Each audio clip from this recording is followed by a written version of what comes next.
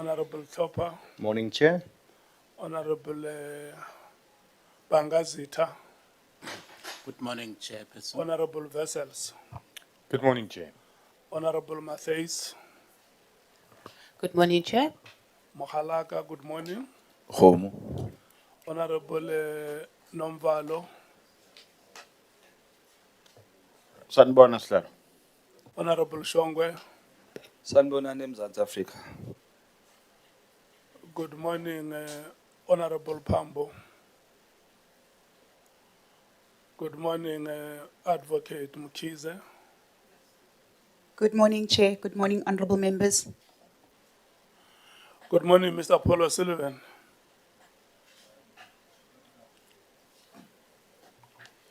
Good morning, Chair. Good morning, Honorable Skosana.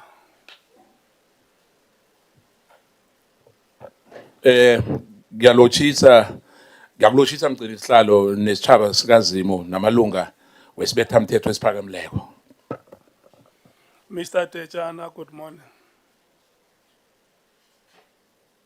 Good morning, Mr. Rahman. Good morning to members of staff in the political caucuses. Honorable members, thank you so much for making yourselves available. We are at S12A venue at the NCOP building. The venue is very small, honorable members, but Mr. Ramano says I must tell you that when we take a break at 1, we must proceed to Good Hope Chambers where we will conclude today's business. Mr. Paulo Sullivan, welcome. And let me thank you for agreeing to come back. And let me also thank you for writing to us, apologizing for what happened last week, where you ended up leaving the proceedings in the manner that it happened. But what is very important that you are here today and we are going to continue with our business. And I will give you some 5 minutes, 2 to 5 minutes. If there is anything you want to say, you say before we go ahead with the proceedings. Today we are going to allow the members to interact with you and thereafter give to the legal team to conclude their business with you, and we should be able to release you. Can I check if there is any 1 or 2 things that you want to say?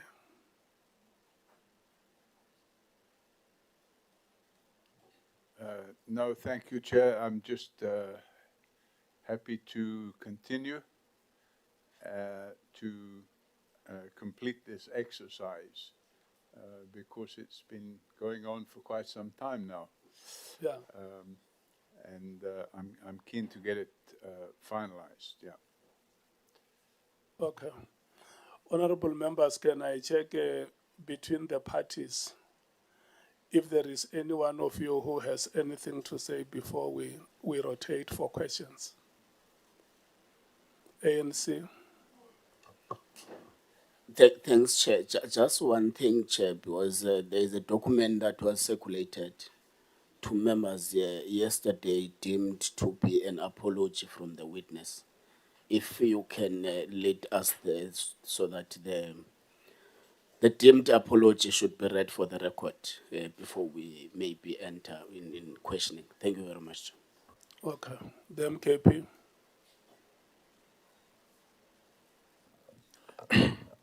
Thank you, Chair. I just wanted to say to you, Chair, and good morning to Mr. O'Sullivan, that the what happened outside, not in fact, in the precinct of Parliament last week when he left, he made some allegations against me that I must go and pay my debt at the bank. Now, I have to say it here, that at a later stage I'm going to show you and him, he must retract that as aspiration, casting aspiration that I'm owing 600,000 because that money was paid and the proof is here, it was paid last year. So for him to point a finger at me and say, when I'm saying to him, you are running away, he said, I'm running away from the bank. You know, I just want him to be prepared for that because the issue which he was talking about was done and dusted. And in fact, Chair, if you're running a business, if you know what business is all about, there was nothing sinister of one owing or having a judgment or whatever because it was a default judgment. But that judgment, which is talking about, is history. And I've got proof here that money was paid. When he was doing interviews on NCA, he was asked several times on a daily newspaper, he mentioned that 600,000. And I want to just say to you, Chair, the proof is here, so I want him to apologize and retract that statement. Okay. And yeah, the Bible, thank you. The DA. Thank you, Chairperson. I will reserve in the question time for Okay. our statements. Thank you. The EFF. Thanks, Chair. We'll wait for the questions. Okay. The IFP. Well, thank you, Chairperson. We will be actually waiting to interact with the witness. The through PA. voices. Thank you. The FF plus. Thank you, Chair. Nothing for now. Okay.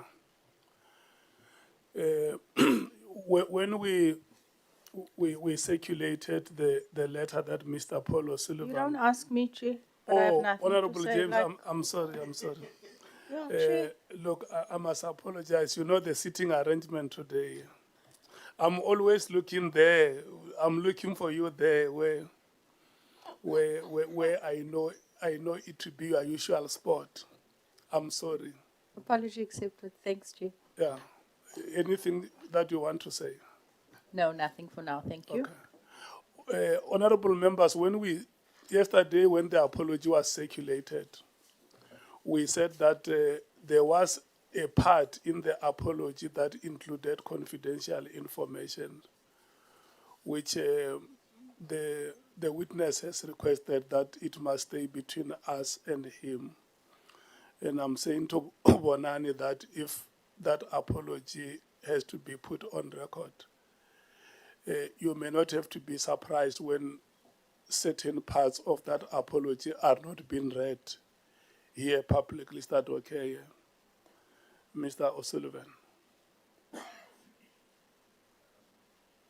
Sorry, what's the question, Chair? I'm saying that in the letter that you wrote to us, you requested that there was some part which was confidential because it contains your personal records.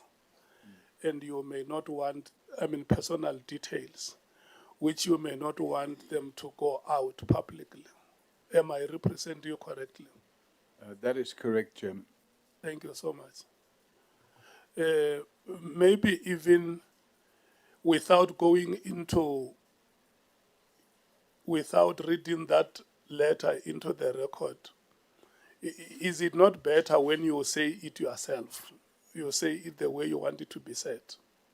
I think it will be better that way if you say it yourself. Thank you, Chairman. Is it working properly? Yeah, we can hear you. So it's a lengthy document. The beginning of it, it's an affidavit under oath. It says, I, the undersigned Paulo Sullivan, state under oath as follows. The purpose of this affidavit is to deal with my apology for and reasons for departure from the Ad Hoc Committee on 2026-02-26. I unreservedly apologize to the Speaker of the National Assembly and all Members of Parliament, including but not limited to the Chairman and members of the Ad Hoc Committee, for departing from the Ad Hoc Committee at 13:15 on 2026-02-26. The circumstances leading to my departure can be described as follows, and then that I explain a number of confidential reasons why it was necessary for me to leave. Yeah. So that's the apology I gave, Chairman. Thank you so much. What we will do, honorable members, because this is not a housekeeping meeting, the apology has been formally presented before yourselves. And then at your own time, in your own meeting, you can look at the apology and decide whether you accept it or not. But the witness, what he says is that he is unreservedly, I heard you using the word unreservedly, apologize for what happened on that day. I'm going to allocate you members. Each one of you, I'm giving 20 minutes because I'm understanding that you are not meeting with the witness for the first time. This is the fourth time today. So I'm going to, maybe let me check first. Who are the members who still have matters that they want to raise with the witness? ANC 1, 2. DA is 1, is Honorable Top. From the ANC is Honorable Sangoni and Honorable Ngola. From the DA is Honorable Topa. From the MKP is the 3 of them. From the EFF is the 2 of them, Honorable Malema and Honorable Matthews. And then we have Bangazita. And then we have Vessels, Honorable Vessels and Honorable James. Honorable Kola Barnard, are you triggered?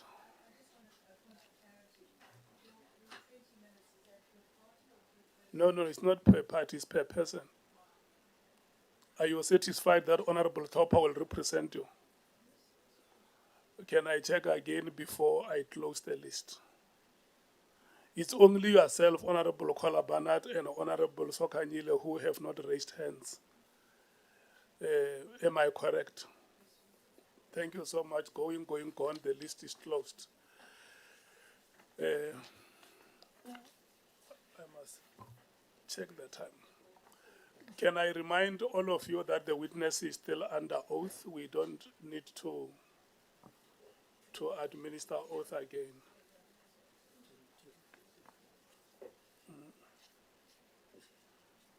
What is the time now? Yeah, Honorable Sangoni.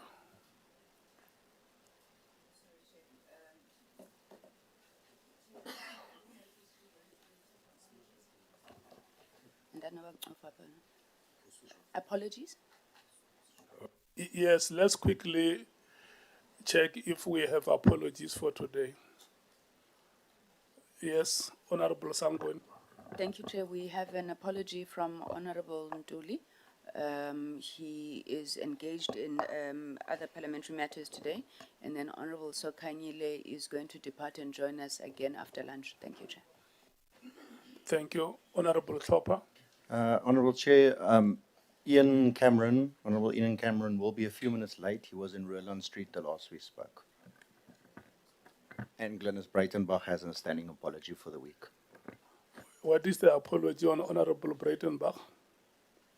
Chair, it has been, I think, explained, and she said for the whole week she would not be here due to party business. Oh, okay. Any further apologies? Honorable Vessels. Thank you, Chairperson. I will just have to be excused around 3 o'clock just to introduce 2 reports in the plenary. Okay. Thank you so much. The rotation starts now. Who is starting from the African National Congress? Thank you very much, Chair. Mr. Sullivan, A lot of evidence has been presented before the committee. And amongst the issues that were raised with the committee, one is that you have, through a video that was played here, threatened Parliament and the members of the committee. The second issue that the committee had to deal with is a threatening message you sent to Mr. Nkabinde when he was testifying here. After you have staged a walkout, General Phatlane reiterated that you have constantly sent him threatening and insulting messages. Yesterday, a prosecutor that prosecuted a case against you, Advocate Masha, showed us numerous threatening and insulting messages you sent to him when he was a prosecutor in a case against you. Why are you this bully? Sorry, why what? Why are you this bully? Why are you this bully? Bully. Yes. Why? You don't know. I can't explain. You are just bully. Without any explanation. You just bully around people. You threaten them. You threatened, according to the evidence that was delivered to us yesterday, Advocate Masha, that you are going to send him to jail. You later, after he's arrested, are going to go after his wife. You are going to ensure that his house is taken to auction. You will buy that house in auction and you will sell it for profit. Why are you bullying people around? Where do you get this authority, you and you alone, to bully people around? Sorry, Chairman, it might be seen as bullying on my part, but it needs to be taken into context with the unlawful conduct of those people against me, which included dragging me off a plane in front of my minor children, assaulting me, detaining and torturing me for 3 days, repeatedly raiding my offices, and all sorts of other extraneous activities, including falsely charging me and forcing me to stand trial on no fewer than 6 different trumped-up trials, 4 of which were acquitted. I was found not guilty. It forced me to spend 88 days in court of my own time and 140 days in preparing to spend 88 days in court. I had to move my family to the other side of the world for their own protection because people wanted to kill me, and that included police officers who were part of this whole conspiracy against me. So if my conduct was seen as bullying, it was a response to the outrageous and egregious conduct of prosecutors and police officials who acted unlawfully as they were part of the state capture project. They wanted to silence anybody that was exposing corruption. So that really is the very simple answer for the alleged bullying. But to be frank with you, the criminal justice system, as we know, is still captured. And the cases I've opened against those people are still gathering dust, save for the cases I've opened against Phatlane, because he's now on trial for, I think, plus minus, I don't know the exact figure, but plus minus 300 million rand. And if I hadn't have opened the case against him, I think he would have probably gotten away with it. And if I hadn't have stuck to my guns, and if we look at this in perspective, I opened the case against General Phatlane in February 2016. And by October 2016, no investigation had been done whatsoever, apart from the investigation which I carried out at my own expense, on my own risk, to identify witnesses and take statements from them, because IPID was captured at that stage. Okay. So I'm sorry it's seen by certain people as bullying. It's certainly seen by the people who attacked me as bullying, but what they failed to do is point out, while they're describing my bullying, the unlawful conduct that they carried out against myself and my family. And Okay. yeah, that's it. No, that's fine. Even so, there is nothing that gives you a right to insult and threaten people.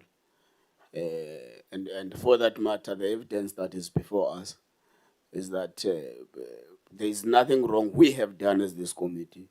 There is nothing wrong Advocate Mashocha did, but you sent him threatening emails. But let's part that part. Let's pass that part. So, was the braai about a braai or about a book launch? Are we talking about the braai in December 2016? Yes. The braai was a year-end braai, and invited to that braai was a journalist who wrote a book, and that book was distributed at the braai, and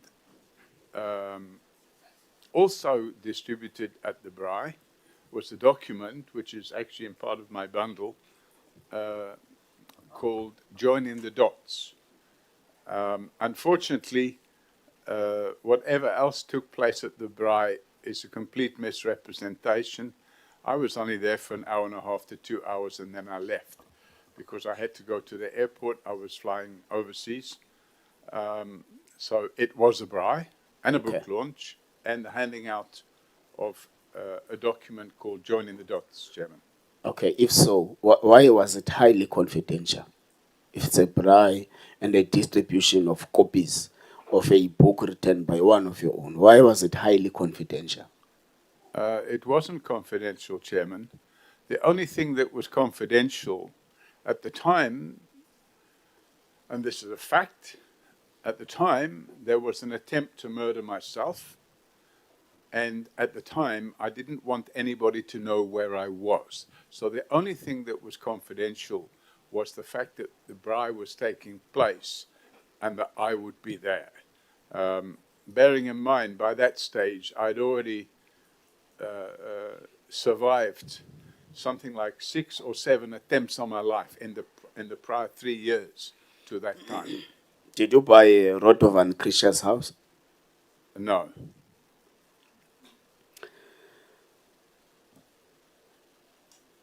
The prosecutor that prosecuted your impersonating an IPID official case solicited witness statements from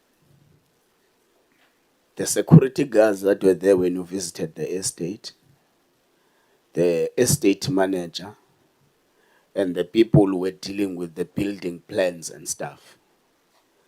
And they are corroborating with the allegations made by General Phatlane that you have asked them questions about, amongst other things, the nature of the guns his protectors carry, how many protectors, how many cars and stuff. And you have said to us, you only went there to point out what you deemed as a crime scene. So how did this kind of question be part of what you call just a pointing out of a crime scene? Chairman, there was a criminal investigation by IPID, which was 10 months late getting off the ground because of the capture of IPID by the then Minister of Police and others.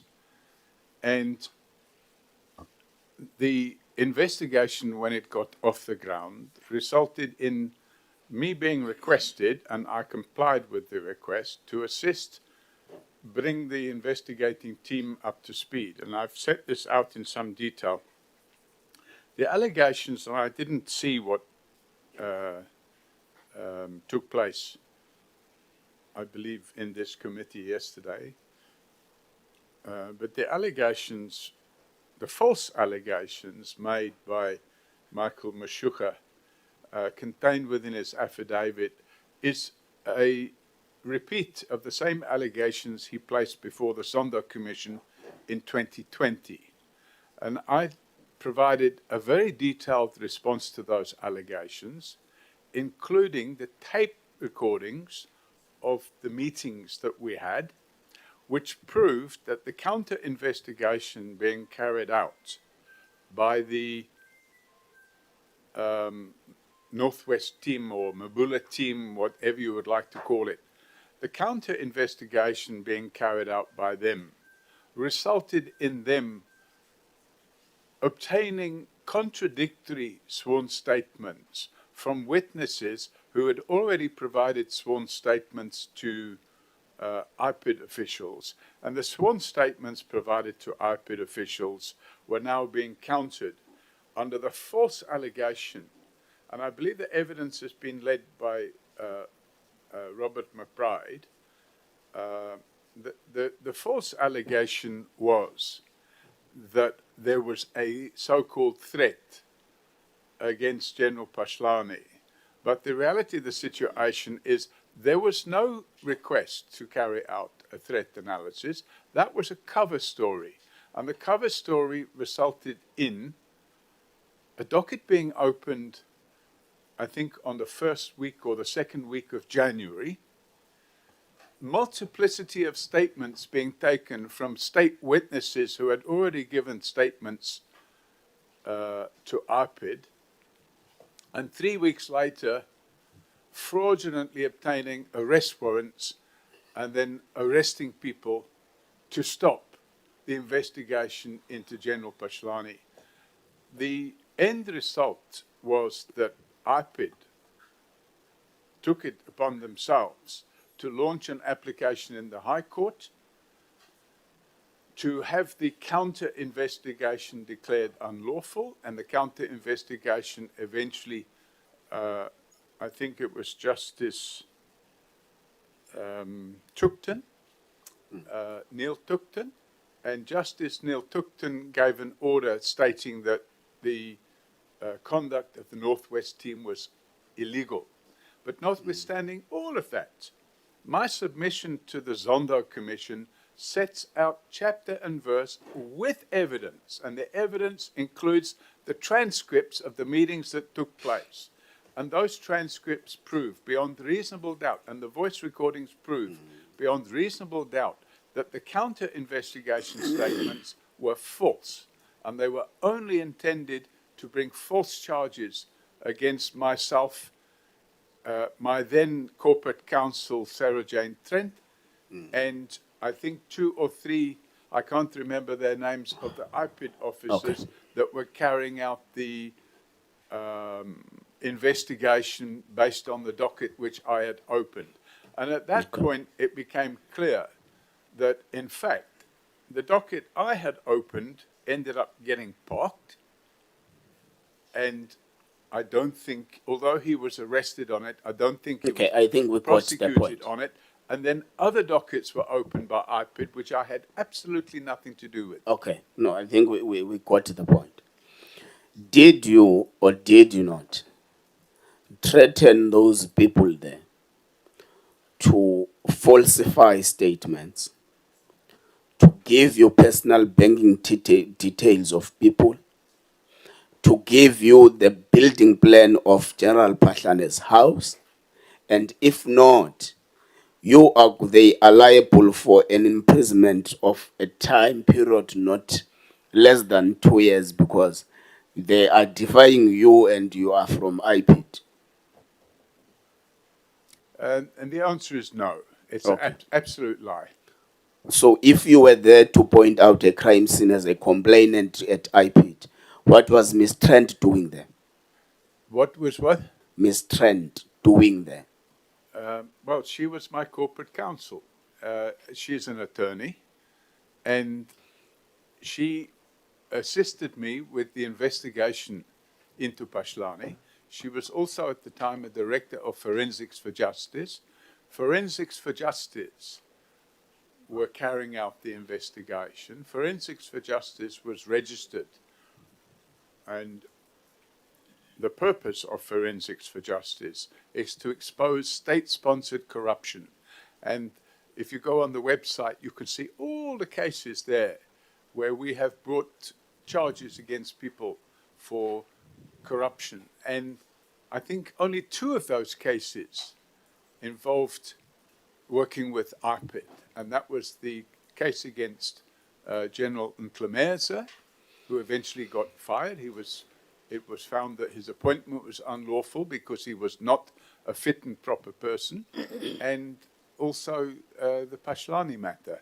And the Phatlane matter that the docket I opened only related to where the funds came from for the construction of his house and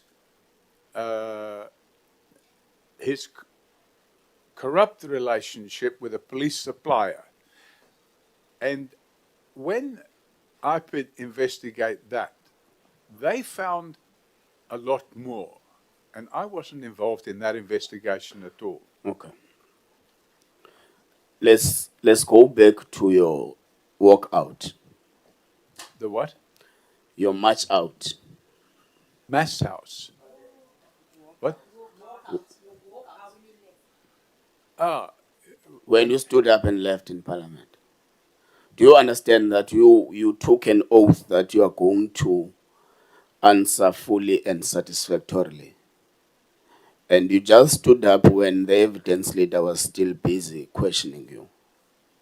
Do you not consider that as a breaking your own oath that you have taken in Parliament?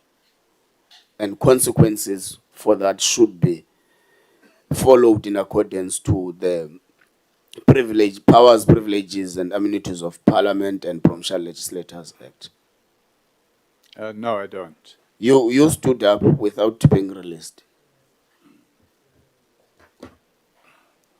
Honorable Ngola,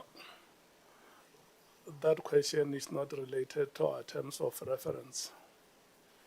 It's a matter which the committee can deal with at its own time. Are you saying, Chair, we shouldn't ask questions in relation to the march out? Yeah, no, it's not related to our terms of reference. Let's probe the witness for the purpose we called him here. If members want to discuss that matter, we can discuss it later, but not during the proceedings. If you want the witness to respond to that, let's deal with the matters that we called him here for. And when we are done with these proceedings, if you want him to explain that incident, then we can give you time to deal with that. No, Chair, you'll recall that at the time of the incident, you would have rotated the matter and asked if we want Mr. Sullivan back. And would have, as members, expressly said yes, and given the reasons why we want Mr. O'Sullivan back. And amongst those reasons was the conduct of him as a witness under oath in respect of the work we're doing here as Parliament.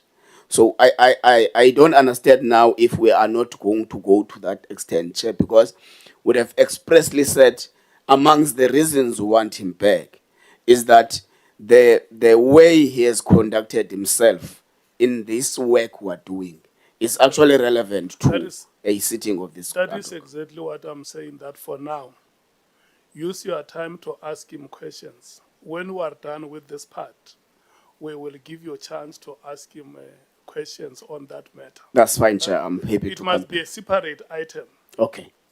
That's exactly what I'm saying. That's fine, Chair. I'm done for the first part. Thank you. The 3 minutes that I've taken from you, don't want to use them? No, I'm done, Chair. Okay. Honorable Sangoni. Thank you very much, Chairperson. Good morning again, Mr. O'Sullivan. You know what? I think a lot of ground we've already canvassed, but there are obviously things that have since arisen since the last time you were here, and we thought that we would use this opportunity to then address those.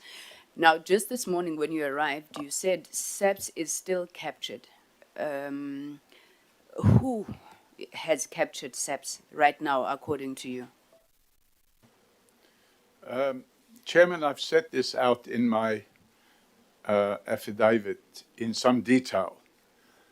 And I remain of the opinion that certain senior management within the police, specifically within crime intelligence, and the police commissioner himself, they have a lot of questions to answer. And I'm not Parliament, but somebody somewhere needs to be asking those questions. And the type of questions I'm talking about are set out in some detail in my affidavit. And I have gone over it already. If you require me to go through it again, I'm happy to do so. But I remain of the opinion that if you can open a docket in South Africa and 3 weeks later get warrants of arrest for 2 people or 4 people who are exposing a corrupt police chief, that's proof that the state is captured, that the police and the prosecution service is captured. And then when those people get arrested in breach of a High Court order that says that I may not be arrested, and by the way, I spent over R500,000 to get that High Court order. And the only reason I applied for that High Court order was because the cops the dirty cops, kept raiding my offices and kept threatening to arrest me, and did arrest me and drag me off planes and do all these nasty things. I was left no alternative but to get the High Court order. Having obtained the High Court order, we have video footage of this Northwest team arresting me and my attorney reading the High Court order out to them and them saying that order doesn't apply to us. And then that same night, when my attorneys go and bring an urgent application for habeas corpus at midnight in the High Court, because it's an urgent matter, the same prosecutor that was here yesterday, Michael Mashuka, he went there and told the court that order doesn't apply to him either. And they wanted to detain me. Sorry. And the reason they want to detain me was as punishment to stop me from exposing corruption. Okay, I've got the High Court order because I wanted to ask you about that. But you see why, and I don't want you to go back to your affidavit. I mean, we've gone through that at length. The problem we have, whether it's your problem or our problem as a committee, is that everybody makes sweeping statements about how corrupt criminal intelligence is. I would have thought that at least you would be in a position to at least give us some sort of evidence around this. Would you be able to do that? Do you have evidence that points to this corruption in criminal intelligence and the police commissioner? Yeah, I have the evidence, Chairman. It's contained within my affidavit. And I mean, must we go back to it and read it? Because it's there. I've set out copious detail of how the crime intelligence Secret Service account, which I call a slush fund, has been a piggy bank for senior police officials for the last 20 years. And it's still a piggy bank. And in 2012, I've used as an example, that piggy bank budget was 98 million rand per annum. This year, it's 600 million rand per annum, which is a growth of over 500%. And during the same period, inflation only grew at 113%.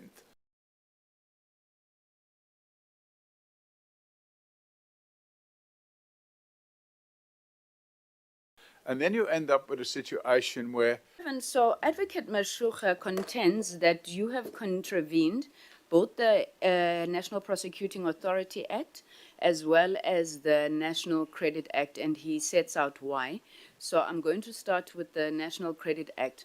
He's talking about your ability and consistent obtaining of personal credit information, amongst others, financial information of private citizens. Now, you are not authorized to have that information, do you? Chairman, that's not correct. If you look at the Act, and I don't have the Act in front of me because I didn't know this question would be coming. If you look at the Act, it makes it clear that the information can be used for fraud prevention and fraud investigation purposes. Now, fraud and corruption are pretty much the same thing. Quite often, Chairman, a person is charged with fraud and corruption or just fraud. And those investigations, they are investigative tools. So there's every certified fraud examiner in the country who carries out fraud investigations, signs a code of conduct, has access to those tools. But it was, they're not allowed to. Sorry, Mr. O'Sullivan. When you were getting the personal information of Mr. Dupree, for example, General Phatlane's driver, were you investigating him for fraud? No, Chairman, when you're doing a fraud investigation, you have to be able to find witnesses. And in the case of General Phatlane, we received information, and it was the builder of the house. His name, Frikkie de Blanche. And Frikkie de Blanche gave information that he was paid with checkers or spar bags out of the boot of General Phatlane's car. And the first payment was 350,000 Rand in cash. The second payment was 350,000 Rand in cash. So we asked him, who was the driver of the car? Actually, it was IPID that wanted to know his details. He couldn't provide that details. So all we had was a name. And I can't remember the first name. I think it was Alvain. Alvain Dupree. So we went through the population register and got a list of all the A. Duprees. And then you can work out by looking which one of them is working in the police. And then we were able to establish that. We then provide that information to IPID. And then IPID decided to interview, and they asked me to go with. And the reason they asked me to go with was because they felt, this is the late Sorry, I think you've Mandla answered me. He felt that Mr. Dupree would answer questions better to a white man than he would to a black man. Mr. O'Sullivan, when you got then Honorable Skhosana's information, were you investigating him for fraud? I didn't get his information. It's a High Court judgment and it's public information. So I got a phone call the week before I appeared last time, and the phone call gave me the details. I sent somebody to Middelburg High Court, and they confirmed to me that there was a High Court judgment against Mr. Skhosana. But were you profiling then the members of this committee, Mr. O'Sullivan? Because I don't know why that would necessarily be of interest to you. Well, it's not of interest to me unless somebody phones me and provides me information. So we don't profile. I don't know anything about you or anybody else on the committee. The only person I got information about was Mr. Skhosana, and it was a phone call. They provided the information. I then decided to check it out. But can you see where I'm going with this, Mr. O'Sullivan? It's, I mean, there's accusations that are made because of your forensic capabilities. You are able to go after private citizens, you get their personal information, and then that is used to intimidate them. What would be your comment to that? That's absolutely not true. Okay. Then I think I think Honorable Ngola has asked you your Stan Fenta and the issues of misrepresentation. The Mr. What, sorry? Misrepresentation, because it said that, you know, you misrepresented yourself as an IPID officer. I don't want to go back there. But I want to go to Advocate Mashucha, and this is a conversation we're having as members, that everybody sits there. You've got markedly different versions of what had happened. But in Advocate Mashucha's statement, he says there's an email that you wrote to Mzinyati, who I think was the DPP of Gauteng, if I'm not mistaken, where you said the latest criminal suspect I need to bring to your attention is Advocate Mashucha, and then you go on and on. Now, why do you refer to Mashucha as a criminal suspect, and what evidence do you have that Mashucha is a criminal? So the email, I don't have it in front of me, but the email would have set out the reasons why, and also would have set out the reasons why was my statement to the Zondo Commission, which is 55 pages long, and I set out chapter and verse in there. And if the chair requires, I will make that statement available to this committee through the evidence leader. And that statement sets out chapter and verse that Michael Mashucha perjured himself by lying through his teeth to the Zondo Commission and to the court, where...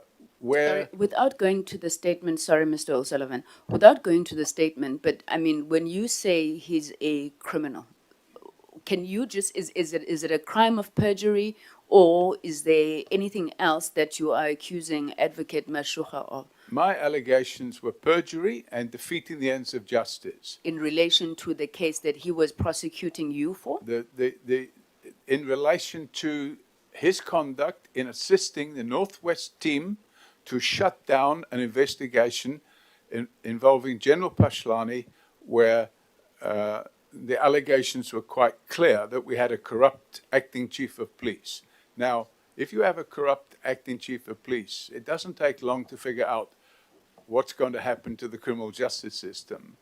And in the case of General Phatlane, the evidence against him is overwhelming. I think he's arraigned on 2 or 3 different trials. By the way, we had nothing to do with those investigations at all. That was other work that IPID did. I had no knowledge of that.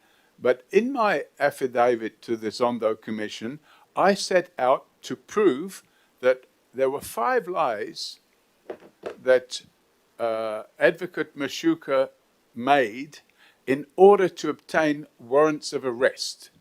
So that means he fraudulently obtained warrants of arrest for one reason and one reason only, because he was part of a conspiracy to shut down a corruption investigation. Okay. Your High Court order, Mr. O'Sullivan, so you go to court, you say that you're being harassed by the South African Police Services, I'll assume. And you, I'm sure amongst your prayers, you ask for 48 hours notification before an arrest. Is my understanding correct in terms of what you asked the court for? I mean, I think I'm struggling to understand why a court would grant a citizen such unprecedented, in my view, leeway to say the cops cannot touch you in any matter in perpetuity. You must be given 48 hours notice. Could you take us through how that would have come about? Sure. Chairman, this is a very simple one to explain.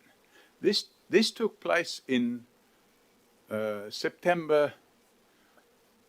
The application was launched in September 2016. Now, prior to September 2016, I had received multiple breaches of my constitutional rights by dirty cops being directed by various parties, and those parties included the then head of DPCI, Major General Mkhwanazi, the Gauteng head of DPCI, Major General Mkhwanazi, and the acting chief of police, General Phatlane. Now, in my affidavit, I set out chapter and verse as to why that court order was necessary. Because the harassment, we asked for an undertaking, we were given an undertaking, and a week later, the prosecutor said, no, I'm not honoring that undertaking, I'm going to arrest your client again. So then we went to court. And in fact, we didn't ask for that court order. What we asked for was that for any alleged offence that took place prior to, and I think the date was 1st of June 2016, for any alleged offence prior to the 1st of June 2016, I not be arrested at all, but I be brought to court with a J175, which is a summons to attend court. And the prosecutor made it clear that no, he'll arrest when he feels like it. Now, that's contrary to prosecution policy. It's contrary to the rules, and it's contrary to the Constitution, because arrest is the last means to get a person to court. You can summons a person to come to court.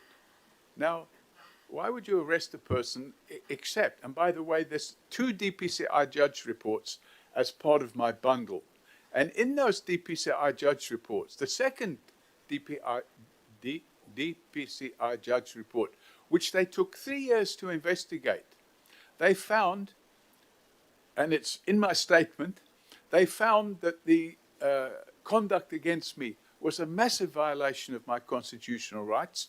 And if you look at the letters from the prosecutors, they made it clear that the intention was to arrest at any cost. Okay. So there was clearly a conspiracy to shut down the corruption investigations we were busy with. Okay. So, Mr. O'Sullivan, you do agree, though, that there's now the special dispensation that is created for you and arguably you alone. What do you intend to do in these 48 hours that you must be given notice before you're arrested? Prepare bail application so that they can't do what they did last time, which is to drag me off to a police station, tell my lawyers I'm at another police station, and then hide me and put me in a place where they can torture me. And that's what they did for 3 days and nights. So given that Mr. Ntlemeza, Mr. Phatlane, and all of them are no longer in the system, would you be looking at getting that order revoked? Would you have any objections to having it revoked? Well, given the conduct of the police right now, I would absolutely object to it. By the way, the police launched an application to set it aside and they lost. Okay. So the reality, and let me explain to you why they lost, Chairman. They lost because they weren't able to prove that their conduct was lawful. So you cannot have police deciding, let's punish this guy by arresting him on a Friday afternoon and keeping him until Monday. And while we keep him, we'll hide him somewhere. No, that's what the apartheid police were doing. Okay. Mr. O'Sullivan, sorry, my last question. I do apologize, I've run out of time. Will you ever get to a point where you acknowledge, if not admit, you acknowledge that in your interaction with IPID in particular, and I think during the time of Mr. McBride, you would have overstepped what any ordinary citizen investigator is meant to be doing? You were sharing phone numbers, ID numbers, forensic details, all sorts of things that you should not be having, in effectively ingraining yourself within IPID and IPID machinery. Advocate Mashucha contends that that is the reason why you paid for Mr. McBride's legal fees, so that when he gets back, you are embedded within IPID. Do you still maintain that you have not overstepped your the legal framework in which you are meant to operate as far as an investigator is concerned who is outside IPID, because you are not an IPID member? No, of course I'm not an IPID member, and I never held myself out to be an IPID member, Chairman. And as far as making a contribution to legal fees, I didn't pay the legal fees, I made a contribution. What we had at that time is we had a captured police service, we had a captured prosecution service, and state capture was in full swing. And while But then did you not then capture IPID? pardon me? Did you then not go and capture No, IPID? absolutely not. In fact, the reality of the situation is that when I didn't just, by the way, make a donation towards the legal fees of Robert McBride, we also made a donation, and I know they've disputed it, but it's a fact of life, and I've got the proof. We made a donation, I think, of 100,000 rand to the Helen Suzman Foundation. The reality of it is that the only possibility of starting somewhere to uncapture a captured state, I saw we weren't going to get anywhere with trying to uncapture the police. We weren't going to get anywhere with uncapturing the prosecution service. We had an unlawfully appointed head of prosecution service, Sean Abrahams. We had an unlawfully appointed head of the police. We had an unlawfully appointed head of the DPCI. We had an unlawfully suspended head of IPID, and the acting head of IPID was in cahoots with the criminal syndicate that were involved in state capture. So I was quite keen to see Mr. McBride back at work, and hopefully, you know, it was kind of the last chance of trying to do something to save this country from going down the drain. And when I got involved with Mr. McBride, which was at the end or beginning of November 2016, I took that involvement through, by the way, I was overseas for Christmas, but I took that involvement through till probably the end of January, and then I said, I've done enough, I'm stepping back. And that's exactly what happened. And if that's capturing IPID, that is a dream. It's the opinion of the Northwest team and their captured prosecutor, and it's the dream of Mr. Phatlane, and it's the dream of Mr. Nkabindi. And if you really want to get to the bottom of things, you must try and work out how all these witnesses miraculously appeared here with this single narrative that actually Paul O'Sullivan is the head of state capture, not all these criminals. Okay, final question. So what is your relationship now with our law enforcement agencies? Are you still embedded, my word, are you still embedded within the system? And why did you feel the need, all the way from London, I think you were at, I'm not sure, to come out and blast General Lt Gen Mkhwanazi the way that you did after his press conference? I think at some point he even sought to sue you, if I'm not mistaken. Sorry, I didn't hear that. Okay, first thing is your current relationship with law enforcement, and then you went out and you attacked General Mkhwanazi after his 6th July press conference. Why did you feel the need to do that? If I'm not mistaken, and you were not even in the country. He threatened to sue you, the way insults flying left, right, and center. What is it about that triggered you so much that you felt the need to do that? Thank you, Chair. Thank you, Chairman. Can I answer that? Write the question down. Okay. The time of the... So, No. my problem... Mr. Apollos. Pardon? The time of the member has expired. Write the question down. Oh. Okay, I'm finished now. She will write it down. She will remind you later during my time. Now is the time for other members. Her time has expired. The MKP, listen here. It's now 11 o'clock. You are going to share the hour between the three of you. 20 minutes, 20. If you speak for 20 minutes, it's not my problem. So you give each other 20 minutes. 20 past, 22, 11 o'clock. Your time starts now. Yeah, thanks, Chair. Chairman, can I just ask something first? Can we put this screen up here? Because I'm not able to turn. I have a spine problem and I cannot turn and look this way. But if we can put a screen up there, I can see the person that's talking, and I can be able to relate to it. But I cannot turn and look over here. Yeah. The two of them are coming to sit here immediately. Okay, thank you, Chairman. Yeah.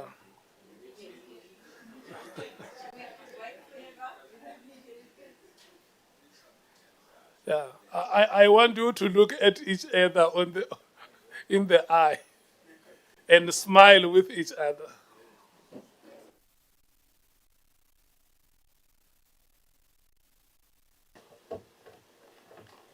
Thank you, Chair. Can I proceed? Good morning, Mr. O'Sullivan. Good morning. Yeah, let's start from the response that you have given to Honorable Sangoni about the 48-hour notice.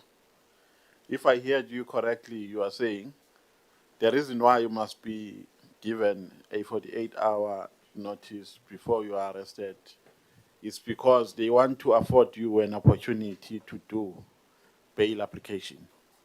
Is that what you have said? Yeah, that's what I said, but it's not just that. It's also to have lawyers on standby, because what the police were doing on a regular basis were attempting to arrest me. They threatened to, while I'm in court, I brought an application, for example, Chairman, to get my passports handed back to me because they refused to give me my passports. They didn't want me to travel overseas. So I had to bring an application in court to get my passports back. And when they handed my passports back, they first of all tried not to hand me my passports back. Yeah, They said, no, but this is very important. Because it's very important you understand but you the have reason responded why. to what I was asking. Sorry? So I'm saying you've responded to what I was asking. Okay. And I think that is enough. So, that to me means there are laws for Mr. Paul Sullivan and laws for other citizens in this country. Because in terms of the process, when a suspect is arrested, he must appear in court within 48 hours to be charged formally, and thereafter is given 7 days while in custody to make bail application. So that means there are different rules or there are different laws for Mr. Paul O'Sullivan in South Africa. Well, I think the laws are the same for everybody in the country. No, but there is sorry, am I allowed to answer the yeah, question, but if Chairman, you can or am I quote, going to be interrupted if you while can quote answering the law question? that says before you are arrested, you must be given a 48-hour notice. Chairman, there was a High Court application brought in September 2016 as a result of multiple abuses of my constitutional rights. That High Court application was initially opposed by the state, and in November 2016, the state agreed to the order and the High Court order was made. And if they hadn't have breached my constitutional rights, I wouldn't have had the need to bring the High Court application in the first place. Yeah, that is why I'm saying, because you can't even quote a section. You can't say this judgment was relying on this section, because there is no such. There is no law in South Africa that says before a suspect is arrested, he must be given a 48-hour notice. So that is why I'm saying the High Court makes an order, the High Court makes an order. That is why I'm saying it means there are laws for Mr. Paul O'Sullivan and laws for the entire citizens of South Africa. Chairman, that's a statement from the member, but the reality of the situation is the High Court made that order and the state consented to that order. A year later, the police tried to have that order overturned and they failed. When you were here, we played a video of your interview in which you made certain remarks about members of parliament. And you made an undertaking that you will go to a media to retract those remarks. And you were given a platform in the media to explain what you did here on your previous appearance. Why did you not use that platform to retract what you said about members of parliament? Chairman, on the way out, the media asked me, and I confirmed it to them then, What did you confirm to them? The apology and the retraction. And I don't go on social media and I don't watch TV, so I don't know whether or not they did it. But it was an ENCA reporter put the mic to me. I confirmed the retraction and I confirmed the apology. I complied with the undertaking I gave, Chairman. You know, Mr. Paul Sullivan, I know the chair said he will give us another platform. So I'm not going to go into the merits of what transpired at this stage. But I'm very worried about your character. You threaten people with ease. And I get worried when a white person threatens people, black people like this, because you are putting an emphasis to a narrative that there is an apartheid residue in this country. And you are a manifestation of that residue. And as members of parliament, some of us feel badly that this residue even finds expression in a democratic institution such as parliament. We are representatives of the people here. So if we can't protect ourselves against white arrogance, it means our people on the ground are vulnerable. And it means they express the West, because if it reaches here in Parliament, it means what is happening on the ground is worse. When Advocate Mashucha was here yesterday, he read an email that you sent to General Phatlane. I'm going to read this email. This email was sent on the 26th of November, 2016. And the author of the email is Mr. Paul Sullivan. This is how it reads. This one is just between me, you, and Mr. Phatlane. You know you are a corrupt cop. I know you are a corrupt cop. Figgy knows, your wife knows, Yola knows, Henry knows, and soon the whole world will know. When I send you to prison, and you know I will, you should not blame me. Blame yourself for being a dishonest piece of rubbish. I'm going to enjoy putting you away, and when I'm done with you, I'm going after your wife. Then I'm going after Ntlemeza, and then Mokaketi. When I'm going after Ntlego, or then I'm going after Ntlego, then I'm going after the boyfriend of the Ling Ling twins.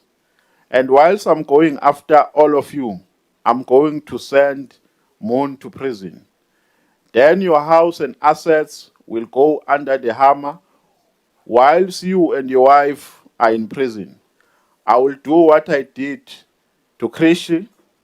I will buy it on auction and sell at a profit. Stop me if you can, you low down piece of rubbish. Do you know this email?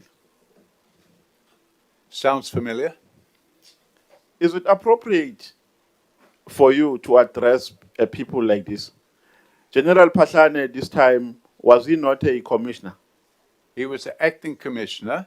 Yes. He now, was, now, pardon? Mr. Sorry, Mr. am I not allowed to answer You the are question? allowed, but on my guidance. Okay, so I mustn't answer You the are, question. but on my guidance. I'm asking you questions. No, but, So you are not Chairman, going to prescribe to me how you should answer. Chairman, You are I allowed, need- but on my I need- guidance, I'm asking you questions. I need to request. Or both, switch off your microphones. Yeah. Yes, the question is one. Listen to me carefully, please. May you please have a cordial conversation. Yeah, the conversation on my side is cordial. There's You nothing. know, sometimes it appears rude on my part when I come in and say the time has expired. No, the So conversation is may cordial. you please Chair, on my use your time fruitfully. Mr. Paul Thank O'Sullivan, is it appropriate for you to write this kind of an email to an acting national commissioner? Given the circumstances at the time, it was more than appropriate. This is in the week when I received a death threat, which we trace back to a police official connected to him, and Mandla Mashlangu received a death threat. He was subsequently murdered.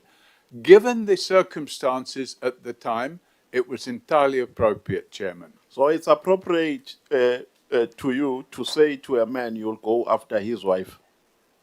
Given the fact that his wife was involved in the corruption with him and had been unlawfully appointed and elevated in rank in the police, and that she was involved, and in fact, Chairman, 3 months or 4 months after that email, he was arrested, she was arrested, and they both sat in the dock together. It's appropriate for you to say to him, you will buy his house and sell it at a profit.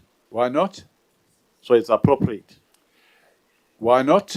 It's appropriate for you to threaten a witness while he's testifying here in Parliament. I didn't threaten any witness. I told the witness he was lying through his teeth and he belonged in prison. Didn't you send a message to Mr. Ngabinde? I've just said, Chairman. Is that not a threat? Sorry, I can't answer if you're going to keep interrupting. No, I'm asking you questions. You will answer because I'm asking. You will answer. You will answer. You will answer. I'm asking you questions and you will respond. I'm trying to answer and you're interrupting me. I'm not interrupting you. I'm asking you questions. So what is the question? Asking is not an interruption. I'm saying to you, is it appropriate for you to send a witness a threatening message while he's testifying here in Parliament? I didn't send any witness a threatening message. I told him it was an offence to lie, it was an offence to commit perjury, and he belonged in prison. And that is a fact. And when you say you will send a person... I have not finished answering the question, Chairman. I told him also that I would be opening a docket against him. I have opened that docket against him, and I think the rest of it, we shouldn't be debating in Parliament. We should leave it up to the criminal justice system. Is it appropriate for you to send messages to a prosecutor who is prosecuting you? He wasn't prosecuting me. Well, was he not prosecuting your case? The case had been struck off the roll. No. I'm saying during the course of prosecution. No, I didn't send any messages during the course of prosecution. Even after, because when the matter is... Chairman, I can't work. No. But I'm answering a question and it's becoming But I'm contextualizing my question to you. Refrain from I'm saying to you, Mr. Paul Sullivan, when a matter is struck off the roll, it can be reinstated. It doesn't mean that that matter cannot be reinstated.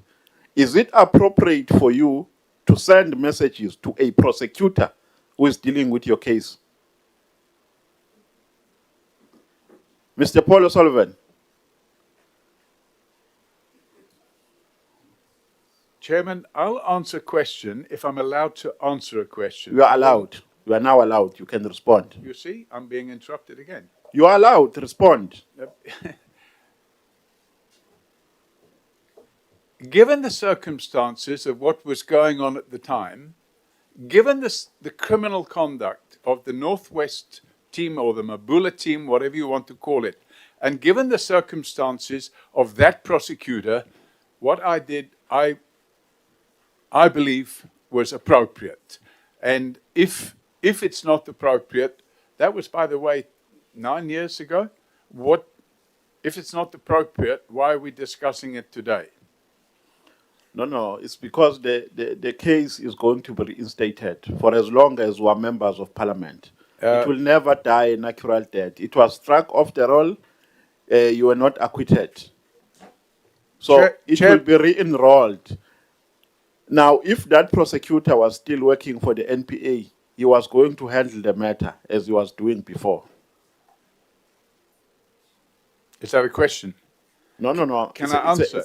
Yeah, you can answer. Are you making a statement or yes, asking I'm making a a statement, but you can respond if you like. Okay, yes, I will respond.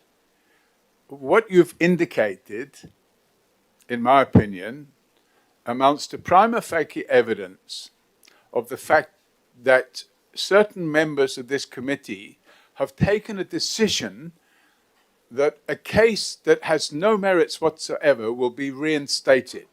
That means that those members of the committee that have demanded the reinstatement of that case have failed to read the memorandum by the new National Director of Prosecutions, where he makes it clear that there will be a re-examination of the case.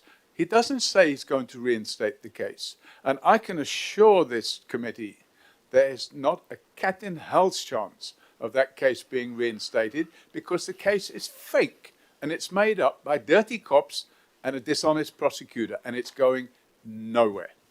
No, it's the court that will make that determination. We are not a court of law. Well, I'm glad the court will make that decision, because just a few moments ago you said you were making that decision. Yeah, no, we'll make sure, we'll use our oversight powers to make sure that that matter is reinstated. So that would amount to political interference in the criminal justice system. No, it means you don't understand the principle of separation of powers and the constitutional mandate of Parliament. But we are not there. You are saying you received a call from somebody who told you that there is a judgment against Mr. Skhosana. You know, we're tired of being told that I can't disclose my sources and so on, because it has been a song of the year now. That's what you told us when you appeared. You did not want to disclose many people. You were saying it's confidential and so on. So who called you? Who told you that there's a judgment against Mr. Skhosana?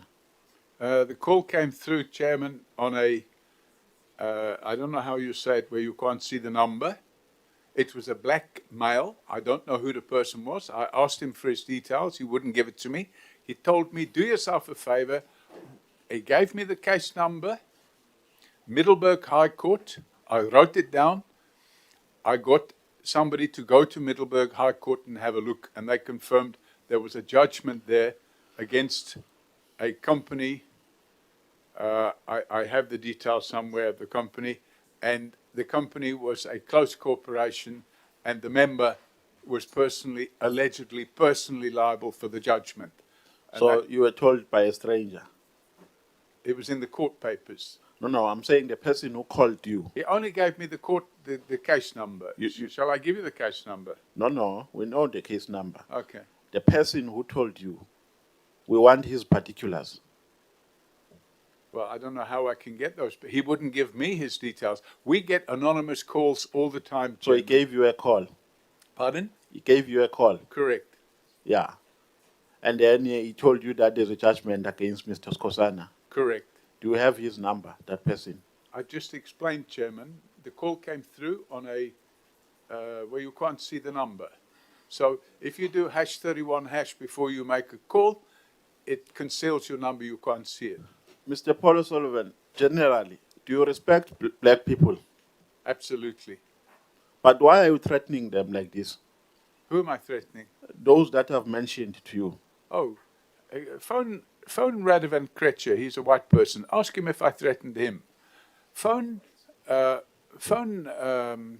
George Michaelides, attorney, who stole 35 million rand from his trust account. Ask him if I threatened him. I threatened them with criminal justice. That's it. No, I'm saying, why are you doing that? Because you did not only threaten them. It's a few. There are a few of many that you have threatened. I opened cases against them as well, criminal cases. No, but you also threatened members of parliament. Which members of parliament? You threatened us. How did I threaten you? You sent an email to the evidence leader. And what did the threat say? What did I say? I'm going to come and hit you. You were telling us that we belong to a party of criminals, and you are going to. That's not a threat. You will That's send a us. statement. You will send us to jail. I never said I'll send anybody to jail. No, that's what you said. No, I didn't. That's what you said. I did not. You said you'll send us to jail. I'm sorry, Chairman. He's wrong. I never said I'd send him to jail. I said nothing of the kind. Oh, thank you, Chair. I don't want to eat on my colleagues' time. Party. Next speaker from the MKP. You are 20 minutes start now. I'll take less than that, Chair. Bob Sullivan, Sawubona. Sawubona. Kunjani? Kunjani. Ngiyaphila. Sorry, I'm a little bit hard of hearing. If I can ask you to speak up a bit. Ungiyaphila unjani? Yeah. What can I say? Sibong. Quick one. You stated somewhere here, you said, if it wasn't for you, Phatlane would walk away with crime. You just said that earlier on. I said if I hadn't have opened the case against him, he would have got away with it. So you admit you're the one who opened the case? I've stated it in my affidavit that on the 25th of February 2016, I opened a comprehensive criminal docket against General Phatlane, having spent several months investigating after receiving information from whistleblowers who came forward and provided me with evidence. So can you, in South African law, open a case against somebody and then be an investigator at the same time? So, if you are, I've made it clear. If I look at my statement to the Zondo Commission, I make it clear that opening a docket is different if you're the victim of a crime. Now, for example, if somebody breaks into my office and steals my computers, it would be inappropriate for me to do anything more than an internal investigation and then open a docket. When it comes to Forensics for Justice, which was a charity that was formed for the purpose of investigating state-sponsored corruption, I formed a team of people that could investigate and did investigate and provided those resources to the state because the state is under-resourced when it comes to investigating that type of crime. May I interject you? Pardon me? May I interject you? My question is it allowed in South African law to open a case and be the investigator at the same time? The question is it allowed in the South African law? It happens all the time, Chairman. No. The question is, did it happen before? Did it happen at... I'm only asking, Yes, is it allowed in it's the South allowed. African law to be an investigator, at It's the same time allowed. be the person who opened the case as It's a civilian? allowed. Yeah, it's allowed. No, it's not allowed. It's allowed. No, we'll argue that later. That's wrong. The Rodovan Creature's house, Yeah. are you staying there? No. Did you stay there? Pardon? Did you stay there? Never. Have you been in that house? I've been in it. Doing what? Having a look. Just a look. Had a braai there. Had a braai there. Uh-huh. On what conditions were you having a braai there? Pardon me? On what conditions were you having a braai there? Who authorized you to have a braai there in that house? Well, the owner of the house. Who's that? A company. Whose company is that? Pardon? Whose company is that? It's not my company. Whose company is it? I don't Who's know. the owner? I don't know the name of the owner now. How were I you believe invited by a person you don't know? Pardon? How were you invited by a person you don't know to a braai? Sorry, Chairman. I wasn't invited. You went to a braai. Can I finish answering? Time? So, I wasn't invited. I got hold of the company that purchased the house. Yes. And I can't remember his name. I got hold of the director and I said, can I come there and have a braai? Who's that owner? Pardon? Who is that owner? How did you get hold of that name? That person doesn't own the house anymore. It's owned by somebody else. It's fine. I'm not asking who owns the house now. I'm asking who is that owner? His name, Anthony Fitzhenry. Okay. Now, at that time you went to that braai, your life was in danger, right? Is that the reason the braai was private? What one doesn't like to do is go out in public places when you know that there's Your somebody life is trying to threatened. kill you. Yes. And at that time, you went to that house invited by a person you don't know. You went to the braai of a house of a person you don't know, but your life was in danger. No, Does it's it make sense? It's not true, Chairman. I'll explain to the member again. I got hold of the owner of the house and I asked him if I could use the house for a braai. I wasn't invited. Did you know the business owner? Pardon? Did you know the business owner? Were you friends? I'm sorry, I can't Were hear you friends with the business owner of the house? Yeah. Now you are friends. Yeah. You started by saying you didn't know the house owner, you didn't know the business owner. We're Now you're friends. changing, you are friends. We're friends now, yeah. Baba Gahlamang. Pardon? No, you're lying. Pardon? You're lying. I lie what? Your statement, you've got three statements at once. You said you didn't know the business owner. You got a call from a person you don't know. I got hold of him. Suddenly you had a braai there of a house of Yes, a person and you didn't know. we became Did friends. you buy that house of Fred of Creature? No. Is that your house? No. Did you buy it indirectly through a company? No. If your life is in danger, how would you go to a house of a person you don't know? I see, yeah, leave it. It's fine. I see, yeah, I'm not sure. For never in my now. Tell me this. A makeup artist is shot dead, allegedly, by her boyfriend. Pardon? A makeup artist. Facial makeup artist. Who? I'll tell you the name later. Let's listen to the story. She is shot dead, allegedly, by her boyfriend. And the policeman covers up that story, allegedly. Right? Keep that in mind, 1. 2, drugs worth 300 million get stolen and lost. A case alleges that a person who is a police officer is involved in that case, and the case gets withdrawn. That's number 2. Are you following? A father loses his son in hospital when a doctor was operating that son. It is alleged that that father goes and says to his friend, he has shot that doctor because he lost his son through the hands of that doctor. That's number 3. Are you following? I'm trying to. Okay, very, very well. You're doing very well. It is also alleged that cigarette smugglers, cigarette sellers, and all that get cases covered up by the same police officer.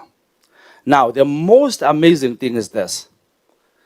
This police officer owns multiple franchise of business, lucrative businesses. But this person remains a senior officer with a very little salary compared to what he's making outside. Sorry, can I just ask you to slow down a bit, because if you're talking fast, I'm not keeping up. Just the last sentence. Now, this person is a businessman who owns franchises, lucrative franchises. But he remains a police officer. Like McDonald's or something like this. I'll mention the businesses later if I have to. This person remains in the police leadership. But you, as a lover of South Africa, never investigates that person, Farouz Khan. We can't even get the name here in Parliament to get that person to come here and answer for his question. It's apparently he's being covered up and protected. Even by us now, they say we are protecting him. We can't get him here. Why didn't you investigate Farouz Khan, but you went for Phatlane, whom you do not have a single evidence of what he has done? Your statement sitting there in front of you doesn't have an ounce of evidence about Mr. Phatlane. Why did you leave Farouz Khan out? Chairman, there's probably 1 million crimes going on in South Africa, and you can ask me the same question, why I didn't investigate them. Let me just put the following to you. Forensics for Justice is a registered non-profit organization, non-profit company, NPC. It has limited resources. If people, nobody came to us, by the way, with all this talk about the makeup artist. But you do know Khan, right? I've met him twice. You know Sibia, right? I've met him several you know times. Mandla, right? Who? Mandla Mahlangu. Yes. Mandla Mahlangu has a 7 million rand plot. Has a house in Savannah with a salary of SAPS. Why would a police officer, why would a person who owns so much businesses continue to be a police officer when he can open that space for people in South Africa to get a job, who has multi-millions of businesses, sits there and it doesn't catch your eye? Allegations of 300 million of drugs, that doesn't catch your eye, but Phatlane's house catches your eye. 80,000 rand sound catches your attention. Aye, Bob Sullivan. You are silent. Sorry, Chairman, is that a question? It or is a question. I'm just curious on how do you pick who to attack? Pardon? How do you pick? How do you identify who to attack? Why would you leave Mandla? Why would you leave Farouz Khan out and just go strictly for this person, Phatlane, for 80,000 rand? for a sound system that has proof of payment. Your statement doesn't even have one single evidence of Phatlane. I'm even thinking that Phatlane was at this dismissal of his is also something that we need to look at. Uyangizwa yazi. Uyazi uyangizwa ngempela. Akasezwa mase khuluma mina manje. Okay. No, I will end here, Chair. Ngicela ukushaya isikhathi for Baba Skhosana. Thank you. So the reality of the situation, Chairman, it's not a case of what catches my eye. If somebody comes to us and gives us information that, in this case, it was a Brigadier Munsami in the police who came to us and explained to us in some detail about how he believed there was corruption going on with General Phatlane. As far as you mentioned Ferros Khan, I had a tip-off about Ferros Khan. And when I investigate that tip-off, I found that the tip-off was false.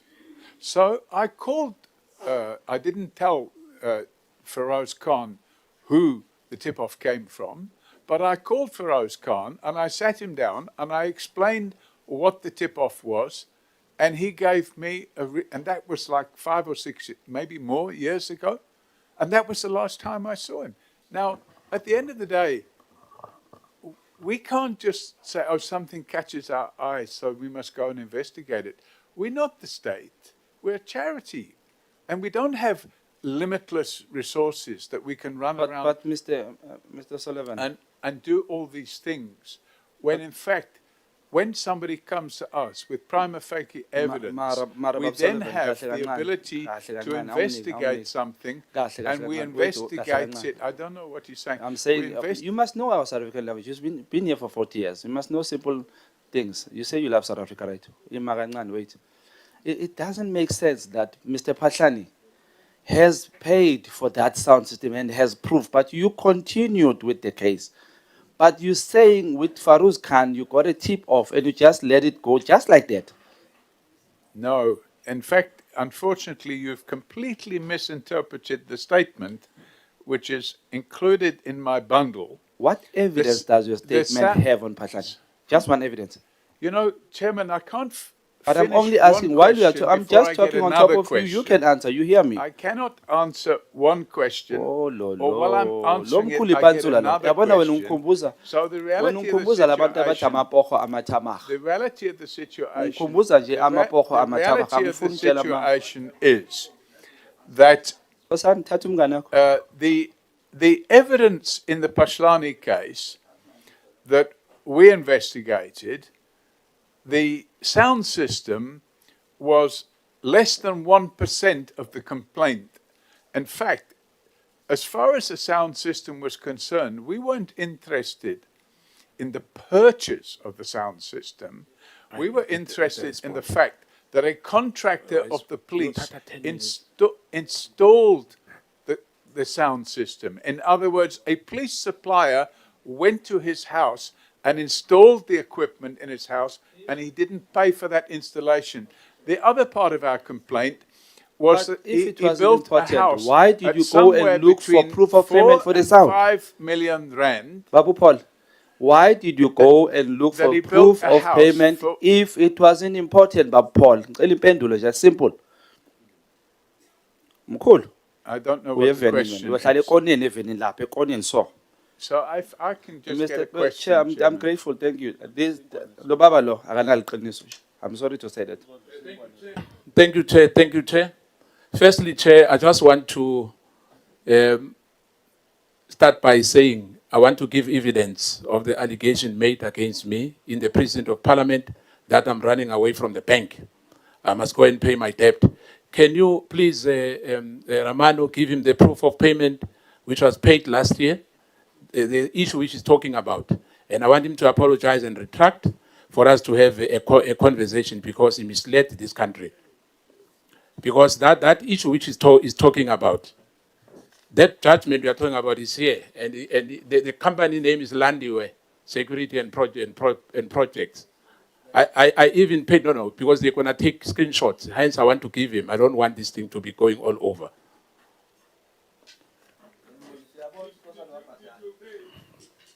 No, you must say, it must be himself who said that. It should not be me. That was a judgment. That was the payment. So you've misled the person who called you, whoever he is, misled you. The payment, total payment is 642,000.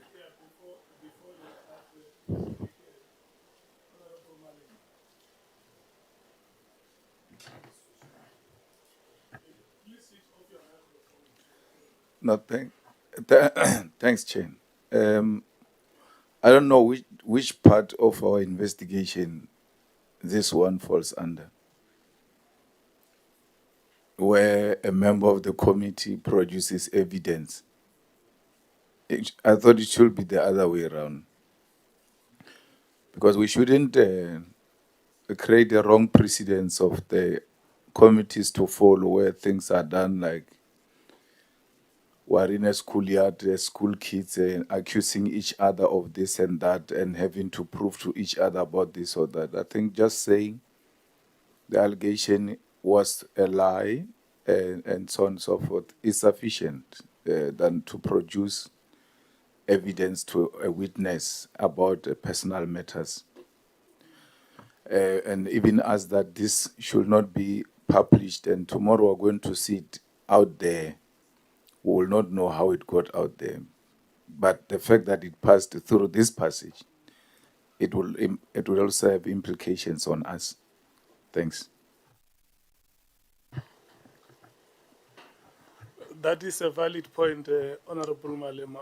I think you wanted the witness to know that you, as he instructed you last time, that you must go and pay your debts. You want him to know that you have paid. You are in good standing. Thank you, Chair. Like everyone in the country who run big business, you will understand that. But what I'm saying is that misleading this parliament was completely out of line. So I just want him to retract that. Thank you. Yeah. Mr. Paulo Sullivan, do you see the proof of payments? Switch off your microphone, Jali. Do you see the proof of payments by... Chairman, what I see is I see some documents which are a bit fuzzy, but it appears to be proofs of payment. Yeah. I also see a document which says judgment by default, 25th of September 2025. Yes, what we are saying is that you must not read that because it's personal and confidential. Okay. It's for your perusal. Okay. But what he says is that once you have seen that and satisfied yourself that he is indeed in good standing, because he has his own personal reputation to protect and the juristic person that he represents. First of all, Chairman, I didn't... And that your statements have gone viral. Yeah. Well, if they went viral, Chairman, it's because the member in question recused himself from Parliament, followed me out. I don't want to make that a point of debate now. Okay. If you listen to what Honorable Malema said, let's not bring what does not belong here into our proceedings. I want him to ask you questions and then at the end, when you have gone through that and satisfied yourself, in whatever platform, if you agree to go out with a ENCA and that horde of journalists which followed you on Thursday last week, I can arrange for you outside. It's not going to happen, Chair. If the member... No. It's not a point we're going to debate now. Okay. Now I want him to, you and him to have a conversation on our terms of reference. Thank you. I'm not surprised. The arrogancy is on a high level, and I can tell you now, we are dealing with a wrong honorable member, maybe. Maybe in the last administration, people used to dance for your tune. I'm not going to do that. You've seen the proof of payment. If you doubt it, because in the precinct of Parliament, that's what you said here, and you say you are not going to retract what you said, even if you have the proof of payment. That tells me that even before you came in here, you instigated all of us because you are calling us crooks. And I can tell you, Mr. Sullivan, that we've been tolerating this white supremacy for many years in this country. And, you know, some of us, you said you've been threatened. I'm just making a remark, Chair. You've been threatened many times that they want to murder you. You know, they want to arrest you. Some of us were arrested multiple times. You know, we've been kept under state of emergency for many years. In fact, my friend, two of my friends passed on. Ephraim Mohale passed on.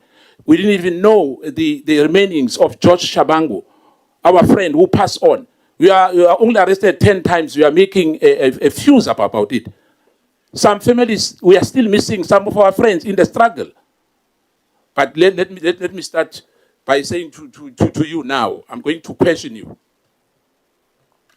Because you've been threatening prosecutors, generals. Now, let's start here. On the knowledge allegation of these syndicates you are talking about, you stated that you have no knowledge of the allegation made by Lt Gen Mkhwanazi regarding a criminal syndicate infiltrating law enforcement structures. Given your extensive involvement in investigations relating to senior SAPS official, can you explain why would you have no knowledge whatsoever of the alleged network or individuals identified in those allegations? Chairman, it's like asking somebody why they don't know about this or why they don't know about that. The reality of the situation is that until I heard the mention of the name Kat Matlala, I'd never heard of this person before. I had no knowledge other than what I'd read in the media about his involvement or alleged involvement with some extraction system or scheme. It wasn't a matter we were investigating. We had no knowledge of the inner details of that system. What I did, however, have knowledge of was Lieutenant General Mkhwanazi's involvement in trying to unlawfully pervert the course of justice when it came to the IPID investigation in respect of General Phatlane. And evidence has already been led. And I suggested in one of my earlier emails to this committee that the committee should in fact call Humbalani Kuba, who is a senior IPID investigator, and let him explain to this committee how it was that he came to meet General Mkhwanazi in 2017 and be escorted into a hotel room. Escorted into a hotel room. Chair, please, I need your indulgence, taken away from them, and then to be told that he needs to come over, like Cedric and Kabindi has done, and become a witness against IPID because they want to stop the Phatlane investigation. Chair, can you please help me? The last time I've asked again, because we are not on a lecturing room here. The question is simple. If that's the case, have you opened a case against General Mkhwanazi? Yes or no? A case was opened way back against General Mkhwanazi. Against all the people. No, I'm talking General Mkhwanazi. Leave the other people. The case wasn't just against. No, I'm talking about General Mkhwanazi. I don't talk about Kuba. I'm not talking about any other person. My question is simple. Have you opened a case against General Mkhwanazi? Correct. Thank you. Now,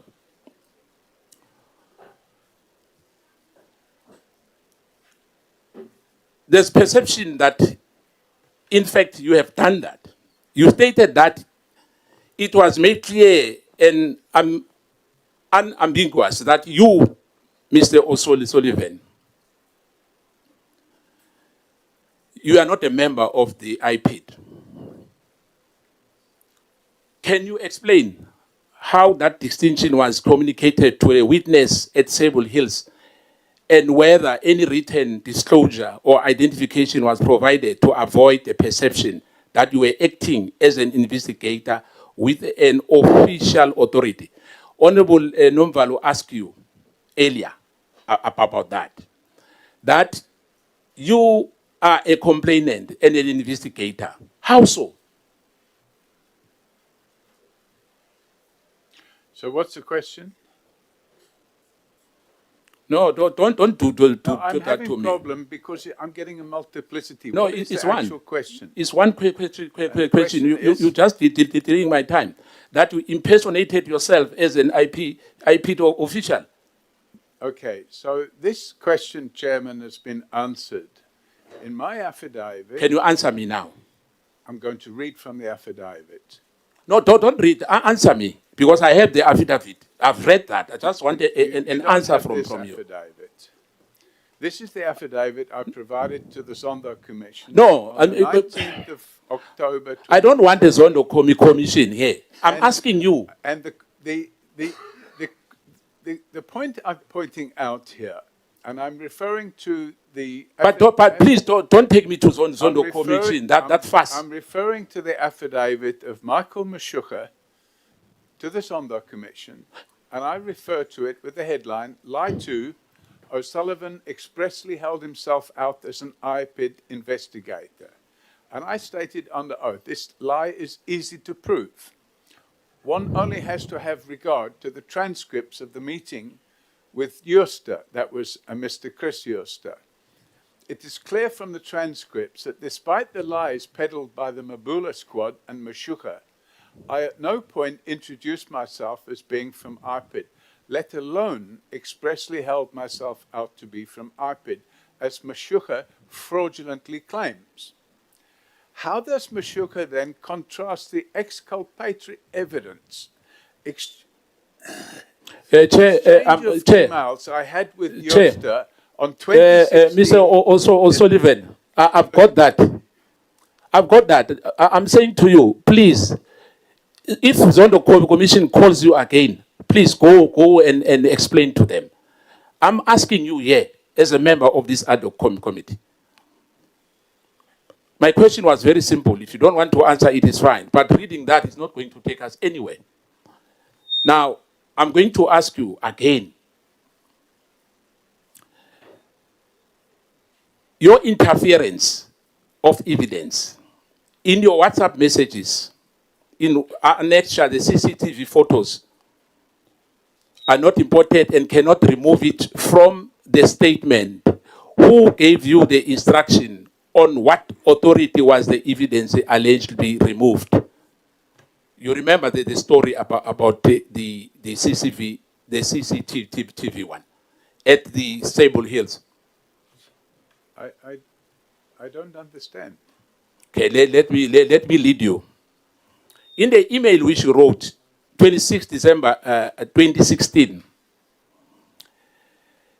you said, like Honorable Nombalo said, you'll bring Mono and yourself to prison. You were threatening Phatlane as well, and you're threatening Advocate Mashucha. Can you confirm whether this communication was received and whether it was reported to the authorities? Which communication? I'm saying to you, you know, there's attachments here of emails. Are you denying those emails? I can't see these emails. I don't have them in front of me. You don't have those emails. Evidence leader, he says he doesn't have those attachments which Advocate Mashucha gave us here yesterday. You'll make them available. In the same correspondence, you warned that your wife and associate will be targeted next. That's what you responded when Honorable Nomvalo asked you. I'm making a follow-up now. Did you interpret this as an intimidation or aiming at influencing the investigation on your conduct? No, definitely not. Why were you threatening them? As I explained before, given the criminal conduct of both the Mabula team and Michael Mashucha, it was appropriate to take steps to notify them that I wasn't going to tolerate their nonsense. Now, the rubbish which you spoke about here last week, you were saying that there's rubbish when we are asking you, and you call us names. I'm going back to where I said the CCTV issues, because there was a removal or exclusion on CCTV evidence formally recorded in the investigation file. And my question, and who authorized it? Did any investigator or official attempt to alter witness statement or evidentiality material relating to the CCTV footage? Or you don't know anything about the issue of CCTV? Yes, in fact, that was also covered in my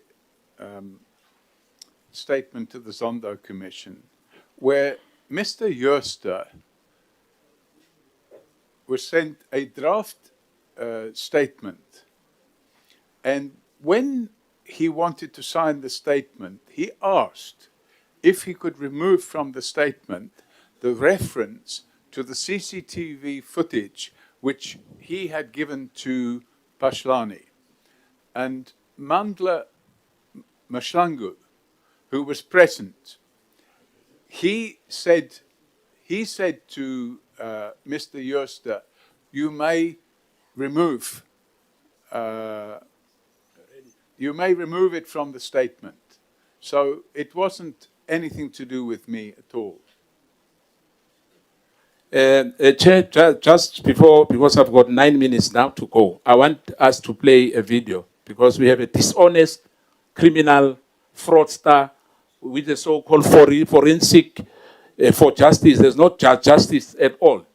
That so-called forensic for justice, for me, is forensic for fraud. Okay, can you please play that clip? Microphone. You see, what we will not accept here is both of you, Mr. Apollo Sullivan and Honorable Skosan, if you are going to use those words, criminals and fraudsters, to describe witnesses before us here, that cannot be accepted. We are probing allegations, and both of you must refrain from using those words to describe any person coming before us, or to describe any person against whom allegations have been made. Yeah, but Chair, those words were used by some of the honorable members from the DA, and it was not an issue. They were never called that they must stop that. I can play them for you if you want to, unless it's exclusive. I'm astonished that he's saying it's also well known to. No, it's fine. It's that clip.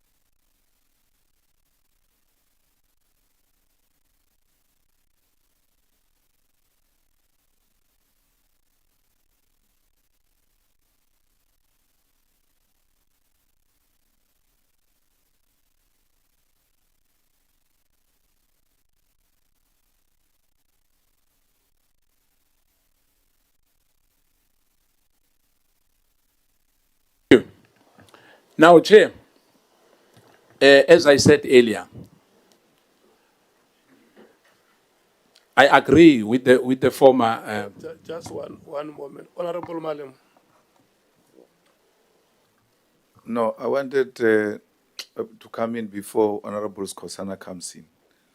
Those remarks Skhosana is making are not meant for black witnesses only. It was said to Ket Matlala, and we all allowed it. We all did. And no one, not a single one of us, raised an objection. And for me, it's not a conclusion necessarily. If Honorable Skhosana says you are a fraud, you are a thief, you are what, it's a statement that is put to the witness who can rightfully so dispute and say, no, I don't agree with that statement. And we proceed like we did. I mean, Matala was called all sorts of names, and he said, I'm not any of the things you are saying. And we all proceeded. It's on record. So it shouldn't be that Paul or anyone else comes here and he gets to be treated differently because he calls people crooks, he calls people all manner of names. And he must be made to test his own medicine. Thanks, Chair. No, this is what I'm saying. I was addressing both speakers, both himself and Honorable Skhosana, because Mr. Paul Sullivan has repeatedly, orally and in messages that he allegedly sent to people who appeared before us as witnesses, have called them as such. And even in today's proceedings, he repeatedly made those claims that people are criminals. When Honorable Nomvalo was asking him, why did you do that? Why do you think you have the authority to do this, to do that? He tried to give a context that criminals were trying to do this and that, and I did not have a choice but to do that. And that's exactly, I want him, in particular, and Honorable Skhosana, to know that as a committee, we have not reached a stage where we are convinced or we have assessed evidence to say somebody is a criminal or is involved in criminal activities. We are still probing, and I just wanted to put that message across, including you, Mr. Paul O'Sullivan. Can you proceed, Honorable Skhosana, to ask questions? Yeah, but Chair, Honorable Malema is correct. Those words were used. But there was no, you never said anything when those words were used. But be that as it may, I'll continue. So Mr. O'Sullivan. You think I'm protecting him? Yeah, that's my feeling, Chair. You know, Okay, that's my feeling. Let me tell him here in your presence, Mr. Paul Robert O'Sullivan, I'm not protecting you. Thank you, Chair. Now, I just wanted to ask you, did you assisted your partner, Sarah-Jane Trent, to lay a charge blaming Duduzile Zuma for the unrest caused by her father's detention without trial by Judge Kambembe and other judges? Did you help Sarah? To make a case against who? Duduzile Zuma, Sambo. Sam Butler. Yes. Zuma Sam Butler. Yes. It was quite a few years ago. I think it was 2021. And I believe that I sent a complaint to the National Director of Public Prosecutions consisting of a sworn statement. Chair, sorry, Chair. Did you help him or not? Her. Yeah, did you? Yes, your partner, Sarah-Jane Trent. I think I may have done. Yeah, you've done that. Not that you think you've done that. Yeah. But be that as it may, you've been saying that you are opening dockets against people. How do you open dockets if you are not a policeman? Only a policeman can open a docket. I'm sorry, Chair, but the gentleman's understanding for the law is factually incorrect. I know, I'm asking about the docket. How do you open it? Because you are not a policeman. You go to the police station. And open what? You A complete docket. all the documentation and you No, submit no, it. I'm talking about a docket. You said you are opening dockets. Correct. You can go and open a case, not a docket. It's only a policeman who can open a docket, Mr. Sullivan. They register the docket. No. On the system, on the cash system. I'm saying, unfortunately, you've been playing with our justice system in this country. You are law unto yourself. And this must stop. And we are going to open a case against you. Well, I'm happy for you to do that. You know, and I can tell you now, it's not a threat. You know, it's our duty as members of this Ad Hoc Committee not to allow anyone, including you, and even this case of you having the so-called 48-hour notice. We'll make sure on that. There's no citizen. It's only you in this country who has that. No one else. We are not that special. But thank you, Chair. Thank you so much. We are going to take the following 4 speakers and then break. They will come in this order: Honorable Chopper, Honorable Malema, Honorable Mattheys, and Honorable Bangazita. Let me acknowledge the presence of Honorable Ndamase. Honorable Ndamase, good morning to you. Every time we wanted to acknowledge you in our proceedings, you disappeared. Today we caught you. There is no way you can escape.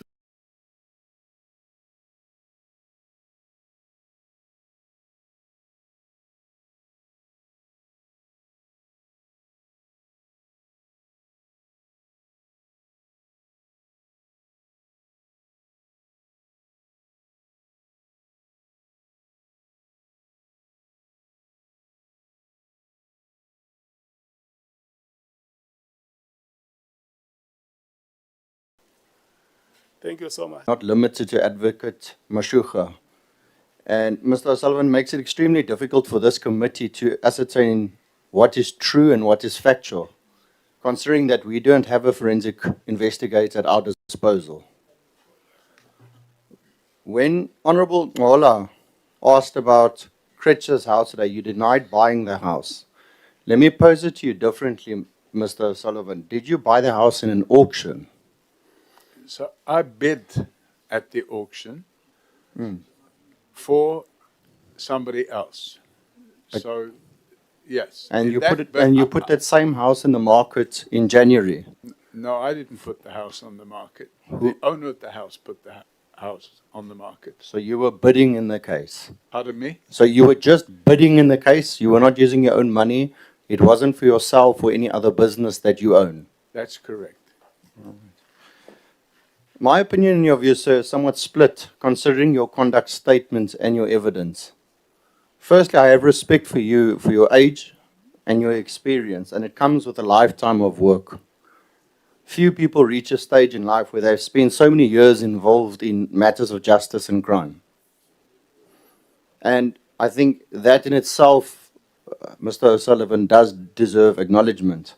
But where I do find myself in conflict is when I read some of the words you have chosen to write, and it has already been spoken on today, and subsequently threaten people who have appeared as witnesses and who have also testified before this committee. Some of the emails that were placed in front of us are just plainly rude, and they're threatening. They do not resemble what I would expect from a routine professional engagement. And while I appreciate your defense to bullying, as that is your view, sir, it is still no way to conduct yourself, especially when speaking to the NPA, who were prosecuting. And because your threats may be construed as interference with the independence of the NPA. If you had to threaten the evidence leaders and the members of this ad hoc committee in a similar manner, I'm sure you do not believe that this House would allow it. At the same time, what is also clear, and it is consistent, that you have pursued corruption with determination. I think you have said so almost in every email that you have sent. So your effort is also not undeniable. However, it becomes difficult when the same pursuit of justice is accompanied by language that undermines your own credibility. And so when emails cross the line into threats and personal attacks on one's family, it risks bringing your own reputation into disrepute. And that is something, Mr. Sullivan, I cannot agree with you. Now, I will say this, it is entirely possible that many of the things you say, the suspicions and the allegations that you raise in those emails, do maybe contain truth. It's not for me to judge whether the person is guilty or not. However, they might contain truth. And it may be very evident that what you wrote about some of those individuals, that they are indeed hiding something, which in my opinion is something that I believe. And if that is the case, it should not come at the expense of your improper conduct and decorum over the years in the emails, in this house.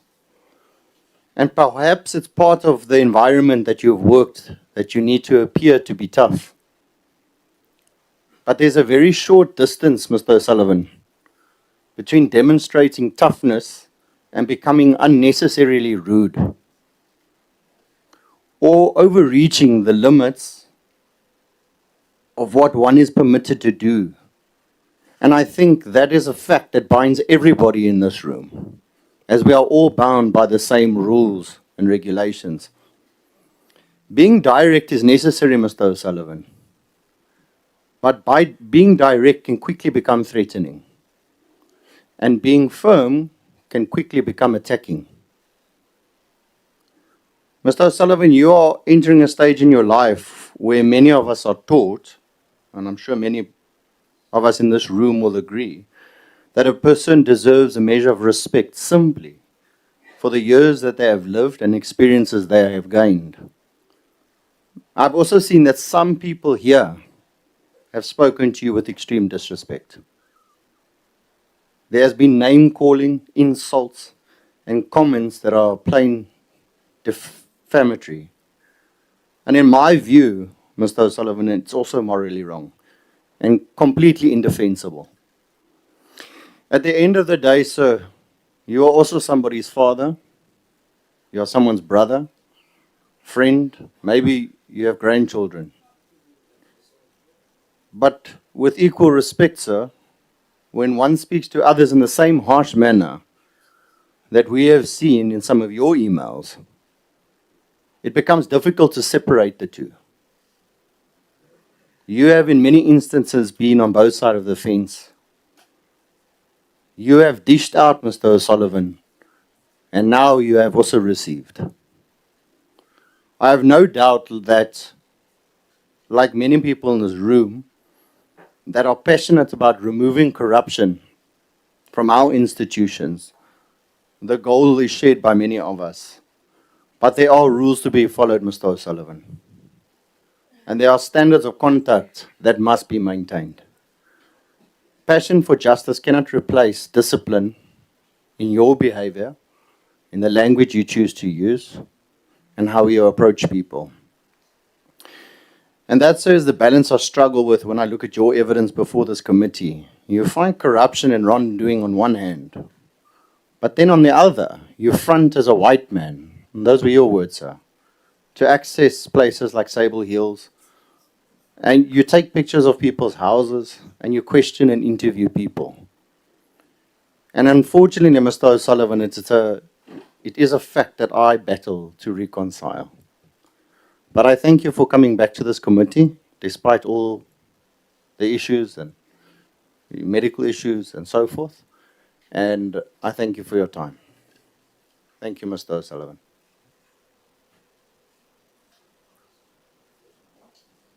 May I respond?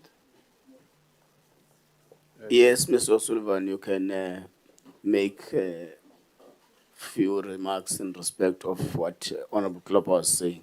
Yeah, obviously with the benefit of hindsight, it's very easy to change it's not easy to change history. When you're fighting evil, sometimes you have to put on a cloak to make yourself look a lot tougher than you are.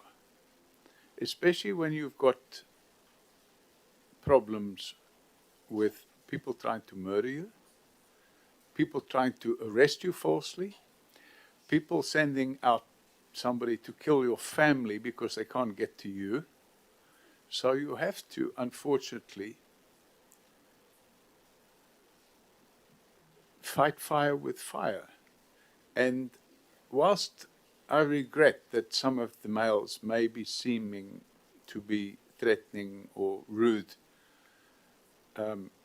sometimes it's necessary to bring the battle to them that will leave no stone unturned to shut you down and put you in prison and drag you off planes, assault you in front of your children, raid your offices on multiple occasions, and have prosecutors that magically whip up arrest warrants within 3 weeks of a fake docket being opened. So, yes, it may look like they were rude and insulting. And sadly, I have to admit they were intended to be rude and insulting, because I wanted to bring the fight to them and show them that I'm not going to be a walkover. And unfortunately, sometimes they will just show you what they've got there. But what they won't show you is how they have connived behind your back to pull off the things that they pulled off, which included dragging you off at 220 kilometers an hour with handcuffs on so tight behind your back that you can hardly move, and putting you in a cell with raw sewage running across the floor.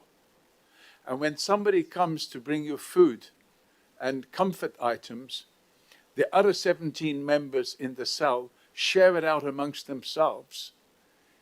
It leaves you knowing that if you don't fight hard, you're going to lose. And unfortunately, unfortunately, it was necessary to take those steps. And if I had to do it all again, I might have done it slightly differently. I probably would have done. But the benefit of hindsight is that I realized that if I didn't fight hard, I would be dead, or my family would be dead. I had to move my family overseas for their own protection. And I apologize for being rude and taking the fight to them. But I realized that if I didn't, they would have beaten me and they would have got away with what they were doing.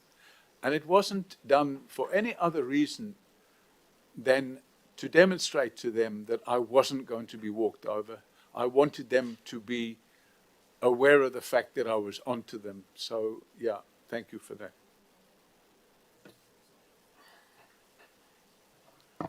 Are you done, Honorable Tlhopha? I am, thank you, Chairperson. Thank you so much. Honorable Malim. Okay, Honorable Mathies, your time starts now. 20 minutes. Thank you, Chair, and good morning, Mr. O'Sullivan. It's until 12:33. Sorry, Chair? Until 12:33. Mr. O'Sullivan, Honorable Shongwe asked you if you owned the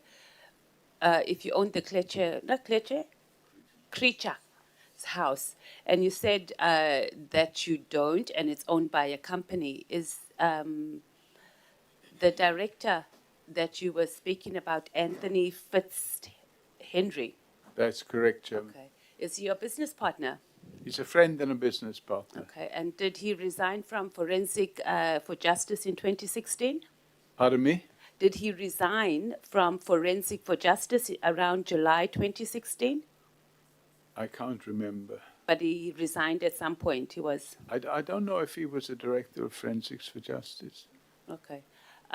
Is that because the two of you have a few directorships together in some companies, one of them called St. Helena Corporation?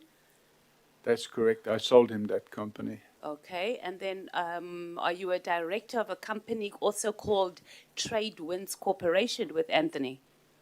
That's correct. That's Okay. a public company based in London. Okay. And this is the one who holds the mortgage for your house? No, No? there's no mortgage on my house. Did it ever hold a mortgage for your house? I'm trying to remember the year, but I think at one stage, yes, that's correct. Okay. And it also holds the mortgage for the Creche house. There's no mortgage on the Creche house. It was paid. Did it at some point hold the mortgage for the Creche house? Never. Never, okay. I just want to go to the charge sheet. And on page 31, advocate that was here, the former senior prosecutor in your 2017 case, he told the committee yesterday that you went to the Sable Hills waterfront estate with the IPID officers and that you took photographs of General Mkhwanazi's home. Did you do that? I took photographs of what? Of General Mkhwanazi's home, when you No, went? I took Google Earth photographs Okay. in the previous year.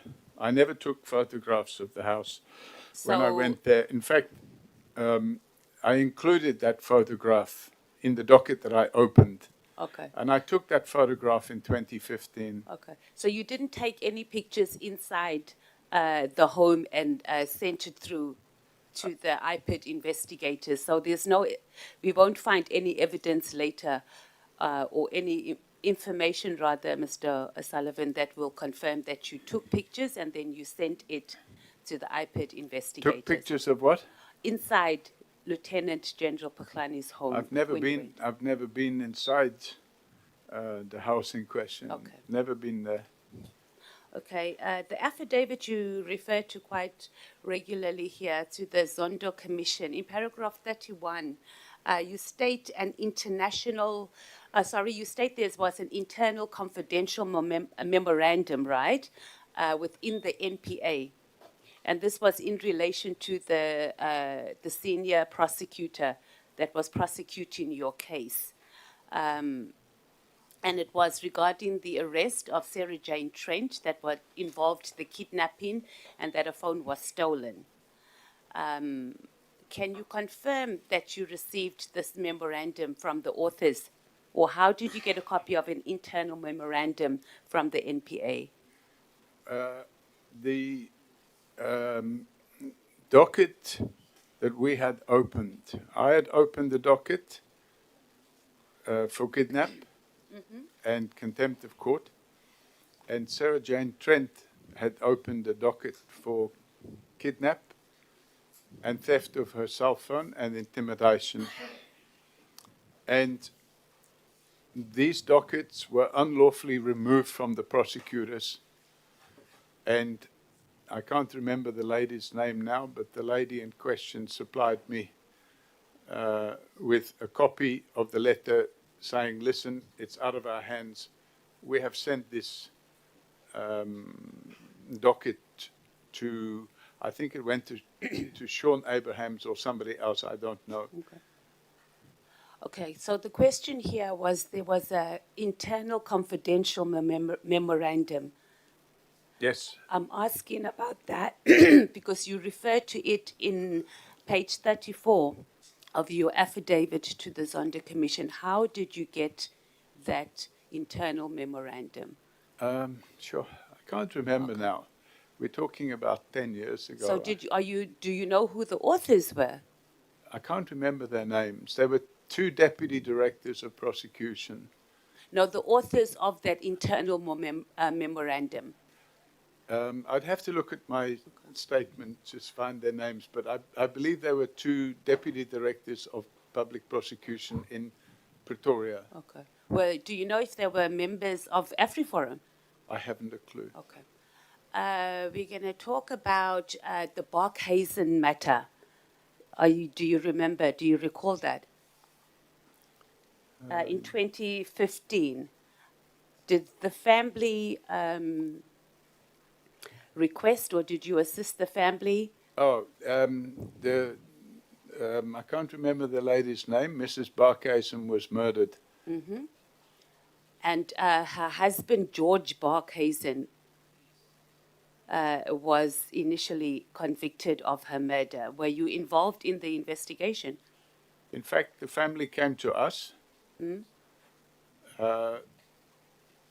They came to, it was a pro bono case, so the family didn't have any money. Mm-hmm. And their complaint was that Mrs. Barkhuizen had been murdered. And when we carried out the initial investigation, we were able to secure video evidence, and we supplied that to the police, to the investigating officer. And then Mr. Barkhuizen had appointed an attorney. I asked the attorney if he would be prepared to meet with me to clear the air, and he agreed to meet with me and one of my colleagues, Melissa Naidu, and I suggested to his attorney that the police should be present in case they would have questions as well. And we sat in a plus-minus 3-hour meeting, and at the end of the 3-hour meeting, the police decided to arrest him for the murder, and he was charged. Okay. And when the matter went to the High Court, I was subpoenaed as a witness. So too was Melissa Naidu. And we gave evidence. And at the end of the High Court trial, he was convicted. I can't remember. I think he got life in prison. And he took it on appeal about 2 years later. And I believe the appeal court overturned his conviction. Okay. So you were, from what you've just explained, that you were working with the police in this investigation?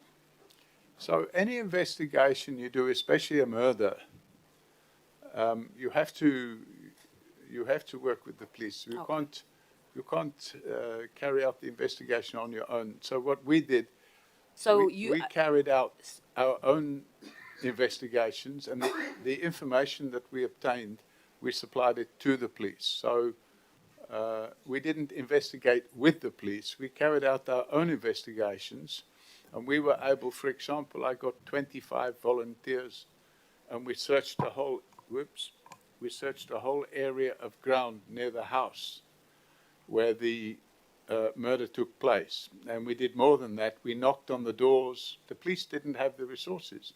We knocked on the doors of every single house in the street where the murder took place to see if anybody heard or saw anything. And we were able to get some video footage from one of the houses, which was then handed over to the police. Okay, thank you, Mr. Sullivan.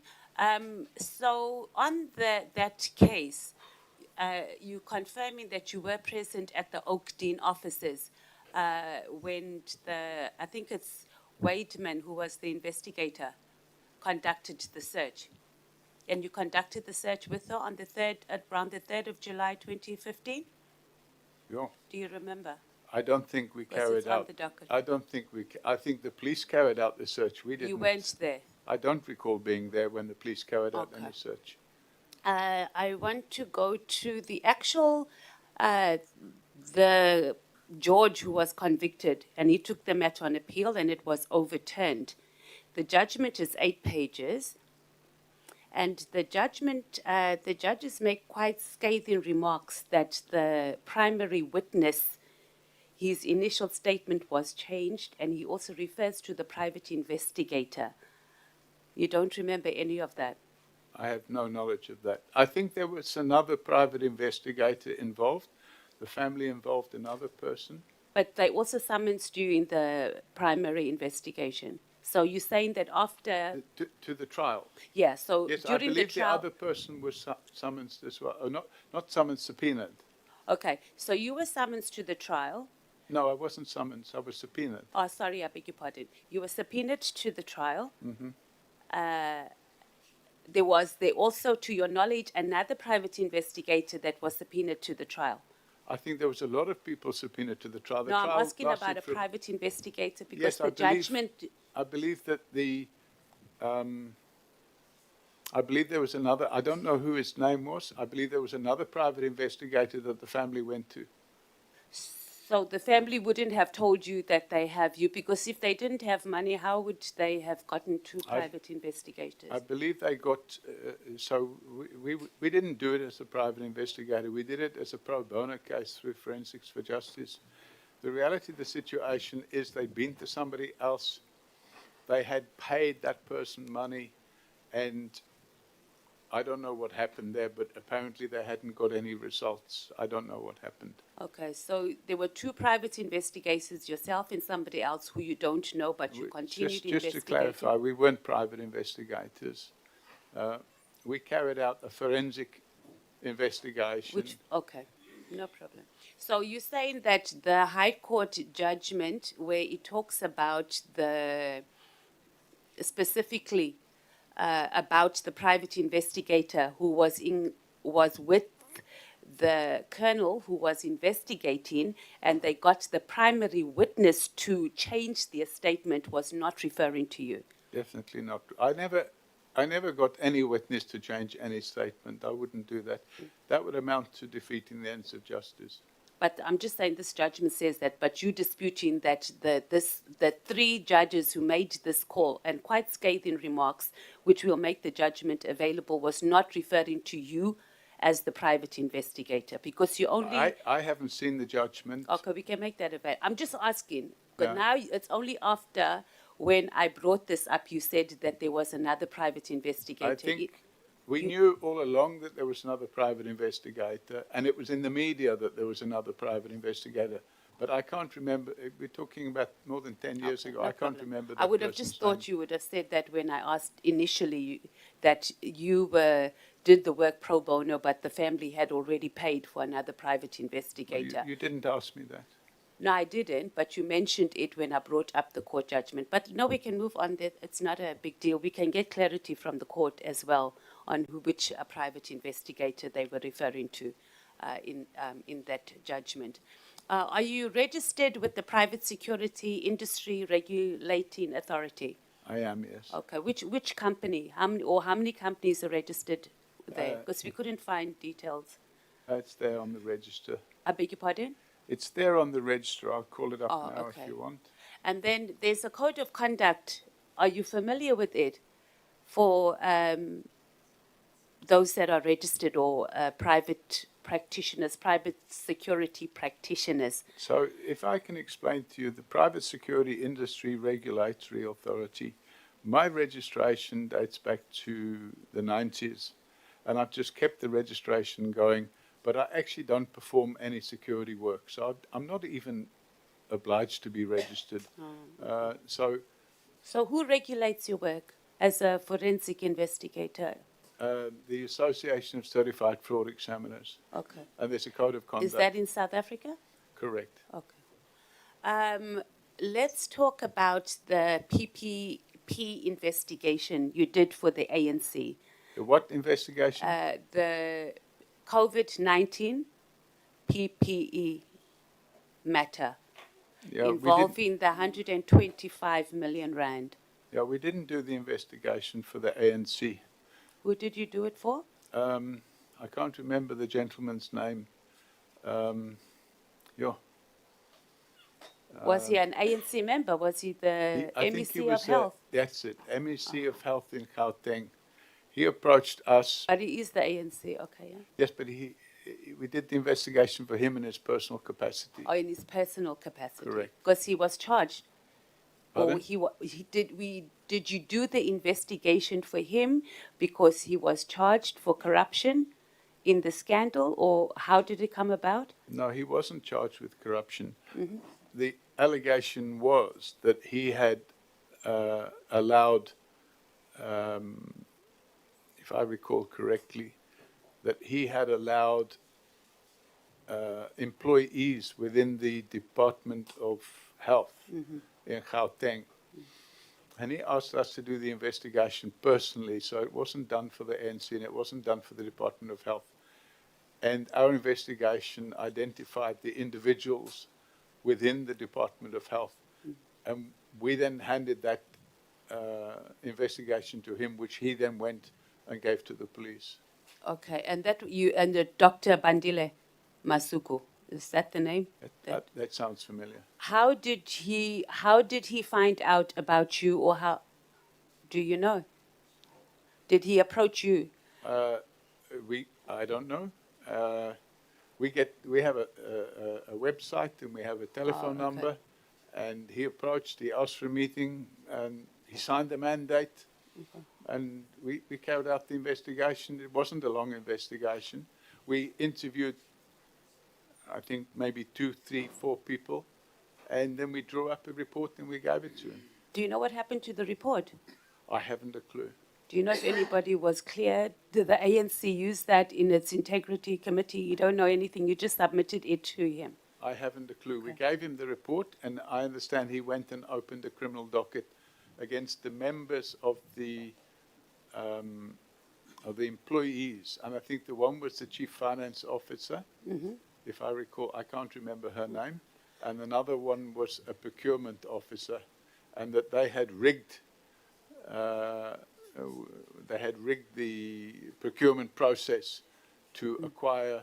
I'm not sure if it was masks or something else. That's fine. Yeah. So it were the staff members or those working in the department that you found were involved in the PPE, and you cleared any politicians of any criminal doing?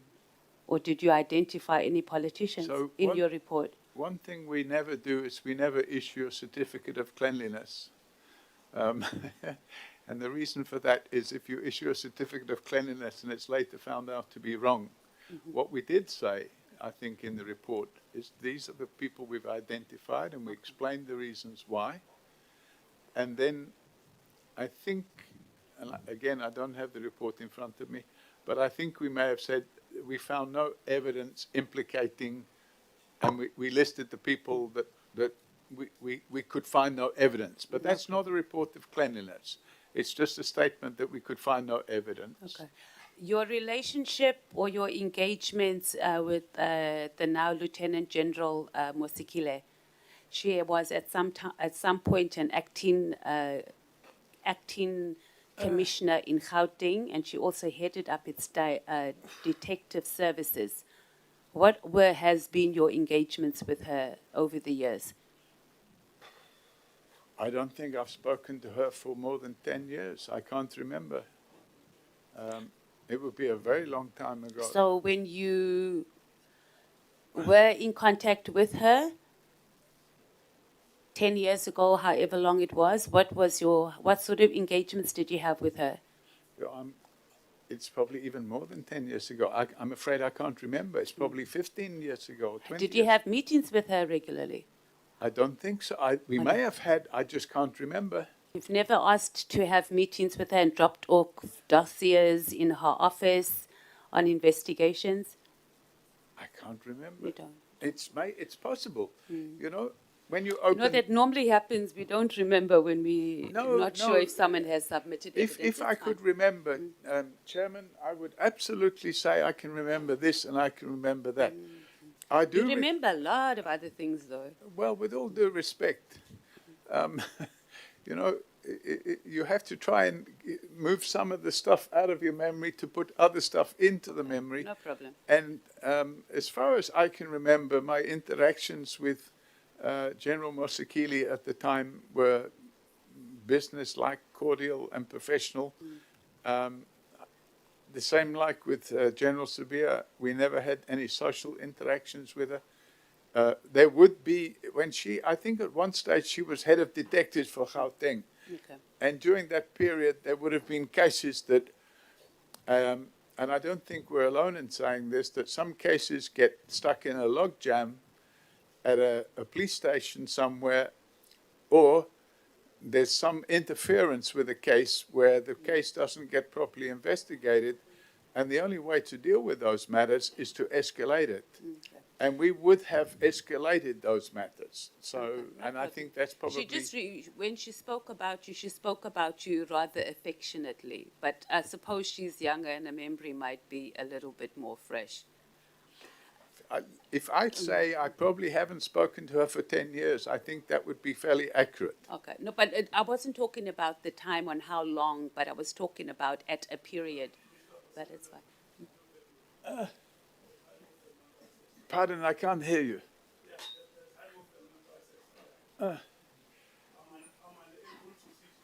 Sorry, Chair, this chair is grossly uncomfortable. Next, Honorable. No, she's continuing, sir. She's using your minutes. She's in charge. She's using your minutes. I mean, She's in charge. Okay. thank you. I'm almost done anyway. Just on General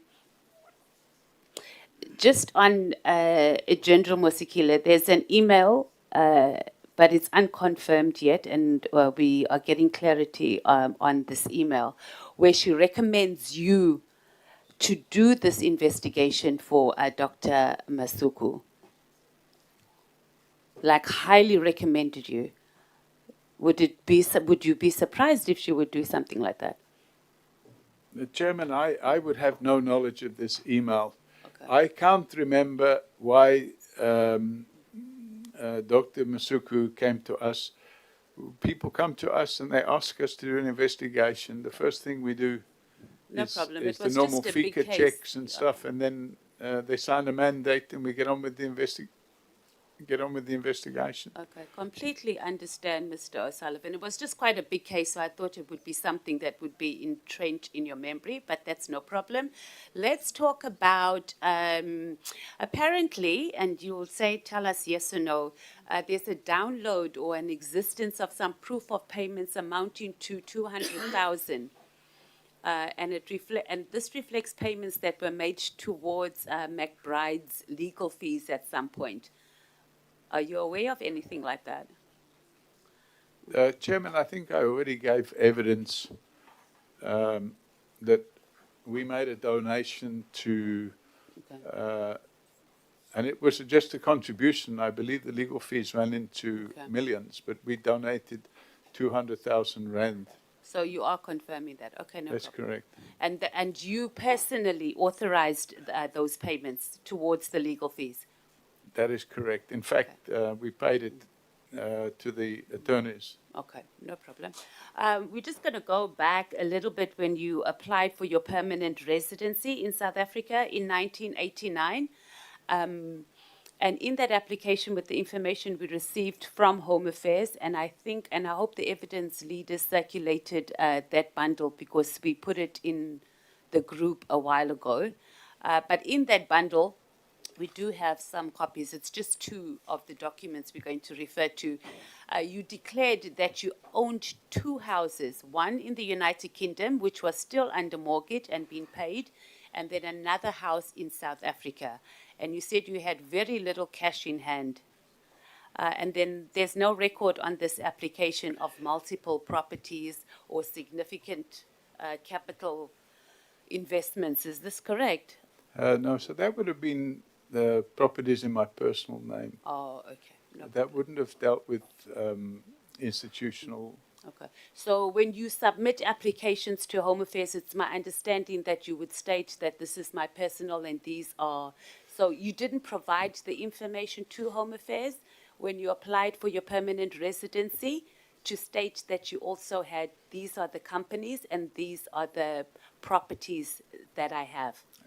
I can't, we're talking You can't remember. Okay. 40 years ago, I went and I sat and they wanted accountants' records, audited accounts and so on. And if I have to look for them now, I don't think I'll find them. Okay.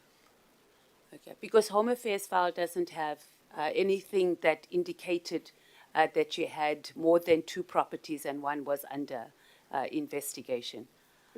Under investigation? Sorry, not under investigation, that you had any other properties that just indicate one was under mortgage. I had multiple properties. So. Well, you didn't declare that to Home Affairs when you applied in 1989. I absolutely did. Yeah. Oh, you did. Yeah, okay. but they weren't in my name. Okay, but you declared them that. I declared all my assets and liabilities. Okay. So I think we must note that for our evidence leaders and our legal team that we get clarity on all the documents. They have provided it to us, but we must get it officially via the committee chair on what's information, because what we have, it's not showing that. And then just quickly, and on our last point here, would be in 1991, there was a motor accident judgment in the UK. Dr. R. Finn. So you wrote to the Department of Home Affairs stating that he was pursuing a private investigation against you for a motor accident that you caused. And then he In obtained a 1991? judgment, 1991. And he obtained a judgment for you for £100,000. I know Are you nothing- aware of that I correspondence? know nothing about it. Oh, okay. And Home Affairs later contacted you regarding this matter, and you responded to the letter from Dr. Finn. I don't And even you know who listed this your- Dr. Fenn is. You don't know? No. Okay, so that's also something we must note and follow up and get clarity on the Home Affairs files. But in the meantime, we do have those few documents. I'm done. Thank you, Chair. And Am I allowed to get copies of these documents? So you didn't hand over those documents of Home Affairs that we posted 2 weeks ago? Thanks, Chair. How many minutes?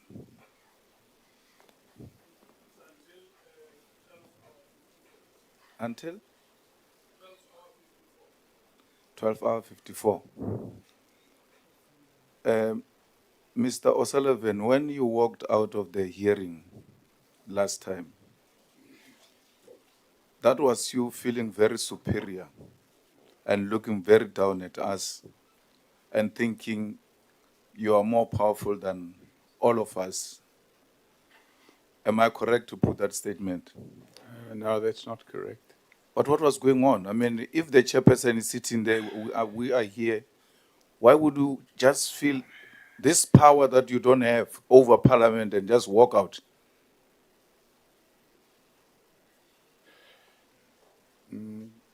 I'm afraid it's a misinterpretation on your part. It may look that way, unfortunately, and it's it's very unfortunate. My health isn't good, and I'm already now starting to feel quite a bit of pain sitting here. Honorable, And I really don't think. Mr. O'Sullivan, can we reserve that question for our later session, like I requested? That we will come and deal with that matter and give you time to solicit answers from him. Yeah. If you can please now ask him, are you fine? You can proceed. So when you were saying to Honorable Skhosana, go and pay your debt, and so on and so forth, in the precinct of Parliament, you are continuing with your style of silencing people, intimidating people. And you thought Honorable Skhosana was those kind of people who will sheepishly just disappear by you telling them about their private and personal matters. Because I think that's how you got your influence in society and in the law enforcement, where you come across personal information about people and you use it to silence them. And that fits very well into the narrative that you have become this bully in the country where you do as you wish. And you wanted to do that with Honorable Skhosana. By extension, all of us sitting here.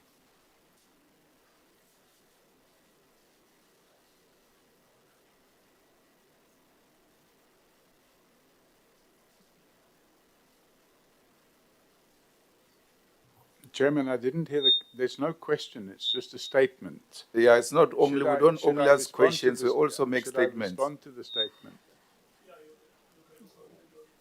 Okay. You know, Chairman, when I left last week,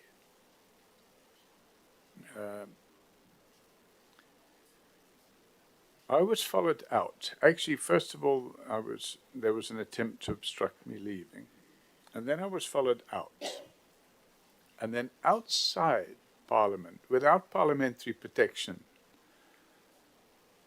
I was provoked. I don't know what it's all that squeaky noise. Outside Parliament, I was provoked. A statement was made in front of the glare of the media. He's a spy, he's running away. Look at that spy, he's running away. And I pointed out to him, very simply, I said, you're not in Parliament now. You don't. I don't know what's this squeaky noise. I said, you're not in Parliament now. You don't have the protection of Parliament.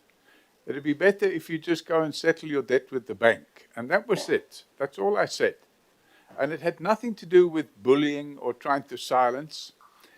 If the member had not have been insulting me outside Parliament, I would have not said anything at all. But unfortunately, by that stage, I had heard enough insults. Mr. O'Sullivan, just for your information, Mr. Skhosana was still in Parliament. This is a precinct of Parliament, and all his privileges and yours were prevailing at that moment. So Parliament does not necessarily mean me and you sitting under this building. It means the whole precinct. And so if we're going to take that discussion further, at least have that understanding. But I want to ask a different question.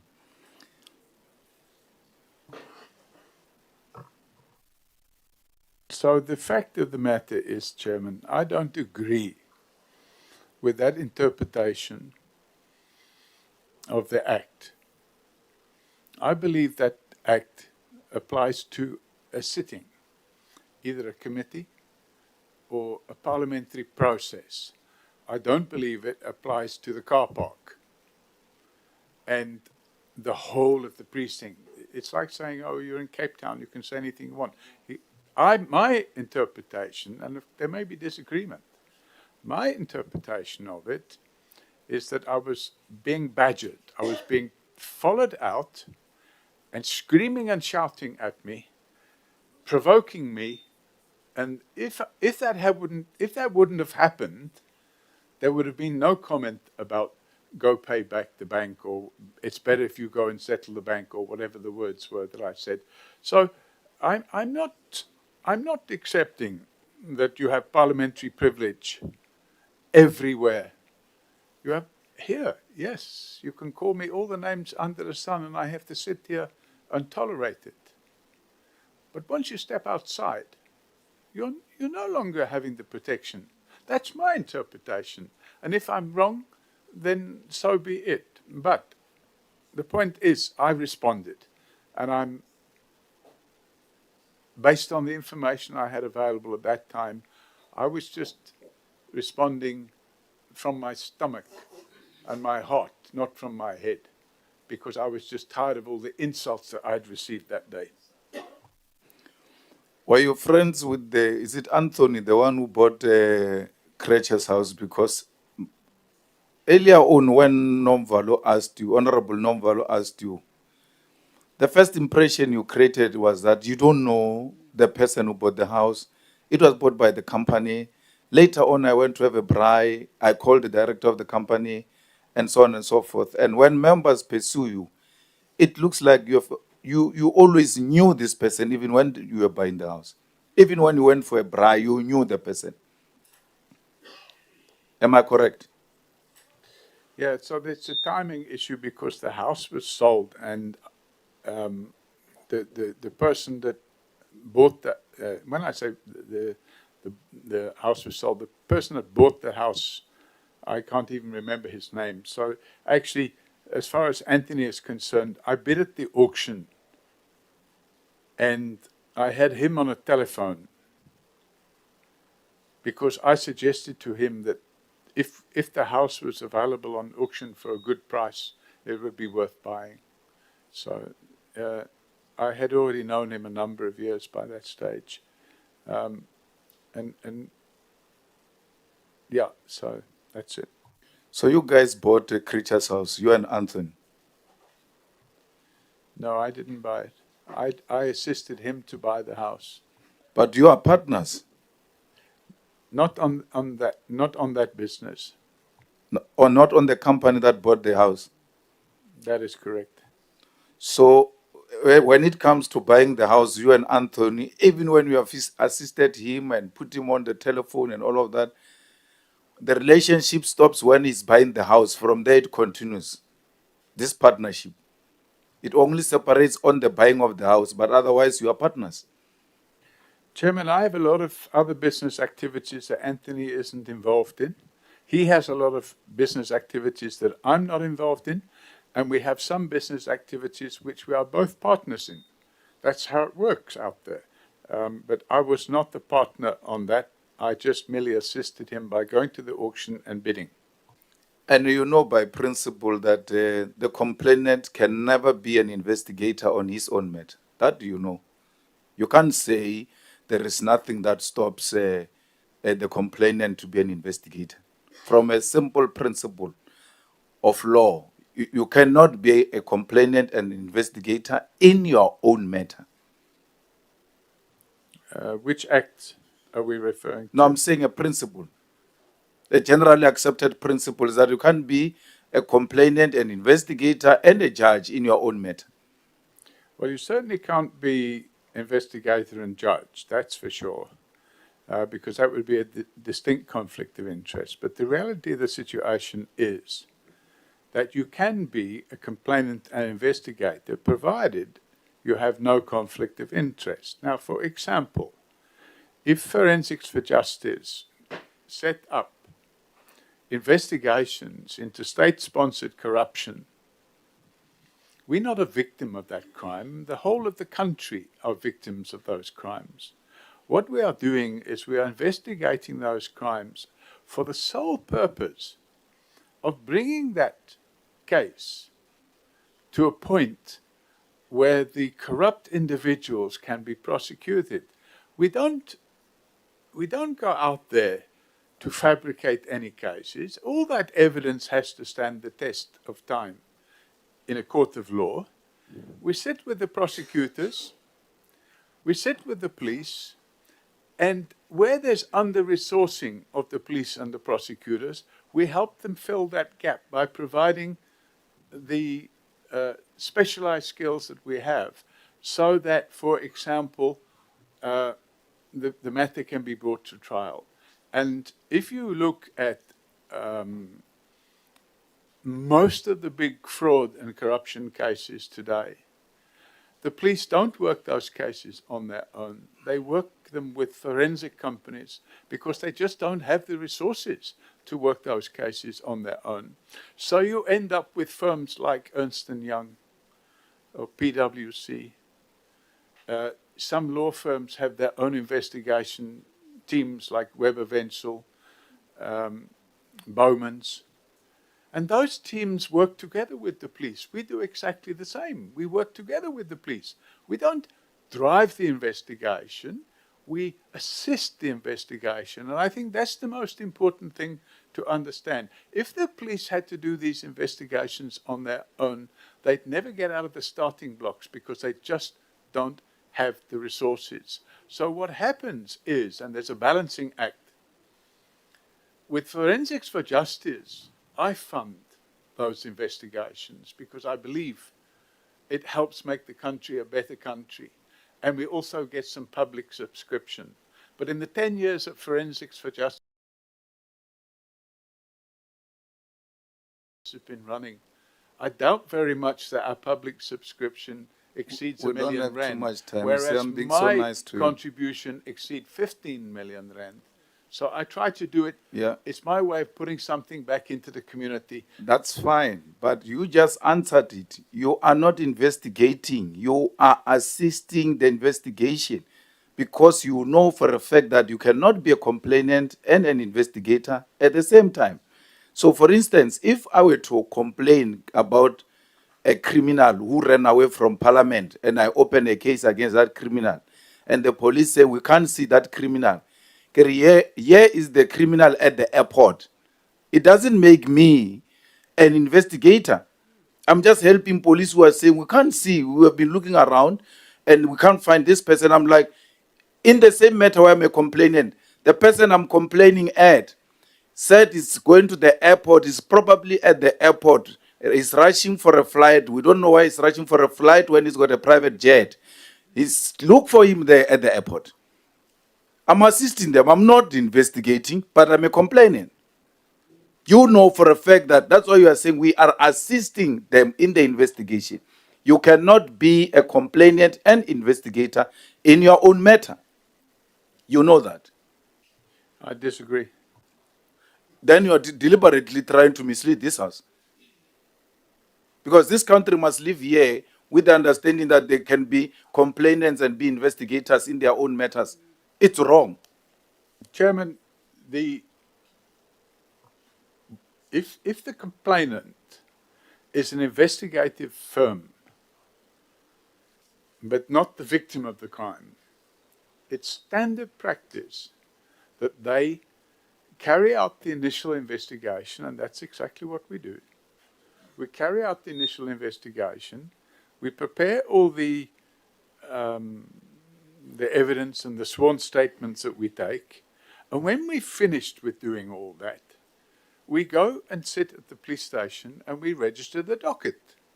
And after that, we meet with the police and we meet with the prosecutor and we ascertain, is there something else they need? If we are able to assist, we will do so.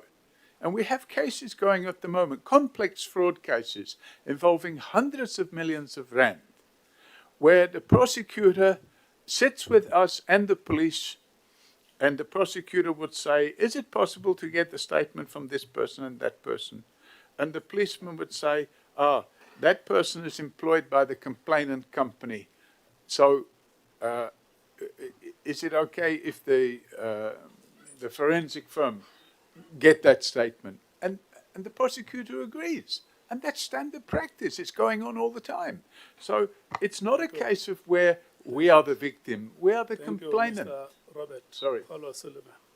I wanted to ask you if you've got a police station in your house. The time of the member has expired. I've got 3 of them. The time of the member has expired. Look at me. The time of the member has expired.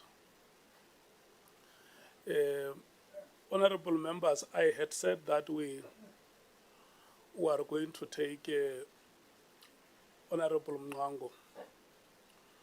We will not be able to take Honorable Mngango now because we must move to Good Hope Chambers. And then we will resume proceedings at 20 minutes to 14 hours. So we are going to be on break until that time. And then at 20 to 2, we are proceeding we are resuming the proceedings at Good Hope Chambers. And the first speaker there will be Honorable Mngango.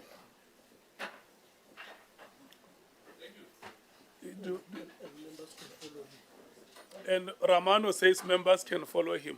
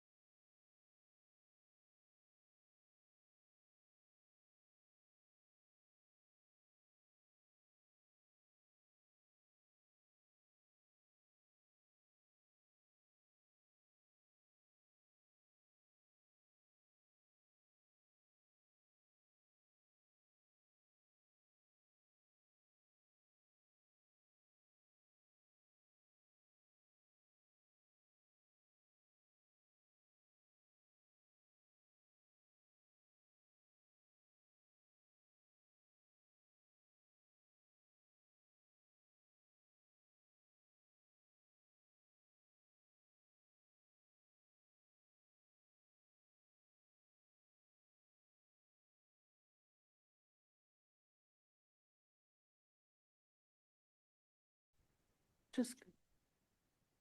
But I can tell you, I don't have a security company and I'm not providing any security services. The fact that you are registered with CIRA binds you to the regulation. You are once again, I cannot believe you. You are once again lying under oath and cooking up your own justifications. Sir, you are refusing to adhere to the rules and the laws of this country that binds you. Everything that you have done in your plot to overthrow this government is against the law.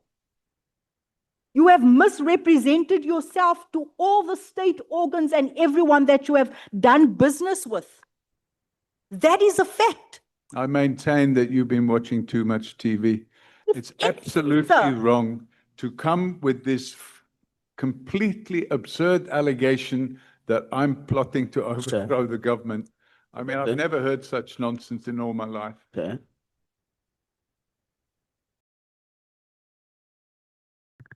Honorable Ngola. Chair, I'm rising on a serious point of order. I have been observing how the witness, it's for the third day today, responds or disagrees with sentiments put to him by members. In the 3 days that he has appeared, whenever he disagrees with what the member puts unto him, he refers the member to be watching a lot of TV, trying to insinuate that what the member may have been saying is fictitious. Even when it is fictitious, there is a respectful way of disagreeing with a member in whatever is put before him. I think it's time, Chair, that we reprimand the witness not to behave like this. Thank you so much, Chair. Honorable Skhosana. Thank you, Chair. Much of the things Honorable Ngola has covered me. We just wanted to raise that this belligerent of the witness before us cannot be tolerated. He's treating us with disdain. This attitude which I've spoken about earlier has to stop now, Chair. You know, I think it's high time that he respects this parliament. You know, for him, the only person who's right is only himself. Everyone is talking rubbish. Everyone is nonsense according to him. Hence, I said what I said earlier. When you deal with criminals, you must deal with criminals. Thank you, Chair. Mr. Paulo Sullivan. Chairman, I must sit here and be called day in, day out, a criminal, a thug, a white supremacist, and I must just keep quiet about it. I'm just saying, I won't say she's watched too much TV. I will say, what you're saying is not true, it's fictitious. Thank you, Chairman. So you are withdrawing the statement that I withdraw the statement that the member watches too much TV, and I replace it with what you're saying is false and fictitious. And you also apologize for having made that statement. Of course, Chairman, I always apologize. Can we proceed? Chair, I'm going to conclude at that because I don't think it's even worth our time further probing Mr. O'Sullivan. I'm actually glad that it's come to an end. Again, I'm going to put it to you just today, because I actually thought today you'd come and you'd come clean and you'll just respond. You lied about the purpose of the braai several times. There was inconsistency. You lied about knowing the owner of the house. You lied about having interaction with Khan. You said you just met him once. Recently, have you been having meetings at the residence at the Moti offices with General Sibia and Mr. Moti? No, I've never had. In the last 2 months, you haven't met any one of them. I've not had any meetings with General Sibia and Moti at Moti's offices. So that's also another fictitious statement. You lied about not being obliged to Sira. You just lied the entire morning. Mr. Sullivan, I say this and I want to put it on record. Every organ, state organ, if anything, when we make our submissions and write recommendations at the end of this, should be barred from working with you. You have misrepresented yourself to this entire country, operating as an alleged forensic investigator. I leave it at that. Thank you. Am I allowed to respond, Chairman? You are allowed to comment on the statement. Thank you. The Constitution of the Republic of South Africa would make the claim that you are now putting forward unconstitutional. And I deny categorically that everything you've said is true. I've done my best and gone out of my way to use my memory as best as I can and recollect events over many, many years. This letter that's been handed to me now, I've only seen it for the first time. I've never seen it before, and this 44-year-old letter. So at the end of the day, you know, I cannot say that I came here to overthrow the government. Clearly, my record, if you go on our website and you look at all the other work we do other than corrupt police officials, and you look at the work that we do there, at the moment I've got somebody that has a community property association where members of the community property association have stolen hundreds of millions of rand, and we've taken that case on voluntarily to help them get their money back. And those are not white people. They're poor people living in rural areas, Chairman. At the end of the day, I do the best I can. I'm not perfect. There's nobody perfect out there. And one thing I can say, with my head held high, I've done my best to try and make this country a better place for all citizens. Oh, okay, thank you so much. Thank you, honorable members. Can I check Mr. Paulo Sullivan? Pardon? Are you good? I'm uncomfortable. I'm very much in pain, Chairman.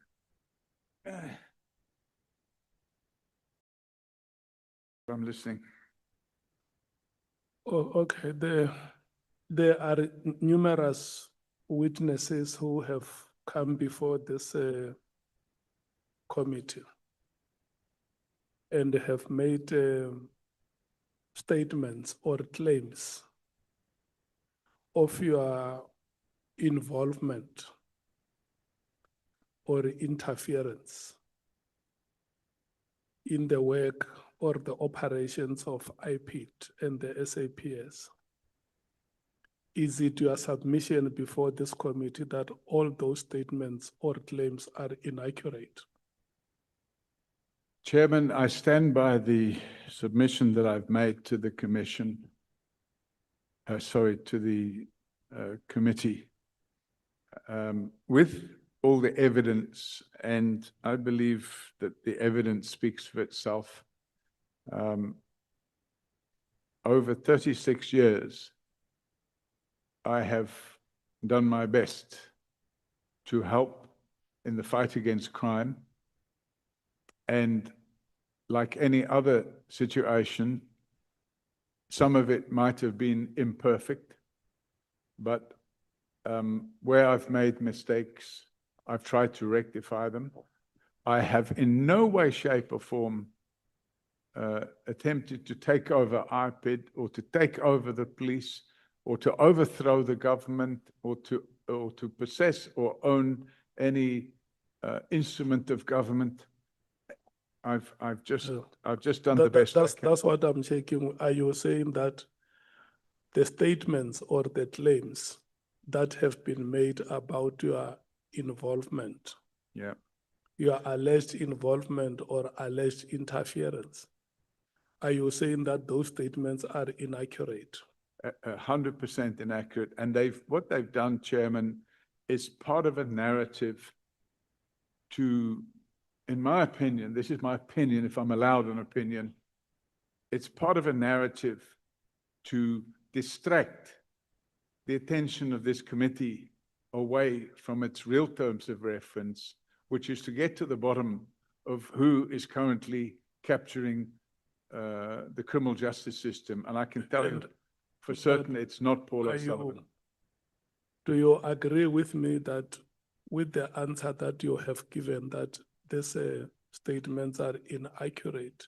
Correct, Chairman. If the committee was to find that there is some veracity in one or two of the statements, you would have lied under oath before this committee.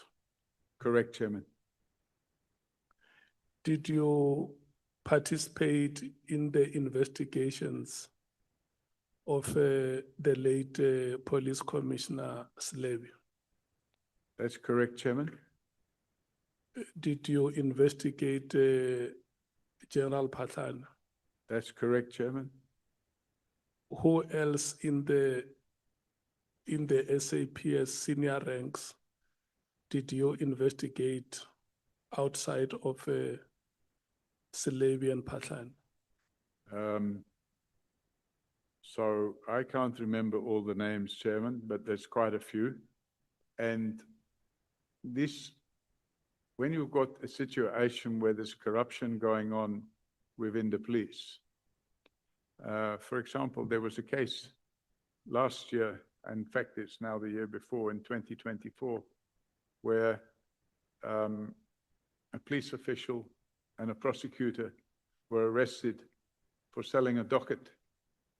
And we put that complaint together. And by the way, we didn't take it to IPID. We took it to the police, to the head office of the police. And the matter was investigated. And that colonel in the police and that prosecutor, senior state advocate, were arrested and charged, and they're currently on trial for corruption. Yeah. So that there were many cases like that. It's fine. Is it still your submission before us that the investigations on Slevy did not have anything to do with the frustrations that the Khuseleni contract had at the airport? That's correct, Chairman. In fact, I opened the docket against Jackie Salebi for corruption whilst I was still working at AXA. And I took that docket to the Scorpions because Jackie Salebi was the chief of police. And the Scorpions said, there's insufficient evidence here. You'll have to find more evidence and come back to us. And a couple of years later, I went back. Okay. And then the investigations on General Phatlane, did they happen before you tried to coax him to investigate General Monroe, or did they happen after you have sent him the emails?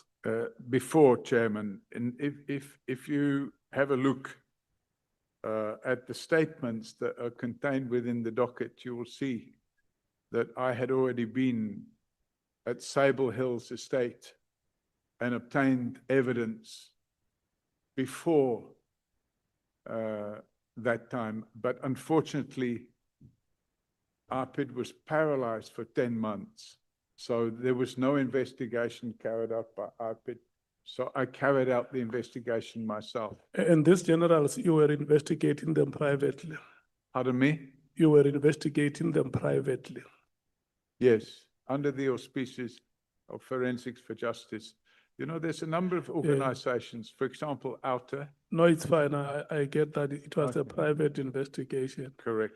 So before you start the investigations, isn't it a requirement in South African law that you obtain a permission from the authorities to start investigations? If you do private investigation, or you can just wake up and say, Honorable Skhosana, this is what I found about you. without him knowing that he's under investigation, if you do a private investigation? So, Chairman, if we take the case of Forensics for Justice as an example, we have a hotline. It's 0800 118 118, and people phone in. And there's also a anonymous email service where people can send emails in.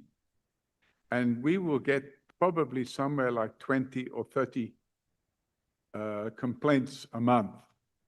And some of those complaints are such a nature that we just send it directly to the police because we say it's No, in this not our case, focus. in this case, you were investigating a police or Correct. a senior Yes. And that, officer. as I said, Chairman, that was based. So I want, do you seek approval, or do you just intrude into the privacy of the person and then later come with evidence and say, this is what we have against this? Now, we open a docket, Chairman. So what happens is we assemble the evidence and we open a docket. And in the case of... I want to know, how is that evidence assembled? Is that evidence assembled with approval, or you just investigate a person without him or her not being aware that is being investigated? Well, And then the next thing, you have gathered evidence, you go to open a docket. How do you do it? Do you first seek approval from the authorities? No, you don't have to seek approval, Okay. Chairman. For example, would you expect an investigative journalist to phone up and say, listen, I want to investigate No. this? Let's not talk about journal. We talk about, remember here, and this is what honorable members have asked you since this morning. We are what we call a constitutional democracy, where the rights of the citizens are guaranteed in this constitution. How do you violate, or where do you get the right to flagrantly violate the rights, the privacy of a citizen without him or her being aware? You are not a state institution. You agree with me? Chairman, it's not violating the privacy of a person to open a criminal docket against them. No, wait, let's not go to criminal docket. We still talk about gathering evidence before a docket is opened. If you can share with us, how is that evidence gathered? Okay. So if I take, and we use the example of General Phatlane, we got a tip-off. A whistleblower came to us. We interviewed that whistleblower. The whistleblower in question is a brigadier in the police, and he came to us with evidence.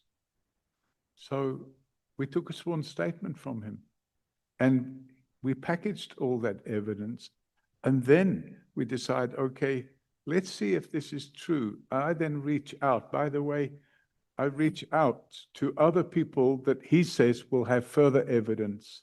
And that's how you put your case together. By the way, when you say you reach out, you do that without the subject of investigation knowing that he or she is being investigated by private citizens in the country. Is that what you are saying? That's correct, Chairman. And then when you have gathered that information, you go and open a docket. That's correct, Chairman.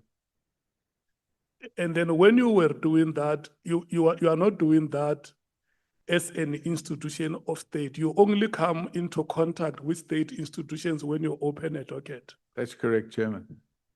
So the act of investigating a person surreptitiously by a private citizen, doesn't it amount to flagrant violation of the privacy of that person? I disagree, Chairman. If that was the case. Okay, let me put it this way. If there is an allegation against me now, yeah, the police or through the prosecution They will sit and evaluate the evidence that they have and then decide if there is a case that is prosecutable or not. And then from there, they can approach me. They are a state institution. We talk about you, who is a private citizen like me. Where do you get authority to move around gathering information about me when you are not an institution of state? You don't derive any authority from any law in this country, because if you have to do that, for instance, when you have to do a private prosecution, you can't wake up here and say, I'm doing a private prosecution. You must start by applying to a state institution for you to be given that approval to do a private prosecution. Am I correct? There's a certain amount of investigation you can do to determine whether or not the allegations bear fruit. And if it appears that the allegations bear fruit, Chairman, a docket is put together, a draft docket is put together, and then it's opened, and then it's up to the police to continue the investigation, because we don't have the ability. I don't disagree with you. You are right that you need to present a prima facie case. Yes. But how legal is the process of ensuring that you have that prima facie case? It's allowed. And if it wasn't allowed, the crime levels in this country, Chairman, would be a lot higher than they are. Okay, so you are submitting to us that whatever action that you would have taken in investigating the citizens of this country falls within the prism of the law. That's correct, Chairman. And you agree that if this committee was to find that you have flouted the law, you would have lied before this committee? Well, I have to see what it is that they say, Chairman, but I don't agree that if the committee does that, I've agreed that I've lied. No, I'm saying, you say, you are telling us now that all the actions of investigating the citizens of this country, your actions fell within the ambience of the law. Correct, Chairman. And then I'm saying that if it was to be the finding of this committee, there is concrete evidence available that you flouted the law, you would have lied before this committee. Well, I can't pre-agree that I've lied to the committee, Chairman. I would have to see that document and listen to what's being said and if necessary, contest it. The reality of the situation is we act in good faith. When we get offered things which are unlawful, and it happens all the time, we reject it. Okay. If people offer us bank statements, I in fact had somebody come to me and ask me to do an investigation, and I said they would pay us to get phone records and bank statements. I chased them away. Okay, no, it's fine. So you have repeatedly said here that some of the witnesses who appeared before us lied before us. Am I correct? That's correct, Chairman. So in the 4 days that you have been with us, there is nothing amounting to a lie that you said before us. That's correct, Chairman. I've testified truthfully to the best of my ability. Of course, you know, I'm in my 71st year, so there may be some memory issues here and there, but I've done the best of my ability to give the truth, the whole truth, and nothing but the truth. Okay. Advocate Mashuga was here yesterday. He told us about a polygraph test payment that was made by you. Did you ever pay for a polygraph test where is General Mkhwanazi? General Mkhwanazi was supposed to be one of those people going for the polygraph test, and he withdrew when he heard that the test was being paid by you. Did you pay for that?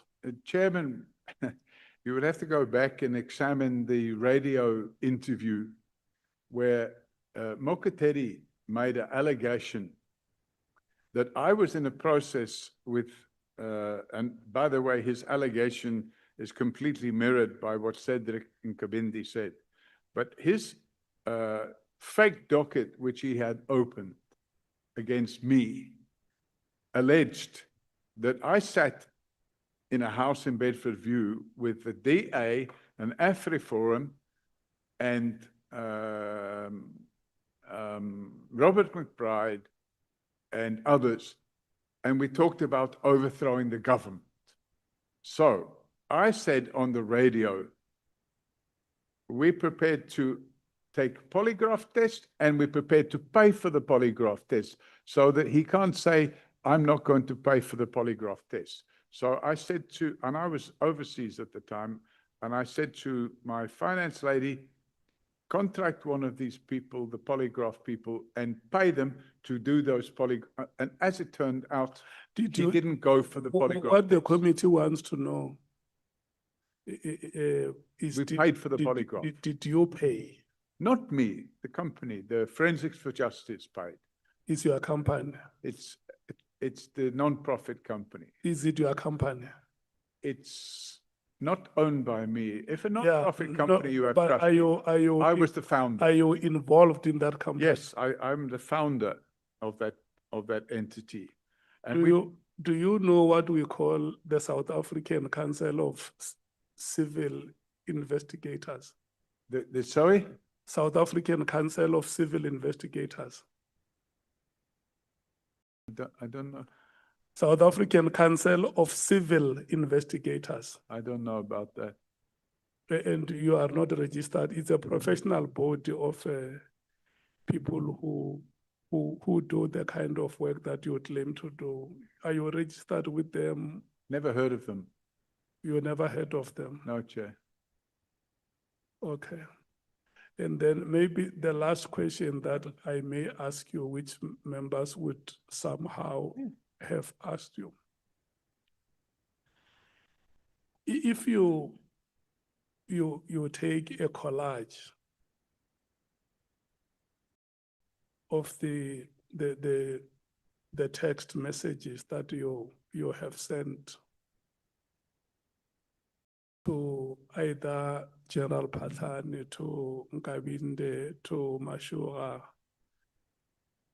and so on and so forth. And you look at how you threatened or intimidated them. Doesn't that remind you about what the apartheid authorities did to black people in this country? Chairman, I don't think so. And if you take this collage in isolation to everything else that's going on at the time, which includes the massive breaches of my constitutional rights, if you put the whole thing together, you can't just look at something in isolation. But certainly, if you want to temper that, Chairman, you must look at, for example, the work that I've done in developing tourism in Soweto. You must look, for example, at the work I've done in developing business opportunities. No, you are speaking in mitigation. No, not in mitigation. Let's put aside saying the you have to look at mitigation everything and together. look at the collage of the statements that you make against black people. For instance, it's you here. You want our sympathy when you tell us that. Pardon me? I say you want our sympathy when you tell us that you were arrested in a plane, the manner in which you were arrested, isn't it? Chairman, I don't want your sympathy. No. We are human beings. Even if you don't want our sympathy, out of our humanity and generosity, we can sympathize with you, like we sympathized in many occasions when you were in discomfort. What I'm saying is, you say to us that the manner in which I was arrested was very terrible. But you have the chutzpah, the audacity to write a message to a person where you include his wife, and maybe children by extension, who will become victims of your action. That I will come and sell your house, I'll come and do this and that, you will, well, I will have you for breakfast and I will still not be satiated.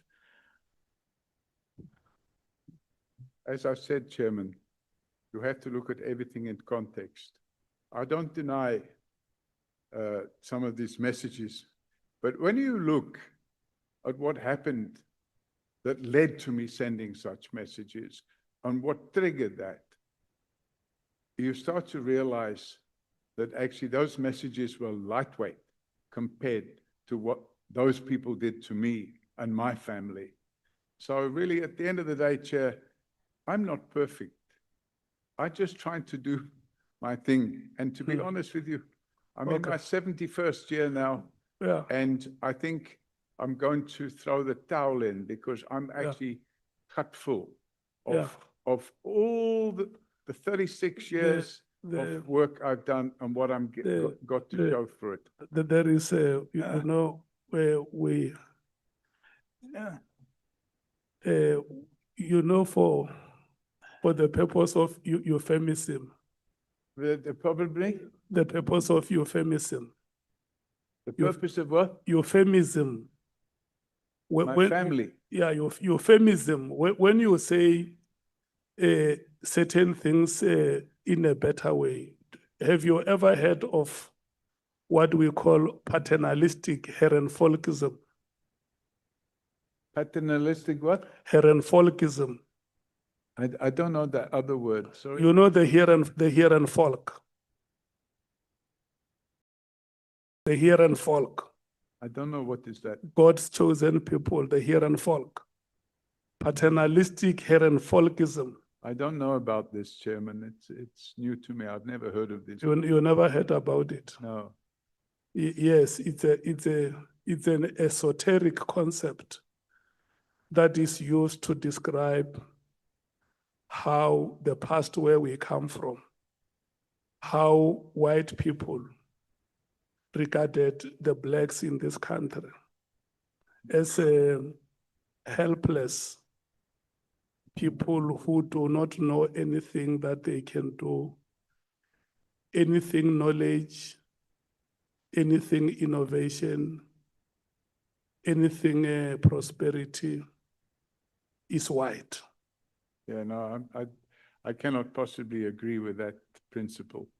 And in fact, we've gone out of our way, me personally, to help people that are poor, and they're not white people, to help them to educate their children, to help them provide lighting in their homes at night with solar panels and a light inside, to help them have ablutionary facilities, to put on parties for their children. I can send you all the pictures. And when you see, we hire face painters and we have and we get Father Christmas, by the way, we bring a black Father Christmas because I didn't want them to have a white Father Christmas, and we're handing out appropriate presents for those small, poor children. So if you saw some of that, you will say, wow, that's not.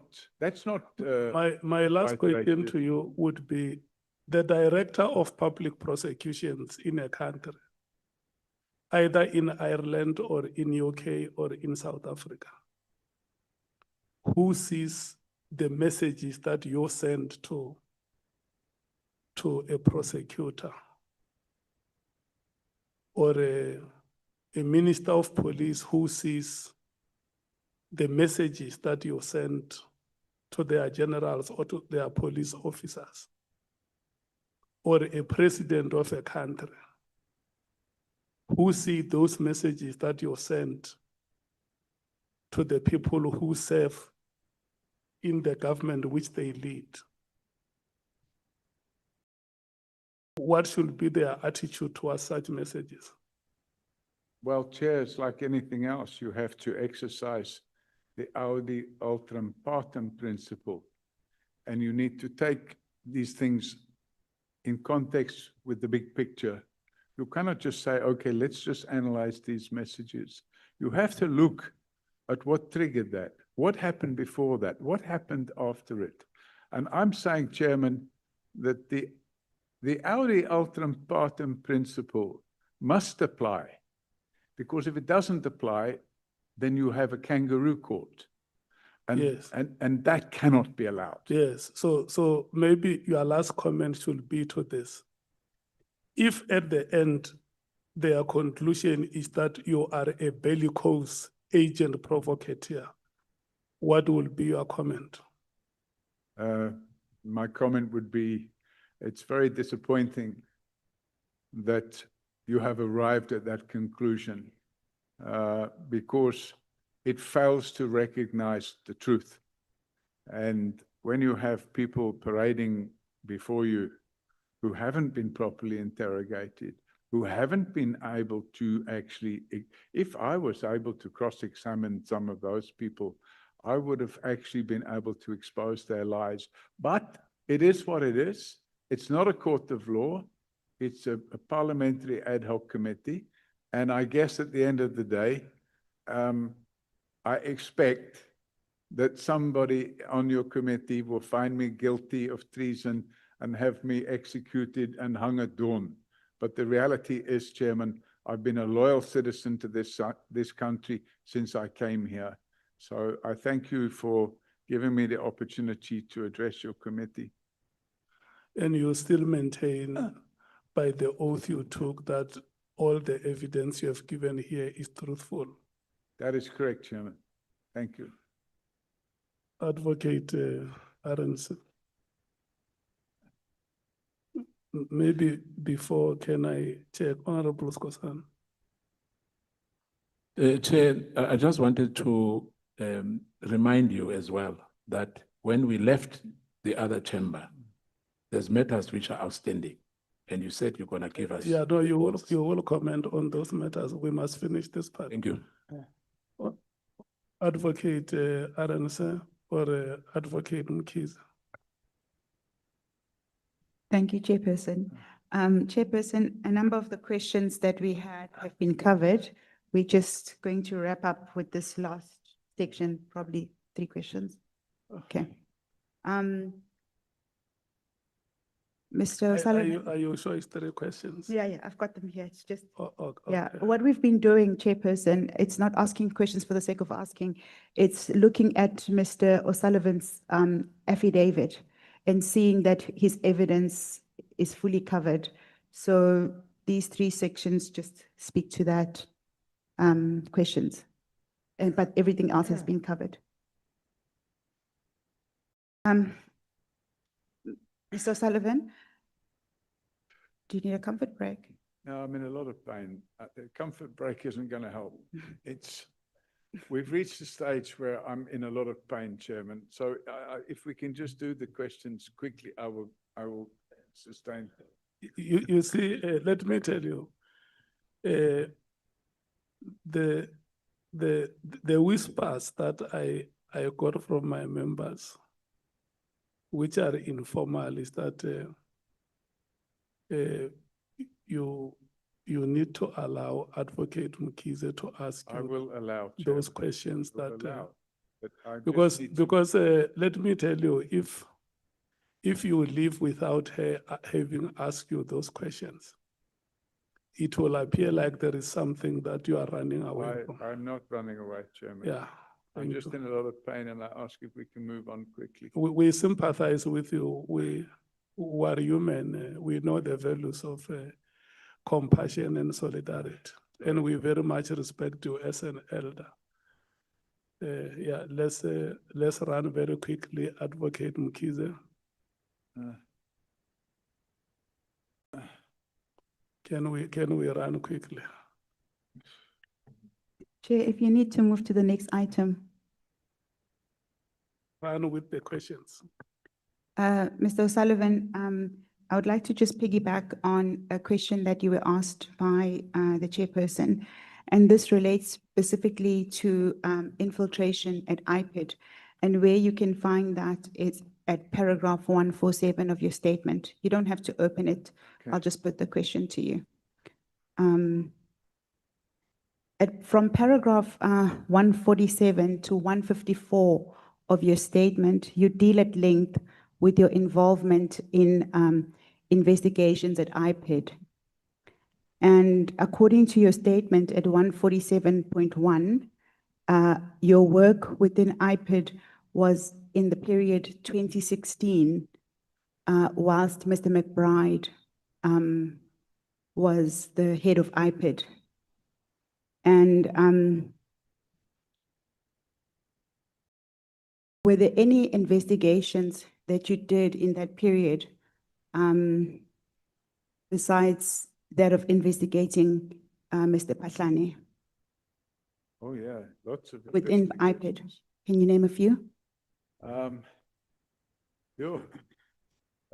Prasa. We carried out a corruption investigation at Prasa. We carried out a corruption investigation at Transnet. And is this all through IPID?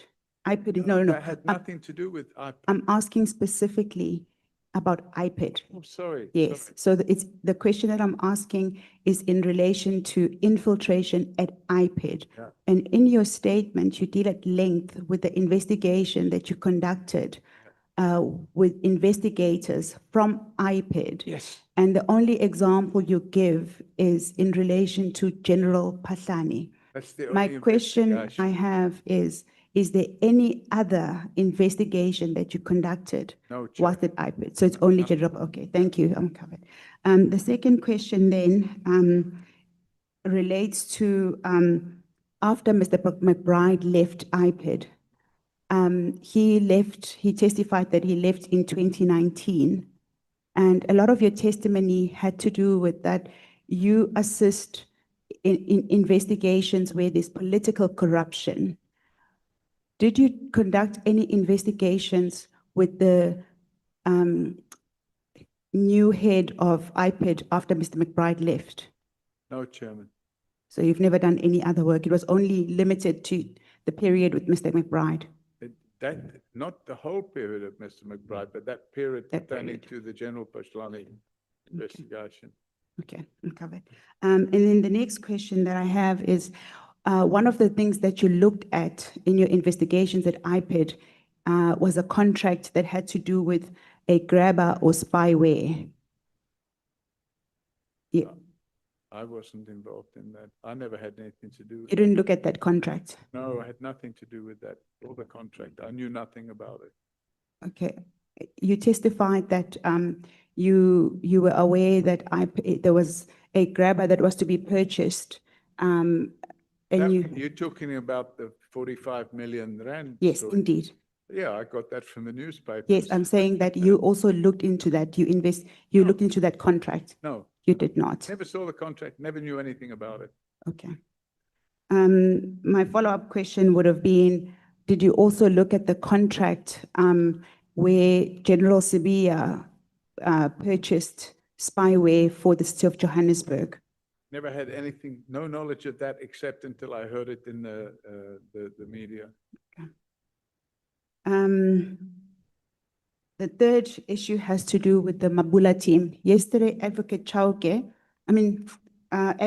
Mashucha testified that it is common that when a senior official is being investigated or is conducting an investigation that relates to them, that they would use investigators from a different province.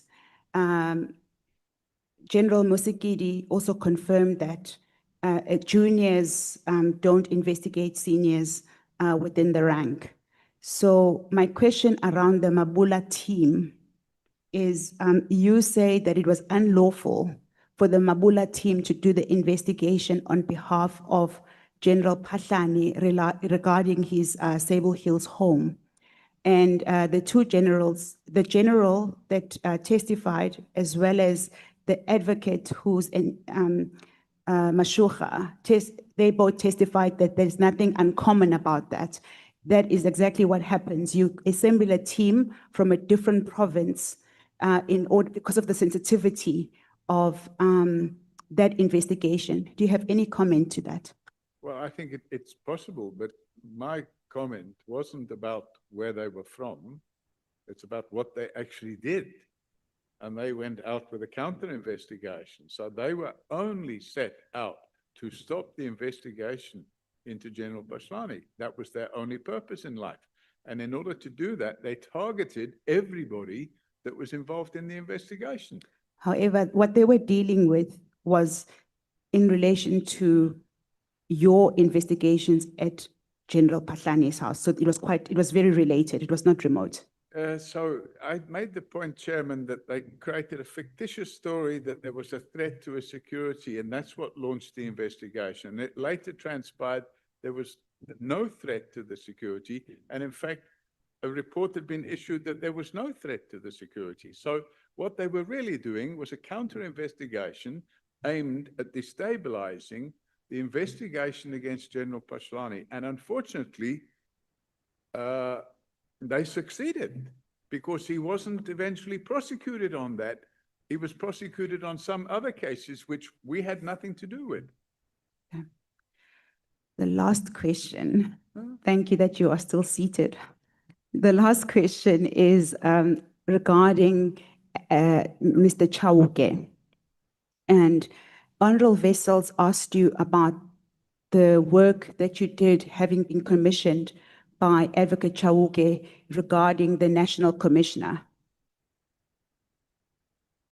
That would have been the lifestyle audit that you conducted to provide a report, whether to see that the candidates that were up for nomination were suitable to be the National Commissioner. The brief was not to see if they were suitable, but to determine whether there were any skeletons in the cupboard that could cause problems later. Okay.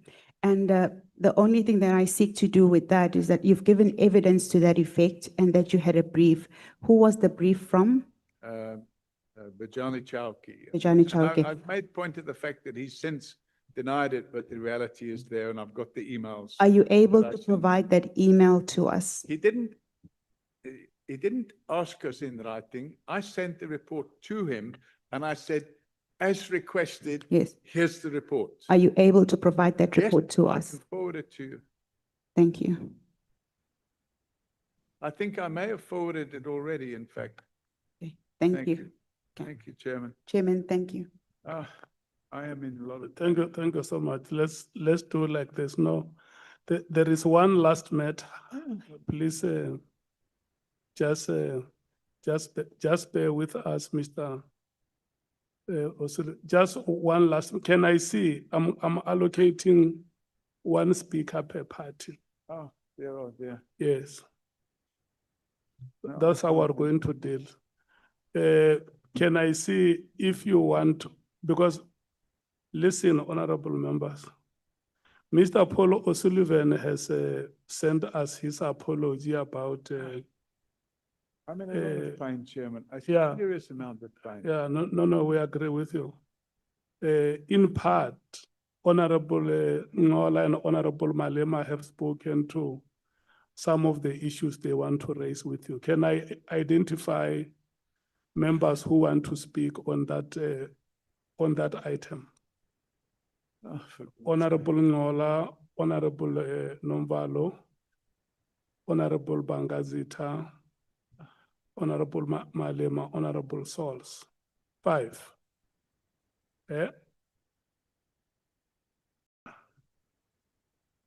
Yeah, one member per party. No less than 5 minutes. You can't go beyond 5 minutes. We still have another witness who is coming. Honorable Ngola. Thank you, Chair. So I think you forgot to acknowledge the presence of Honorable Tsie and the MK Honorable Muzwai. Let me recognize the presence of the following members. Honorable Ndlela. Thank you so much and welcome. Honorable Masina. Thank you so much and welcome. And Honorable Lizie. The witness before us is Mr. Paul Robert O'Sullivan. And we want to thank you so much for being part of this proceedings. Thank you. Honorable Ngola. Thank you, Chair. No, just 2-3 issues from me. Mr. O'Sullivan, you say in your letter, you were gravely in pain and you had to leave on that day. I'm in a lot of pain right now, Chair, and you know what I have requested. No, I'm asking about that. Yes, I've requested that my medical condition be kept confidential, but I was in a lot of pain then, and I'm in a lot of pain now. Yes, that's why we have kept it confidential and that's why we only use pain. So, but when you left here, you said you are catching a flight. Correct, Chair. So this is a contradiction of what you said. We have a video of you leaving the house, remember? Yes, There's cameras all over the chambers. It was both. It was both the pain and the fact that I had a flight. And we can go into detail and we'll be here for another. No, but why is the flight matter not properly covered in the letter of apology? I disagree that it's not properly covered. Oh, dear. I'll read what it says here.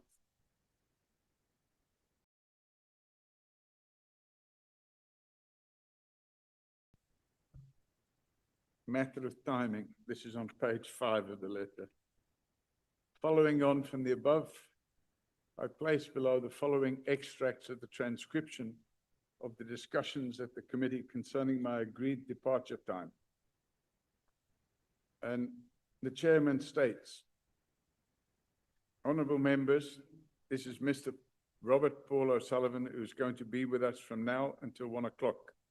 And then he carries on with some other stuff and he says, we'll hand over to legal counsel to conclude with Mr. Paul O'Sullivan and then we will release him at 1 o'clock.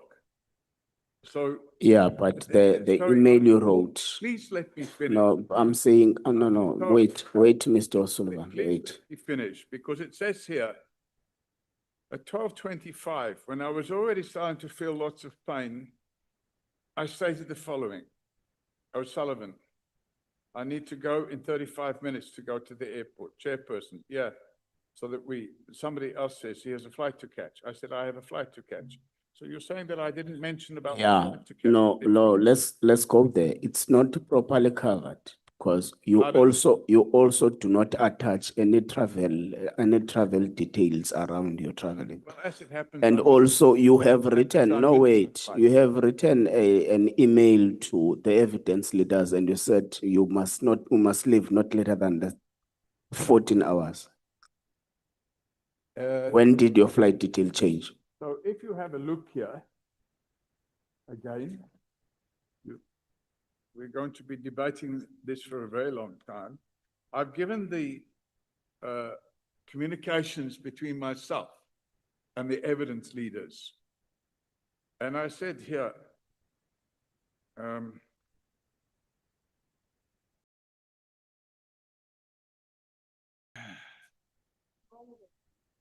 good morning. And this is now the message I sent to the evidence leaders on the 26th. Good morning. And the good news is that I managed to get a few hours sleep and I will see you at 0900. I need to leave no later than 1400 for the airport. Exactly. Let me finish, please. Underneath that, I said NB. There was a typo in that message. It should have read that I needed to be at the airport by 1400, which would have meant leaving by 1300. No, it is my take that the typo explanation. Mr. O'Sullivan, you know you have been reprimanded since this morning that you don't have to shout. I know, I'm just in a lot of pain, Chairman. Yeah, we understand, but just for you to say it the way you have said it now. I'm sorry. Apologize. Look at him in the eye and apologize. Look at me, please. I am sorry. Thank you. Okay.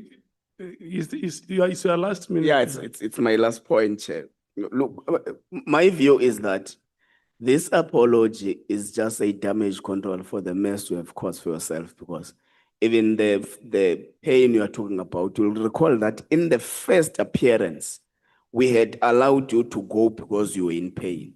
So it would have been sensible for you to raise the same concern with the chair, then we would have made the same arrangement. So there is no such a thing as a pain.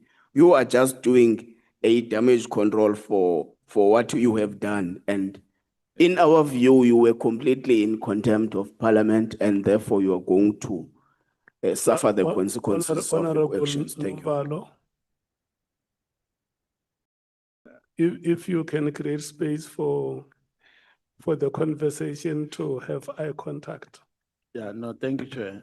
No, Chair, I think as the first point, I agree with the latter speaker. Mr. Paul O'Sullivan, what you have done has never been done even by the state president. Even when the president is under a hostile environment in Parliament, they've never done what you have done to us, because they understand the constitutional mandate of Parliament, and two, Parliament is the highest organ of state. So you did the unprecedented. The apology that you wrote to us, I agree with the latter speaker that is nothing but a concerted effort to escape liability for your actions. And that apology can never be enough up until you apologize to South Africans, because Parliament is a democratic institution which is constituted by representatives of the people. So you provoked many South Africans on that day. You did not only provoke us, because this is the People's Parliament. We are here for the people who are carrying the mandate of the people. So we'll never accept any clandestine apology. An apology must be submitted to the people of South Africa, not to us. I'm giving you this opportunity, and if you choose to swallow your pride, that is not going to take the criminal aspect, the offense that you committed on that day, because you committed a criminal offense. But now I'm giving you an opportunity to swallow your pride and apologize to South Africans for undermining their institution like you did. I'm giving you that opportunity.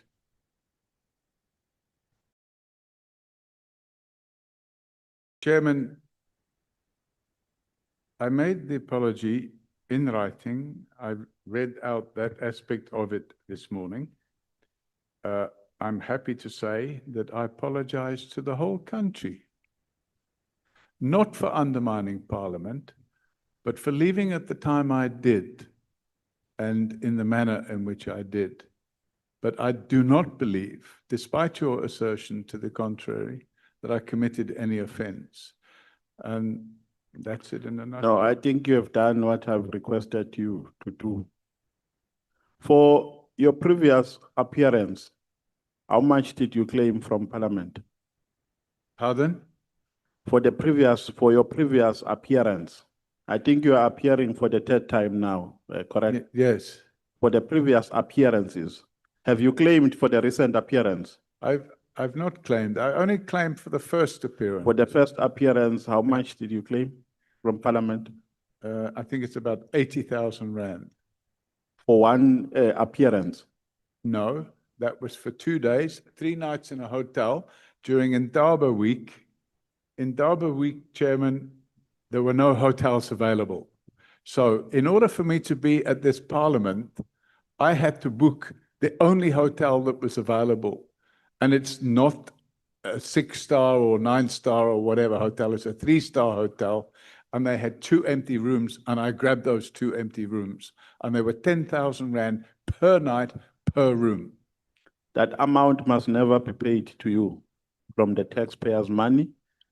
There must be a minimum amount, and you must never receive any special treatment. The same amount that has been paid to the previous witnesses who have appeared here must be paid to you. In fact, you must be paid the lowest amount your amount must be rated in accordance with the lowest amount that has been paid to previous witnesses.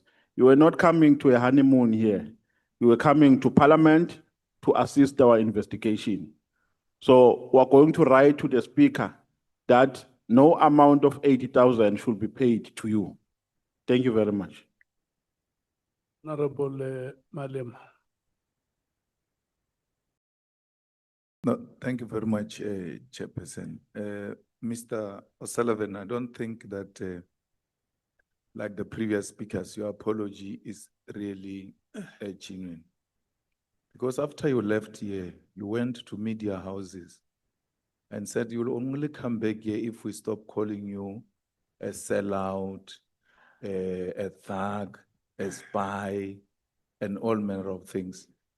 And that was after you left, where you had an opportunity to self-reflect. You didn't do that. And I don't blame you. It is in the nature of who you are, a typical white male who feels is superior than the rest of us. And you displayed it here the same way you displayed it every day, the same way your subjects and targets for investigations in their majority were black males in the senior positions because we have no regard for black people. And you looked at us here and said, no, none of these people is going to tell me anything. And that's what makes the allegations that we wanted to overthrow the state more legitimate. Because what you did that day was to overthrow the legitimacy of Parliament. You were eroding the authority of Parliament. And had we not taken a firm stand, this Parliament was going to be rendered useless and toothless because of you.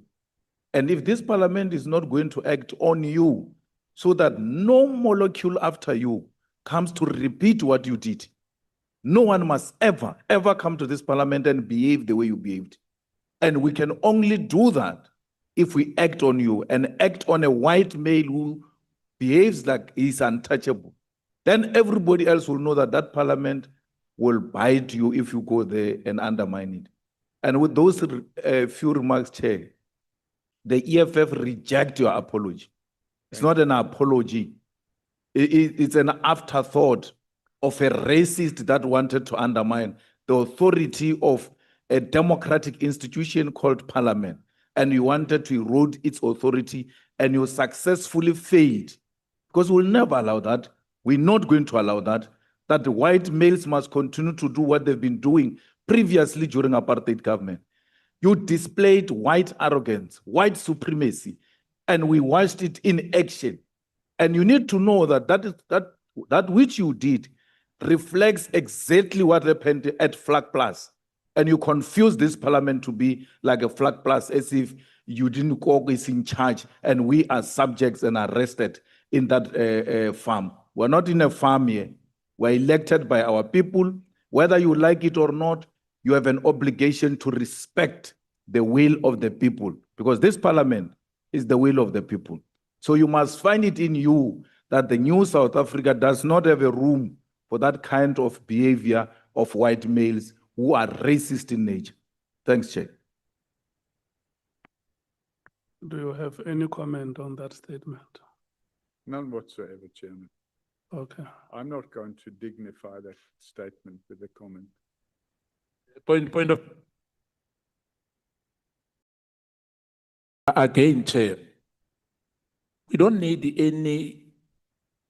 anything that, you know, this arrogance again is saying is not going to dignify what? What are you not going to dignify here? No. Call a white racist. No, we are racist, yes.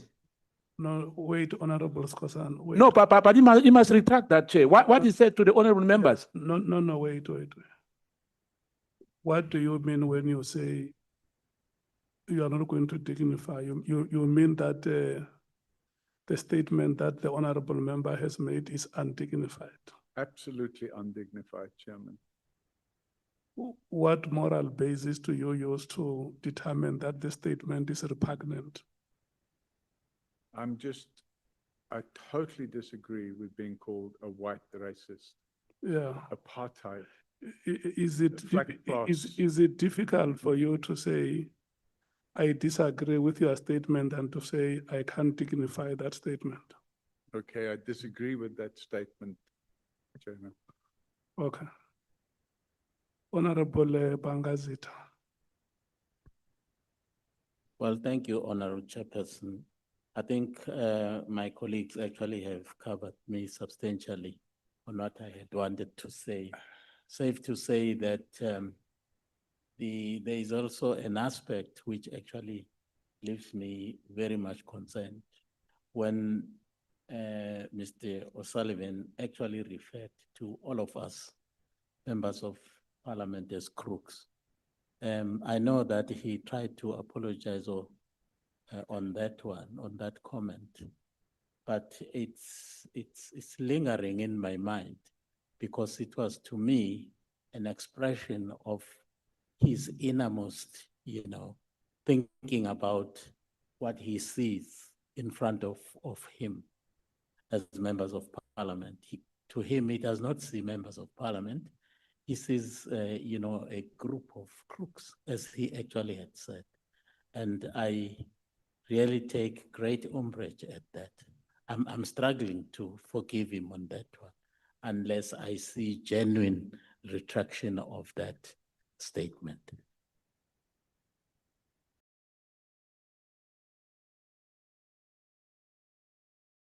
What is the recourse you are seeking, Bangazita, from the witness? I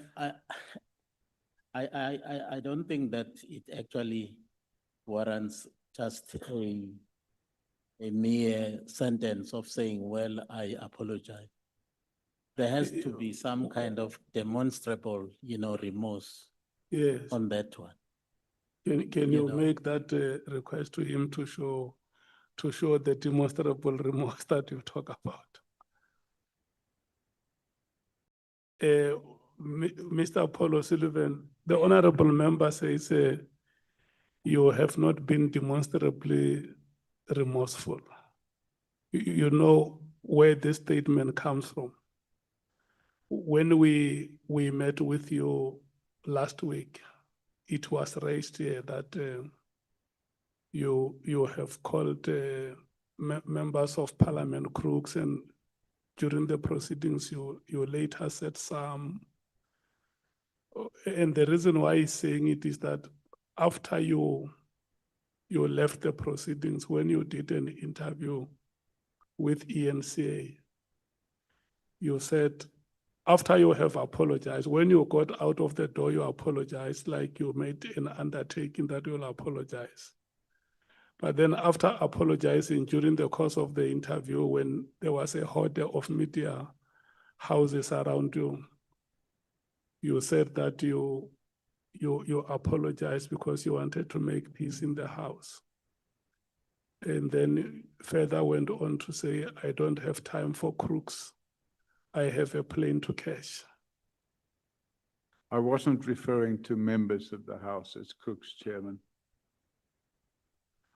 Who were you referring to when you said, I don't have I can't remember at the time, but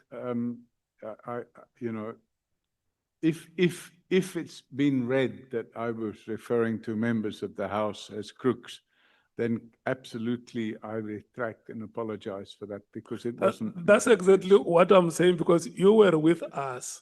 Yeah. You say, I don't have time for crooks. Yeah, I think somebody I have a comment, plane to Chair. catch. I think somebody made another comment, Chair. That is why the honorable member says now, because we are here, all of us, you are not saying it to the media. Nobody must hear you out of context. You just look at them and say, Honorable Sols, Honorable Malema, Honorable Mattheys, Honorable Mwango, up to Honorable Sokanyile. Here you say, I want to apologize for those statements, because he says there is no demonstrable remorse. Chairman, if it's been read that way, I absolutely retract and apologize to everybody for that comment. Thank you. Okay. Honorable Sols. Mr. Sullivan, When you walked out in the last meeting was obviously very disappointing. Furthermore, after that, you wrote to me 3 emails. In one of the emails, you spoke about my colleague and shared with me the membership declaration form of Honorable Seshana. And I'm sure you wanted me to deal with it here. Secondly, you shared with me, you praised me, and then you shared with me you joined the ANC and left when President Zuma became president, and then you joined the Democratic Alliance, and you're no longer sure about them, so you're choosing to vote for the mighty Patriotic Alliance. Now, the reason why I never responded to you is because I wanted to do it face to face. I wanted to let you understand. The reason why I didn't respond to you was 2 things. One, I wanted to preserve the integrity of this committee and show you that even us has integrity. 2, I wanted to show you that I'm a little Boesman boy that doesn't need affirmation from anybody. And I'm not doing what I'm doing for claps. Mr. Sullivan, I want to remind you all the good work that you've done. Your arrogance and display of arrogance takes away from the focus on what you really do. But it's your choice. I urge you again, put your breastplate of righteousness in place. I leave you with this scripture. Pride comes before the fall. Thank you, Chair. Okay, thank you so much. Look at me, because I'm now going to be biblical. Last week, Thursday, when you left the proceeding, 3 times I called you, and you thrice ignored me. 3 times. Mr. Paulo Sullivan, Mr. Paulo Sullivan, Mr. Paulo Sullivan, 3 times being called, thrice ignored. Do you want to apologize to the chairperson for not having heard that? Absolutely, I didn't hear it, Chairman. I'm sorry. The microphone, they say they can't hear you. I absolutely didn't hear you calling, Chairman, so I apologize for not hearing you. Okay. Look, we have come to the end of the proceedings, and I'm going to give you a chance now to say something between 1 and 5 minutes that we are concluding these proceedings in a very ceremonial way. And I want to hear what is your feeling. What is my what? Your sentiment. My sentiment, Chairman. Yeah, what is it that, I mean, from the first day you came here, remember when before you came here, there was a lot of furor between you and us. Hey, I will not come there, I will not appear before this and that. So now we are at the end of the proceeding. We have had 4 days with you. And today we have an opportunity to conclude the proceedings the way we are doing now. And it will only be fair if there are members you want to thank the legal team, you want to thank so and so, you want to thank Bonani, it's your opportunity. Okay, Chairman. Yeah. Obviously, I thank Bonani. I thank the Parliamentary Protection The microphone. Obviously, I thank Bonani. I thank the Chairman. I thank the evidence leaders. And I thank the Parliamentary Protection Services for taking care of my security arrangements. And really, Chairman, at the end of the day, I believe that you have to carry on with your work and produce a report and do what you want to do. But it would be totally misguided to say that I've captured the criminal justice system or that I tried to overthrow the country and all those other things. But be that as it may, I can't stop you from doing what you have to do.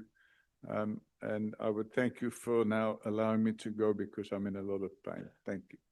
Thank you so much. Honorable members, we are going to do this. We are going to take a 20 minutes break as we prepare for the next witness who will come here at 20 minutes to 5. And I'm going to request Mr. Paul Robert O'Sullivan and Honorable Mandla David Skosana to walk each other outside, hand by hand, side by side, walk, stepping toe to toe, so that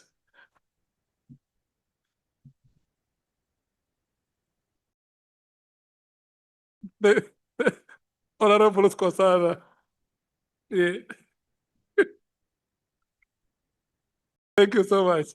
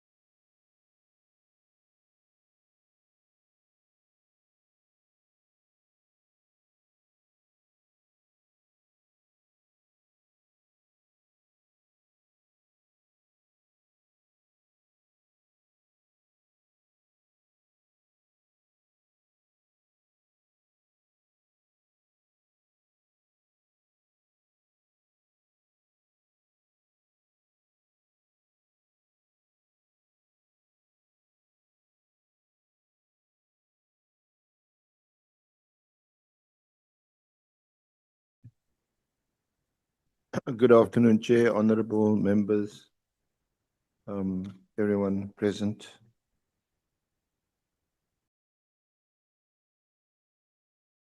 Ms. Sarah-Jane Trent, welcome.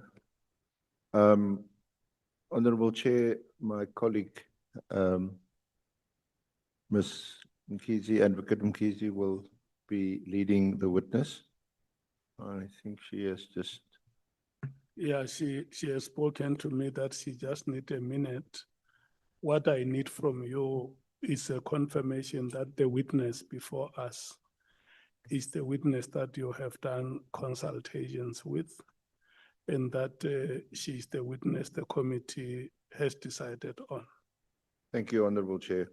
Indeed, Sarah-Jane Trent, the witness before you, we've consulted extensively with her, in particular, my colleague, Advocate Mkhwanazi. I've also attended or participated in quite a number of online. We've had the fullest cooperation from Ms. Trent. She has commission signed her affidavit. I heard the original here. I'll end it up, Honorable Chair. So you confirm that So we can confirm that you can. this witness is Ms. Sarah-Jane Trent. Thank you. Good afternoon, Ms. Sarah-Jane Trent, Good afternoon, honorable and Chairperson. welcome to these proceedings. We are going to allow you, together with Advocate Mkhwanazi, to do what we call the presentation of evidence. But before you do that, you must be under oath.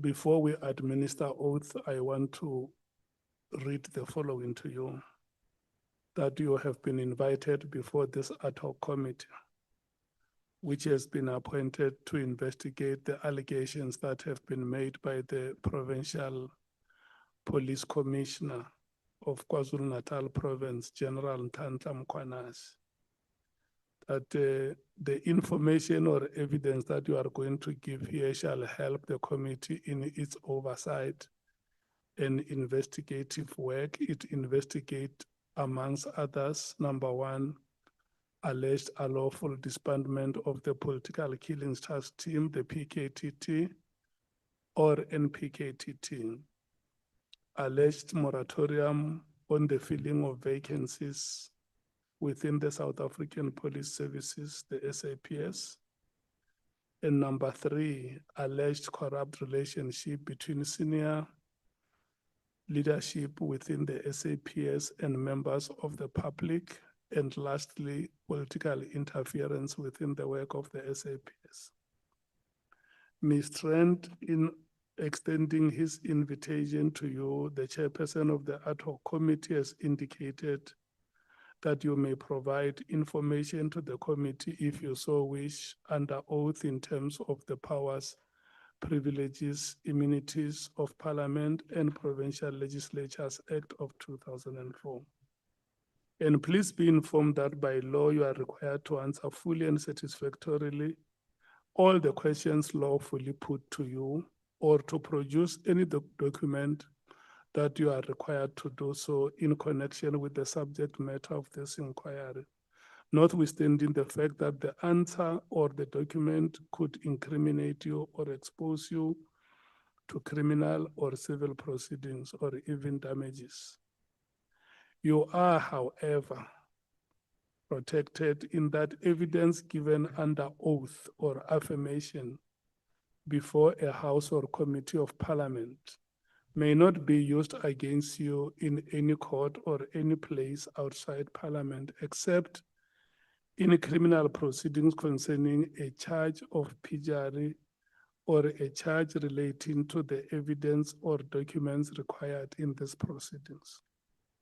Please be aware that in terms of Section 17, subsection 2 of the Powers, Privileges and Immunities of Parliament and Provincial Legislatures Act, a person who willfully furnishes a House or a Committee of Parliament with information or makes a statement before it, which is false or misleading, commits an offense and is liable to a fine or to an imprisonment not exceeding a term of 2 years.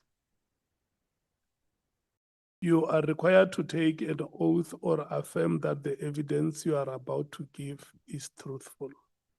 Which one do you elect, oath or affirmation? Oath.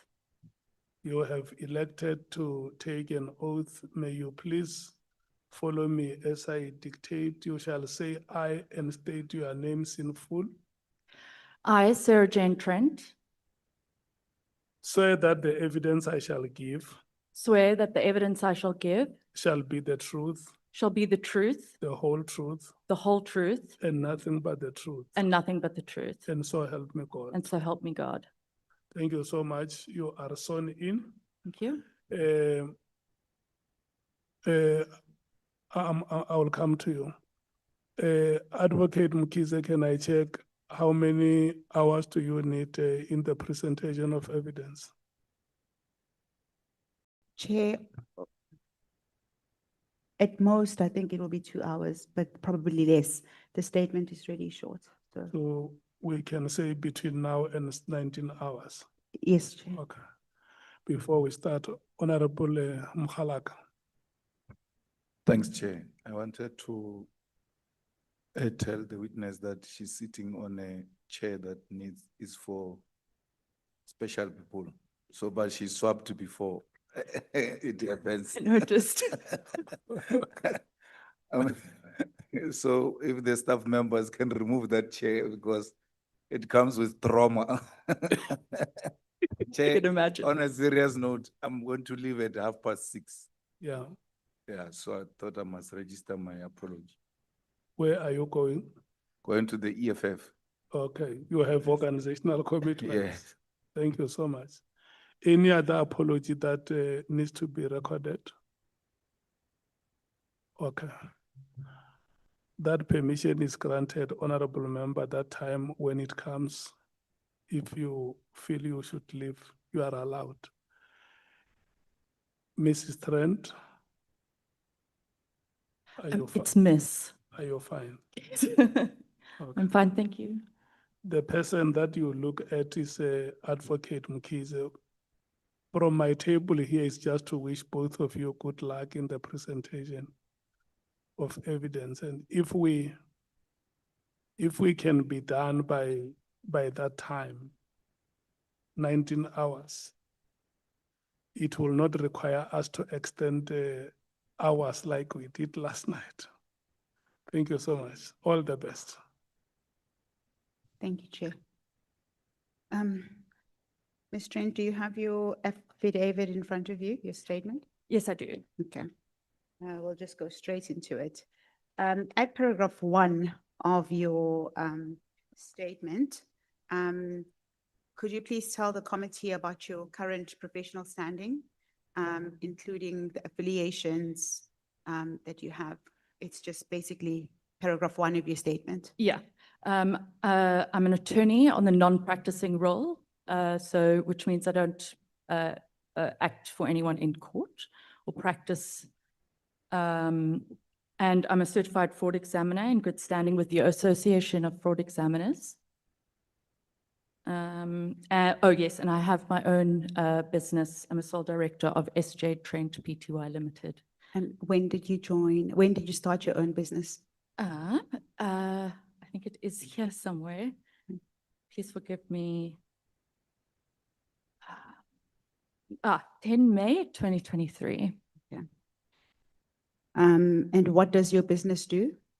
I provide services as a certified fraud examiner, which is if a client comes and they've got an issue with fraud, theft, some legal issues that where they need someone to look into it and see if there's any relevance or prima facie, if they have a prima facie case. So, for example, the client wants to, in a civil case, wants to know whether it's reasonable to go to court to continue suing someone, but they want to know, do they have the funds, or if you suspect that they are laundering money in order to evade, I would then have a look and investigate that and give them an opinion of whether they have a case or not. That's just one small example, but yeah, sorry, I'm rambling. I will try that's not fine. to do that. That's sufficient. From paragraph 3 all the way to paragraph up to paragraph 6, you set out your educational background. Correct. And at paragraph 4, you say that, paragraph 3, you say you matriculated in 2002. Correct. And you attach your CV, and is that the most updated CV that you've attached? Yes, it is. As STJ1. Correct. Okay. And then in 2003, you would have then started studying. You completed a marketing degree from Stellenbosch College at Boland. No, it wasn't a degree. It was, I passed 16 subjects. Okay. So you've got your N4, N5. So it was basically a 16 subject merit certificate, not anything to. Equivalent to a diploma, possibly. Possibly. Okay. That's why I put merit certificate instead of diploma, because it's technically not. Okay. But then you subsequently studied toward your law degree. Correct. And you obtained that in 2013. And that's at paragraph 5 of your statement. Correct. And then you then started articles at paragraph, it's much later in your affidavit, but what I should do is, just for the sake of completion, is at paragraph 7, you detail the various certificates that you obtained after obtaining your LLB degree. So that would be 7.1. You became a certified fraud examiner. Correct. Which you've somewhat explained, and it deals with what you do in your current business. Correct. Okay. And then you've also done the usual courses that are done as a person who's doing article clerkship, to become an attorney. So that's detailed at 7.2. Sorry to interrupt. This is actually, I think they brought in this new rule where all advocates and attorneys have to do this course. Okay. So this is what this is. When I was an article clerk, I did I think it's legal practical training. Yes. Yeah. So. Okay. And then finally, you say that in April, you completed a course in evidence for decisions from Harvard Kennedy School. Correct. Okay.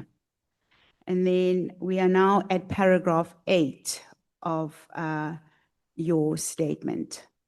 And that deals with the background, your career background.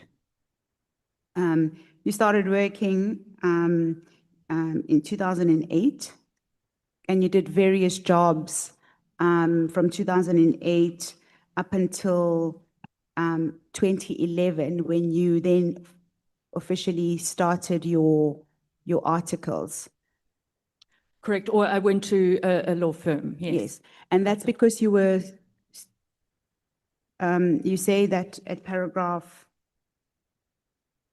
8.3 that you were working while you were studying. Correct. Okay.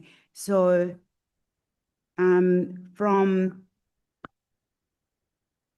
paragraph 8.3, you say that in July you joined John Walker Attorneys to assist with the Pomozi Group. Can you explain what your role was there, and how did that role turn into your training? Okay. Quickly, as short as possible. Yeah. We are at 8.3 of your statement. Okay. So John Walker Attorneys, the law firm, acted for the liquidators of the company, and I apologize, there shouldn't be PTY Limited after Pomozi Gold. You know, I've been objected. So it was actually a public company. There was the insolvency issue and liquidation of Pomozi Gold, and they needed someone to do quite a bit of the grunt work, carrying files, going through information and sorting it out. So I had the online interview, I think it was on the Wednesday, and I was on a plane the next day. It sounded like a really good opportunity. And so it started off in the inquiry. You have all the bank statements, and my principal, John Walker, said, make this make sense, go through it, and that's what I did. So I followed the money in a sense, and that's, I think, where I got that, I found that sort of hunger to investigate or look into things more than the legal work or in a law firm. So that's. Yeah. And then you subsequently did your articles. Yeah, sorry, yes. Yeah. Then John Walker offered me to do articles with him and to stay on, and that's what I did. And then I did 2 years there. When did you leave? It was, I know it was around 7, 8 April. I want to get that. I think I have I put it in here? Which you at 8.3. 8.3 of your statement. Oh, is it not here where when I left?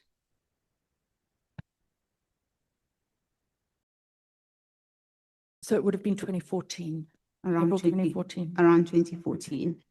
Okay. You've been invited to give evidence in respect of your time that you spent at Paul Sullivan. You say so in not Paul Sullivan and Associates, and at paragraph 12, you set out the basis of the invitation. Would you like to read that into the record? The Ad Hoc Committee has requested me to provide evidence in relation to issues and allegations raised by General Phatlane in his testimony before the inquiry and those that allegedly implicate Mr. O'Sullivan by virtue of having been in his employ at Forensics for Justice. I'm informed by the evidence leaders that, in his evidence, Mr. Phatlane informed this committee that I accompanied Mr. O'Sullivan and IPID investigators to his Sable Hills home in 2017. As a result, this led to the allegations that IPID had been infiltrated by Mr. Paul O'Sullivan and by extension by me, who also accompanied him to Mr. Phatlane's Sable Hills home. Okay.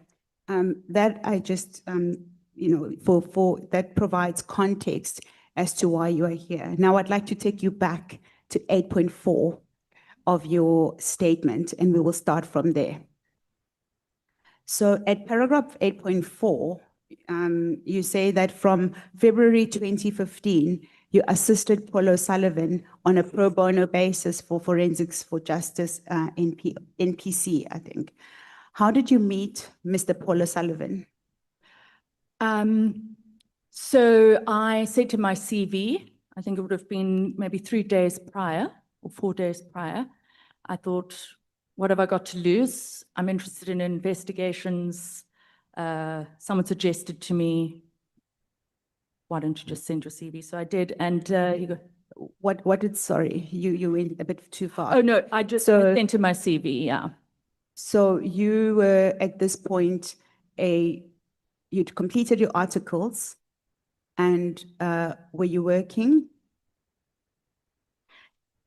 You know what? Or were you just seeking new employment? I completely forgot to add one You could place say that it. I worked in. If may it's No. not in my affidavit, but It's not. it wasn't for very long, so I completely forgot to add it in.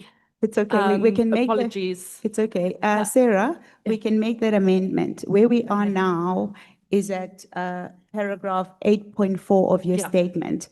And we're dealing with your employment in 2015 at Paul O'Sullivan and Associates. Yes. And the question that I've just put to you is, if you could just tell the committee, how did you meet Mr. Paul O'Sullivan? And you can just take a step by step on how you met him and how you got to work for him.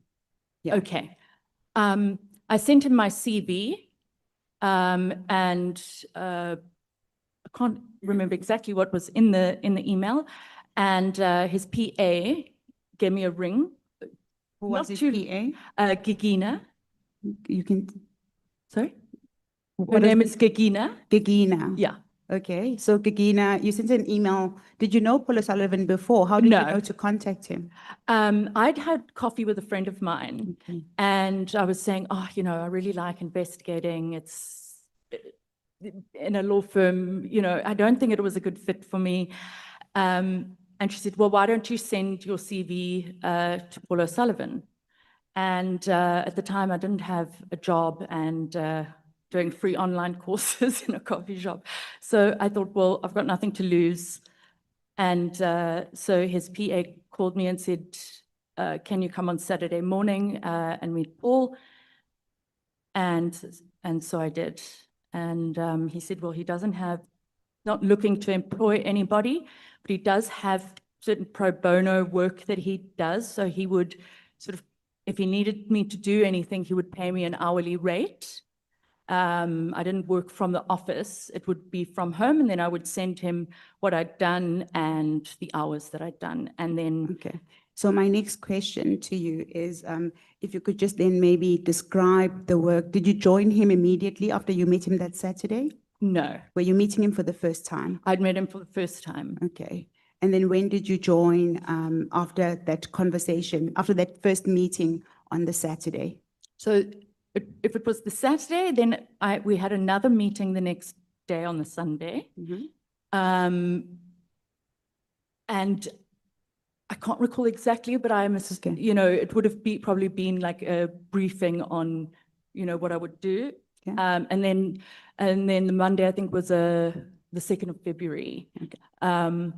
And so I had, you know, what I needed to do. And I think at some point I went to the office either that Monday or that week to meet the staff and be introduced. But I didn't go into the office every day or anything. Okay, so please describe the work that you then undertook for his organization and its mission and what it basically stood for. That you can find where we are now is at 8.4 of your statement. You don't have to remember at the top of your head. Sorry? I'm saying you're at 8.4. I'm just directing you where we are. Yeah. Yeah. So could you describe the work that you undertook for the organization? It's from beginning to end or just from when I started? based on what you say at 8.4 of your statement. Oh gosh. Basically, as you know, over the years and as I sort of saw what was happening, we saw a lot of what happened in you know, corruption in the criminal justice system, and so we would open cases and try as much as possible to expose it, and I guess get people to do something about it. If we take it line by line, Sure. at your statement at 8.4, Yes. you say that you did work for him on an ad hoc basis. So does that mean that you did not have a permanent contract to Not work with- for him? Sorry, are you talking about from So you 2 say February? So you say on 2 February 2015, I'm still at your statement at paragraph 8.4. Nowhere else, just only at 8.4. Yeah, I'm there. And yeah, and if you can read it in. The question, that'll be yeah. much better. Thank you. The question is relating to that So paragraph. I could just read this in? Yes. Okay. On 2 February 2015, Paul O'Sullivan used my services on an ad hoc basis to assist him with some of his pro bono work, which he did under Forensics for Justice, NPO, a non-profit organization that identified elements of the criminal justice system that had been captured by criminals or politically corrupt individuals that serve unconstitutional agendas with the aim to protect connected criminals from corruption charges. Through the use of forensic investigative methods, Forensics for Justice is able to expose corruption in those who act corruptly, promoting transparency and accountability, and inevitably protect scarce public resources. What were your responsibilities? For Forensics for Justice? Yes. Gosh, so each case would come about in different ways. So either you would have a whistleblower that came to sit with Mr. O'Sullivan, and he would listen to what they say, and if they had documents, he'd have a look and see, is this something that we can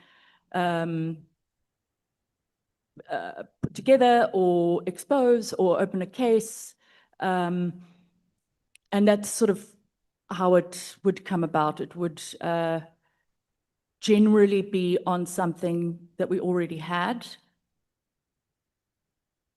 where there would be someone that had come and given something, but I don't want to sort of admit that's the only. You can give an example. I mean, what typically did you work on? You said you worked on an ad hoc basis for Paul O'Sullivan, for Forensics for Justice. Okay, no, and what for Forensics for Justice? That's where we are. We are at.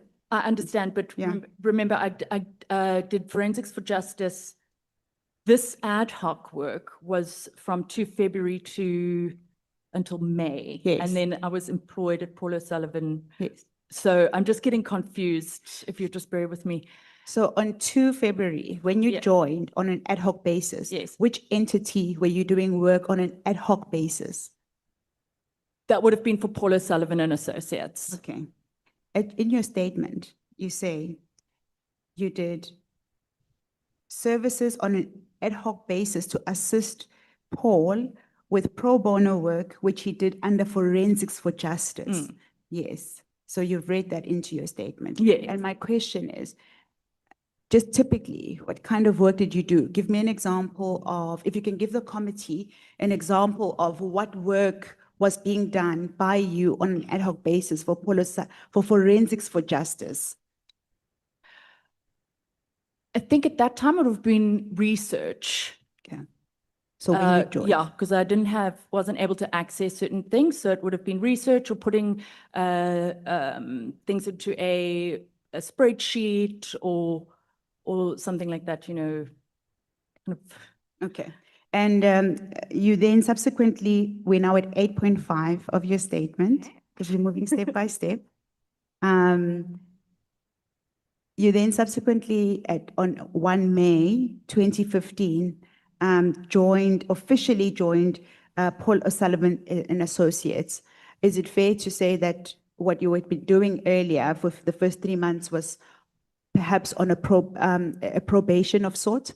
Yes, okay. I would say that. Okay. So then when you joined Paul O'Sullivan Associates, PTY Ltd, correct. What sort of work were you doing there? What was, like, just typically give us an assignment that Paul O'Sullivan and Associates would do. And if you could also make a distinction between the work that was being done by Paul O'Sullivan and Associates versus what was being done at Forensics for Justice.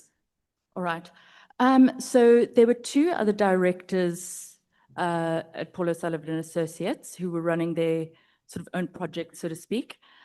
So I was sort of if they needed anything, then they could ask me. So it would be research or putting a document together. It was almost like a candidate attorney kind of a job. And then on the Forensics for Justice, it would have been the same thing. So if I was asked to do something, so I didn't have my own case or anything like that. It was research this or put a file note together I don't even think I sat in meetings at that point. Okay, but you were already a certified fraud examiner. That's correct. On the 1st of May 2015, yes. No. You were not? No. Okay. You testified that you were interested in forensic work and your friend told you about Paul O'Sullivan and Associates because you had already been doing fraud, like that kind of work. Well, had you received a certificate? Have you done the course? No. No. Okay. I just found it more interesting. It was something that sort of stimulated my brain a bit more. I can't really explain it, but So at that point, essentially, you had joined without having done the exam yet, and you were basically doing work on an ad hoc basis, similar to a candidate attorney, whatever was required in the firm, research, you know, you would basically take care of it. And you didn't have, what was your specific role? Oh, sorry. Your position. It's all in my affidavit. Yes. We are at 8.5. Legal, it was legal researcher was the title that I was given on the. Okay, so because you make a distinction between these two entities, your monthly salary, once you became permanent, who was it paid by? Paul Sullivan and Associates. Paul Sullivan, okay. And the work for Forensics for Justice was purely pro bono? Correct. Did you have to record your hours? Correct. Okay.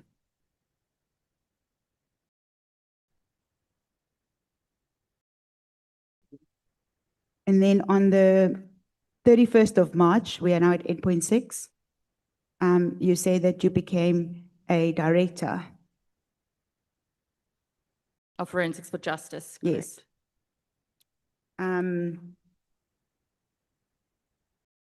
So how did that move happen from you having been doing work on a pro bono basis for Forensics for Justice, and then you became a director a few years later? Mr. O'Sullivan asked me if I'd like to become a director of Forensics for Justice and Paul O'Sullivan and Associates, and I accepted. I'd been there for 6 years, so I think I didn't see any issue. Okay.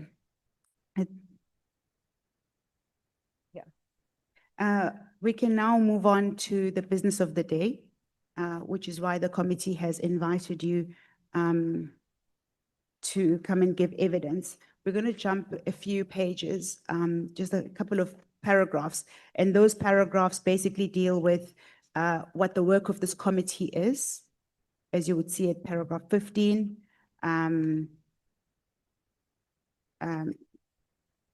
Not paragraph.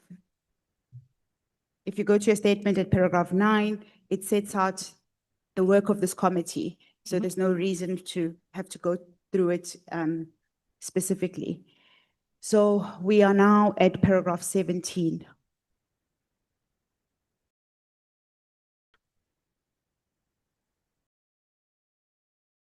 Yes. Yeah. You testified that,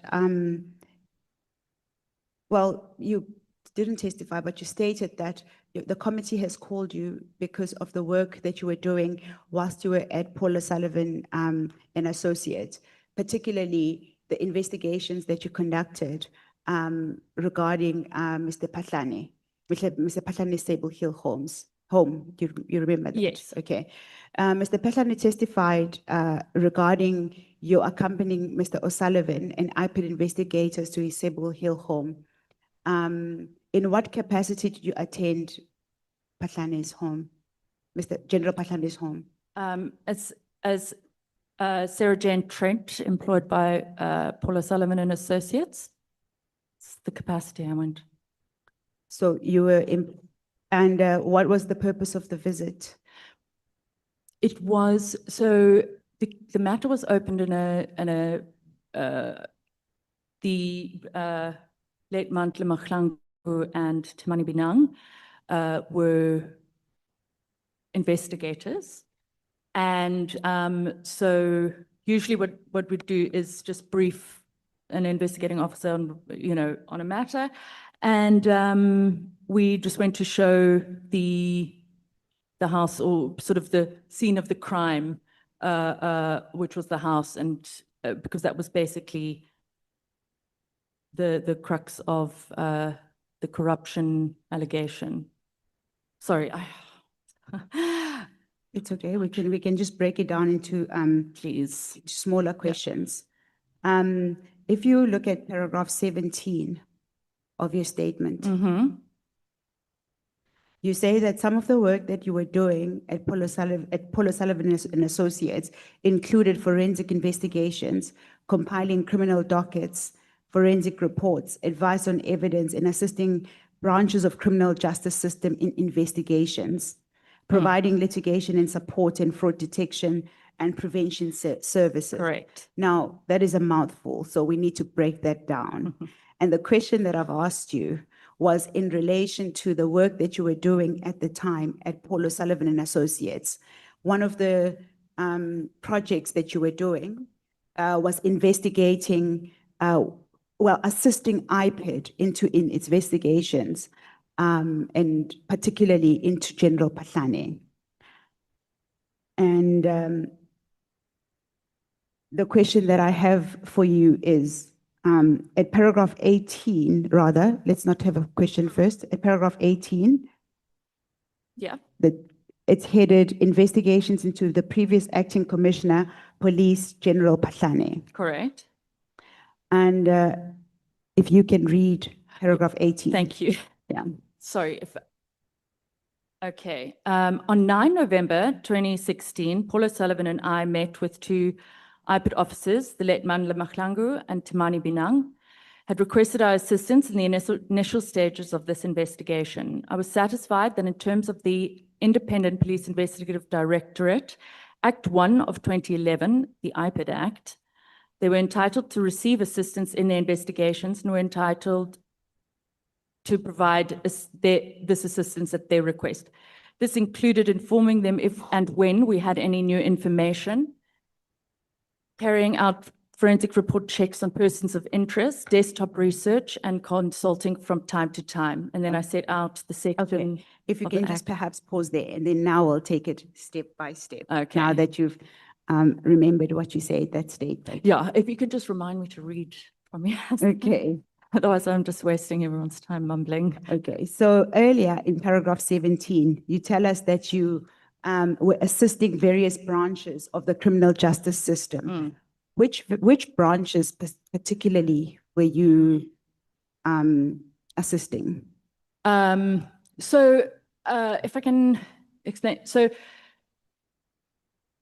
when we assist a client or in a pro bono matter, we open a docket. And if there are certain people that we think might have information or a witness, we'll give them a call and say, look, we're investigating this, or we'll have people come to us and open the docket with the police. And then you get obviously a CAS number, and an investigating officer is then appointed to the case. We then contact them and say, look, if it's a client, we'll say, we've been mandated to do this. Please let us know if there's anything you need from us. We are whatever. And the same thing with the forensics for justice work. So when I say branches, there would be, the NPA, it would offer assistance, but not guide them. Okay, so you did work for the NPA. That's the one criminal system, the one just. Okay, and what else? Which other government or law enforcement entity did you do work for? So I didn't say we did work for the NPA. You assisted? We said, look, we are certified fraud examiners. We were mandated to open this matter, if it's for a client, but on forensics for justice, as forensics for justice, please let us know. These are the services that we do normally provide if we know that the state is under-resourced.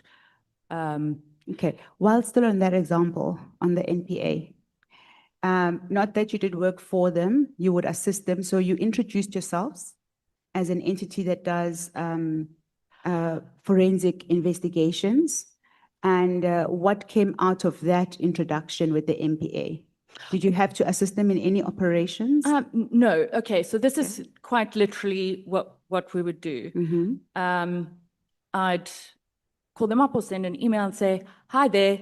If it's a client, we're mandated by the complainant to assist in the investigation up until the time we need to open the docket. We are certified fraud examiners, and if you need any assistance, please let us know. That's pretty much exactly what we would say. And then what would and then follow NPA up. Yeah, what would When I the say the MPA, then it would say? be, that's exactly what it was. Okay, let's But- work on an example, taking it step by step. So you would then approach the NPA and say to the NPA, we offer these services, we have a client. we No, can assist. no. Okay, We never, no. okay. Take you. Quite literally, hi, we've assisted a client or as Forensics for Justice to open a matter. We have the capacity to do these things as certified fraud examiners. If you need anything or feel it is appropriate to ask, please let us know. Here's our card or, quite literally, that is it. I would, it wasn't, we want to run the case or Yes, no. I haven't said anything. that you. Sorry, I'm not. I just- I'm also not insinuating that. I'm just Yeah. trying to run with your evidence, Of course, as you said. of course. So I'm just piggybacking on what you've said earlier. And where I am now is that if we can just park at the example of the NPA, because I'm just looking for an example, right? And so you've testified that you would approach the NPA, and if I can read your words verbatim. We've assisted a client to open a matter. We have capacity, and if it is appropriate, please let us know how we can assist. The next question I have for you is, what would then come out of that offer? Nothing. Normally, I mean, I've done a lot of cases, but Just nothing. on the NPA, because I want us to just use the one example. I'm going to go to the next one after Yeah. this. So on the NPA, what would the NPA then say as a I can't response? recall a time of it coming.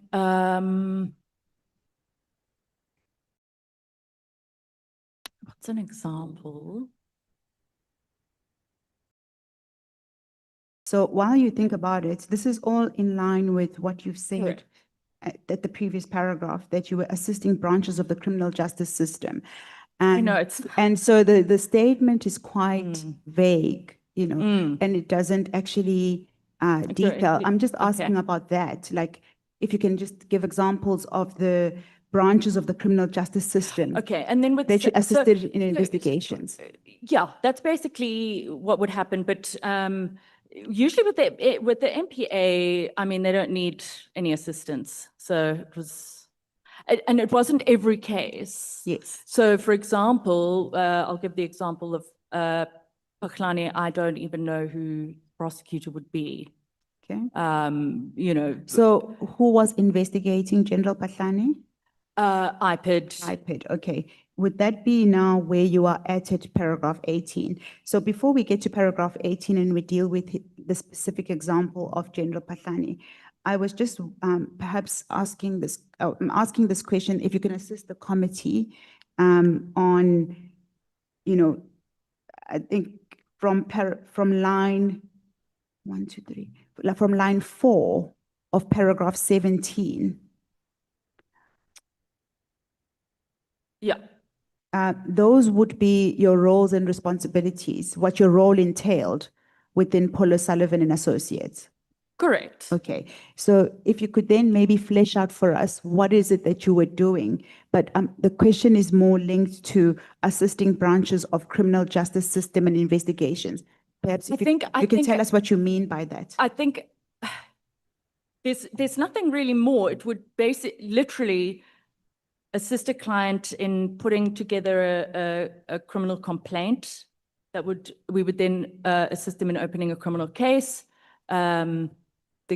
Either the client or we would, depending, get the CAS number. They would then get an investigating officer and would communicate with the investigating officer and say, like I said earlier, if you need any, most of the time,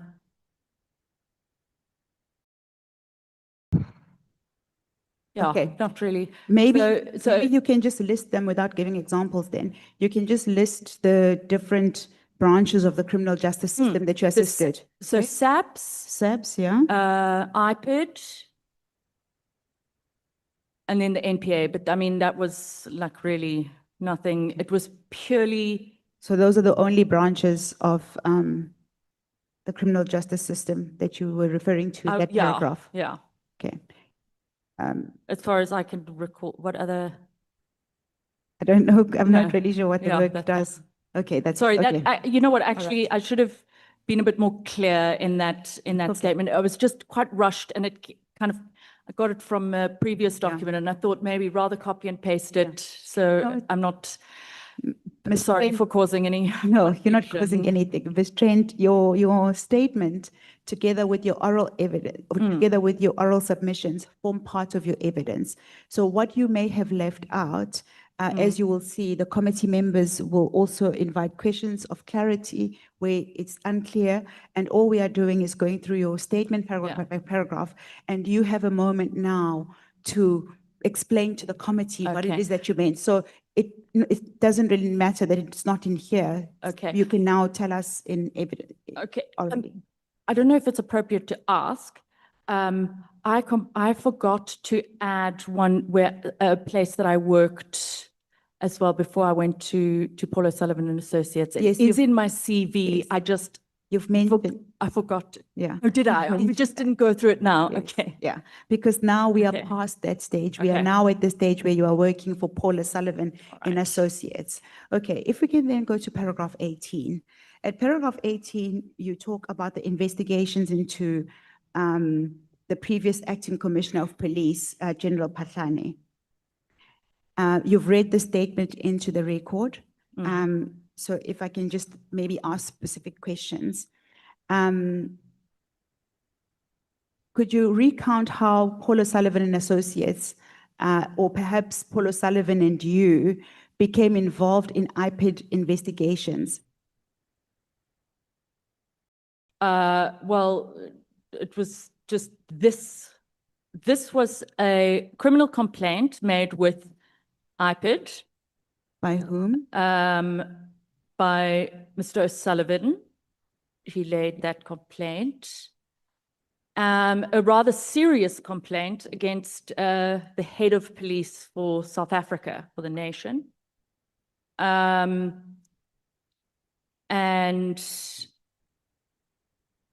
yeah.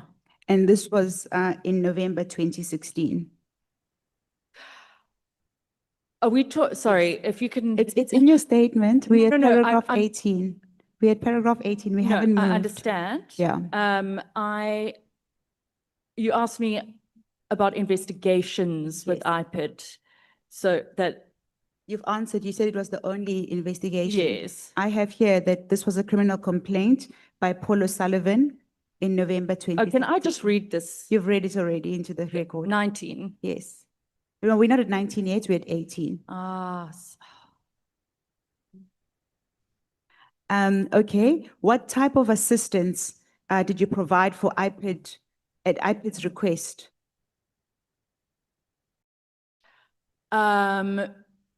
We did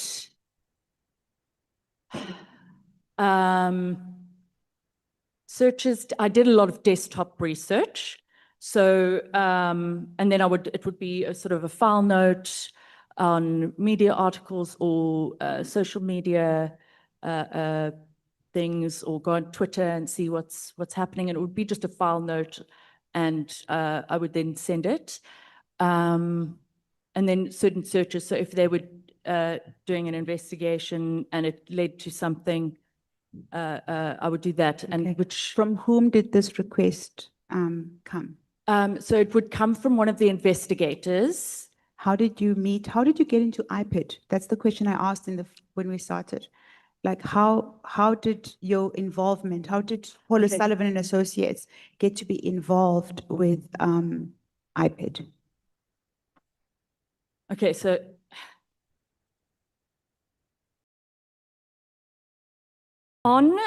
in February 2016, Paul O'Sullivan, under the auspices of Forensics for Justice, gave a complaint to IPID.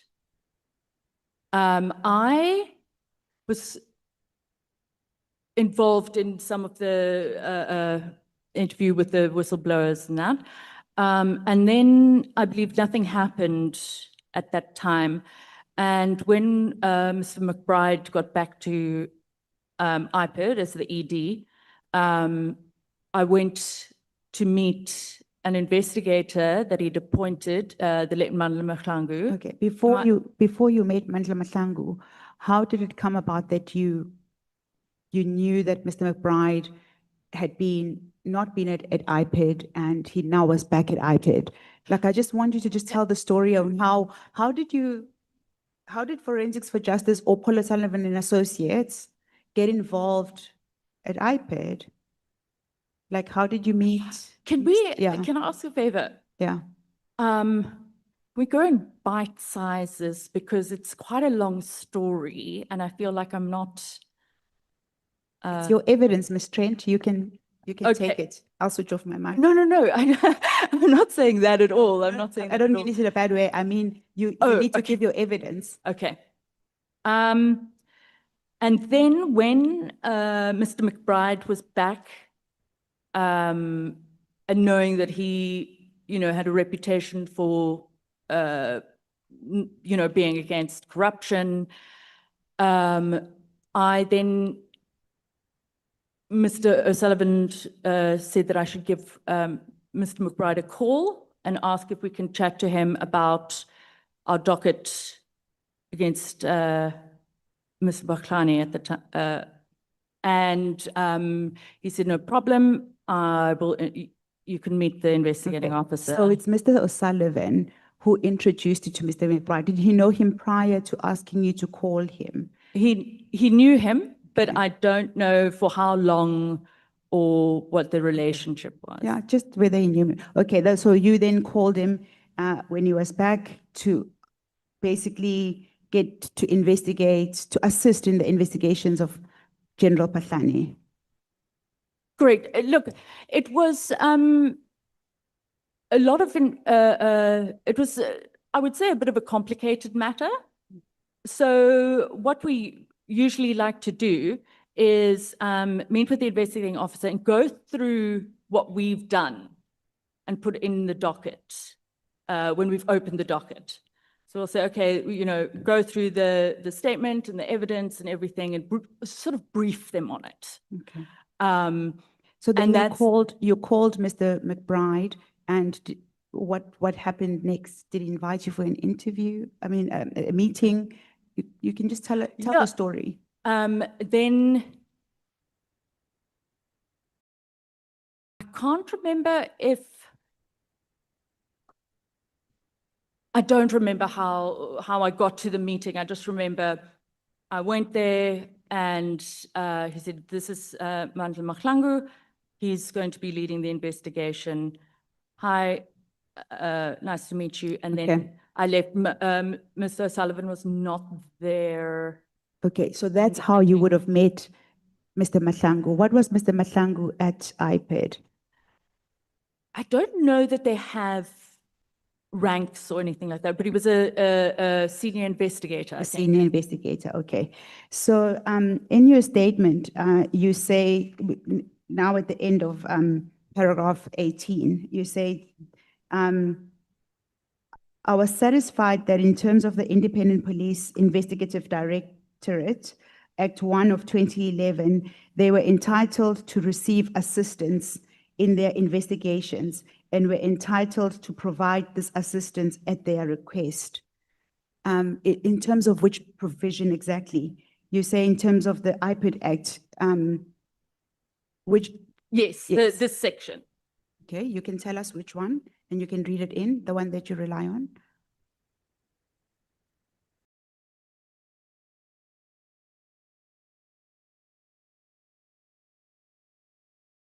Okay, the functions and investigative powers.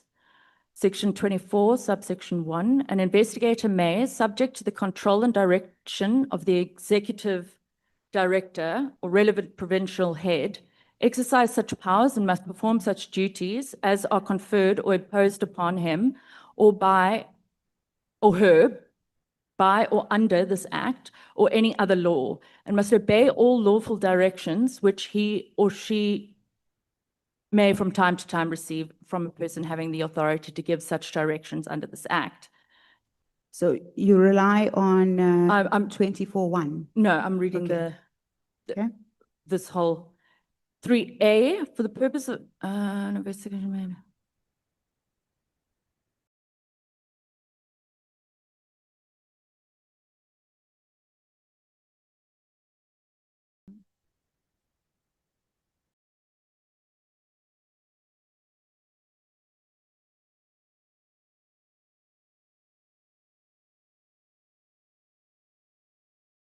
Yes, Ms. Trent, you can continue. Oh, You okay. were- 3A, for the purposes of conducting an investigation, an investigator may direct any person to submit an affidavit or a firm declaration or to appear before him or her to give evidence or to produce any document in that person's possession or under his or her control, which has a bearing on the matter being investigated and may question such person thereon.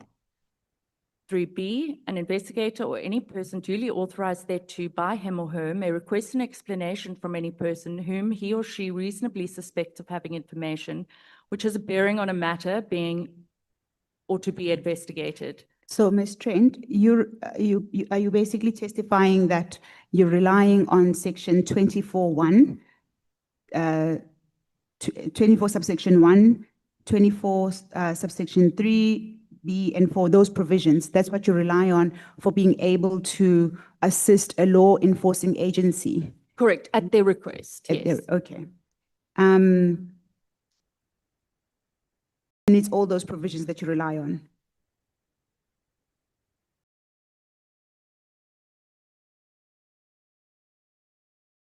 So, you can respond. Honorable James.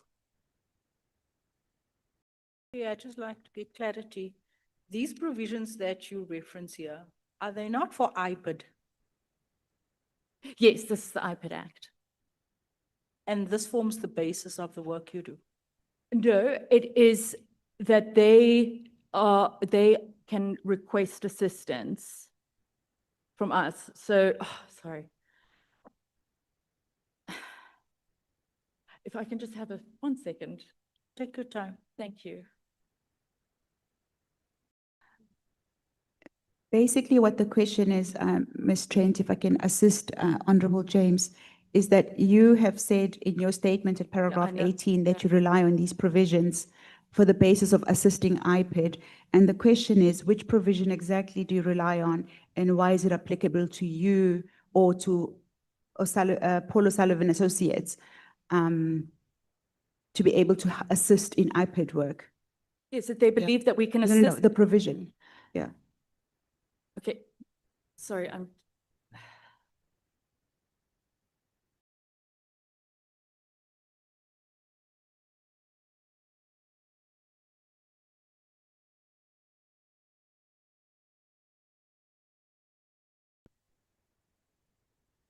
Take your time. So, Perhaps Honorable James, Chairperson, Honorable James has asked a question. Can we perhaps continue and then give the witness an opportunity once she's had a time to think about it? I'm fine with that, Chair. Let's move on. Thanks. No, Chair, we're not moving on, Chair. We're not moving on. She must point in this thing that she has attached here, where they say IPID can ask for assistance. She must go there. This was attached by her after reading it and after being a non-practicing attorney. She told us it's that. So she should know how you quote the law. She must go to where it helps her, because there is no such a thing here. So if I, Are you able to respond to the question? sorry, I'm unable to concentrate.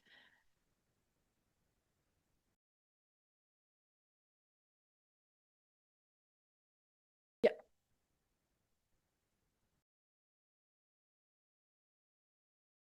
Are you perhaps at 3B of the provision?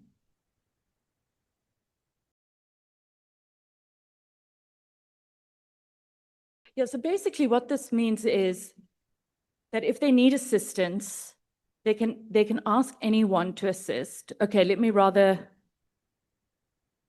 an investigator may request an explanation. Okay. Okay, at 3B, Ms. Trent, it reads that an investigator or any person duly authorized thereto by him or her may request an explanation from any person whom he or she reasonably suspects of having information which has a bearing on a matter being or to be investigated. Correct. Would you like to expand on that? No, I think that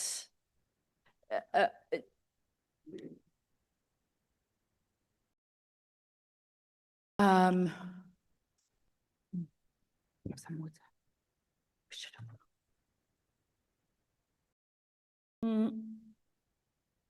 so basically, my understanding is that if they need assistance in something, they can ask for it lawfully, and they were allowed to do so, and there was no issue with that. Okay. Perhaps it will become apparent as we move on. We are now at paragraph 19. Just Okay. wait, the two honorable members there, Honorable James and Honorable Malema. Let me take Honorable Malema first. Now, I want us to agree with the witness that what she has quoted here is not helping what she's saying. She says they can ask for help legally and all of that. It's a matter we can debate. That's fine. But in terms of what she's quoting here, there is no such a thing. And she has to agree that this quotation is not saying what she's saying. But that legally they can ask for assistance, maybe the way Advocate Wallo is saying it, as we go along, it will come apparent that they can ask for such a thing.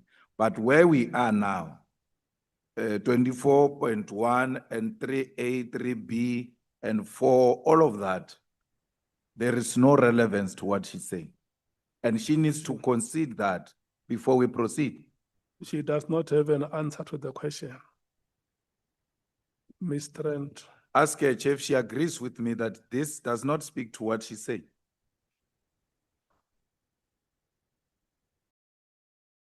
I disagree, but I think it would probably be up to you to decide at the end of the day. It wouldn't be for me to. Quote where it says what you are saying. Quote it here. Is the purpose of putting of cutting this thing and putting it in your affidavit was precisely to make reference to it. Refer to where it says what you are saying. What the honorable member is saying is that this committee is not dealing with facts, it's dealing with evidence. Yes, it is a fact that IPID may ask for assistance. But where is the evidence in law that provides for that fact or that substantiates? If you say you went to IPID because they have requested you to assist, the honorable members are saying IPID is a government institution regulated by law. There is national legislation that regulates the operations of IPID, including it as an organ of state. So where is the provision in national legislation? That's what they want to hear from you. If it is not on the document, but you know it is section 26, subsection 7, refer them to that provision.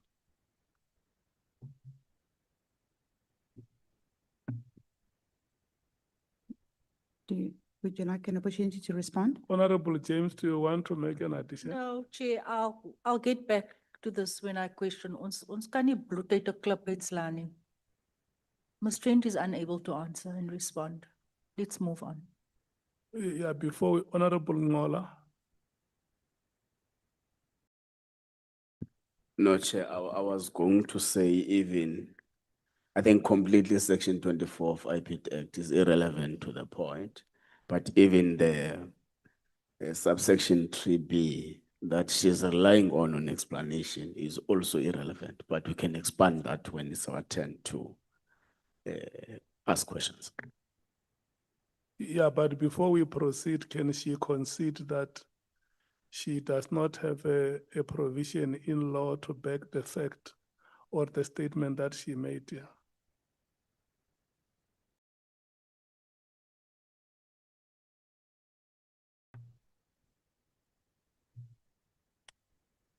Can you just repeat the question? The question is what the honorable members have asked here. Which provision in national legislation governing IPID are you relying on to substantiate your statement?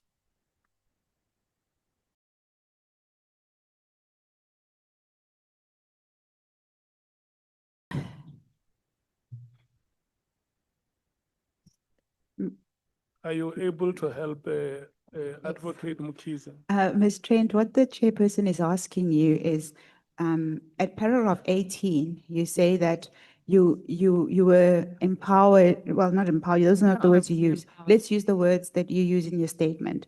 At paragraph 18 of your statement, you say you were satisfied. The third line,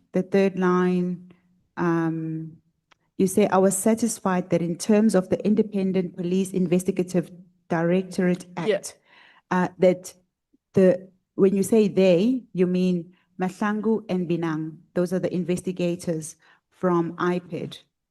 And you say they were entitled to receive assistance in their investigations and were entitled to provide this assistance they request. So my understanding of this paragraph, you can comment from this. My understanding of this paragraph is that you're saying once you met with Mr. Mahlangu, you satisfied yourself that you were able to assist with the work of investigations that they were doing as investigators at IPID. And for that, you rely on the provisions that you've pasted at page 9 of your affidavit.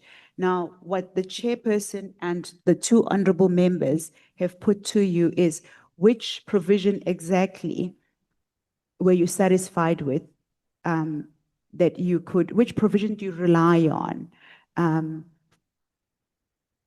for the basis of being able to do these investigations based on what you've pasted based on the provisions you've set out at page 9.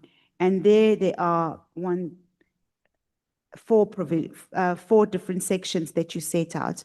Is there any specific one that you remember right now, or would you like to deal with that as we go along?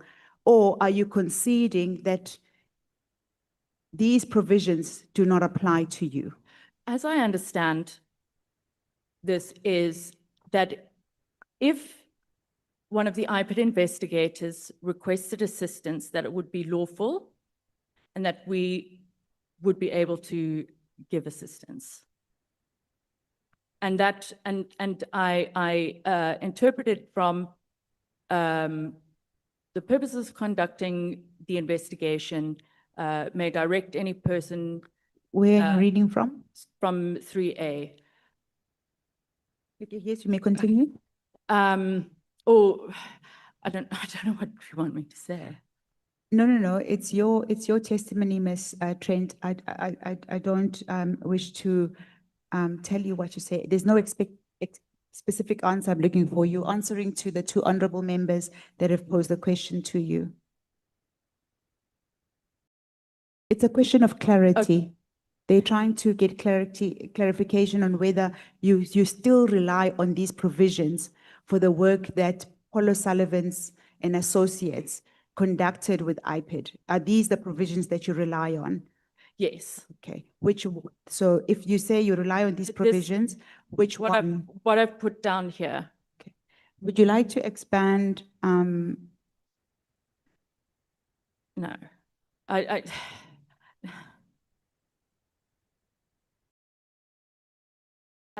can, I just need to please guide me. Chair, I'm asking a specific question. I'm saying to you, go straight where this act says that. It's very specific.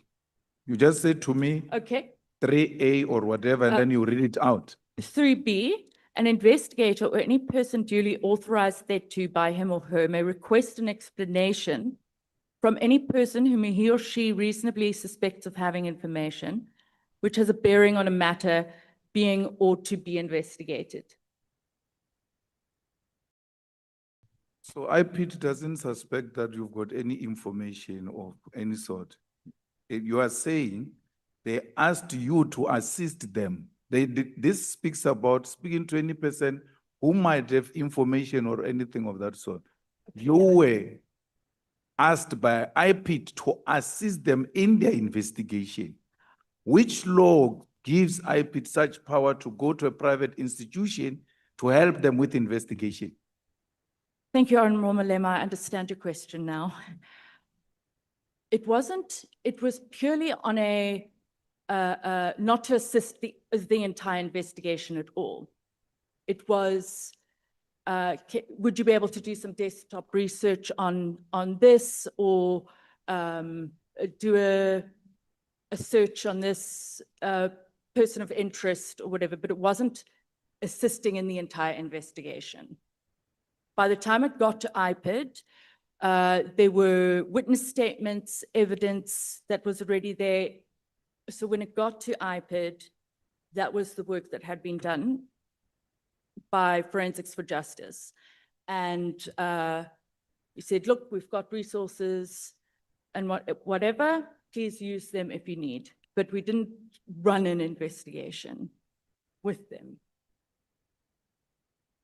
So you never assisted IPID with any investigation. They've never asked you to assist them with any investigation. No, they have.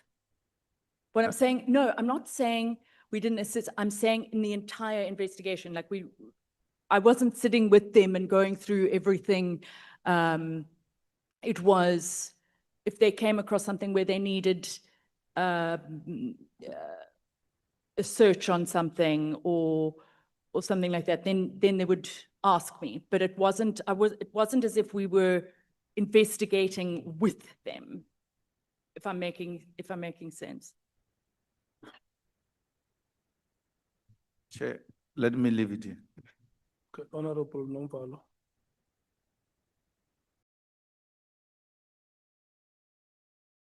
Yeah, no, thanks, Chair. No, Chair, I was going to say that maybe the witness is failing to adequately explain the kind of assistance that was requested from them, because I understand the frustration of honorable members that the Act, in particular, Section 24B, talks about an explanation that can be requested by an investigator to a person whom they believe to be in possession of a certain information.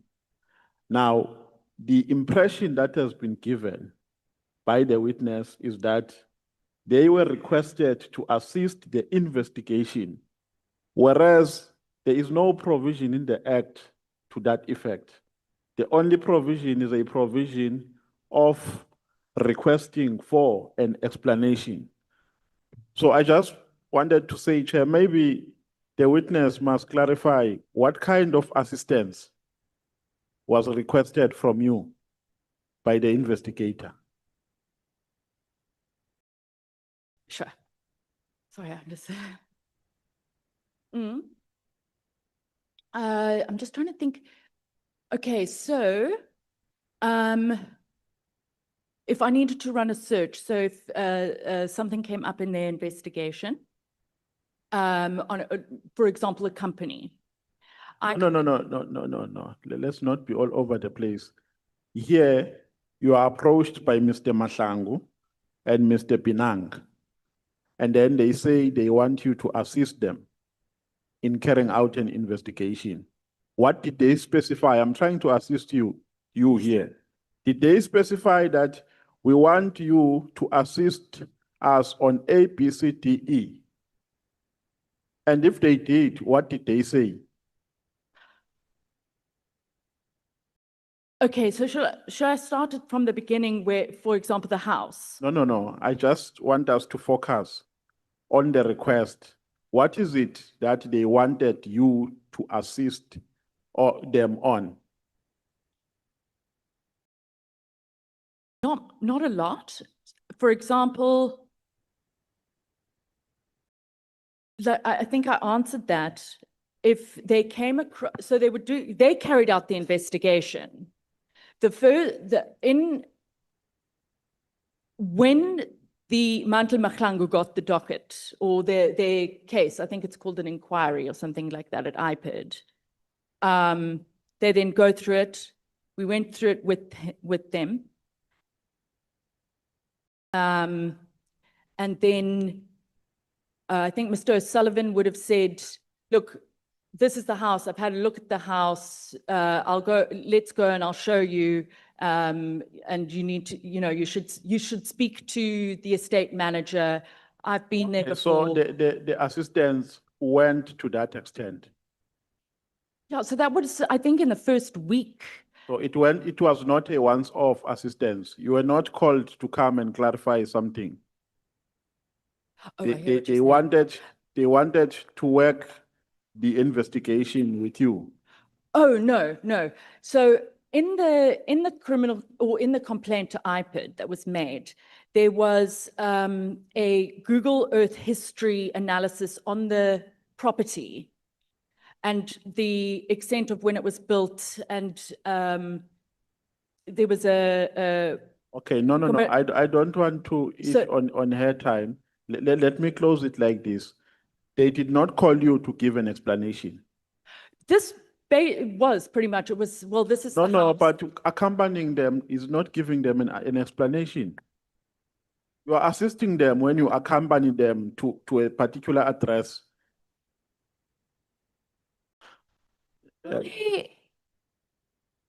I'm not sure I agree. It was... It's okay. I can continue this. No, Chair, just a second. I think I'm largely covered. There is nowhere in the Act where it talks about assistance. As you allege. Hence, Orum Nomvalo is expressly taking you to explanation, because the Act speaks about explanation, not assistance. But I think we must implore you to calm down. I'm worried that you are a bit nervous, and it makes it very difficult for us to get there. Chair, can we take at least 5 minutes a break to calm down? I'm worried that we would not be able to extract evidence from a witness this nervous. So if we can cool down a little bit, Chair. Thank you so much.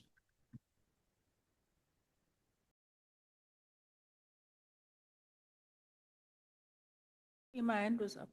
I second, Chair. Honorable James. Okay, I wanted to ask a question, but let's take a break. I think... No. Advocate Mkhize, can you do the work that Honorable Skhosana normally does? Thank you, Chair. I will accompany the witness. Yeah, thank you. If we can just stand down for 5 minutes. Okay.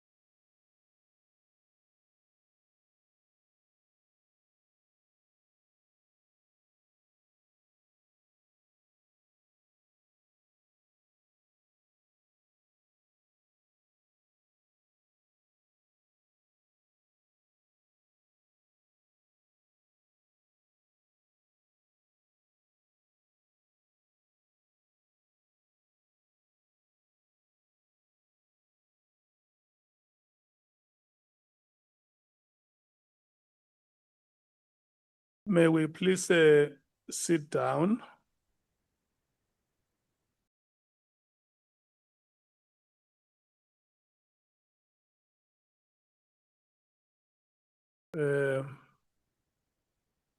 We are going to allow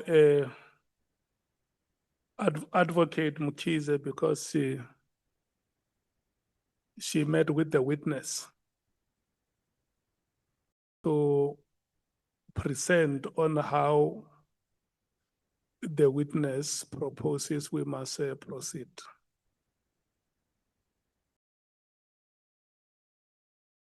Yes. Thank you, Chairperson. Committee members, the suggestion is that the witness perhaps takes her evidence in a themed manner. We received a statement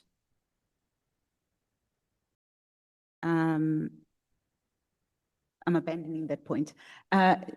We are proposing that she takes her evidence in a themed manner. So she will just tell a story.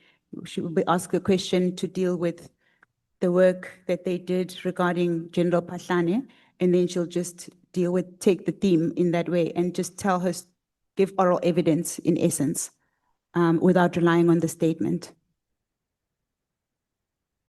And she will just tell a story and questions can be asked as she goes along.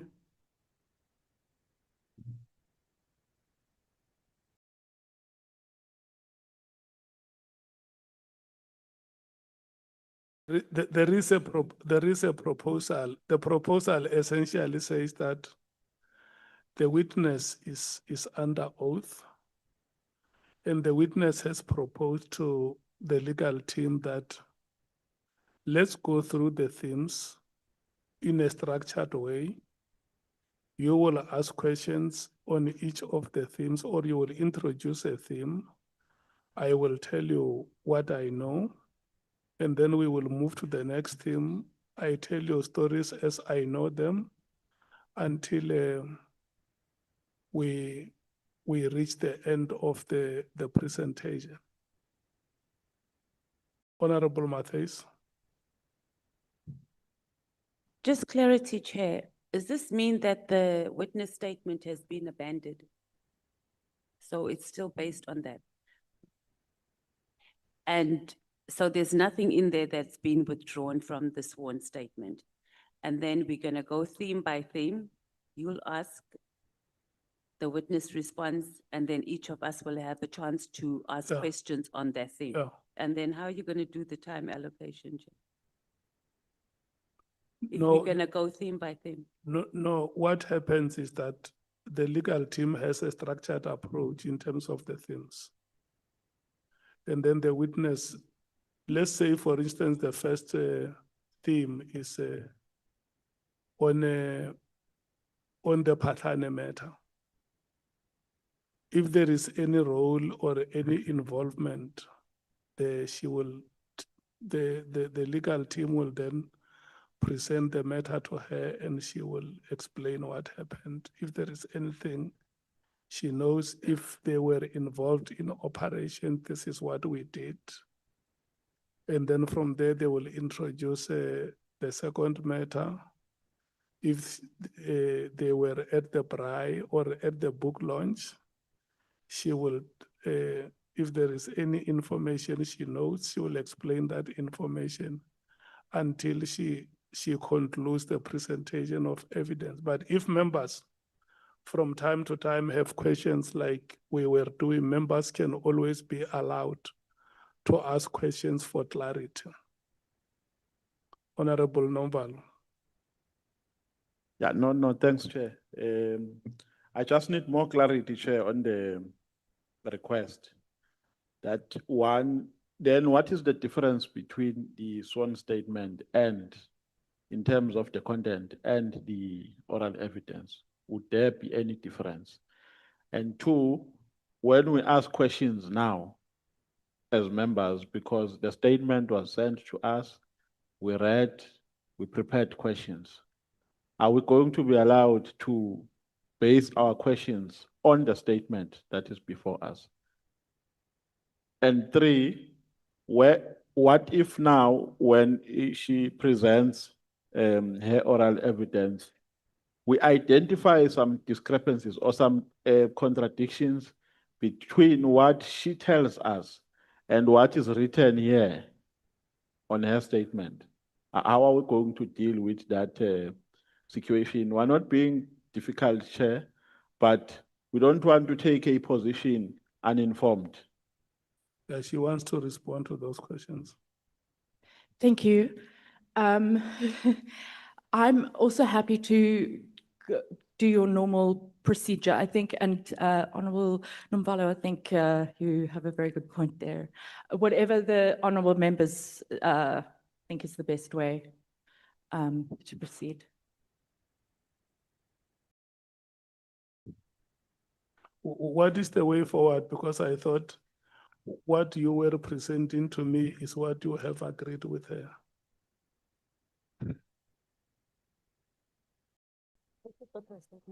Chairperson, let's take it again with the witness and continue with the statement. We'll just read in what she said in her statement, and where there's questions on each paragraph, we'll take it that way. Honorable Sangon. Thank you very much, Chair. And I've heard what the witness is saying, and I just want to maybe just pose a question. I've heard Advocate Mkhwanazi saying, let's go back that way. Ms. Trent, are you comfortable with that statement? Do you own that statement? I do. So all of the issues within that, you are fair with them, you are able to speak on them, because we struggled a bit at the beginning. Yes. So you're confident to go through it. Thank you, Chair. Maybe then that's the way we proceed. Honorable Shong. No, Chair. Thank you. Sister Sarah, this statement, how many times have you written the statement? How many times have I written The statement? statement, did you write and submit it once, or did you do a back and forth? Back and forth. Okay, When you say back and forth between like, who? did you submit it once and then you are comfortable with it, or you? So I consulted with Advocate Mkhwanazi, Yes. and she then started to draft the affidavit. She has accepted her assistance. Yes. And then a couple of nights ago, I received her draft, which I then worked on, and I've just been sort of going through, seeing what's relevant, what's not relevant, that would assist the committee members. So this is you. This is my statement. Yes, Completely you. completely my So statement. the proposal by chair, is it your proposal or the chair's proposal? Because it seems like there was a proposal and then you are not with the proposal, you are No. for the normal procedure that we normally do. Which is it? Whichever the honourable members would prefer to do it, I think. Would you prefer, if I'm a propose something different, that we keep quiet and you tell us everything, you confess, then we just let you go? Don't you think that would help you? I can do that, yeah. Hmm. I don't know. But are you gonna tell us everything though? I don't know. I'll tell you everything. You seem too nervous. You see, I don't know how to say this, but I'm worried that you might, when we start questioning you, you might not give us exactly what we want and you might be too emotional. So I think it will be best for you to just maybe tell the truth on what you know. Because our aim here is not to make fun or embarrass you, but it's to find the truth. You In might have fact, been. what you are suggesting is what the witness has offered to do. Yes, Chairperson, Say- Okay. my Say suggestion, Chairperson, is this. I think that it would be quite overwhelming for any person, including myself, to have to make a speech off the cuff. And my suggestion is that we continue with the statement of the witness. The witness did rely on that provision, but she may have been mistaken to rely on that provision. but we can proceed to talk into the matters as to why we are here, which speak into the terms of reference. And she will answer the questions that honorable members have as we go along. But I think that it may be helpful to, maybe even for me to deviate from the planned questions and just for the witness to speak into her statement. She can read it in. What do you suggest, Advocate? To use the statement as a guide for the witness, and she can read her paragraph into the statement, into the record, and we can then field questions that way. Yeah. Before I take the honorable members, let's hear what does she want us to do. Miss Sarah-Jane Trent. I'm happy to go through the statement. Okay. Honorable Malema, Honorable Tlhopha. No, Chair. Honorable Nombalo made some remarks, and then the witness went back to being emotional. And I've seen some pattern every time we speak. When we expect the witness to speak, the advocate comes in between us and the witness. Unlike the other advocates where they wait and ask you if they can come back after we had asked questions or made comments. So she comes in between.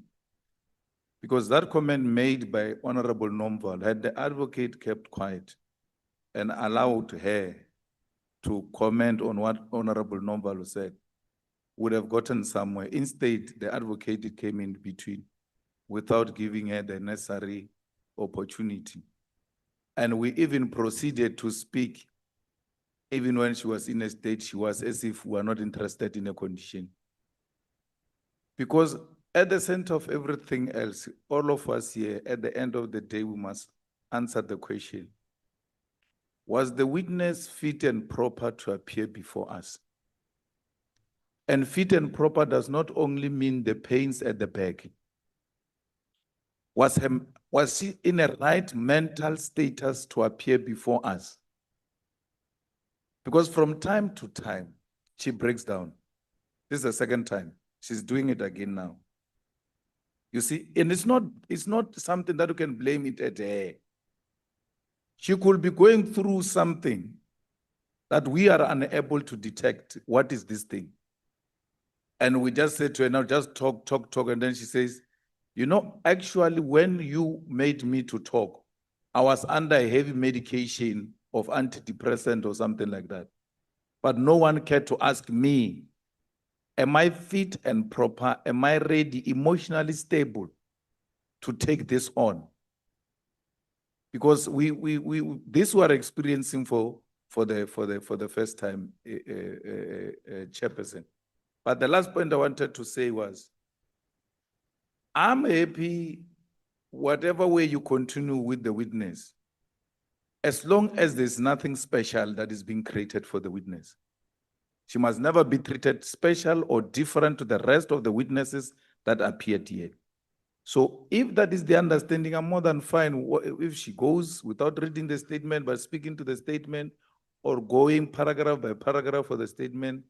Whatever the issues might be, we'll get to the bottom of the truth of what she knows. So we are in your hands, Chair. Honorable Tlhopha.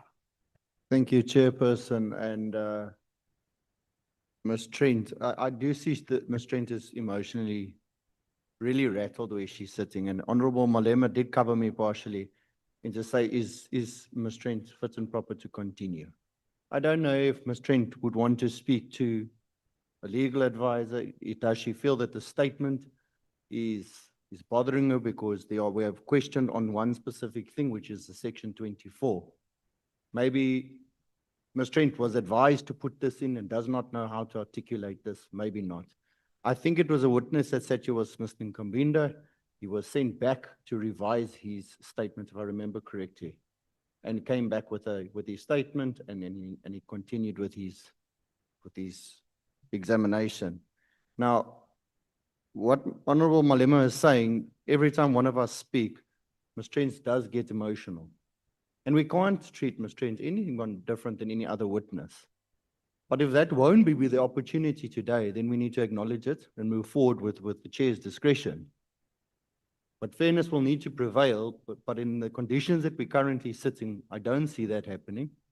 And even if the testimony goes through to the end, when we do start with questioning, and Chair, you know how the questioning goes, what will be the outcomes then? Thank you, Chair. Honorable Sols. Chair, firstly, we've always maintained that we've got to be fair. I think it would be wrong for Ms. Trent to now just read her statement without being questioned or led, because all witnesses, whether they were here with back pains, broken shoulders, in pain, they had to be led. Procedurally, Ms. Trent, you must be led, not read through your statement. Number two, we don't know the reason why you're emotional. But if your statement here is true, and what we've read in Mr. Paulo Sullivan's statement is true, then you've been fighting serious criminals. You've been facing dangerous situations. Yes? Which means you have the capacity to deal with pressure. And perhaps you are pressured now, but I would want to believe that you know how to compose yourself. So, compose yourself. You will get through this. I can only give you what I always give as an antidote. It's a scripture that says, look at me. Look at me, Trent. Miss Trent, look at me. Don't worry about them laughing. Look at me. It helps me. I'm a nervous wreck. That's why I sit here with this thing. It gives me courage. I don't take it lightly. People laugh at me, it's fine. The scripture says, the truth shall set you free. Forget about the gymnastics, being cornered and all that. Calm down, speak the truth. And like now, if you are not sure about that answer, simply speak the truth and say, I'm not sure about that. Move on. But from me, you are a crime fighter, corruption fighter. I'm not going to believe that you cannot go through this process. You understand? All right. Honorable Skhosana. Thank you, Chair. Good afternoon, good evening, Ms. Trent. Good evening, Honorable Skhosana. I'm not sure whether the question, but I think my question you must not misinterpret it. Sometimes people will be saying we are too harsh. We are not harsh. I want to ask you a simple question. For this purpose, before honorable members here, are you fit and proper for you to be able to go through this submission which you gave us? Do you mean fit and proper sort of psychologically? In whatever way, you know, for you to be, because if you keep on breaking, it's going to be very, very, very, very, very difficult, because we have not started asking you anything. Yeah, I thought I was.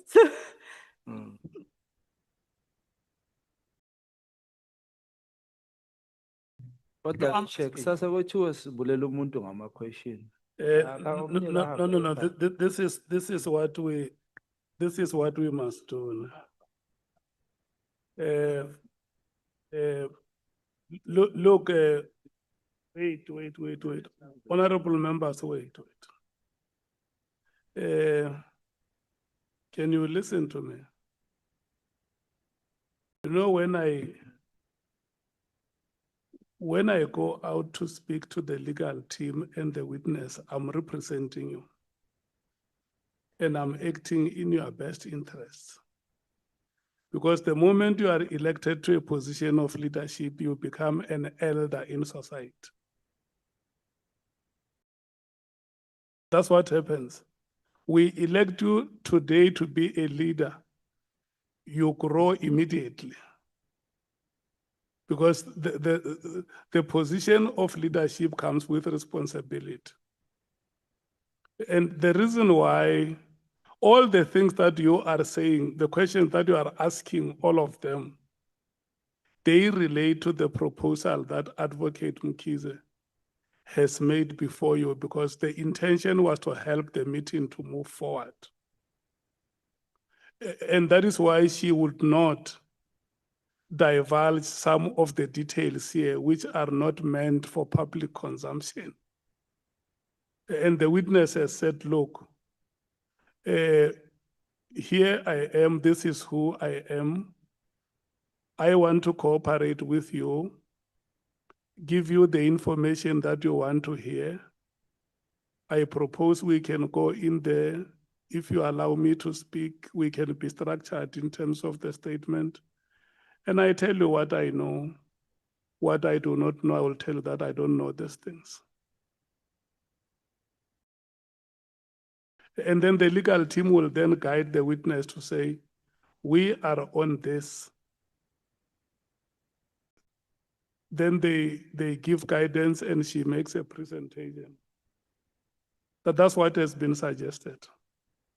But I can tell you, we can't in public ask a person questions like, are you sure about yourself? Who are you? I don't think we can do that. And we can't even expect anybody to respond to such questions in public. We can't. We need to have emotional intelligence.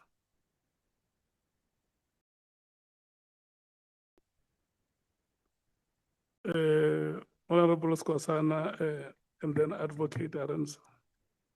Chair, I think, I'm not sure if members will become comfortable. Perhaps the evidence leader must start questioning and we don't ask anything until the evidence leader is finished. Maybe clarity, we will get it at a later stage. I'm not sure, but I think my proposal will be that one.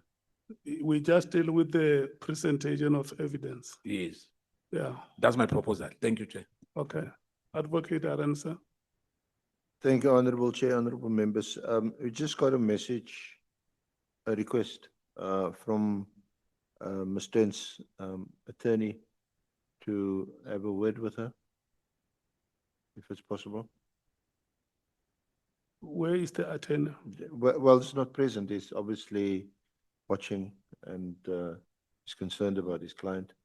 I've got no idea what he wants to talk to her about. No, that attorney. But it may assist. That attorney does not have a locus standi here. You know our terms of reference. When we are here, we speak with the witness. It's us who said that an attorney cannot speak in our meetings. If we are going to have a request from an attorney, that is going to be problematic. What we can do, we try and move. If there is a requirement for a break, she can request a break. Yeah, but we can't present a matter of the attorney in our proceedings. The only person who matters here is our witness. I'm going to try the suggestion that Honorable Skhosana has made and see how far we can go. Advocate Mkhize, let's continue. Thank you, Chair.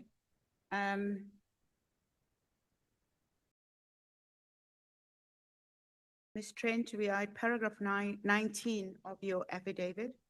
Okay. At paragraph 19, you say that you accompanied IPID investigators to Sable Hills. Please describe the circumstances of that visit. Paul and I drove in, Mr. O'Sullivan and I drove in Mr. O'Sullivan's car to outside the Sable Hills estate, where we met with the late Lt Gen Mkhwanazi.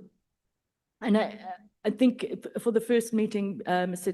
Timani Bimnang was there, as far as I recall. And they were in a vehicle with only 2 seats. So it wasn't like a 4-seater it was just 2 seats. And then Paul said to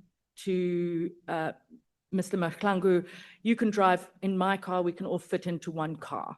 What car, so you, Paul, and the 2 investigators Correct. traveled in Mr. O'Sullivan's Miss- car. from where?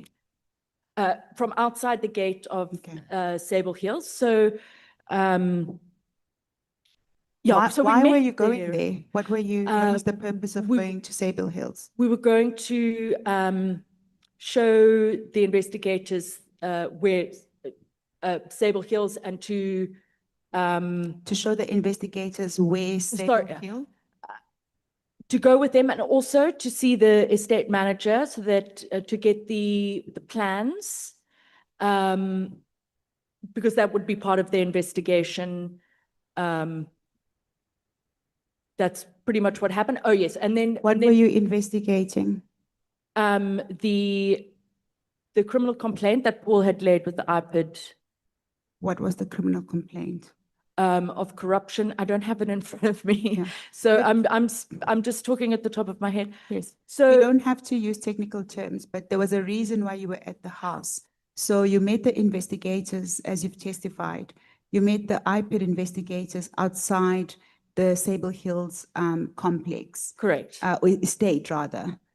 And the 2 investigators got into Paul's car. Right. And you were going to enter Sable Hills. What was the reason for that? So we didn't go in 2 cars. No. What was the reason for entering Sable Hills? Why were you there? To go and see the estate manager and to point out the Mr. Phatlane house, which was part of the investigation in that it showed that he had built a house so there was a lifestyle audit and a house that was built, and there was an analysis of that in the complaint. So, and that was the subject of one of the subjects of where the alleged funds or corrupt funds had gone into was the building of the house. So that was why we were there.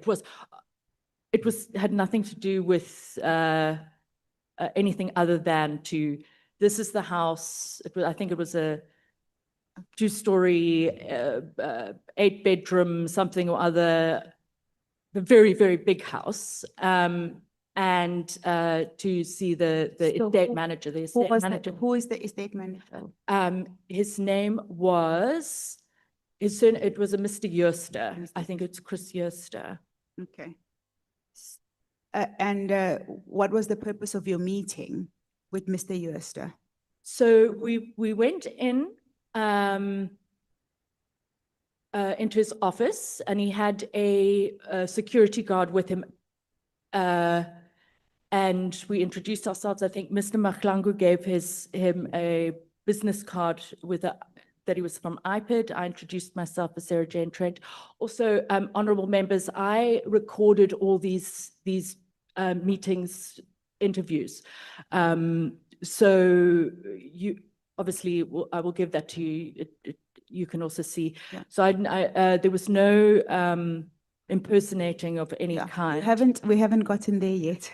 My question, I just would like to know if you can tell the committee members what was the purpose of your visit? Why were you seeing the estate manager where General Phatlane lives? Because the house, the property, was the subject of where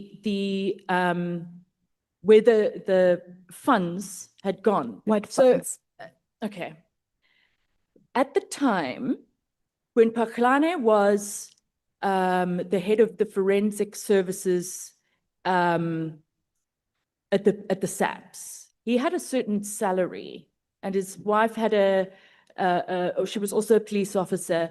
So their joint income would have been a certain amount of money. And during that time, you can see that this house had been built that exceeded that, that income. Now this investigation came. How did you come to know that his house exceeded his income? Were you aware of how much he earns a month, and his wife as well? So his position as a SAPS officer, I think you all would have done this. So you could Google it or phone someone up and say, well, what is someone of this, a general. So it wasn't looking at anyone's bank statements or anything like that. And that is for. And what was the value of the house that he had built? I don't know. I don't know what the value of the house was. Okay. Paul did that, his own analysis in that, but I can't give a valuation on that. Okay. It's just wait. So the purpose of the meeting was to discuss what with Mr. Jooste?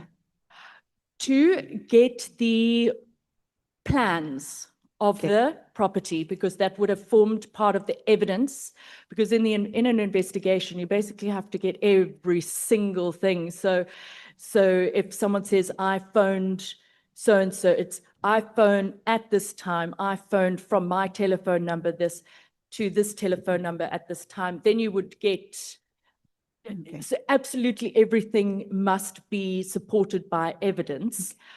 And that was one of the things, because the house was a subject of the investigation. And that was the purpose of going there. As far Did you as I can only remember. meet with Mr. Jooste? Was there anybody else that you met? At Sable Hills? Yes. Yes, he did have a PA. I can't remember her surname, but I know it was Antoinette.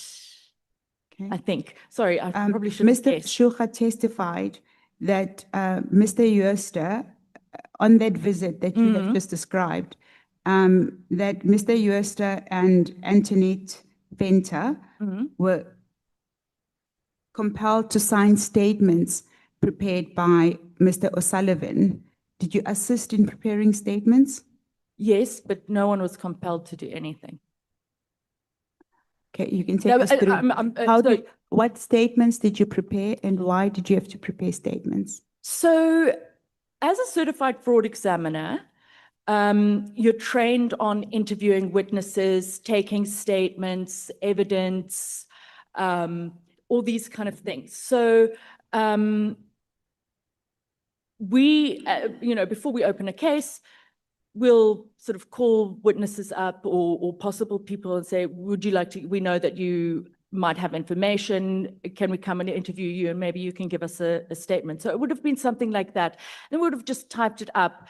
And as far as I remember, Mr. O'Sullivan emailed it to him and said, look, it's your statement, you can remove anything or whatever, but there was no compelling of anything. Yes, no. I just wanted to know for the committee to understand what the reason for the visit was.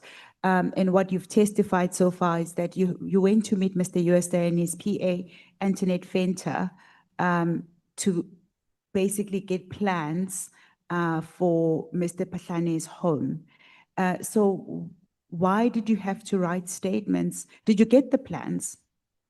I believe so. Okay. So what were the statements? I don't remember what the statements were. It would have been, oh yes, okay. So the first one, I can't remember. It would have been evidencing whatever, but I remember the second time we went there was on the 11th.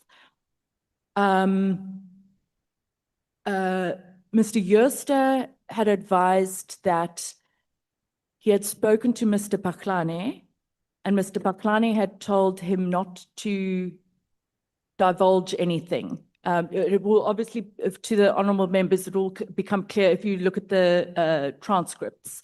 You will see exactly what was said. And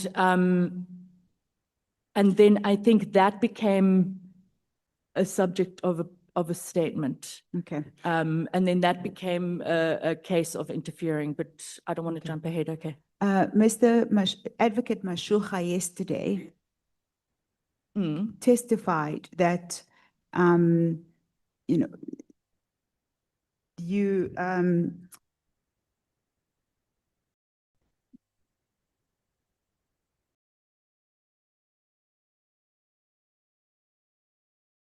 you sent a message saying, hi, Chris, please send your full name and ID number as appears on the ID for subpoenas.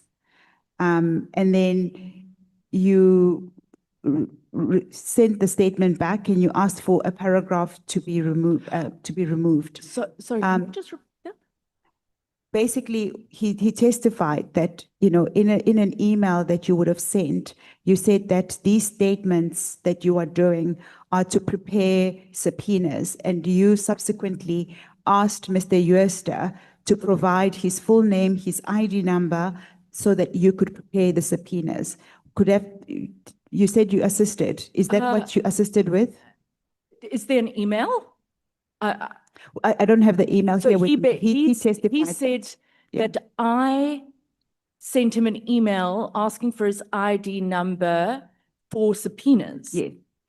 The question I'm asking is, the statements that you were preparing, were those in preparation for subpoenas, or were those just, what were the statements for? I cannot, on Chris Uester. Yes. Cannot imagine it being for a subpoena. Okay. Oh, you know,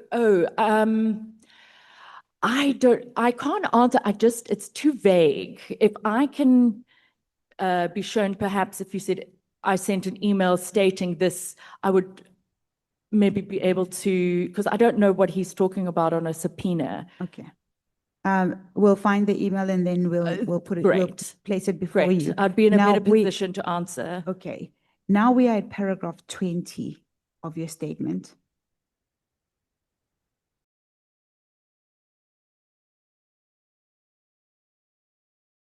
At paragraph 20, you say that on January 3, in 2017, a case of fraud and impersonating IPID investigators was opened against you.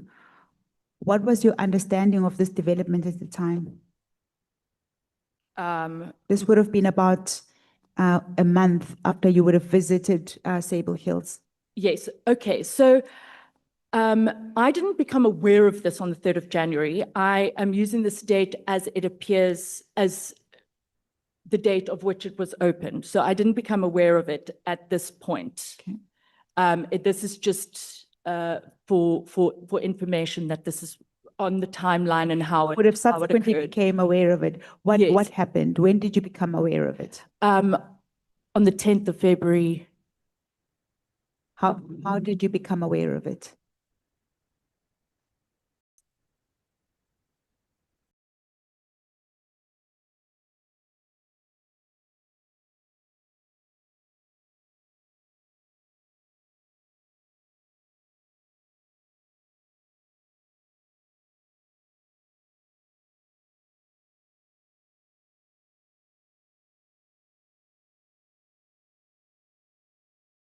You had just mentioned.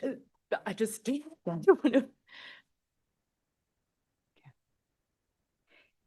You had just mentioned that 2017. that on the 10th of February 2017,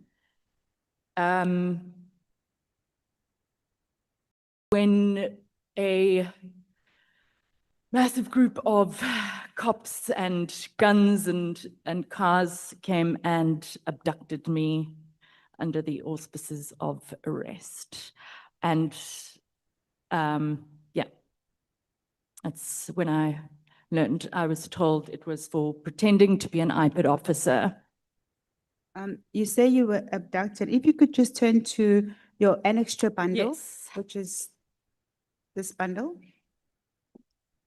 Annexure ST7.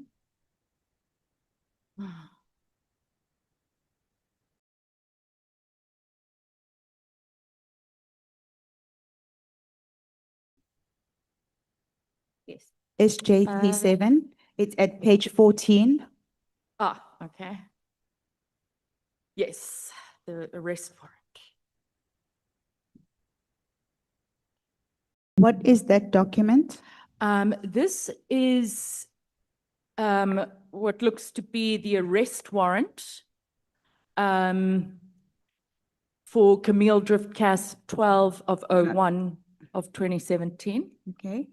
And in the middle of the section, it says that application is hereby made in the issue of warrant of arrest of, whose name is there? Sarah-Jane Trent, You can read what's below. on a charge of IPID Act 2011, Section 33(5), pretend to be IPID investigator, fraud. Okay. At the bottom of the page is a stamp, and it is dated the 8th of February 2017. Correct. And it is also signed at the section where there is where it's labeled magistrate. Correct. So you mentioned that you were abducted. Oh, yes. Okay. Or, yeah. Yes.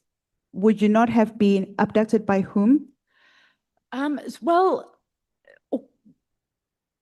if we carry on going through it's a very long story, and I think I don't Just want to the jump name. around. Just the name. By whom, you mean? Yes, by Okay, whom? so I didn't hear. Yes. I don't know.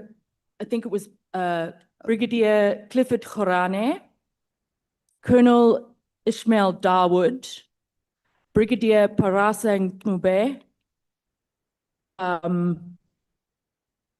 and Yanentebu Mabula. Okay. And others that I don't know. So they would have arrived on the 10th. You're going to tell the events, how they unfolded, but they would have arrived on the 10th of February to arrest you, but you used the word abduct, and I've just sent you, if you can give me a moment, I've just sent you to SJT 7 at page 14, which is a warrant of arrest. Yes. Signed by a magistrate, stamped and dated 8 February 2017.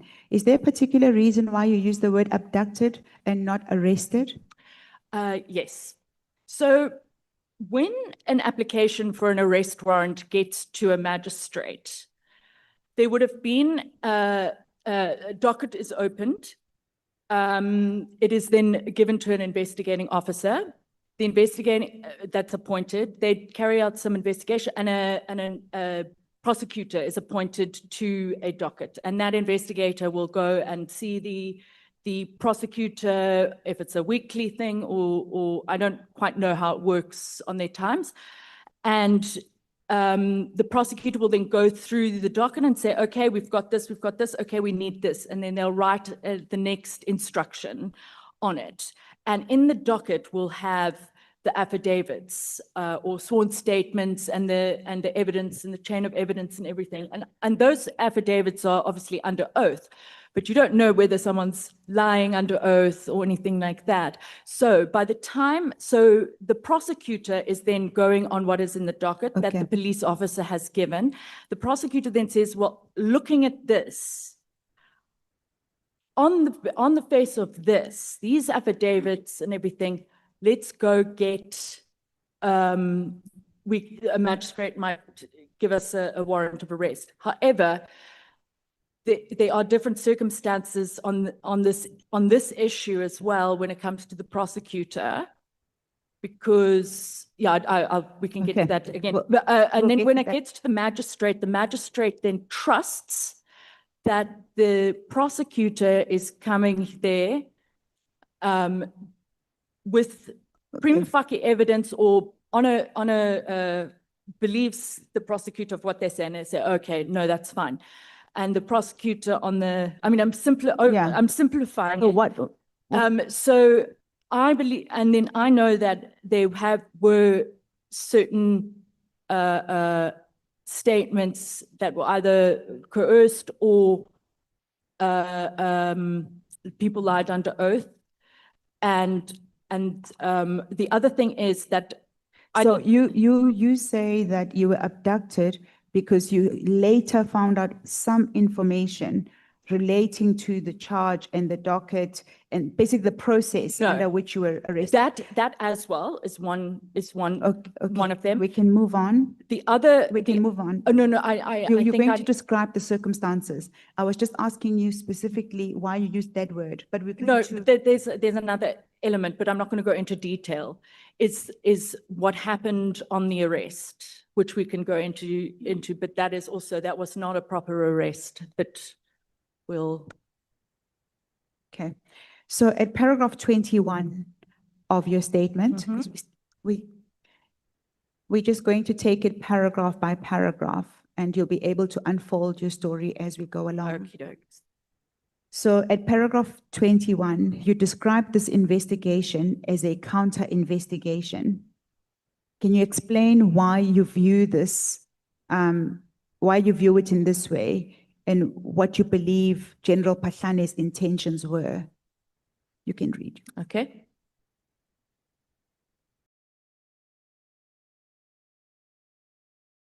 The investigation was effectively a counter-investigation to the corruption allegation against Phatlane and only concerned itself with the manner in which IPID was conducting its investigations. It was clear to me that Phatlane was abusing his authority as acting commissioner of police to protect himself from investigation and reduce the credibility of IPID witnesses by requiring them to make additional, possibly conflicting affidavits. The question is, can you explain why you view this as a counter investigation? So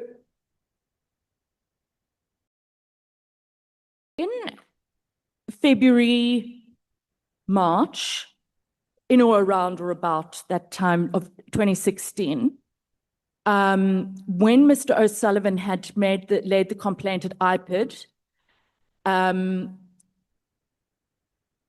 nothing had been done. But what we came to find later was that the then acting head of IPID at the time, Mr.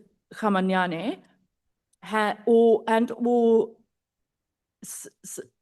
I'm so sorry if I can't remember something, had informed Mr. Phatlane that there was an investigation and a complaint made by Mr. O'Sullivan, Mr. Paul O'Sullivan. And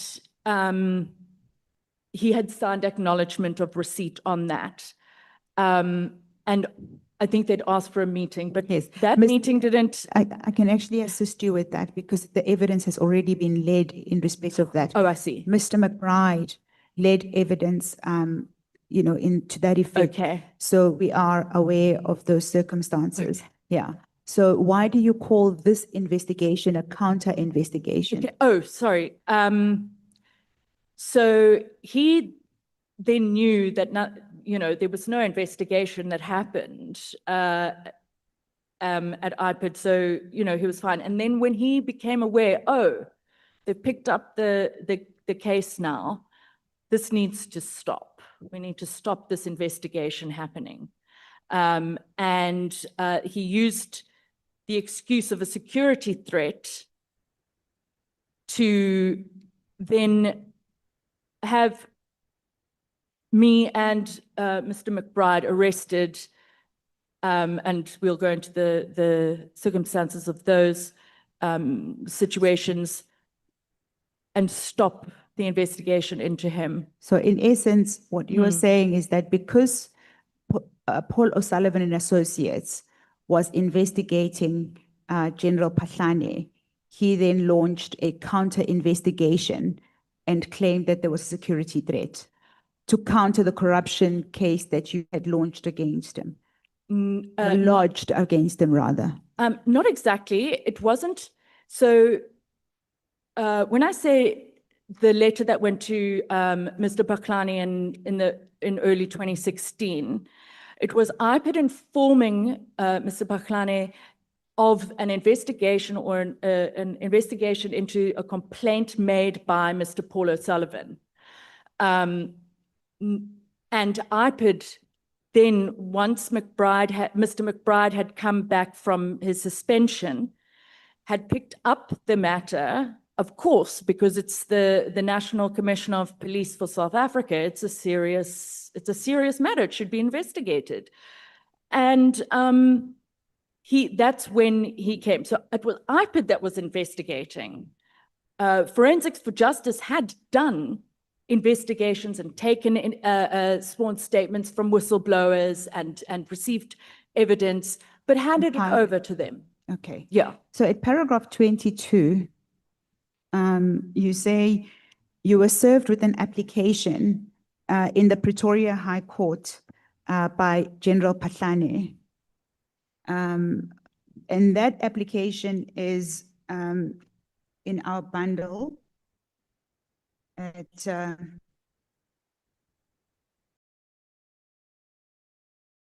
page 8. At page 8, and it is annexure SJT6. Is that the application that you are talking about that was served on you? Yes. Okay. And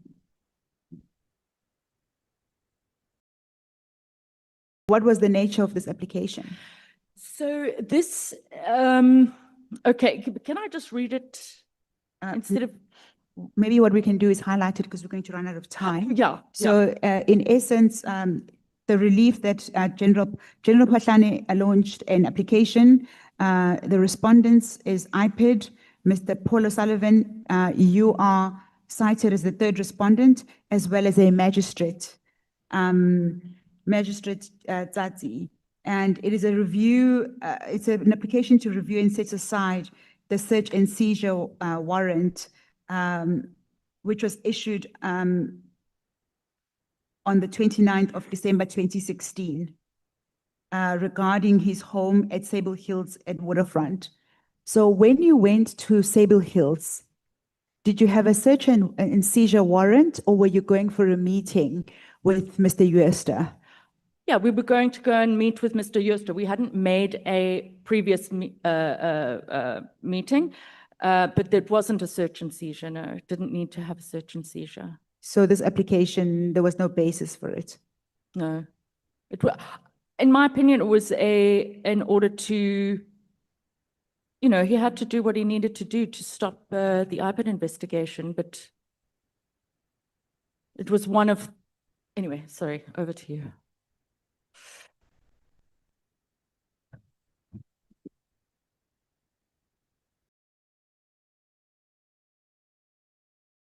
Okay. So you don't really know what the nature of what the purpose of the application was. You say it was just, it was designed to distract, but you did not have a search and seizure warrant. Oh, sorry. The IPID did have a search and seizure warrant at some point, but as it refers to me. What was testified is that you also went to Mr. Phatlane's home to identify a music system that had been fitted in his home. You were not party to that? No. Okay. Were there any other investigators within Forensics for Justice or Paul O'Sullivan and associates that accompanied you and Mr. O'Sullivan, or was it always just the two of you? It was just the two of us. Okay. Did the entity have other forensic investigators besides the two of you? No. At that time, it was myself and Mr. O'Sullivan, and then obviously support staff, but it was... So yeah, all the work that was us. conducted, the investigations, you would have all knowledge of all those investigations? Yes, unless Paul was carrying out something that he didn't need my assistance on. Okay. Now we are at paragraph 23. On Wednesday, on the 8th of February 2017, you say that a warrant of arrest was issued against you. You state that you believe it was fraudulently obtained. I think we've covered that. Okay. And the reason why you say it was fraudulently obtained, just for the purposes of the committee, is that a proper investigation had not been conducted. Correct. And Okay, we can move to the okay, next thank paragraph. you. Please do interrupt me. At paragraph 24, please describe in detail the events of your arrest on the 10th of February 2017 and how you were effectively kidnapped. That should cover paragraph 24, 25, 26, and 27. Okay, so you want me to read this or to You can speak? You can Is it- read your statement or Okay, speak to it or elaborate.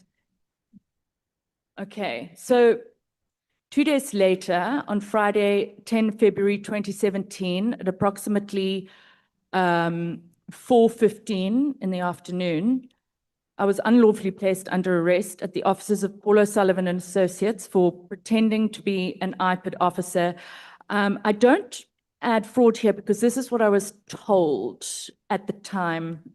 It is my view that I was effectively kidnapped owing to the circumstances of the incident.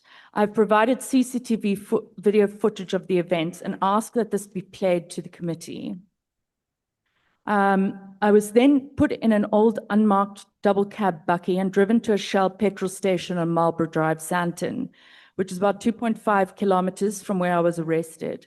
I was not taken directly to a police station, and the arresting officer did not have possession of my cell phone. When I arrived at the petrol station, I had not yet been handcuffed. Colonel Ishmael Dawood told the police officer to cuff me. The police officer then unlawfully tied a cable tie around my wrists, but she did not have handcuffs. Approximately 1 hour and 40 minutes after I was abducted, Khurane, Ncube, and others unlawfully took me back to my office to steal my phone. I asked to see my warrant of arrest, and if not, that I wanted to call an attorney when we were still at the petrol station. They refused. And again, at the office, sorry, I've repeated something here. They aggressively refused to give or show me the arrest warrant. In fact, they pointed at me. It was not a nice experience. They did not produce any order allowing them to force me to open the gate to Paulo Sullivan and Associates, to open my car, to search my car, or to remove anything from my car. I opened the garage door to the property as demanded by them, but one of the Mabula team accomplices, Lucia, I only know her as Lucia, opened my car and stole my cell phone. The phone was not placed in an evidence bag. The phone was not seized when I was arrested, as has been falsely claimed. The search and seizure of my phone took place 1 hour and 40 minutes after my arrest, with no search and seizure warrant and refusal to see my arrest warrant when I asked to see it. I was then taken back to the petrol station where we remained for a long time, with no explanation as to why I was forced to wait there. I then heard Khurane instruct the driver of the vehicle I was in to take me to Camille Drift police station. I was scared, as I knew that my legal representation would be at a Cullinan police station to meet me there, as I had been advised that that was where I was being taken. But instead, I was driven to Camille Drift police station, where a whole process of abuse of my constitutional rights continued. At approximately 6:20 p.m., 2 hours after my arrest, I was driven to the Camille Drift police station at times at a speed of 160 kilometers per hour on a freeway. I know this because I could see the speedometer. The driver had an R5 rifle across his chest and ate popcorn while driving. I was afraid we could crash at any moment due to the reckless conduct of the driver. When I arrived at the Camille Drift police station, not the Cullinan police station, one of the duty officers asked Khurane, "Is this Trent? People are looking for her." And I desperately, and I said, "Yes, I am. Please call them back and tell them that I am here." Khurane aggressively and unlawfully told the police officer not to call anyone, even pointing his finger at her. At approximately 7:15 p.m., I signed the constitutional rights form at the Camille Drift police station. One of the officers that had accompanied the arresting entourage wrote the time on the form as 6 p.m., when it was actually 7:15 p.m. I then crossed out 6 p.m. and wrote the correct time on the form. I believe this was done deliberately to hide the fact that they had hidden me after abducting me for longer than they actually did. In fact, I said as much to the officer. I was then locked up in a little cell in the reception area of the station. While still in the charge office, before I was detained in cells, a Colonel Mike Sales arrived at the police station and took possession of my cell phone from the arresting officers. My cell phone was by then in an evidence bag, which had been placed in SAM when we arrived at the police station. Khurane filled in the form list of seized items, and under seal bag number, but Khurane did not fill in the seal bag number. He filled in the IMEI number, I'm not going to read out that whole, of my cell phone. This amounts to a break in the chain of evidence. An extract of Khurane's statements dates her cell phone, iPhone 6S with IMEI number was handed in as an exhibit as per SAP 1340/49/2017 and sealed in evidence bag number. And I attach a copy of this statement and the list of seized items is Annexure SJT8 and Annexure SJT9 respectively. Thank you, Ms. Trent. If I could ask you to then turn to page 15 of the bundle.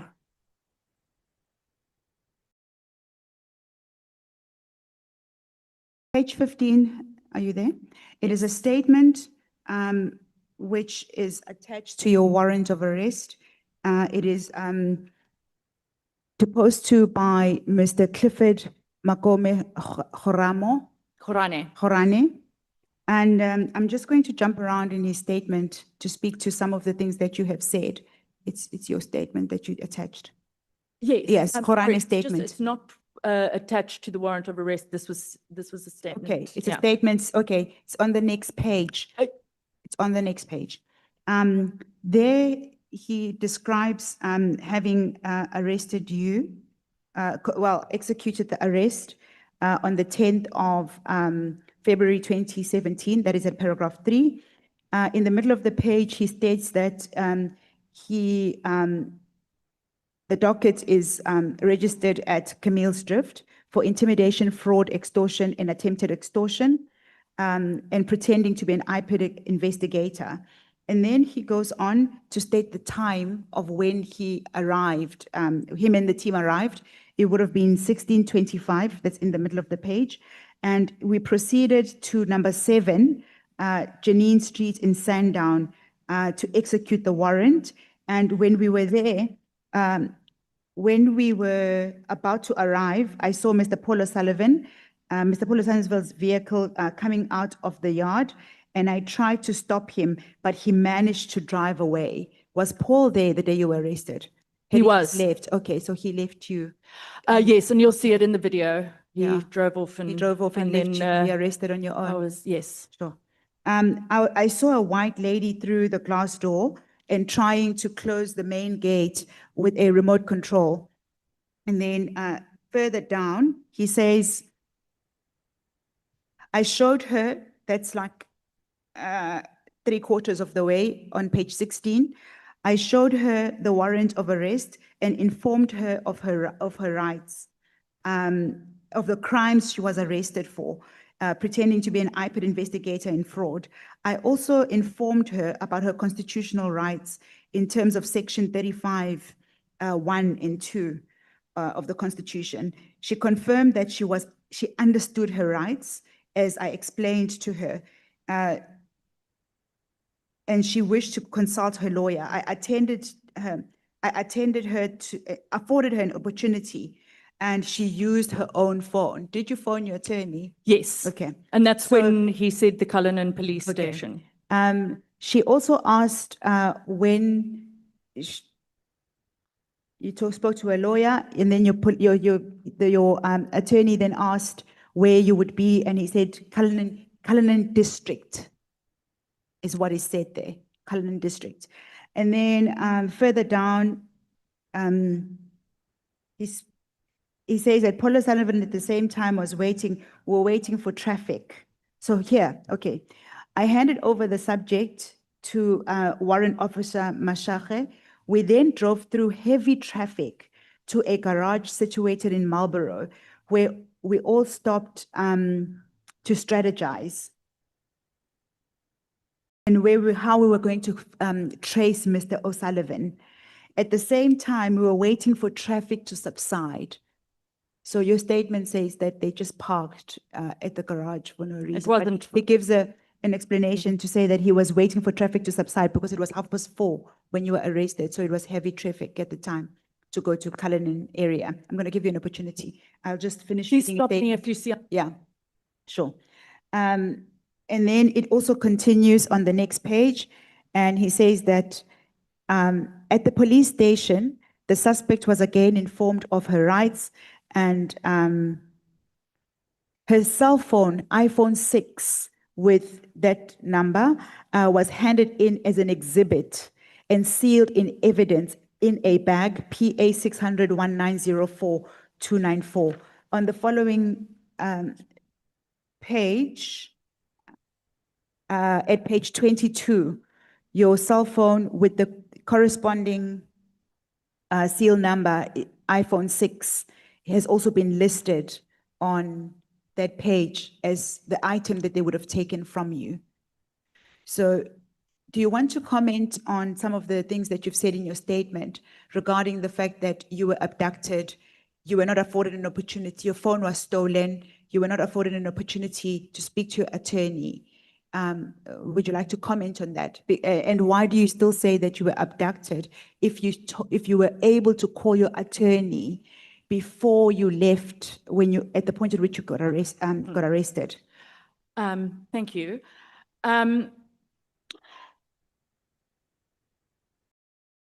Firstly, gosh,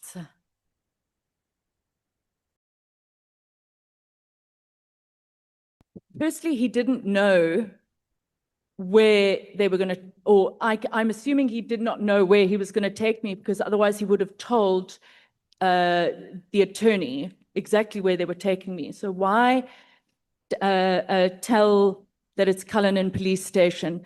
Because they only found, I'm going to digress slightly. Yeah. They found me at 10 p.m. because when I was in that holding cell, I heard the receptionist lady, sorry, who? Monica, and I screamed. Okay, you can just maybe breathe for now and take it a moment. But what I was going to put to you that you can sort of think about.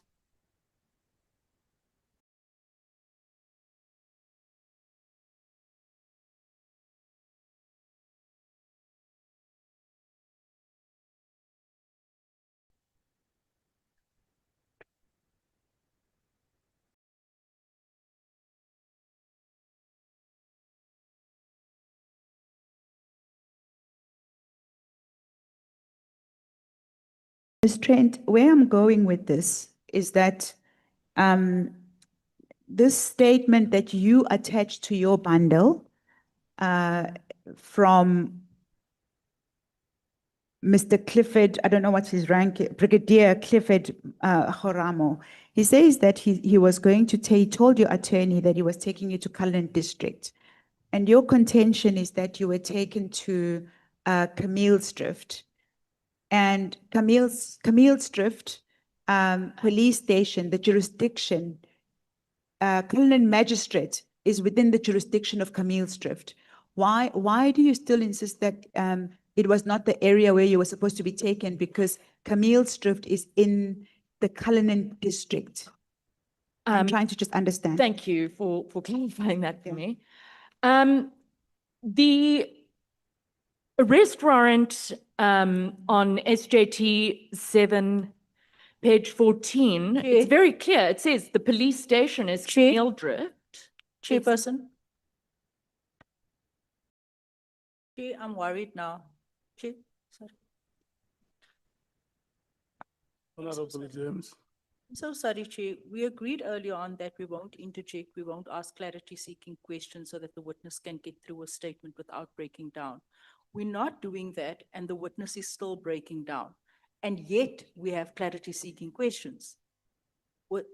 So what are we going to do now? Because we're not asking questions, and the witness is crying and breaking down, and we're suppressing ourselves when it comes to certain paragraphs here that's really questionable, where we need clarity on, restraining ourselves, because really there are certain things I'm feeling pressed now to ask clarity-seeking questions.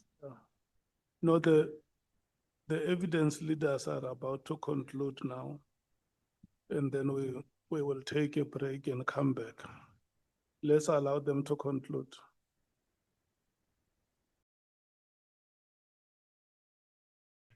Ms. Trent, I'd asked a question. Oh, yes. So, Camille Drift Police Station, yes, is in the Cullinan district.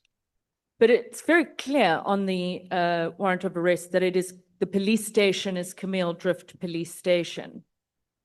So he could have told the attorney, but and that is Perhaps the question is while we are there, so that we finalize this and just put it to bed. The brigadier says that I'm taking the witness, the detained person to, I'm taking Ms. Trent to Cullinan district.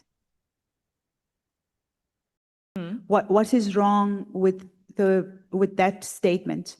That's incorrect. It was Cullinan Police Station. So were you at Camille Drift Police Station in the Cullinan district? Yes. Yes. But not the Cullinan Police Station. Yes, there's no Cullinan Police Station. Which my attorney and everybody that was looking for me later found out. Yes, but he says the Cullinan That's what he district. says in his statement. It's not what he said. I say this because this is your evidence. So I'm not trying to like press you too hard. This is your evidence. This is the statement that you wanted to rely on. Yes. And this statement says something different to what you have said in your statement. And I'm just trying to get clarity on why then did you rely on this statement by Brigadier Mkhwanazi that says that he was going to take you to the Cullinan district, which is what he did.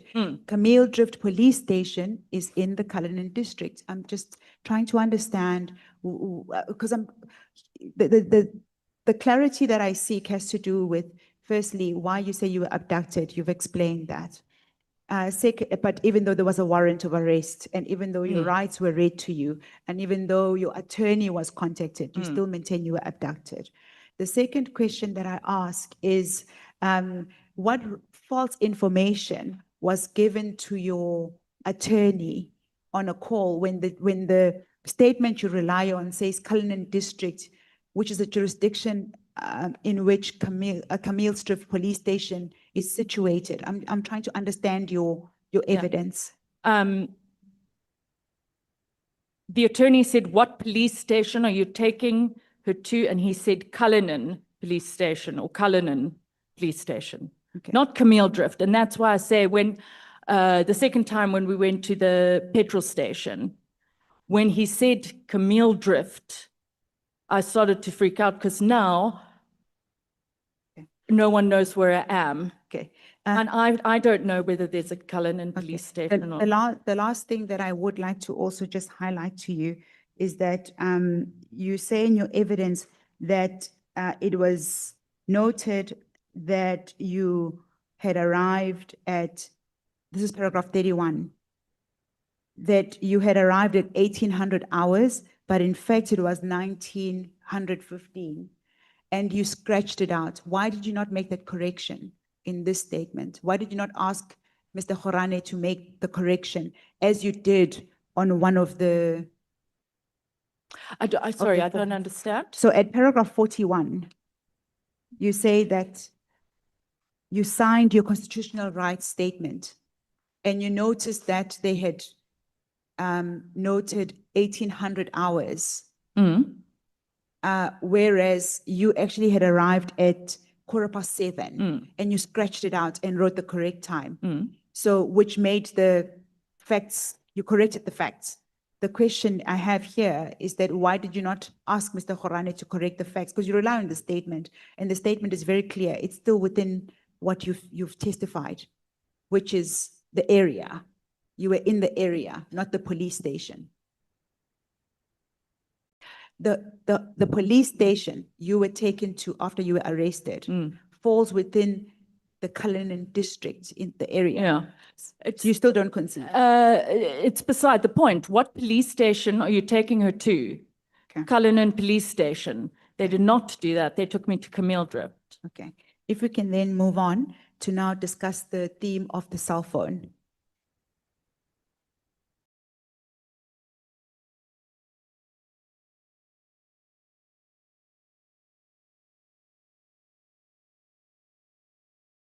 At paragraph 34, 33, 34, and 35 deal with the cell phone.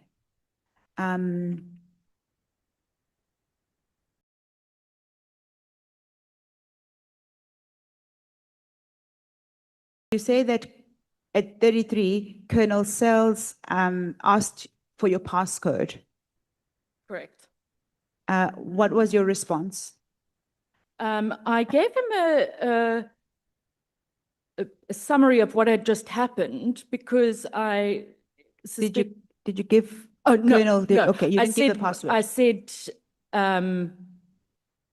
asked him if I would be defeating the ends of justice if I did not. He couldn't answer me. He just went like this.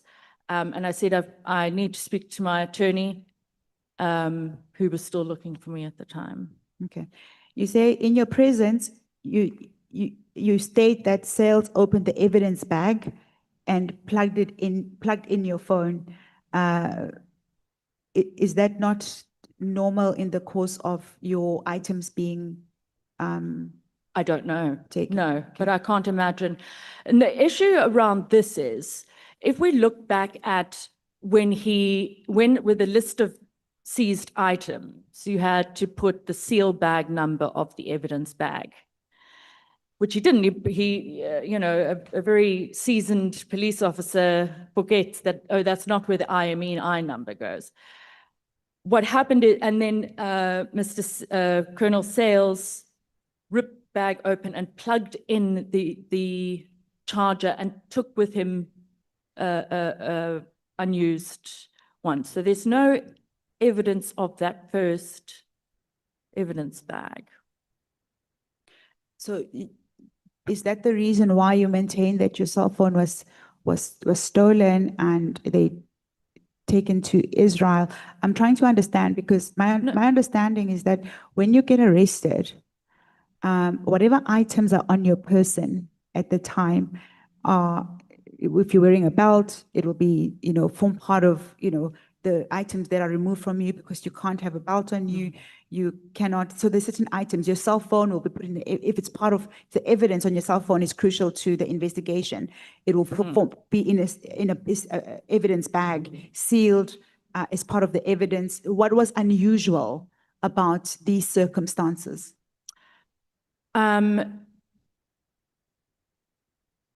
They did not seize my phone. They went back and forced me to open the gate, and they took it out after I had requested several times, may I see my arrest warrant? Does it provide for you having my phone? And if I cannot see my arrest warrant, I need to speak to an attorney. Why haven't you taken me to the police station? The other thing was, oh yes, when they arrived at the thing, they allowed me to log off my laptop, closed my laptop. I was, why now all of a sudden we get to the police station, the petrol station, and then they go, oh, I don't understand. Okay. What would you like? What is your comment on?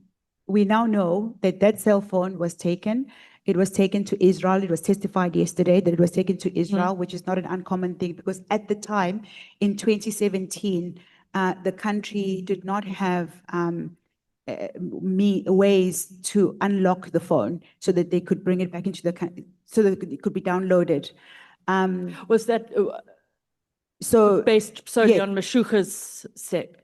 Is he the only person that said that? At the moment, that's what Okay. we know. We will look into it.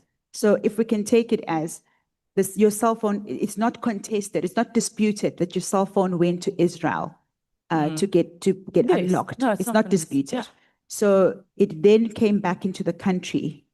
And upon coming back into the country, the messages were downloaded off it. You say that was unlawful. What was unlawful about that? Correct. They stole my phone out of my car. They had no right to it. They had no right to even download it. They had no right to it. I've read the statement into the record that when you were arrested, you used your own cell phone to phone your attorney. So at which point would your cell phone gone into your car after you had it on your hand while you were being arrested? Yes. So the Lucia police officer was holding it. And at some point when I said, oh, do I need my charger? He says, you're not going to need it. So when I was standing outside with this woman who was holding it, I said, oh, we don't need my phone. Let's just put it in my car. And so we put it in my car and off we went. So they didn't need it. They didn't So seize it. your phone wasn't stolen. Your phone was taken on your person whilst you were being arrested. So if we then move on from that, you then describe the events of your arrest. We now have received a letter from the NDPP that states that the matter will be re-looked into. And so the merits of that case will still be dealt with. And we can now move on to the next section. Your affidavit then, after it's detailed everything about Camille's drift, on the last paragraph, you deal with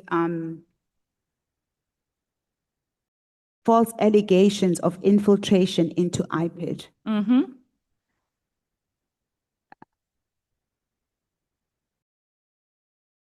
You directly deny the allegations of infiltration into IPID. Can you state unequivocally your position on these allegations and why you deny them? There was no infiltration into IPID. I had no control over anything in IPID.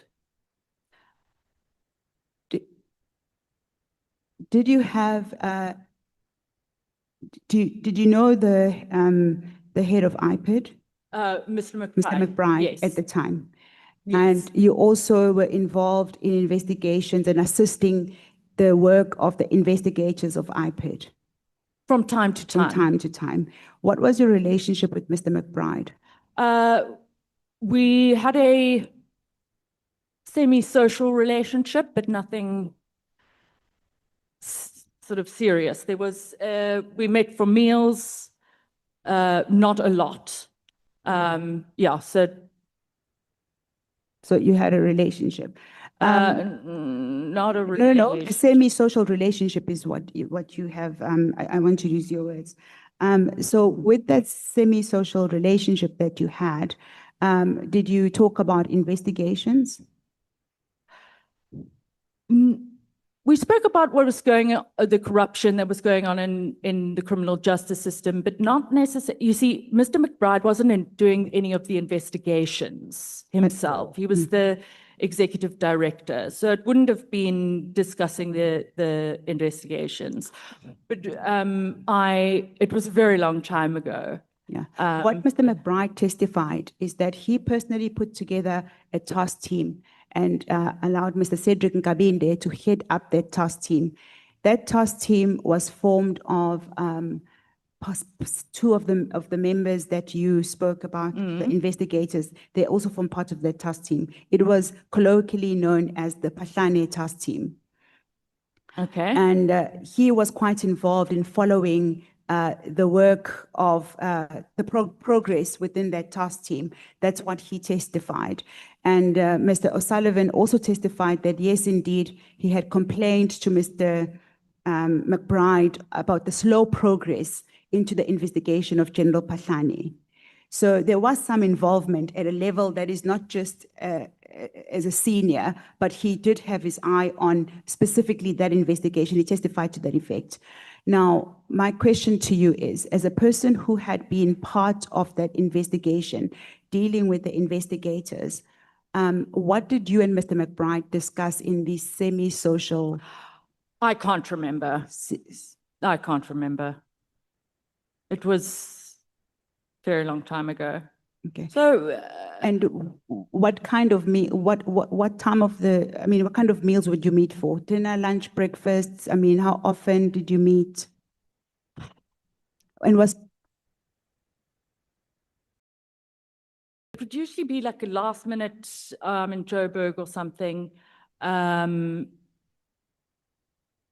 can't remember. Yeah. I remember once a coffee somewhere in Pretoria. I remember a dinner maybe in Sandton. Would Mr. O'Sullivan accompany you to these dinners and lunches? No, he didn't know anything about it. Okay. What we are doing, part of the work that is being done in this within this committee is that we are looking into infiltration at IPID. And when the question was put to you when you were drafting your statement, that's the only paragraph that you gave. But we need to ask a bit more questions to understand, because you have already testified that you drafted statements for Mr. Uester, you prepared subpoenas on behalf of IPID. No, I didn't you say assisted, that. I didn't say I prepared a subpoena. You prepared statements. You did desktop work. You did desktop work. I'm just gonna ask you to stop there. Yeah. I'm not happy with how you're summarizing Okay. what it was. I didn't Okay. draft a subpoena or anything, unless, I mean. What did you draft? On the Uester in assisting IPID.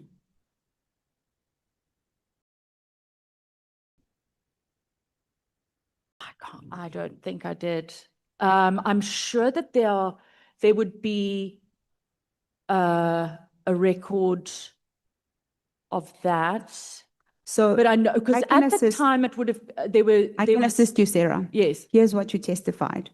You testified that you assisted in drafting statements. You also testified that you did desktop research. You also testified that. Did I say I assisted in drafting statements for IPID? Mr. Uester was in an investigation into Sable Hills on behalf of IPID. You testified that that visit to Sable Hills was an IPID operation. You accompanied the two investigators, you and Mr. Paul Sullivan. If my recollection is incorrect, I'm not, if it's incorrect, I'm it's not, fine. You can correct it. Yeah. You can correct it. You can give your version. I think I've given my version. No, I'm just summarizing it because now we're dealing with. I understand, Mr. O'Sullivan drafted the statement of Mr. Uester and sent it to him to say, look, we've drafted based on our discussions of earlier. I mean, I don't know what it said, but I'm assuming something like that. And which is totally fine to draft a draft. Yes. So my question, I'm not trying to trick you at all. I actually am not. What I'm doing is I'm at the last paragraph. The last paragraph, as you can see, deals with a very important part of the work we are doing in this committee. Oh yes. And let me maybe just to finish. So all you've given is you've just denied infiltration. And I'm asking specific questions and also reminding you of some of the evidence that you have already given. If my recollection of the evidence, I mean, it's on record, but if it's incorrect, I'm not making you, concede. You can give your version. But my recollection is that you said you assisted in drafting statements. I don't, Perhaps you can tell us what kind of assistance you gave IPID. we've done this already. Okay, so let me,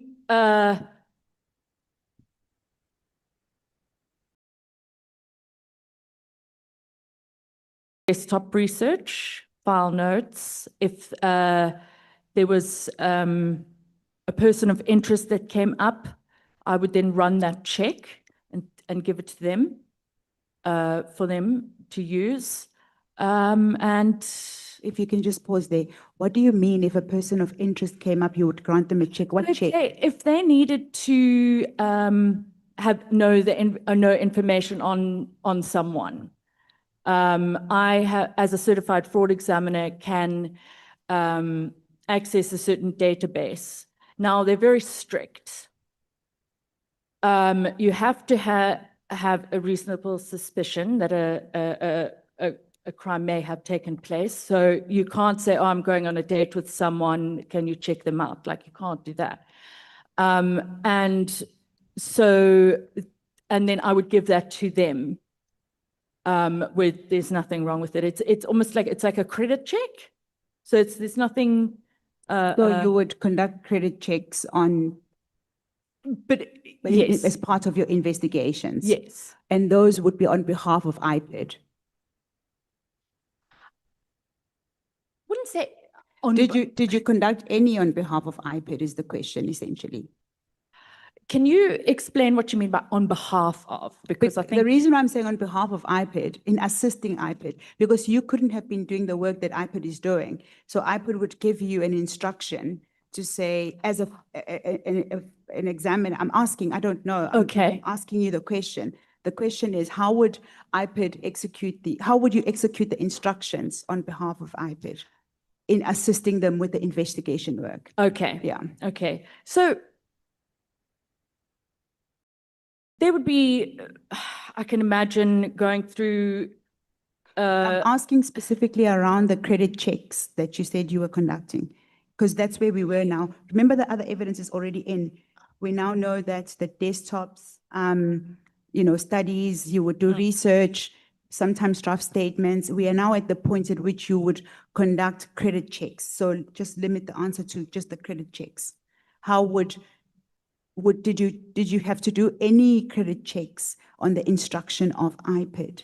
That's the question. The request. On the request. And yes. Okay. So you would also conduct credit checks on certain individuals. I would download it, send it on. Okay. This work, was it only limited to General Phatlane, or did you do other work on an ad hoc basis that they would require?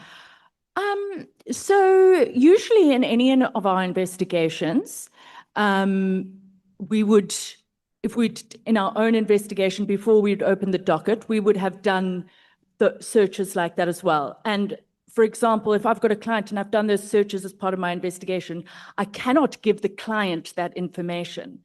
So I'll give it directly to the police officer. Sorry, I've lost my place.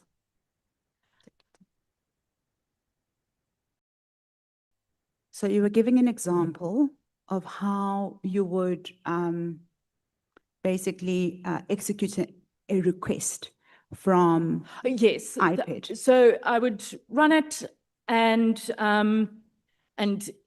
give it to them. There's nothing wrong with it. Nothing wrong with doing that. You mentioned Mandla Mahlangu. I think he's late. Is the late? The late. Yeah. He was shot in the head. Yeah. Mandla Mahlangu was an investigator at IPID. Do you know him beyond just the investigating work? Did you know him rather, because he's late now? What do you mean?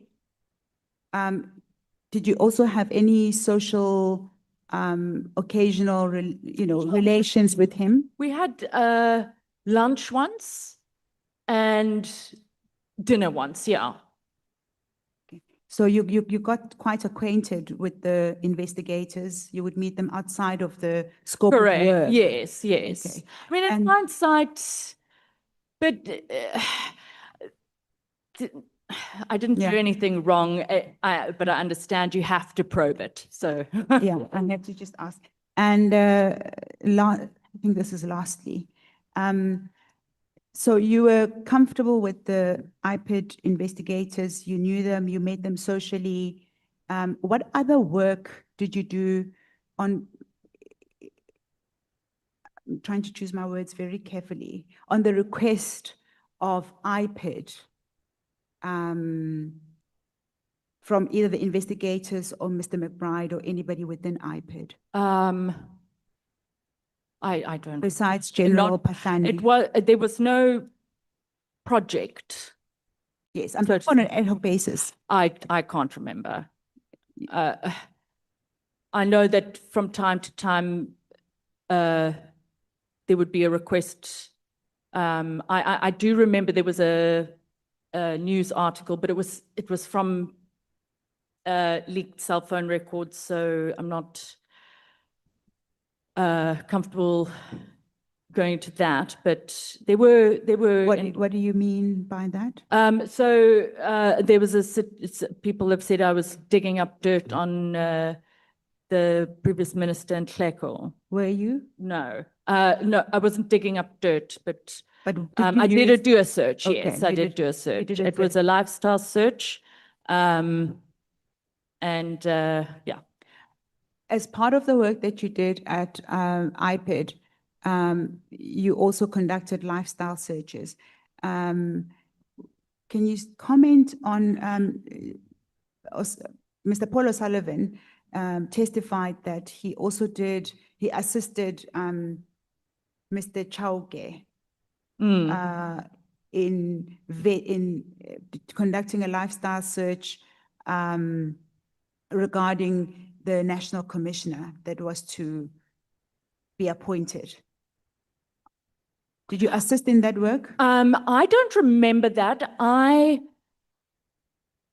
vaguely recall, I think I did one or two searches, but I didn't know who instructed or requested or anything like that. I was under the impression that Mr.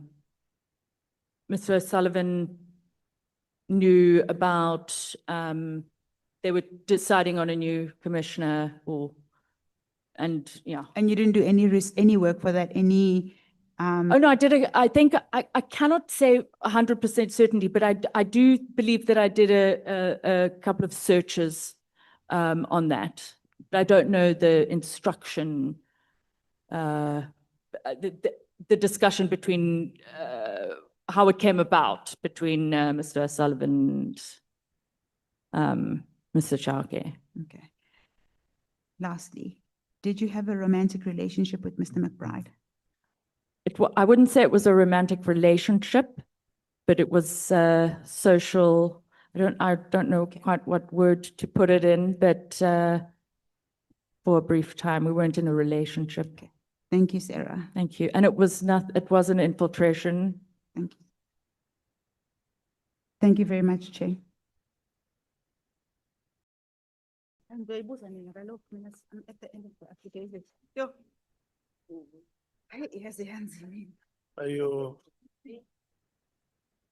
Are you done, Advocate Mkhize? Yeah. Are you done? Yes, Chairperson. Ms. Trent, what is a semi-social relationship?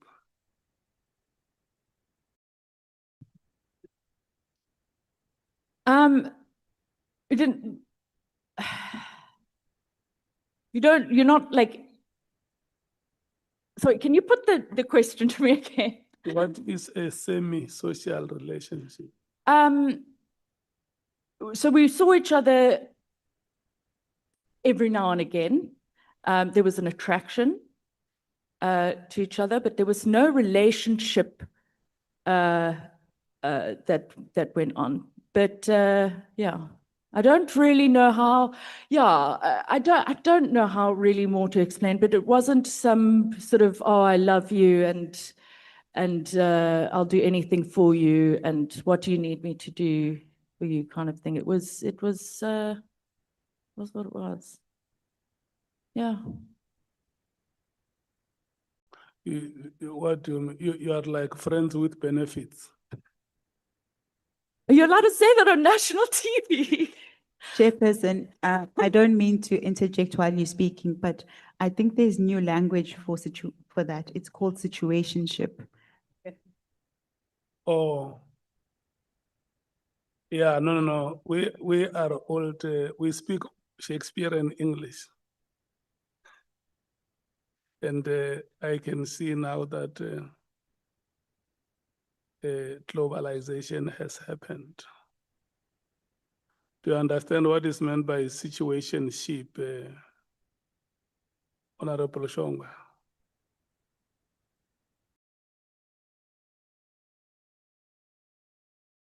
This is English. If you do not know that people can expand the language and create new words and concepts, screenshot, screen grab, screen munch. That's what is happening. The language gets enriched. So there is situationship or semi-social relationships. Thank you. Is there anything that you want to say? Anything further that you want to say? Not that I can think of.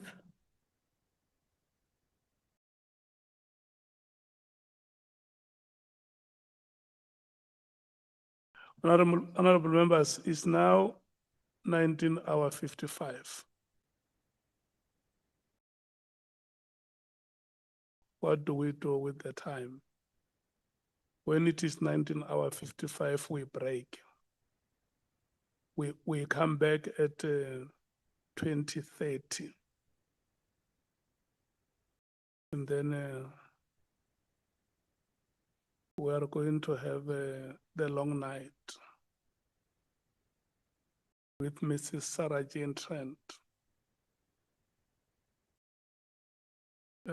Before we break, I want you to know that we tried to get Mr. Adams to come back tomorrow. He's not available. And the two witnesses that were supposed to be coming tomorrow, one of them is a Lesotho national. So I requested our team to first check with Home Affairs if that citizen is legally in the country, so that we're not seen to be promoting wrong practices. And because we do not have confirmation from Home Affairs, we can't allow that witness to appear before us until we get confirmation.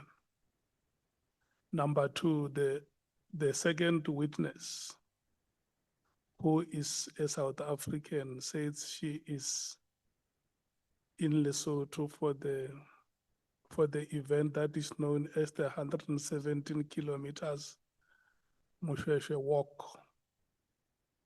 So we will wait for her to come back to her mother country, because in any event, she's coming back to South Africa. So when she comes back, we will arrange with her to appear before the committee. So the two of them, one is waiting, we're waiting for that Home Affairs confirmation, and the other, we're waiting for her to come back.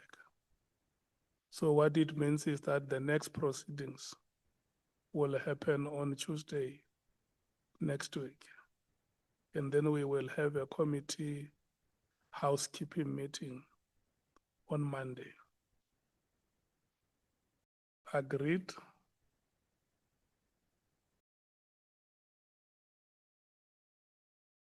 I'm talking to myself. If you keep quiet, I will look for Honorable Escosana.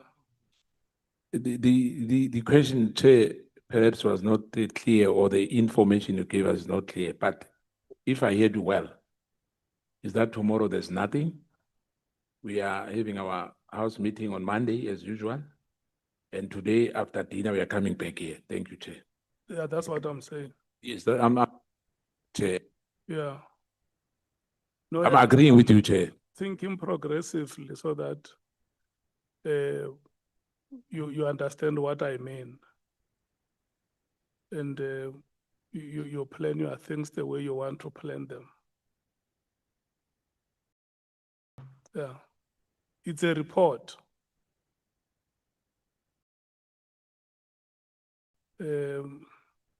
Okay, I don't see any further hands, so I'm going to request you to stand up and leave the chambers. You will come back at 20:30.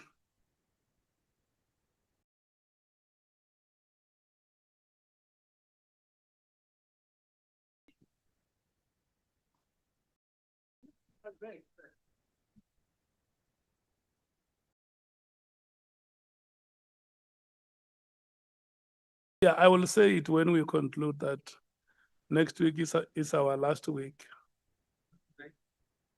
We don't talk about this week. We are already on next week.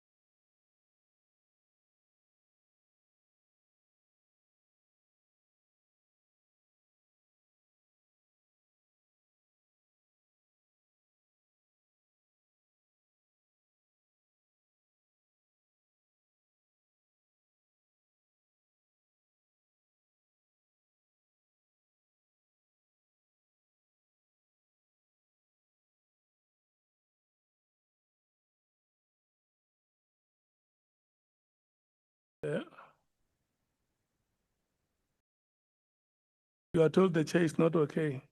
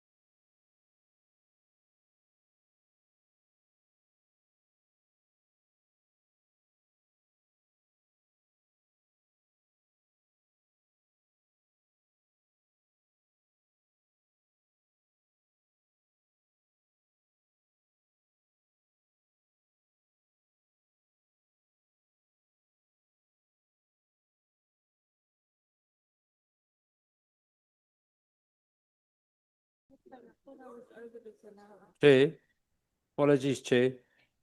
Could we maybe quickly discuss it and make a, possibly with your discretion, make a ruling? Because it feels to me like we're not going anywhere. Slowly. Yeah, we must get a report from the evidence leaders. They said to me that they were still busy with the witness. Let's wait for them to come back.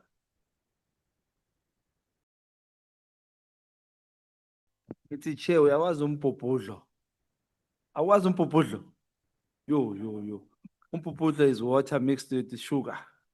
It calms you down. Bamenzele yona manje. It's gonna work.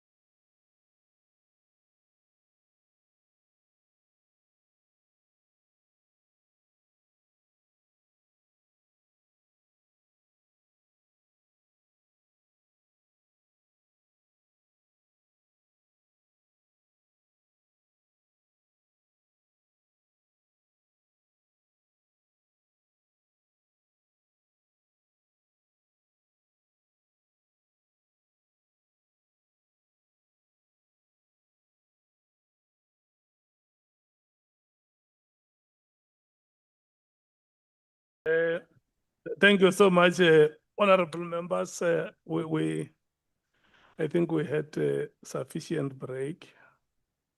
We should be ready to conclude our business tonight. Ms. Trent, good evening once again. Good evening, Chairperson. Yes. I see you have taken off your jacket and these chambers are very cold. Is it okay? Are you fine without a jacket? Is it okay that I've taken off my jacket? Yeah, if you want to put on your jacket, you see, I have also put on my jacket. But no, it's not a problem. If you feel like you are fine, can we proceed? Yes, sorry, I thought, okay. The honorable members, I'm going to allocate 15 minutes to each of you.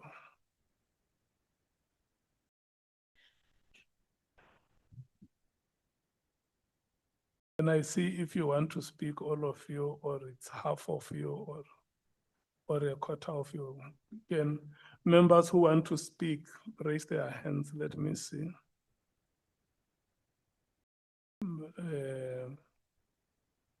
3 from the ANC, 2 from the MKP. Yeah, but I have said members must raise their hands. 1 from the DA, 1 Bangazita, 1 Sols, 1 Matthews, 1 James, 1 Vessels. So it's Honorable Cameron and Honorable Kola Barnett and Honorable Chief Whip, who have not showed intention to participate. 1, 2, 3, 4, 5, 6.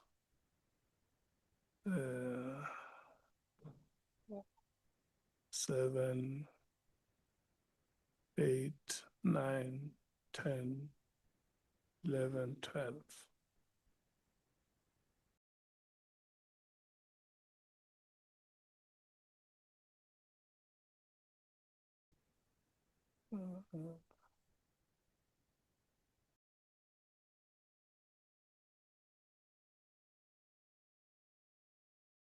So we need 3 hours. It's now 9 o'clock. Yeah. Honorable Matthews. Chair, I'd like you to note that I do not think that we are going to do justice to the witness and what information that we need on 15 minutes allocation. What do you suggest that we increase the time? Our 30 minutes, Yeah. normal 30 minutes, Chair. So 130 minutes.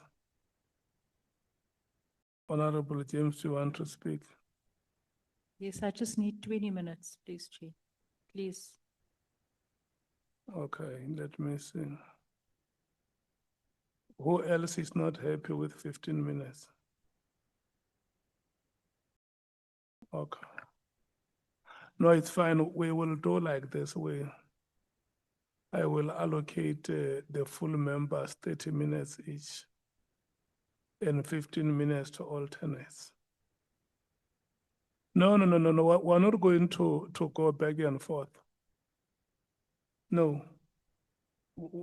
We will not do that. We will not go back and forth. Yes. If you want time, you want it, and I give it across the board. So 30 minutes, Honorable Sangoni, 30 minutes, Honorable Ngola, 30 minutes, Honorable Nombalo, 30 minutes, Honorable Skosana, 30 minutes, Honorable Mwangu, Honorable Matthews, Honorable Sols, 15 minutes, Honorable Vessels, Honorable. How many minutes, Chair? 30. Oh, you said 50. Yes, Honorable James. Did you say 30 for me? 15. Yeah. Then we start with the ANC. Who is the first speaker from the ANC?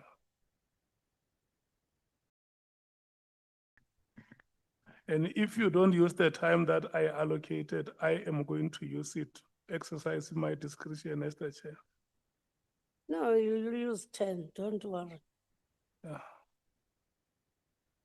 I mean, at the end, when the last speaker comes, the time must be 30 minutes times 10 and 15 minutes times 4.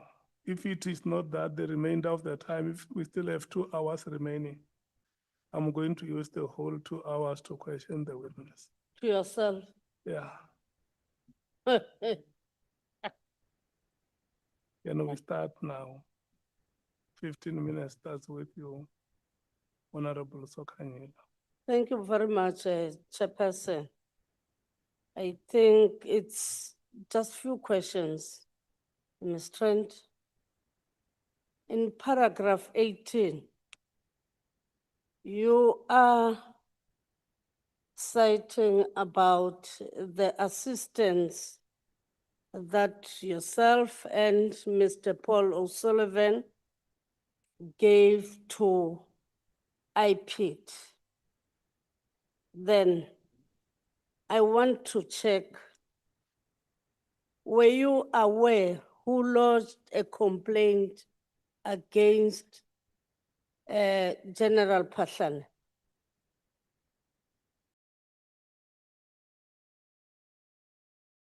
Are you talking about this matter, who lodged the complaint? Yes. So it was Mr. O'Sullivan, but I know that we had statements of other whistleblower police officers. Sorry. When you went to Mr. Phatlane's house, were you not assisting the IPID? It's not in not in an investigative capacity. We went in with them. We'd done a whole investigation on it and went to go speak to the estate manager. It was as short and sweet as that. Maybe I shouldn't have said. Who lost the complaint? Pardon? Are you aware? Who lost the complaint? Mr. Sullivan. Then investigator Mahlangu and Binang, why did they come? So can you just ask that question again? For instance, let me read out paragraph 18. You are saying that, in fact, it starts there from 17, but in 18, you are saying that you met the two IPID officers, that is the late Mahlangu, Mandla Mahlangu, and Temane Binang, who requested your assistance. Then I'm inquiring now. Who lost the complaint? Mr. You are Sullivan. saying that it's Mr. Sullivan. Yes. And then the IPID guys, when they came to yourselves, but you are saying here,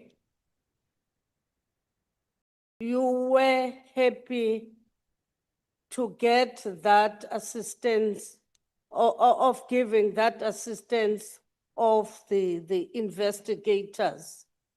And then, and now,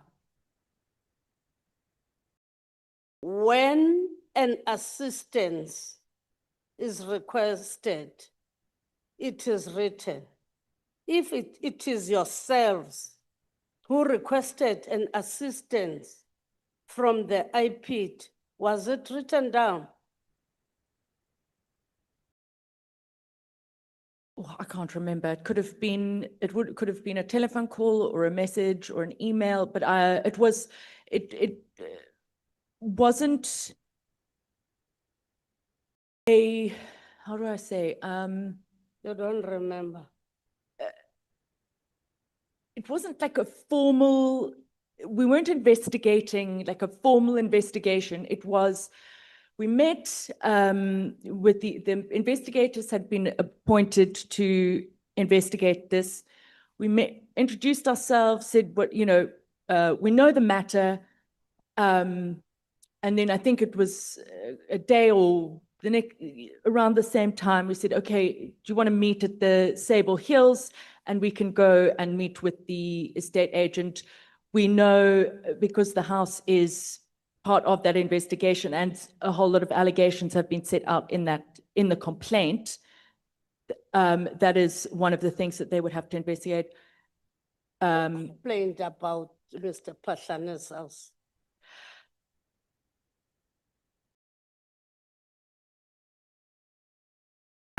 Okay, yeah, I'll leave it. I would love to answer your question. I'm just trying to understand what you're asking. So the docket was open and it had a whole lot of allegations.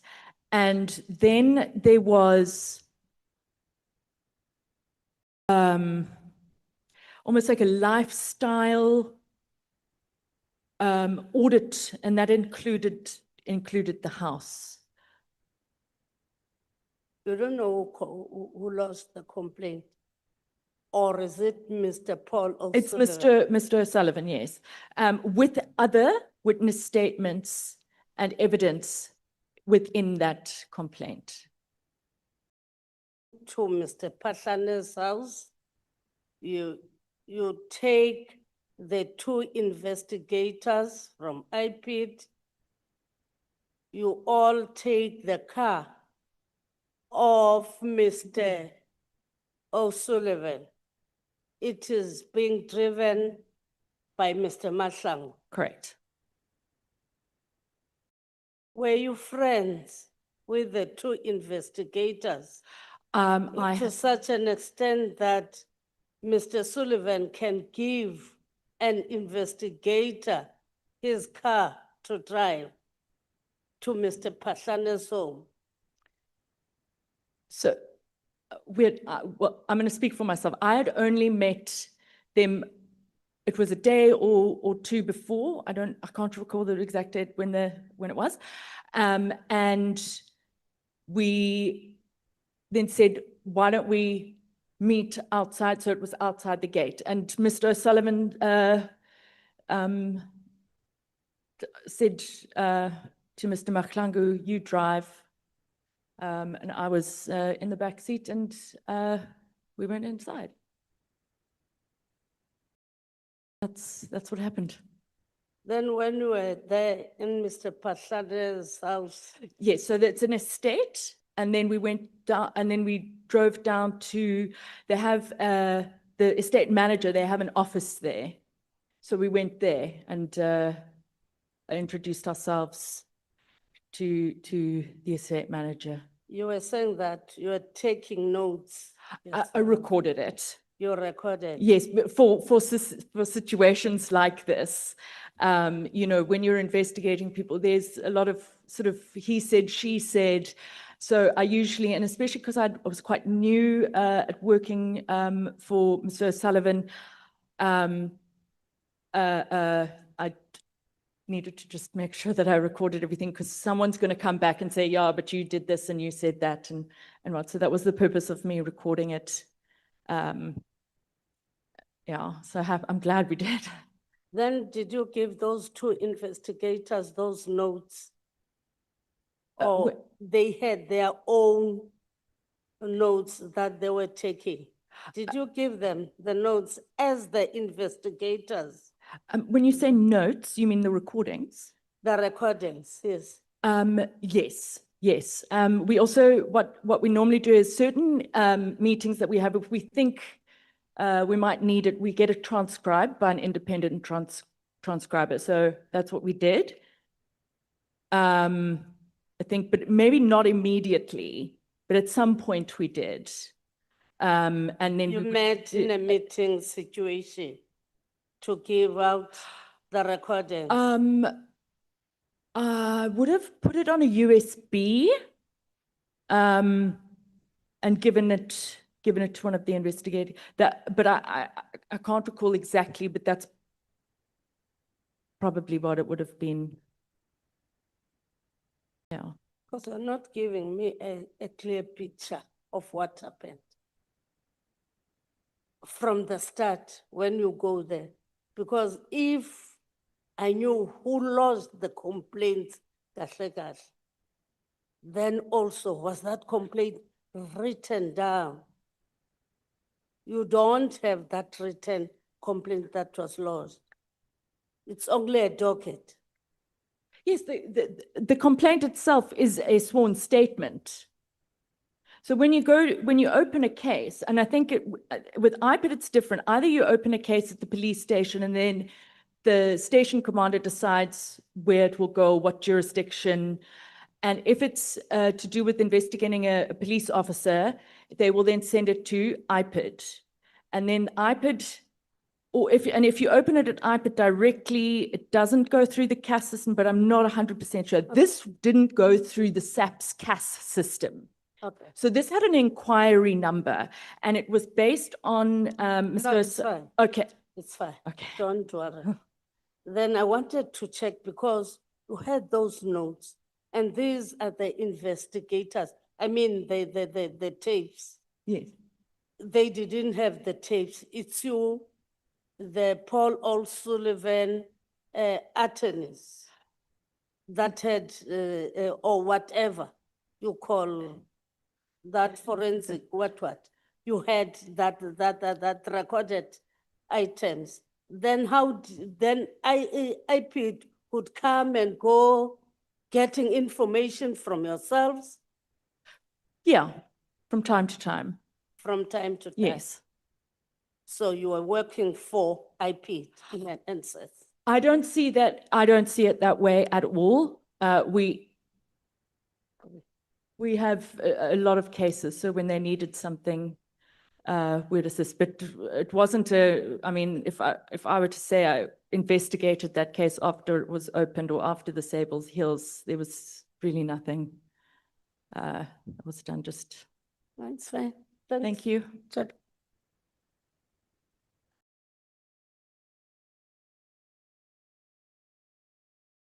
You still had 5 minutes, so I will credit it to myself. Honorable, is that Sango or Ngola? Thank you very much, Chair. Quick. It's easy. Was the statement written by you? Sorry? Was the statement written by you? Yes, it was. So you take ownership of all the contents that are contained in the statement? I do. You did not write the statement under duress, undue influence and stuff? No, it's Yeah, my you must- statement. You must say it boldly. Oh, yeah, no, it's my statement. Okay. Allegation have it that in executing the project or the operation Phatlane, you had to first capture IPID as a very important weapon against Phatlane. And amongst the strategies you have employed is that one of you must date McBride and the other must provide financial resource to McBride as a way of capture so that you are able to execute properly the program of collapsing Phatlane. What's your take on that? I don't know how to put this, but it is the most absurd thing I have heard. I have at no time ever even thought of capturing anyone, let alone a state institution. It's absolutely not. Okay. Absolutely not. No, we'll go there. So with Mr. Sullivan, what is your working relationship? Are you a personal assistant or what? So I haven't worked there since 2022. But when I was there, I was kind of a researcher, you know, the person in the office that if you need photocopying or you need pretty much anything that needed to be done. And as the time went by, I was trained. Administrative clerk. Yeah, and then the more I stayed, the more I learned and was trained, and then took on more responsibilities and bigger cases, and then I got my CFE. So it came about like that, and it was a normal employee-employer thing. You do what you take instructions from your employer, and. Okay. So Mr. O'Sullivan testified here that he went to the Sable Hills as a complainant to point out what he deems as a crime scene to the IPID officials. What was your business at Sable Hills, you? Me? Yes. As his employee. Of he said, let's go. And I got in the car and off we went. So you're an employee of the complainant? Correct. So you went there in your capacity as a co-complainant? Or I wouldn't say co-complainant. A deputy complainant? More of a witness, perhaps, at some point, if I had to if I had to witness something. I know you're looking at me. But no, not as a co-complainant. No. But Paul said, right, we're going got a call to go and point out the house at Sable Hills Estate. Who got a call? Yeah. I don't know. I can't remember. So Mr. O'Sullivan is called by IPID officials to come to Sable Hills. I don't know. Okay. I don't know. But you did not get any call. I can't remember. I can't remember. So you don't remember? It's possible that if you see, sometimes Paul would say, call so-and-so or message so-and-so, or he would do it himself. But the point is, you, Miss Sarah-Jane Trent did not receive any communication from IPID officials to go and appear in front of Sable Hills estate? I can't remember. Okay. I can't remember. You say in both paragraph 7.1 and paragraph 17 that there is some CFE qualification and skill that allows you to access information. Correct. Can you elaborate on that? What is CFE? It's a certified fraud examiner. It's part of the Association of Certified Fraud Examiners. I don't know how much detail you'd like me to go into it. No, but you say it allows you access to information. What information are you talking about? Correct. So you have certain databases, and you have to have you apply to them, and you have to.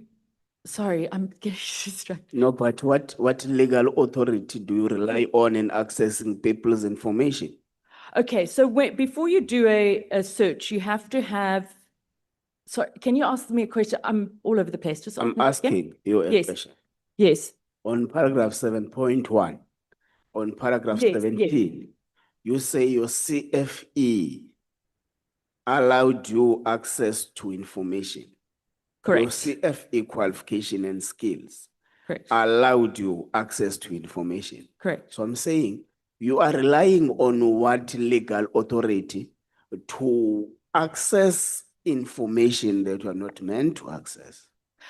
Okay, so with the service provider of the information, you have a contract. So it's the same as a estate agent or something. They can do sort of a credit check, or if you're opening like an Edgar's or whatever. But with a CFE, and you've got limits on what certain information is. With a CFE, when you sign the contract, you have to provide your certification, you have to provide various things, and only then will they then accept that you can become you can have access. But they're very strict because you can't just do a search on anyone. You have to have predication, a reasonable suspicion that there is an offense. So, for example, the state security agencies, mm, if they want to tamper with my communication, they must make a formal application to the surveillance judge in a competent court of law so that they get permission. mm. Now, you speak about the CFE and the association and speak about credit checks. Now, does the National Credit Act authorize you to access people's information? Don't know on that level, but what I do know is that this is above board. I put it to you that it doesn't, and if you are involved in anything of that sort, you are involved in an illegal operation. Okay, I deny that I am. I deny I'm involved in any illegal operation. It's above board. Okay, let's go back to section 24. That which you rely on. Yes. And section 24 bases itself mostly on people under investigation. Section 24 gives legislative authority to IPID investigators, not private individuals. Now, as a private investigator qualified, a lawyer qualified, you would have at least used your interpretation of statute skills to know that this thing you have written in your statement is actually irrelevant from what you are actually testifying.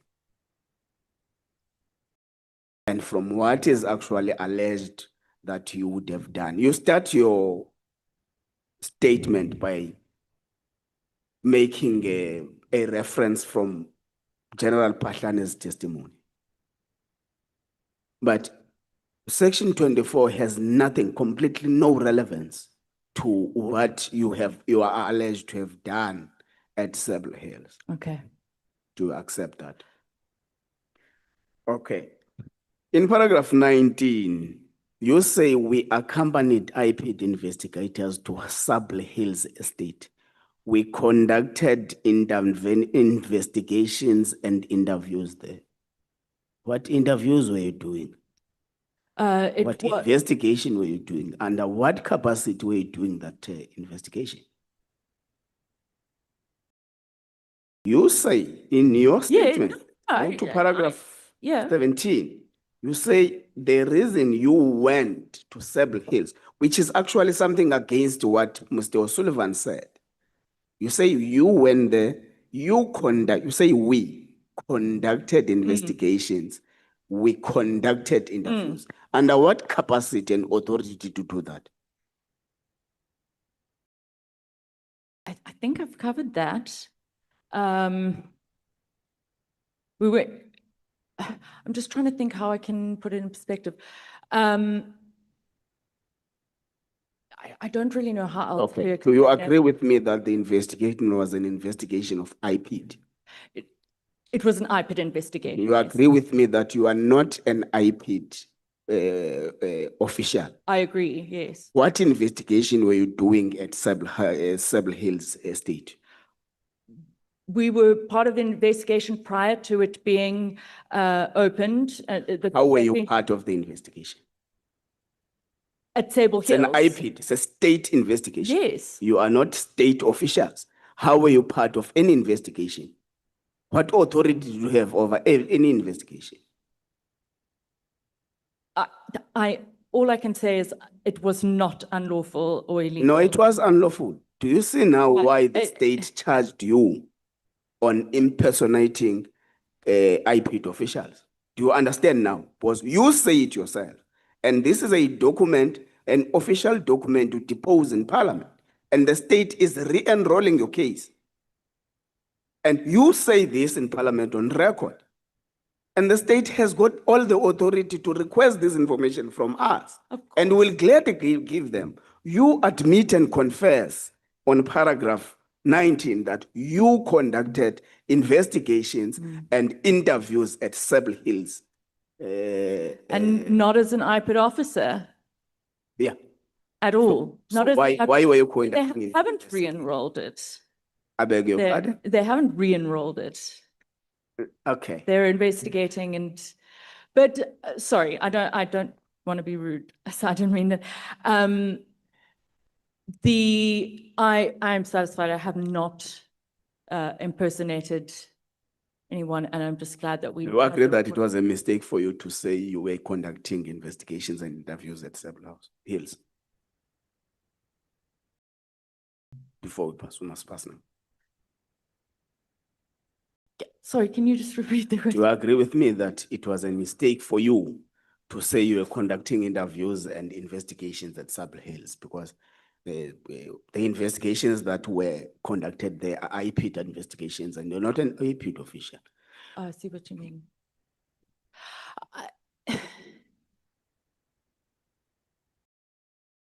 Okay, I was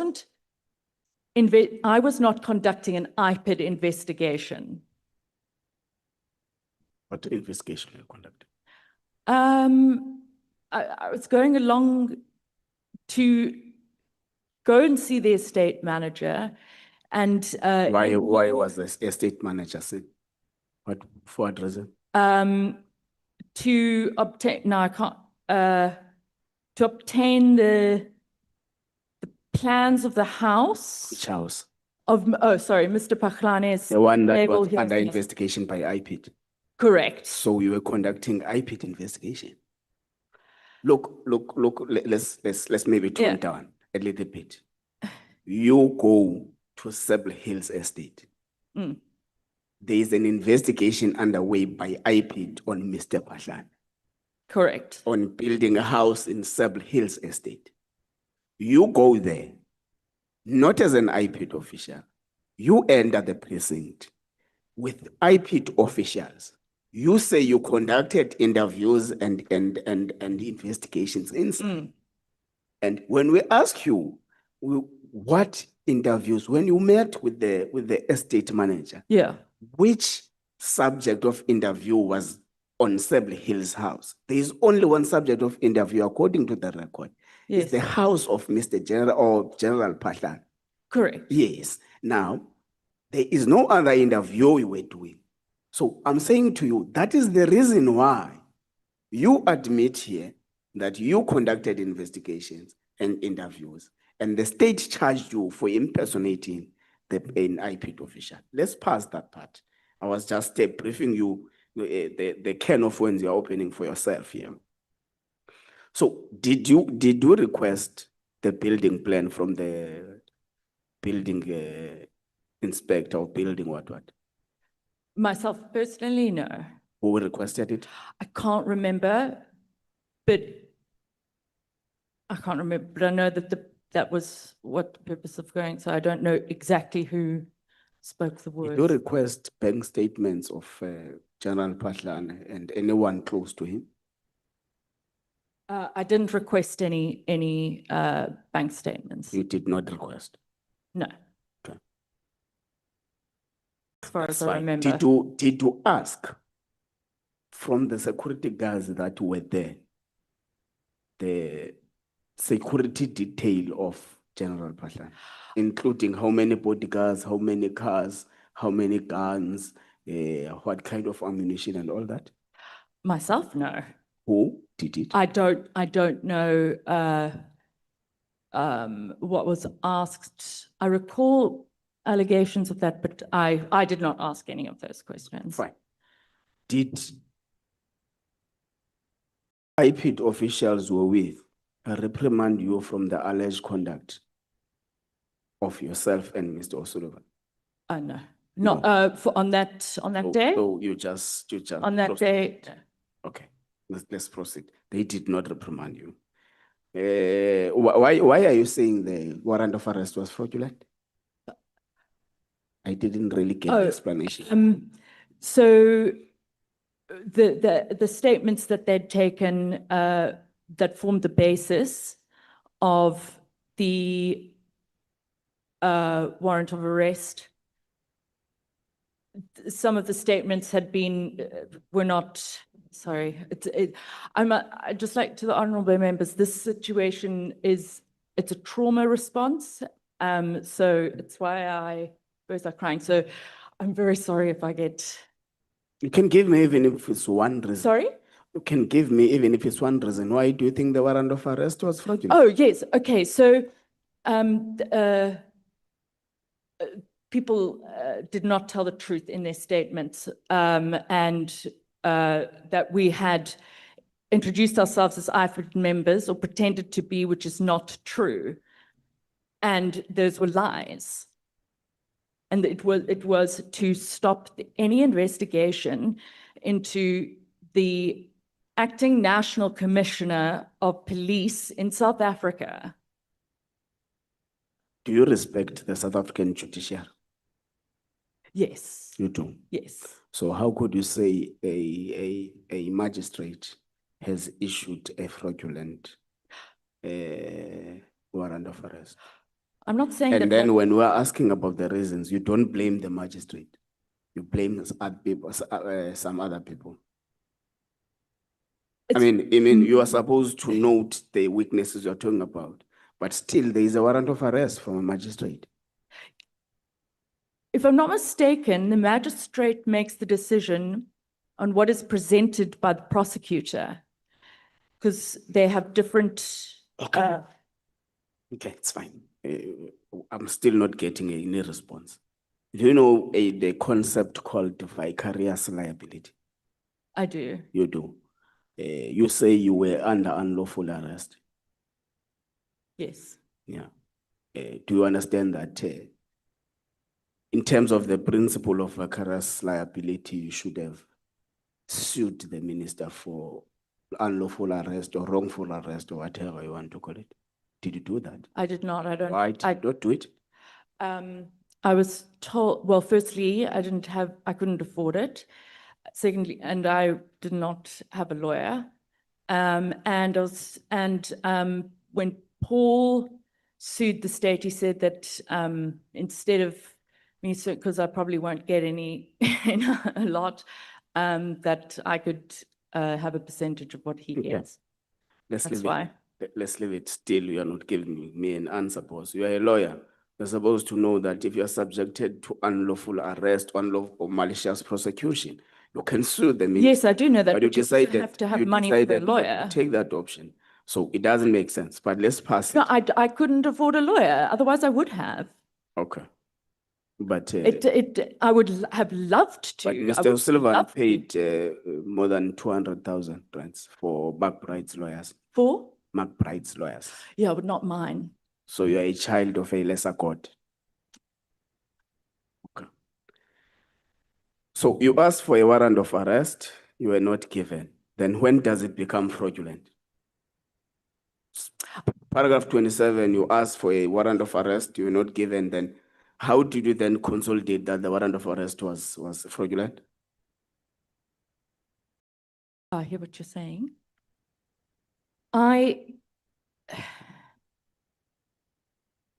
Firstly, I had never committed any offense. So if there was a warrant of arrest, it had to be under a lie. Someone had to lie because I did not commit any offense. Yeah, but the point So is. it had to be a lie. Yeah, but the point is, at paragraph 27, you say, during the arrest, no warrant was issued out. So No, I didn't say no warrant was issued. I asked to see it. So when they came, he had the clipboard. So you can't deny he didn't have the. I think maybe I've misunderstood your question. you asked to see it. Paragraph 27, you say you asked to see it. You were not given. That's the point. So when did you then collate information that it was fraudulent if you were not given the warrant of arrest? Oh, it wasn't at the time. I wasn't thinking about whether the arrest warrant was fraudulent or not. At the time, I was thinking, well, where the hell am I? Yeah, okay. Paragraph 29, you say 2 hours after my arrest, maybe you went to the police station and stuff. But the last time I checked, that was not an arrest according to you, it was an abduction. So when did it change to be an arrest? I think that's. I mean, at what stage did you change your mind that no, in fact, this is not abduction, this is an arrest? I think it's a bit. Look, I understand the wording, but it's a bit of a bit semantics. It was under arrest warrant, but what happened was not okay. It was an abduction, and if anyone in South Africa thinks that that was a lawful arrest, then we've got a problem. No, but the point is, you say you were abducted by men you don't know with unbranded cars. But in the same. Where did I say that? No, where did I say I was abducted by men in an unbranded car? Like in that one, like that sentence. You said unidentified. No, I know I said that. So. No, I didn't say I was abducted by men that I don't know in an unmarked car. There were several cars. Yes. And there were several people. Yes. Some without uniform, others with uniforms and guns. I do have the videos here, which I'd love for everyone to see, because I don't think that words can quite show what it was. So no, I didn't say that it was one car. There were many cars. Yeah, that's the point. That you said that from paragraph 25, but in paragraph 29, you changed that and say 2 hours after my arrest. That's the bone of contention. That it has changed now to be an abduction, all suddenly. Look, honestly. Okay, you want to retract which one, arrest or abduction? So that we use one word. We know what was happening. Abduction. Arrest. Yeah, no. Don't. Okay. Okay, so you are. I don't mean to frustrate you. Okay, you are retracting arrest or abduction. Sorry? Which one are you retracting? You can't have one situation and it becomes an abduction and an arrest at the same time. It's either an arrest or it's an abduction. So which one? do you retract?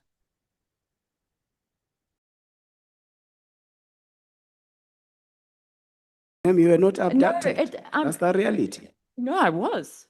Okay, let's proceed. How did you get to know an internal memo at NPA? If you check paragraph 40, say on the 31 of May 2017, an acting Director of Public Prosecution, Gauteng Division, Pretoria, Advocate Baloyi, requested the docket I had opened against Mabu, all that. There was an internal memo that he sent, but you get to have the contents of the internal memo, which you have outed some of them there. How did you access an internal memo of NPA? What date was that? It was 2017. The 31st of May, 2017. SJT 11. Yeah. I don't remember how, but that, I don't. What don't I you don't, remember? I can't remember. What don't you remember?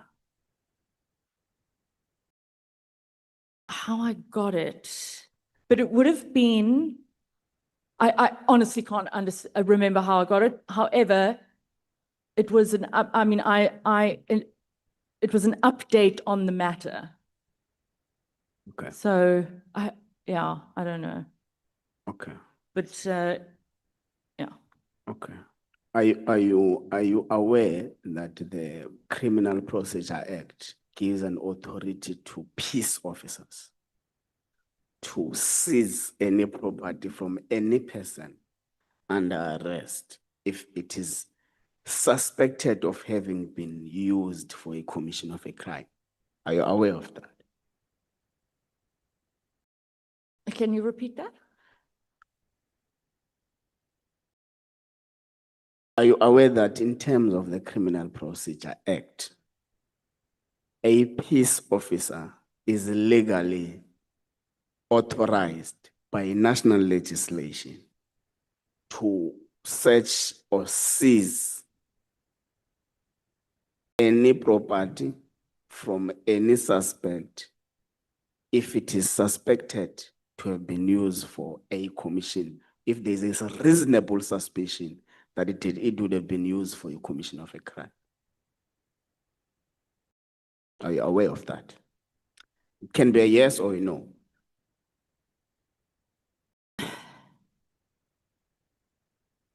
Are you quoting a section? Okay, let me say this.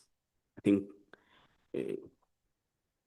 the law allows police officers to search or seize.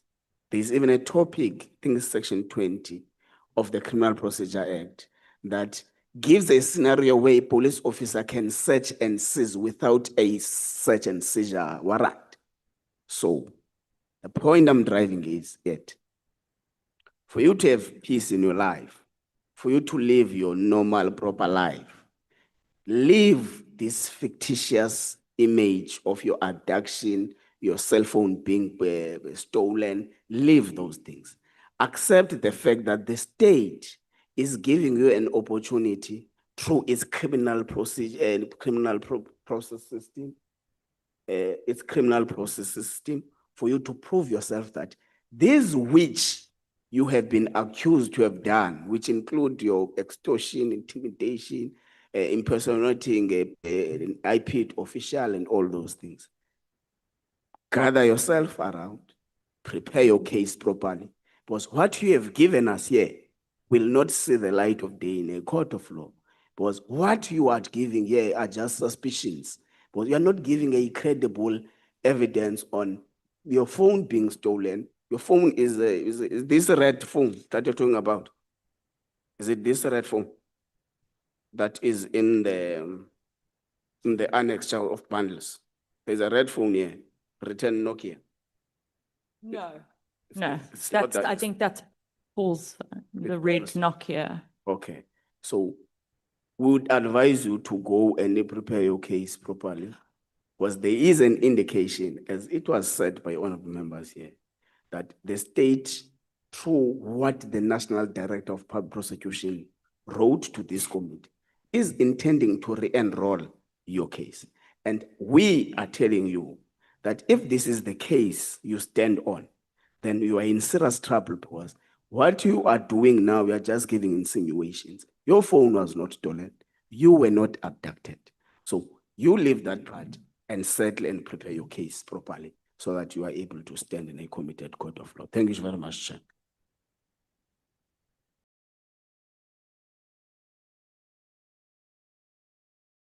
Yeah.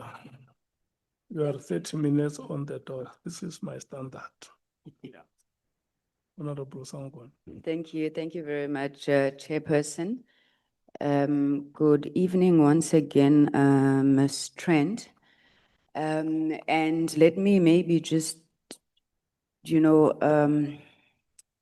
lack of a word, commiserate with what you're going through. I mean, you've told us it was a trauma response, and I'm hoping that you've sought support around that trauma response. Ms. Trent, I'm hoping I won't be long, but I just want to check with you. I mean, we've just started with the questioning, but the evidence leader would have led you most of the afternoon. Do you realize the wrong that is being alleged here? Do you think that there's any basis for the issues that are being raised? And do you think that perhaps you could have erred together with Mr. Paul O'Sullivan in some way or the other in relation to these matters?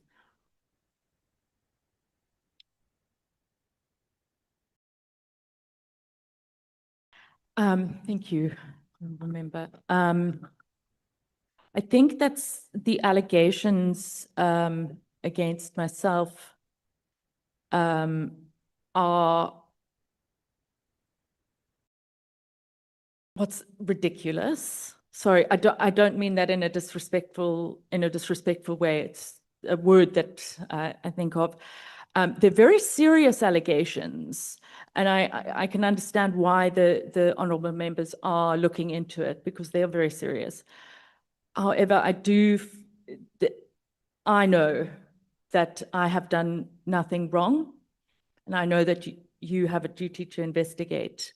Yeah, it's not a nice position to be in, to have these.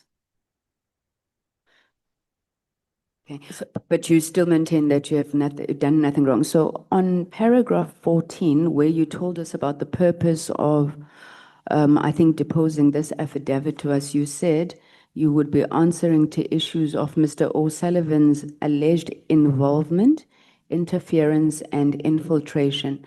Interesting choice of words, different words with different meanings.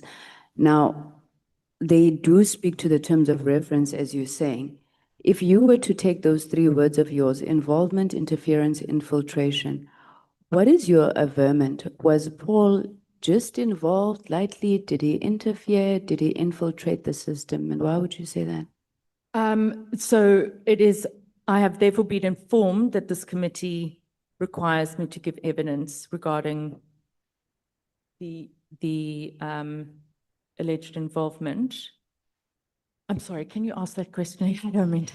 What did Mr. O'Sullivan do as it relates to our law enforcement agencies, IPID in particular?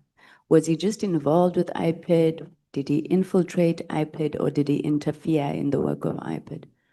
Okay, no, he didn't. There was no infiltration, no interference. And the involvement would have been, if they needed something, we were there. But absolutely no infiltration. However, yeah. Okay.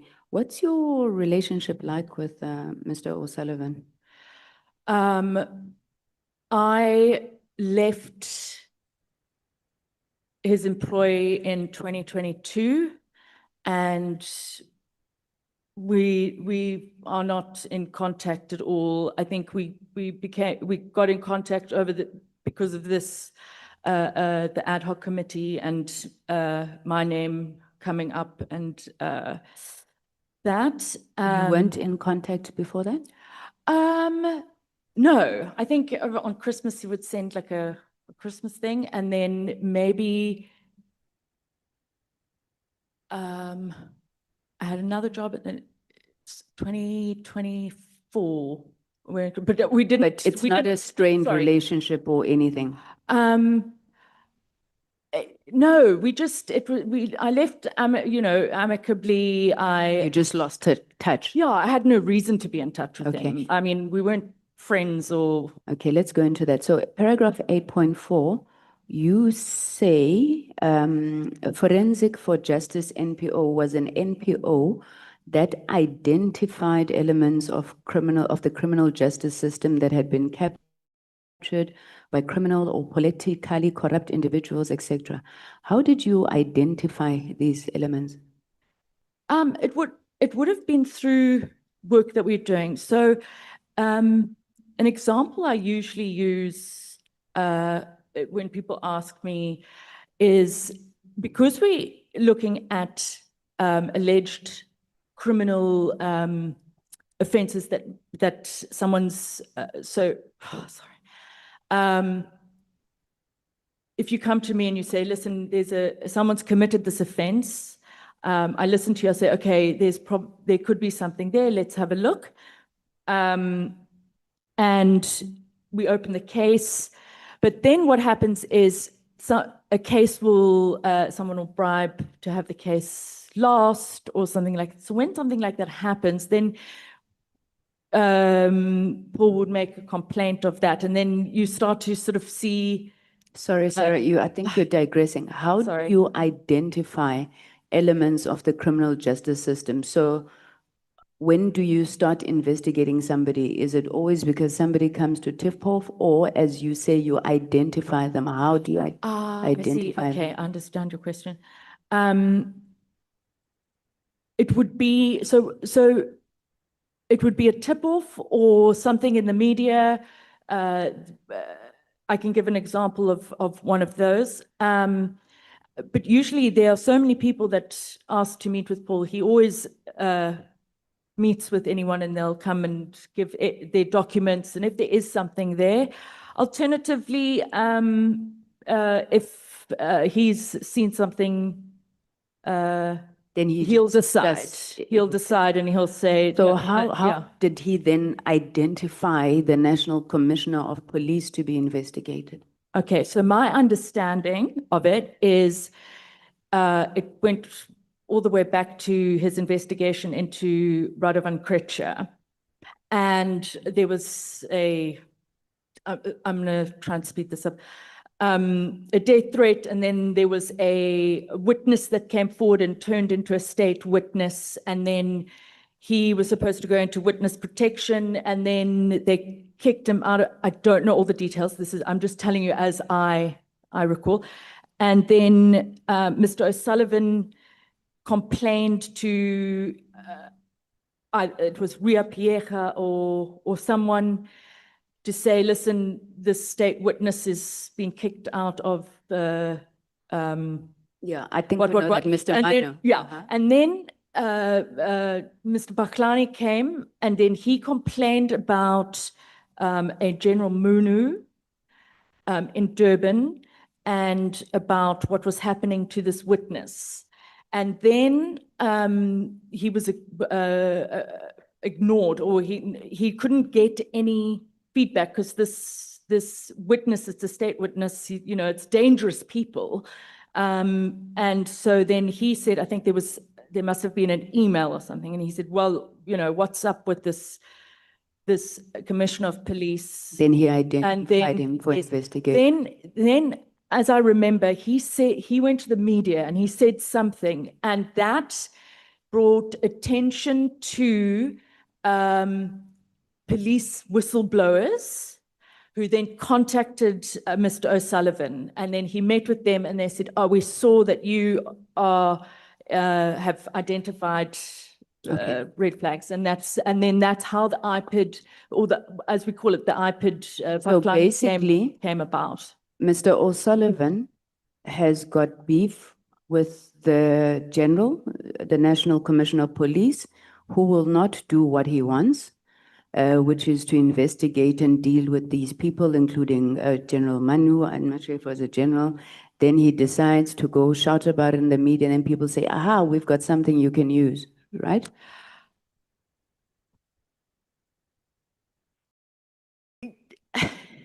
Okay, would you not regard that as extortion, Ms. Trent? I wouldn't.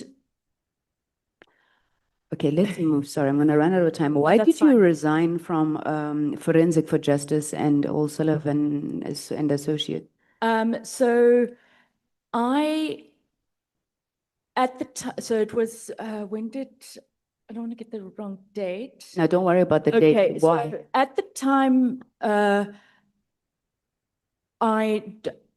I didn't want to continue working there. I wanted to see what else I could. But you I didn't could have a do. job. You just resigned. Yeah, so I resigned, but Mr. O'Sullivan said that I could remain under employment until I found another job. Why would you guys do that? I mean, you want to go somewhere, you resigned, you're fed up with your current situation, and then you still stay. How does that work? Sorry. I resigned as a director, not as, yeah. I think because I'd been there for so long, how it happened is, we were chatting, and then he said something about, my attitude needs to change, otherwise he doesn't want me to take over the company. And I said, well, I don't want the company. And then he said, okay, well, and then the next day we didn't have a fight or anything like that. It was just, it was my time to move on. And he said, okay, fine, no problem. You can work here until you find something. We've got a long, you've been here for a long time, but it was just that point where I was like, I'm not. Then you joined Dr. B.F. Chauke Foundation. Is this the same Bajani Chauke you've been speaking about? Correct. What's your relationship with Dr. Chauke? So I met him when at Forensics for Justice. There was a allegation against Mr. Andile Ramaphosa in the Bosasa matter, and Paul contacted someone who could communicate with the president, Ramaphosa, because he wanted to speak with Andile Ramaphosa to see if he would want to clear his name or give his version of events, because we were opening a criminal case and there were allegations against him. And so that's how I met Mr. Chauke, or Dr. Chauke. And then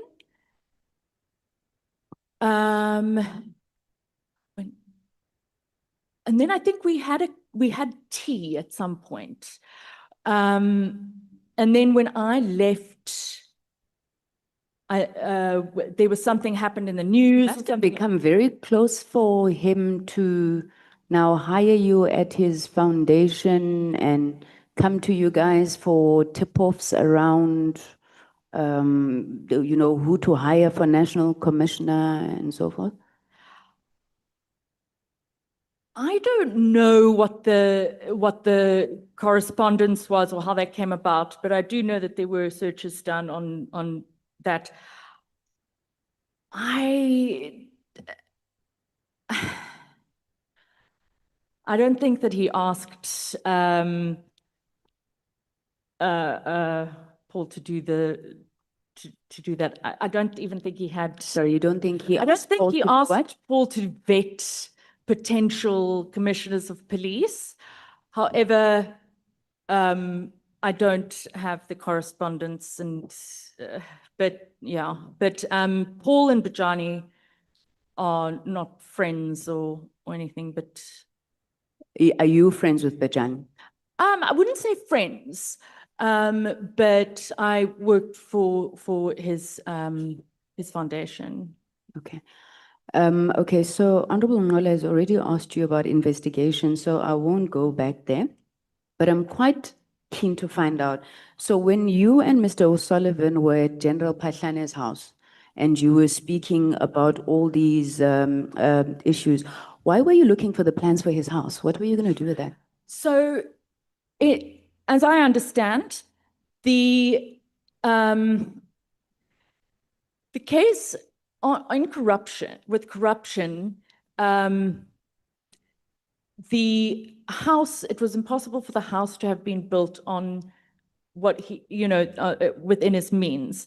So what Mr. O'Sullivan had done was, you have a Google Earth, but you can have, there's a tool that you can use called Google Earth History. I don't know if he's gone through this with you guys.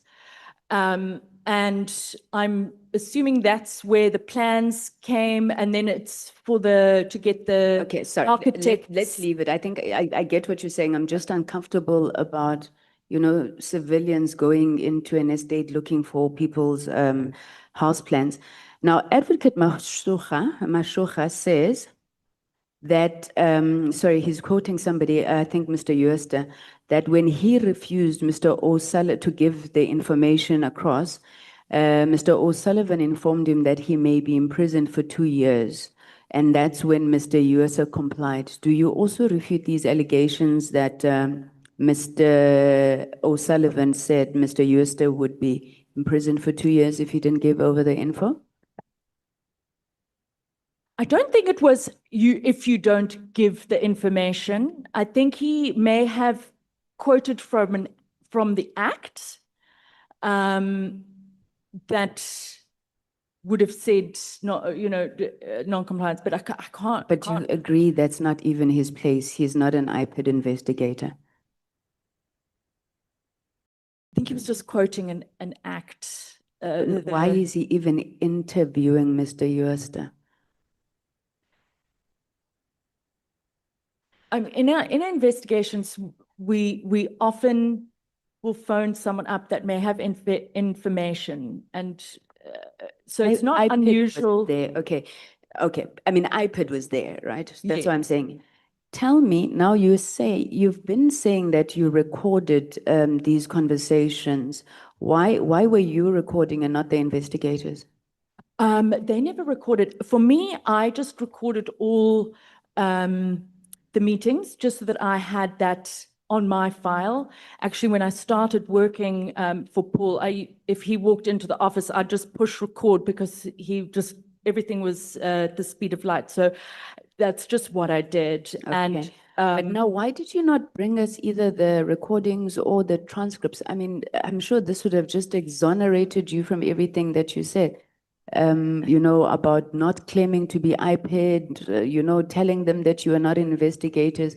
I just find it curious that you haven't included that as part of your bundle. Oh, have I given it? I didn't think to. I know that's not a. I mean, that's like all the evidence to prove this case against you is manufactured.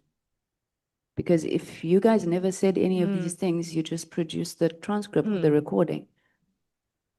I have it. I have it here. I can. All right, let me move quickly. I didn't get your response to Advocate Mkhize about why you and the arresting officer seem to have two different versions of this phone. I heard you saying then you wouldn't need it for a battery. She doesn't even mention that you went back to the office. Why would that be? Khorane Yes. doesn't mention. I don't know why he didn't mention it. Okay. Did you arrange a polygraph test between Mr. McBride and Mr. Mokitedi? I organized a polygraph. I think I wasn't in contact with. either the polygraph, either the polygraph lady contacted, You did? and did I contact him? Did you organize? I organized it, yes. Why would yes. you be organizing polygraph tests on matters relating to IPID investigations? So what happened is there was this, Mokotedi came with these outrageous claims of a braai with overthrowing the government. I mean, it was just. Yeah, but why are bizarre. you And the that one all, with it? yeah, so and then that went viral all over the news. And someone dared someone to take a polygraph, I think, in a news, on TV or something like that. And Paul said, arrange, he was overseas. Okay. And that's Did what you I then did. agree to provide Mr. McBride with the questions so he would know in advance the questions to be asked to him?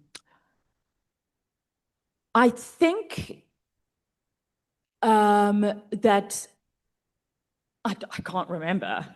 That's quite a big thing, Sarah. You can't not remember that. No, I honestly don't remember That was cooking the polygraph test. No, you know the questions. I Okay. definitely not. I'm sure I will find your WhatsApp communications around that. In my last 10 minutes, I just want to move to last part. Were you part of a security WhatsApp group which had McBride, Siseko, Mahlangu, Binang, Rapesu, and other people? Were you part of that group? Yes, at one point. Okay. Now, what business do you have being in WhatsApp groups with IPID investigators? So as I remember, there was death threats, and then it was the Christmas holidays. And as I understood, it was to just keep everyone in, like, for safety. So were they protecting you, or you were planning Christmas? No, we weren't planning Christmas. No, it was just so that keep everyone safe. Were they your friends? No. So you, okay. So this, yeah, I don't know. What else did you discuss in this group? I can't remember. I don't have that group. I don't have the messages. Okay. I think you've agreed at some point that you have been getting financial credit information of citizens for Mr. McBride. Yes? Correct. Okay. What allows you to do this? What statutory authority do you have to do this? I just know that it is lawful for me to do that. Sarah, you're a lawyer. What do you mean it's lawful? You're a lawyer. I'm just.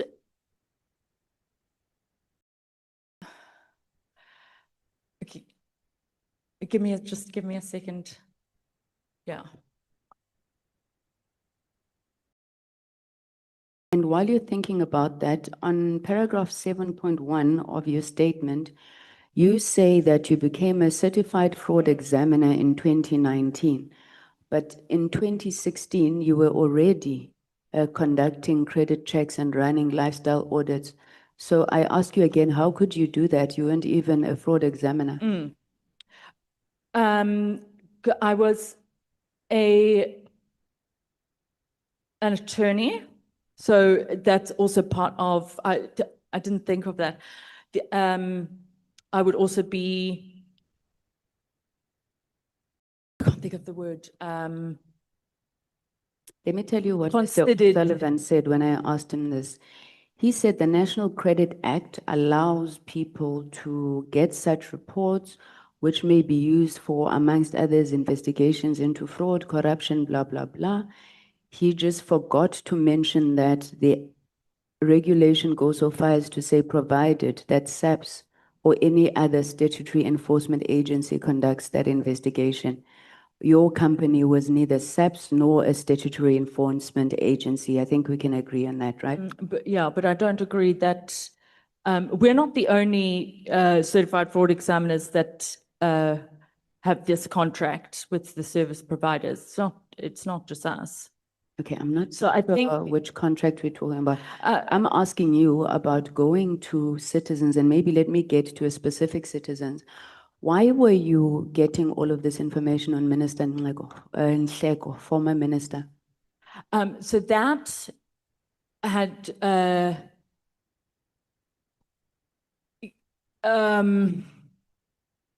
just trying to think. Okay, maybe let me prompt your mind. Mr. McBride sent you a message saying Nhleko is trying to get rid of me again. Okay, so, he, and Nhleko and and Nhleko, McBride, all of that was part of the state capture and state capture and the capture of the criminal justice system. And there was, and Nhleko and various people and parties were trying to get some people out and some people in order to capture the criminal justice system. And this all happened together when the investigation into General Phatlane occurred. So you They use had the to same get- modus operandi, right? Now, Minister Nhleko is unhappy with Mr. McBride. You decide, let's dig up some dirt on Minister Nhleko. Because let's assume you could investigate fraud, which is a disputed point right now. You respond and you say, do you have an ID number or a cell number? He asks you off, you say Nhleko, you said, yeah, send quickly. He sends you Mr. Nhleko's ID number, and you will respond by saying, I'll let you know if there's anything fishy. You're also asking for a title deed to his house and his vehicle ownership. We'll let you know when I get them. What on earth is this? So that was on a sort of a lifestyle. Why are you audit. doing lifestyle things on ministers? Because Mr. McBride is unhappy that the minister wants to get rid of him. Well, what authority do you have, Sarah, that allows you to do that? Sorry, Ms. Trent.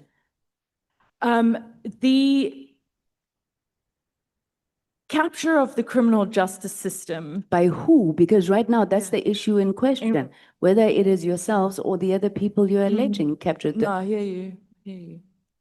So please just help me understand this.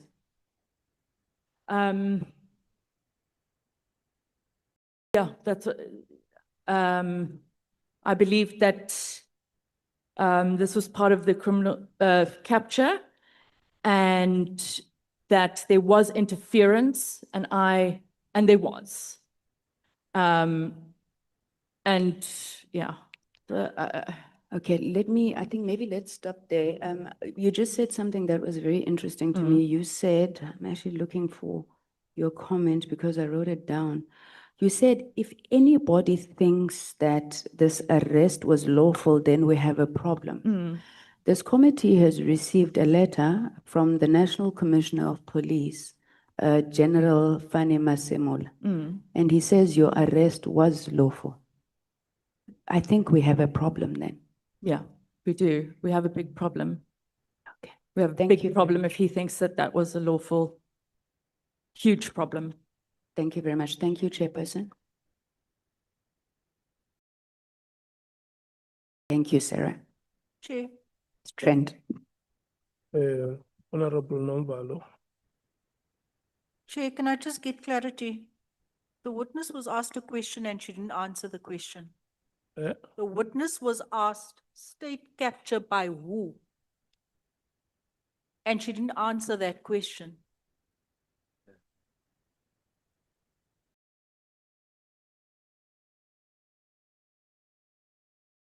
I can't name just one person. There were the state. Yes, but you were asked by who? Mention names, you said political parties, by who? Can you just, what was the question again? I'm sorry. And the Honorable, just Yeah, if you don't mind. that question again. We need an answer to that question. You said, I was asking you about why you were doing all of these things to Minister Nhleko. Okay. And you said, no, there were all of these things, the state was being captured, and I asked you by who was capturing the state. Ah, okay. So just trying to think of the best way to. In the criminal justice system, there is a lot of grabbing for power. I'm just trying to think of how I can explain. State capture could not have happened if we had a functioning, uncaptured criminal justice system. But Okay. No. take it further during that. Can we proceed? We cannot do a merry-go-round the whole night. Honorable Nomvalo. Thank you, Chair. Good evening, ma'am. Good evening, Honorable Nomvalo. I want to start by appealing to your conscience. When I look at your profile here and your educational background, I can safely say that you have worked hard to become who you are today.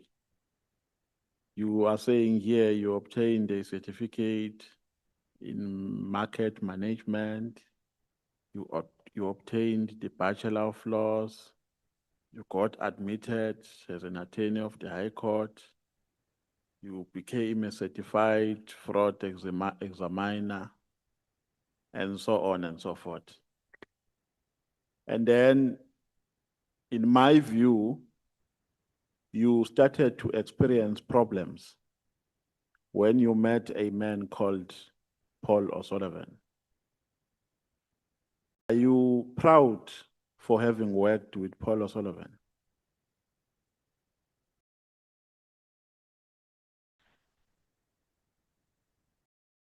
That's a difficult question. What I will answer is that I learned a lot, I experienced a lot, some of which was a bit traumatic. Yeah, no. Leave the experiences, ma'am, and let me contextualize my question. Please, yeah. The reason why I'm asking, there's evidence before this committee which shows that there's a widespread discontent against Paul O'Sullivan. Many people are bringing different complaints about him, and he has jeopardized, allegedly, many careers, wrongfully so. Now, the question is, I'm not going to go into detail, and as if that is not enough, he even threatened members of parliament. He threatened a witness which was seated where you are sitting currently. He even threatened a member of parliament last week. I believe that as a patriotic South African, you do not endorse such behavior. Now the question is, are you still proud of having worked with such a man?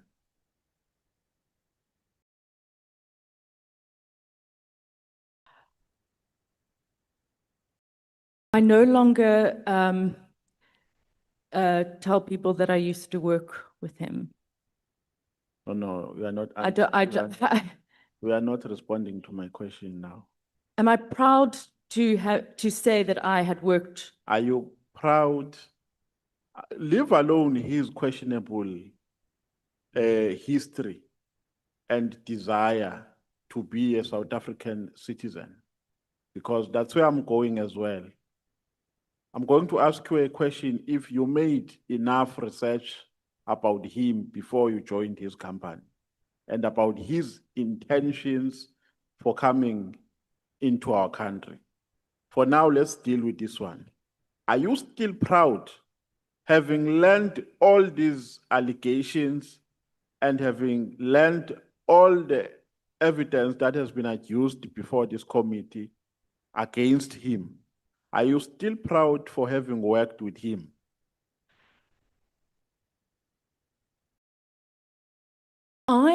I think it would be better to deal with the allegations, because I have not ever witnessed him committing an offense.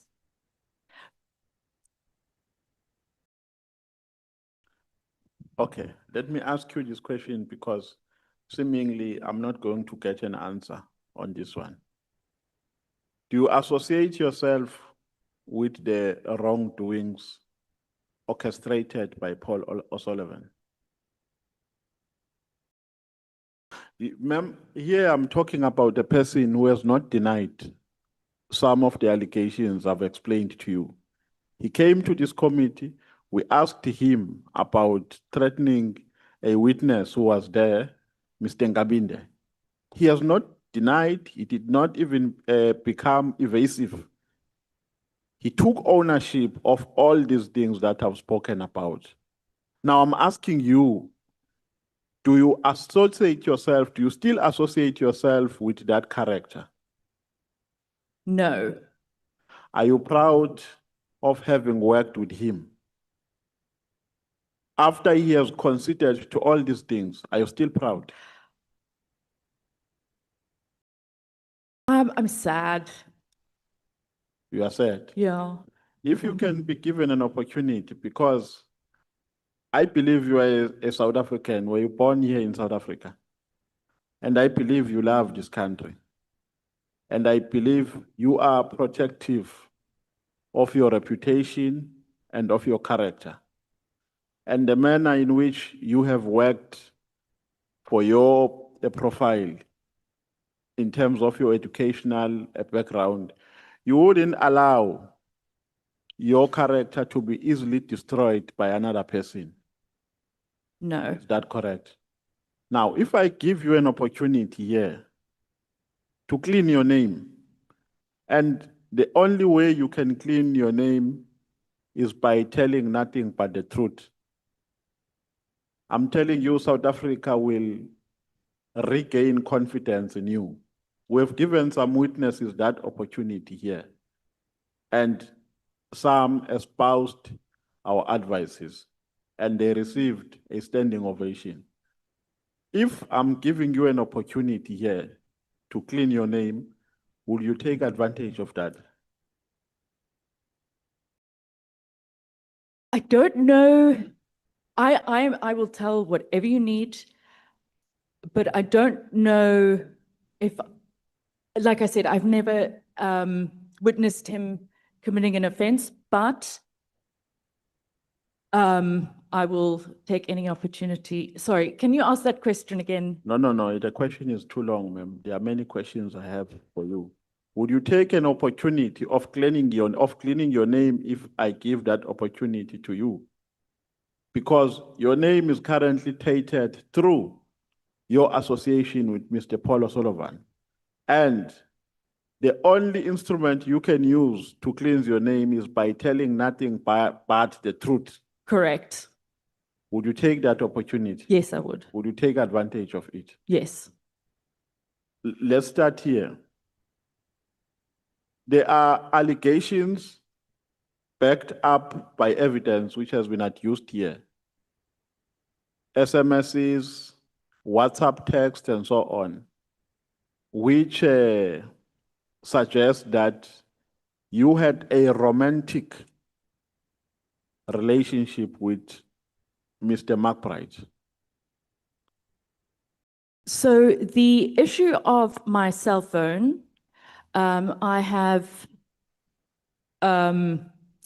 taken legal advice. I don't want to deal with the issues of the cell phone. However, I will deal with the allegations or the question on Robert McBride.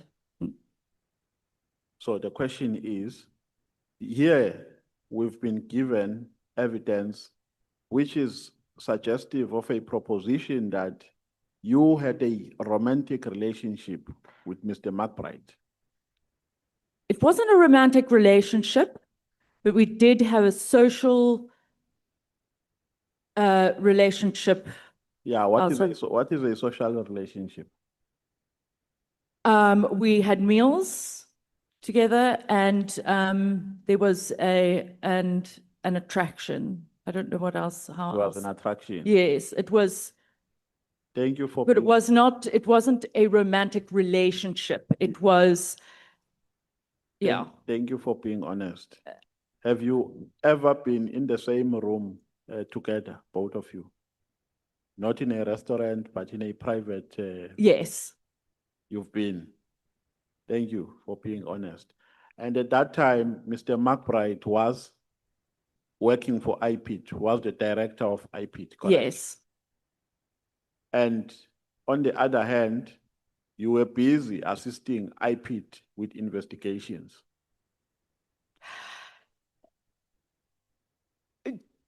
The assistance in the investigation was not investigation. We weren't on the ground. It was, could you carry out this? Could you do some desktop research? I'm not there. So it wasn't I'm saying, yeah, even if that's how you describe it. But I'm saying at that time, you were assisting IPID in its work. Let me not say in its investigations, because I know what I want to get for now. So on the other hand, while you are having this relationship with Mr. McBride, you are assisting IPID on the other hand in its work, correct? Yeah, but it wasn't a relationship. No, but you have explained it. So And yes, I so thought, I had communications with IPID investigators, and I had socialized with Mr. McBride. I yes. don't No, believe no, that no, I've. No, ma'am, let's not be all over the place. I'm going to guide you through my questions. So just follow me. Yeah, I'm the driver of this conversation. Now, you are busy with McBride. You are having the relationship that you have described, right? And then on the other hand, you are assisting IPID in its investigations or in its work. Let me not say investigations because you become argumentative when I use that term.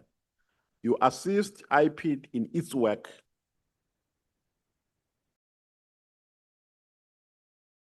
I feel like the impression of assisting in, so we had the initial investigation of the Phatlane, and then there was At what stage did you have this relationship with McBride? January January when? 2017. When did you start the Phatlane matter? So that was in February 2016, but then obviously there was no investigation, and then. But I can. There was not. There was the two didn't. It was yeah. It wasn't. And then it carried on, right? The Phatlane investigation carried on. Yeah, they carried on, and during the course of that investigation, then this relationship emerged between you and McBride. Again, it wasn't a relationship. No, it's fine. I'm saying I'm not going to go deeper. Yeah, and we, we didn't. On how you We describe didn't it. chat or phone or anything like it was. No, yeah. but there's no way you can meet in a restaurant if you have not called each other on the phone. Yeah, I mean, like a Because relationship. here you are not sangomas, so you can't prophesize that he's going to a restaurant and go to a restaurant and meet coincidentally. It was coordinated. So. Oh yeah, yes, of course. It's Yeah, I'm in Sandton. Do you want to get dinner? And then. Yes, so you Yeah. can't say you were not speaking on the phone. But when you're with a relationship, you follow up with someone or see how they're doing. Like there wasn't anyway. Yeah, so let's go back to Mr. Paul Sullivan. Okay. Did you do some background check before you worked for his company?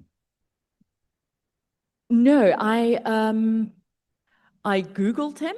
I think, how old was I? I was, I think, 29 or 30. I Googled him, and I saw, he had, all these stories about investigations and that, and I sent him my CV. Do you know where he so I was didn't- born and why he came to South Africa? as far as I know, he was born in Ireland and came to South Africa for property.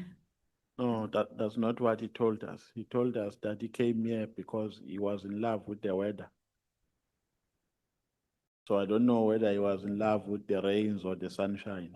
He was in love with the weather. So that's not what he told us. But the question is, did you bother yourself to do some investigation about his history before you joined his company?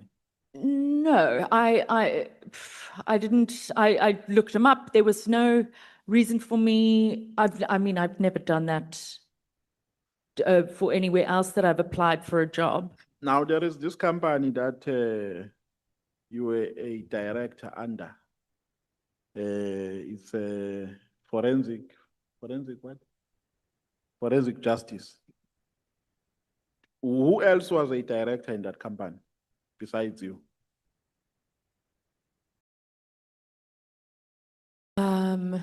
So there would have been, it would probably have been two of the staff or colleagues at Paul Sullivan and Associates. Were there no directors who were not South African citizens, foreign directors? No, not that I know of. So there were no foreign directors? No foreign directors in Forensics for Justice? Yes. No. Do you know who was funding the company? Who was funding Yes. Forensics for Where was it getting its funding from? from Paul O'Sullivan? I don't think we got any funding. No, so was it not foreign funded? No. Are you sure? Yeah, unless someone donated money, but no, it wasn't foreign funding. So there is no funding which they received from an international institution? I don't know. I don't know. You don't know? No. What was your role as a director? To basically do exactly the same as what I was doing before, but I was on as a director. I didn't hear your response when you were talking about your employment at the Pejane Foundation, Chauke Foundation. Yes.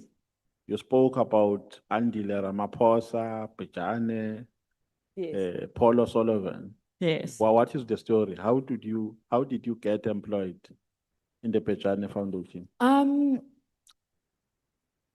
So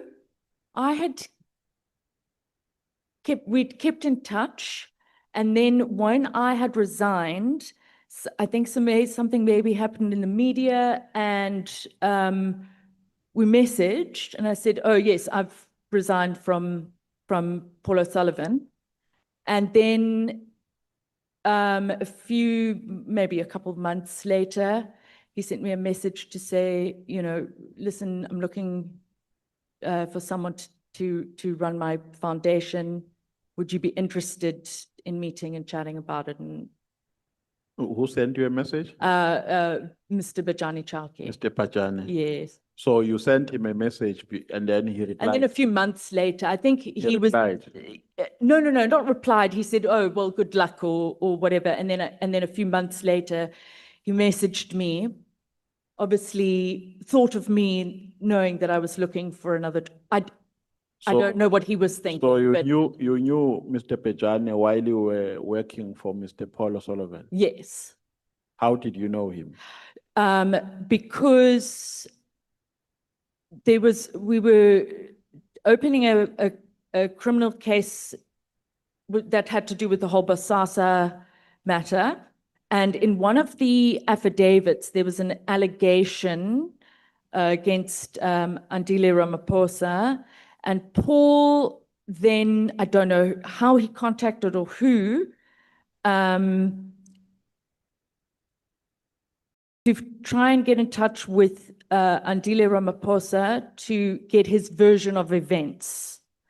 And then Bijani Chowke then came to meet us, and then Andile Ramaphosa came, and we met with him, and that's how I met. A friend to Pejane Chauke. I don't know. So I'm trying to connect Because the unconnected dots now. Because yeah, I'm asking about you knowing a Pejane Chauke. yes, that's how I met him. You are bringing in Andile Ramaphosa. You are saying there was a complaint against him. So how does Pejane Chauke come in that I scenario? see. I see. Thank you so much. Next speaker. No, Chair. It can't be. Honorable Sangoni finished at 22:10. You said you are giving us 30 minutes. What time was it? 22:10, Chair. Oh, yeah. Yeah, it's not for the first time we are doing this, Chair. It's not for the first time. And you are so lenient with ANC members.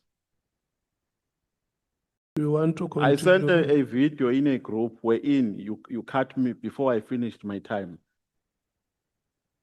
Yeah, but can you use your time now? Yeah, but I'm saying don't do this to me, please, Chair. No, I apologize. I'm not in that mood. I apologize. You still had 10 minutes.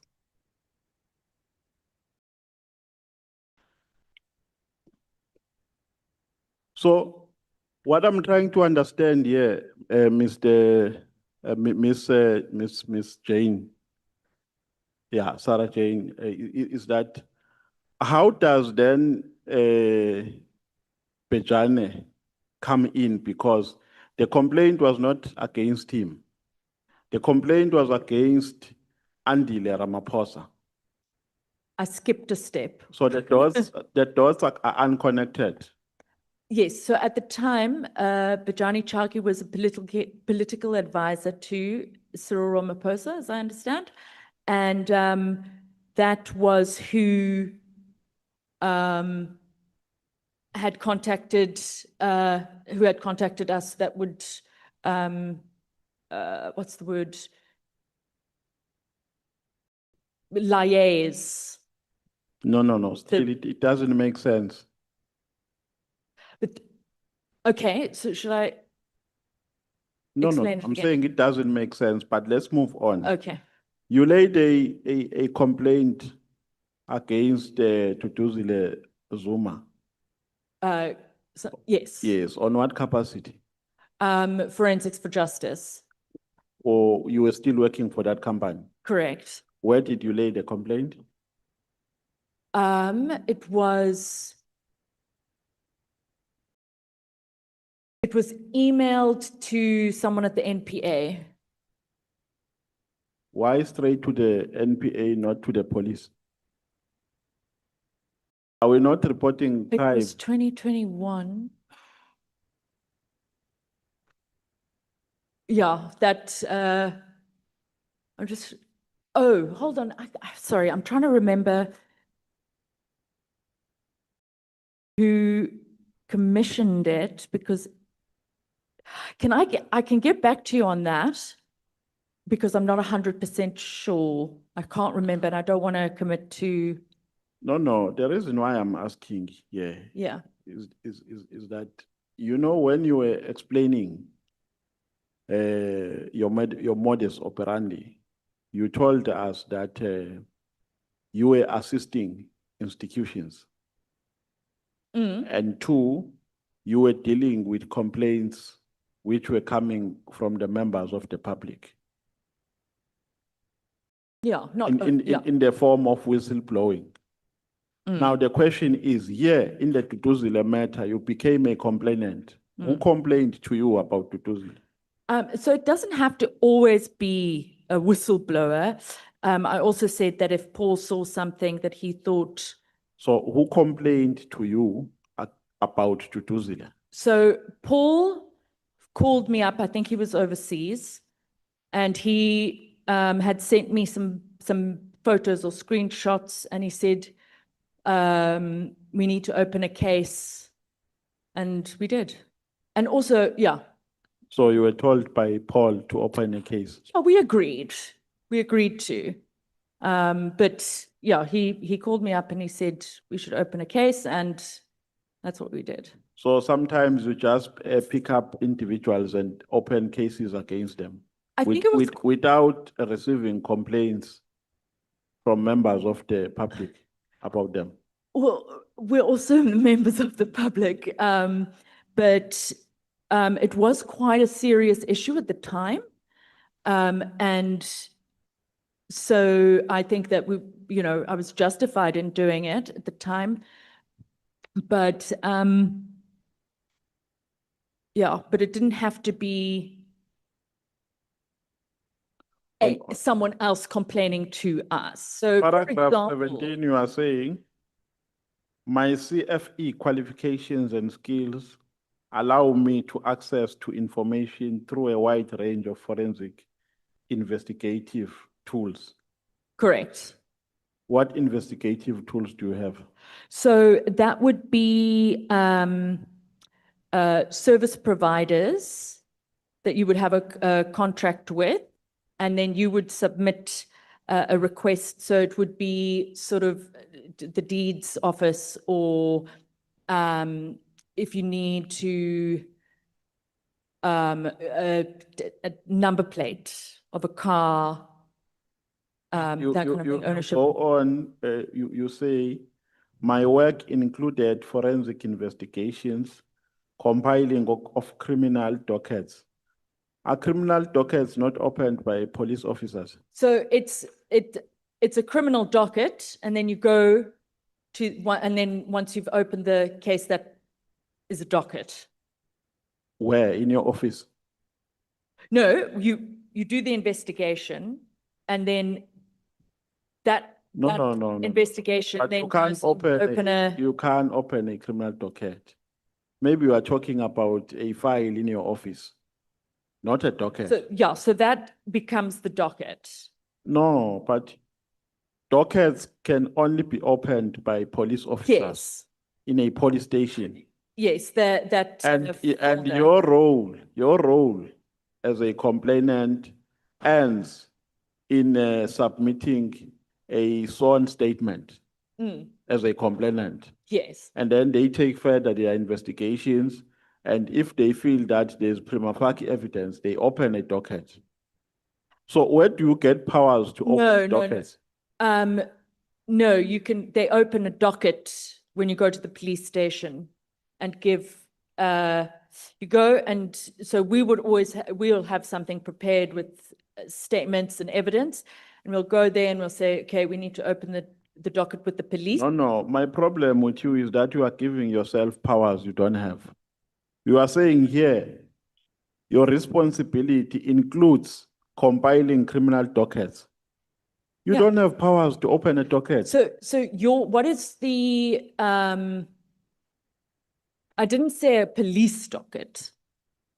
I didn't say a South African Police Services docket. So your offices have dockets. It's a docket. It's a case that you've put together, and that forms the docket. So you have dockets in your office. Is that what you are telling us? I do not have SAPS, South African Police Services dockets in the office.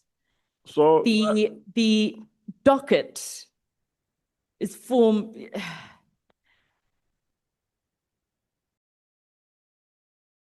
is a criminal docket, but in the sense of it. No, it's I don't fine. have. It's fine. I'm about police to run. dockets I'm about to run out of time. We are complaining here about a man who was driving you to the police station eating pepcorns. Was that a police officer? Yes. He was eating popcorns. He was eating popcorn. Gun, and then he's eating and driving like this. Where was he eating popcorns? It was the popcorn. It was in between the seats, and he was. So then he almost caused an accident It felt like because he was eating popcorns. and driving at There's a complaint here by Advocate Mashuka that the memorandum, which was compiled by two DPPs, leaked.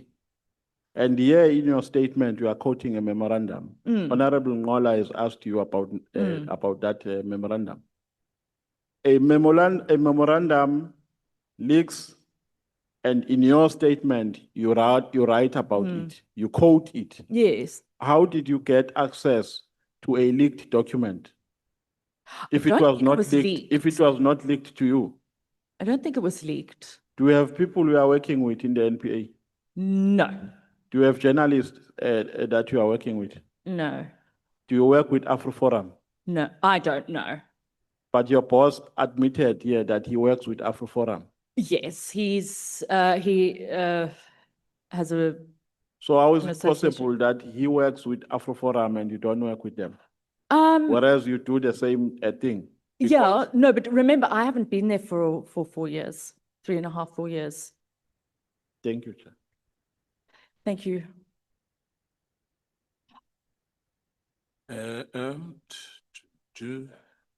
Time is starting. Sorry, I need the loo.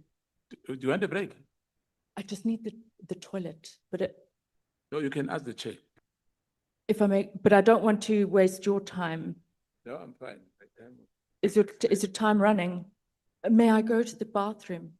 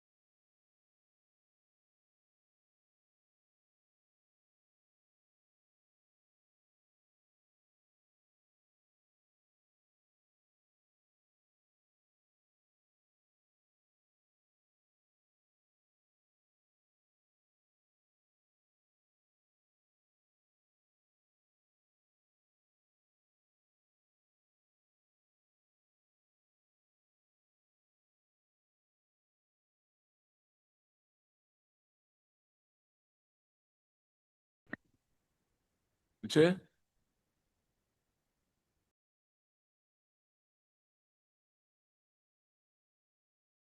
Then proceed, Honorable. Thank you, Chair. Good evening, Ms. Sarah-Jane Trent. Good evening, Honorable Seshana. I'm going to start by following up to my honorable colleague, Honorable Nomvalo.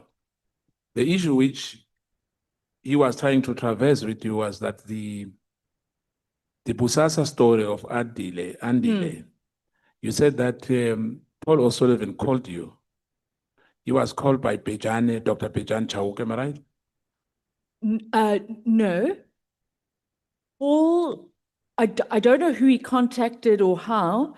He wanted to get Andile Ramaphosa's version of events on the allegations that were made in an affidavit in respect of corruption or corruption adjacent allegations Yes. to do with the Bosasa. Yeah. And that's how it sort of came about, yeah. So it was Dr. Chauke who called Paul. That's what he told you. Oh, yes, yes. And That's that's what how, he said anyway. Yes. so, yes. Yeah. Now, in the case of Dudu, Zuma, Sambuka, was it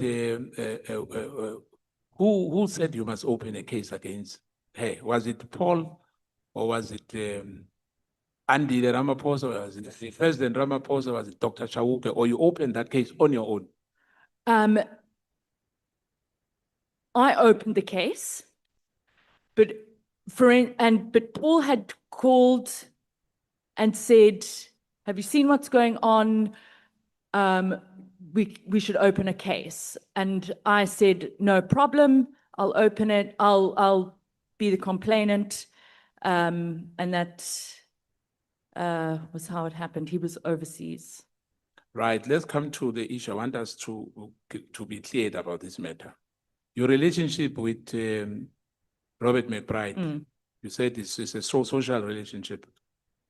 Semi-social. I mean, we're not like friends. Yes. It was, I don't know if you know when you've got an attraction to someone, but you're not interested in like a relationship or anything like that. It's, we're all human. Yeah. And that's what it was. And it had nothing to do with, let's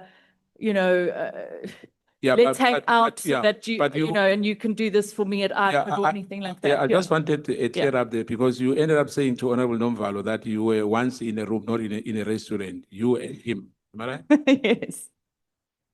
I mean, the rest is history, I guess. Thank you. Not too, now, let's come to the issue.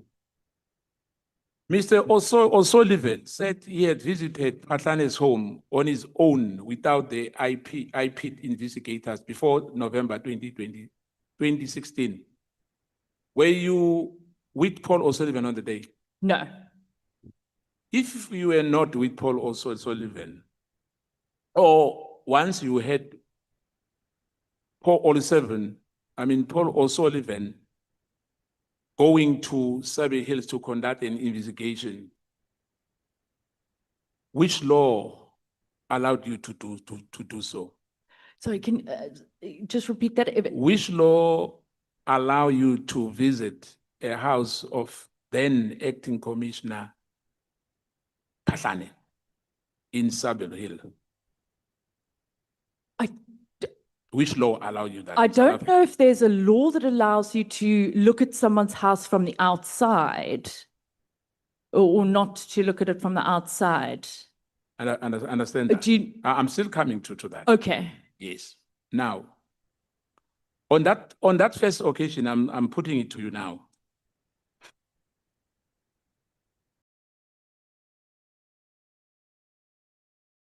There was no IPID.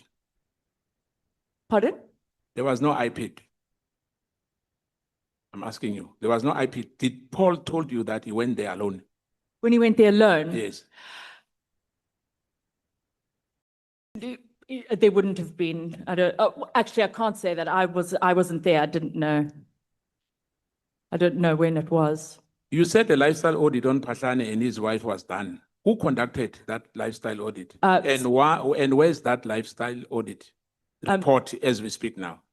Mr. O'Sullivan did that, and I think he set out his findings, which includes the house and the building thereof, which would be in the criminal complaint with IPID. But you drafted a statement of the people, among others, Alvin Duprisi, am I right? Pardon?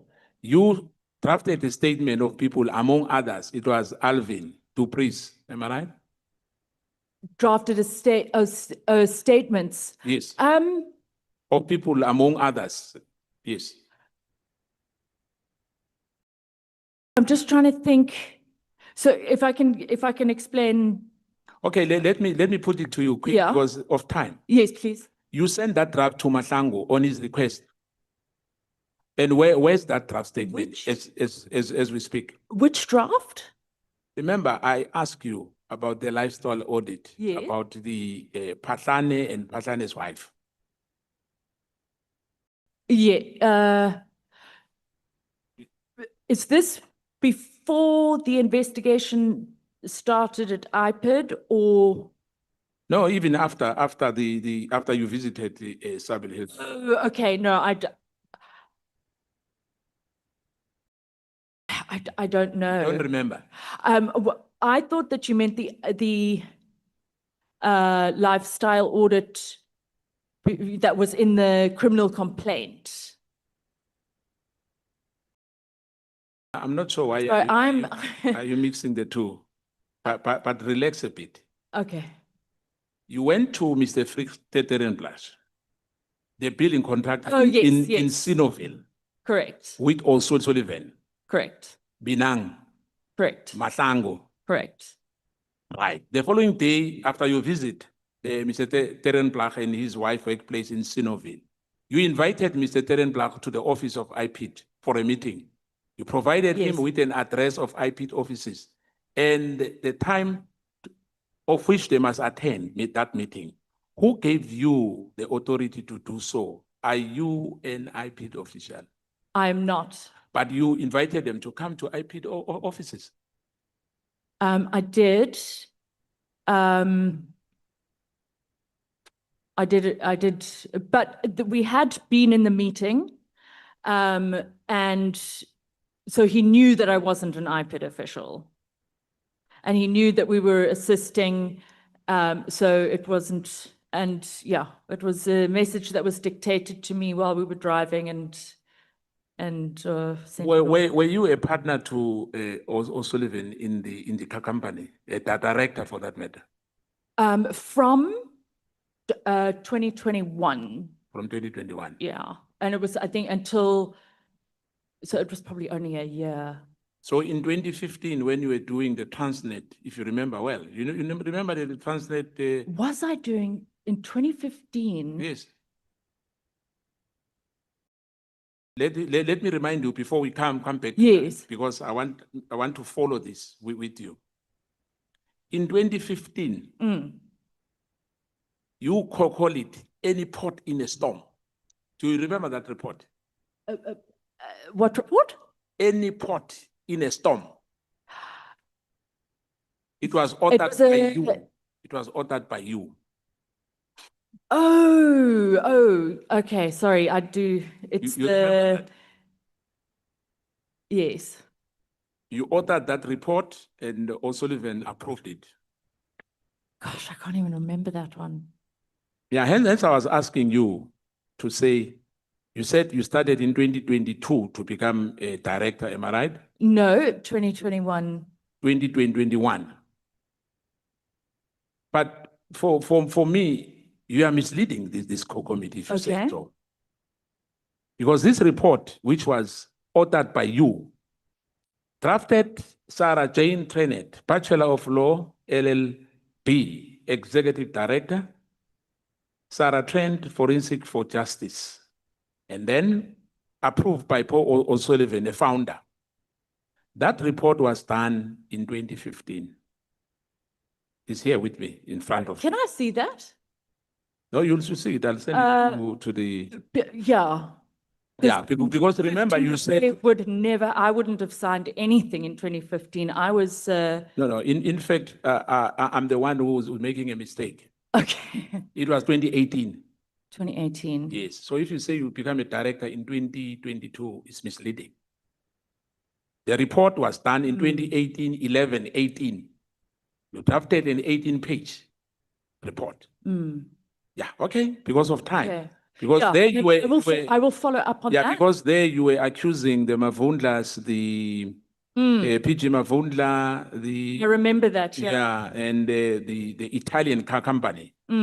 Now, let's go back there. So, do you agree that you didn't become a director in 2022? I'm just trying to think what happened there, why that would be.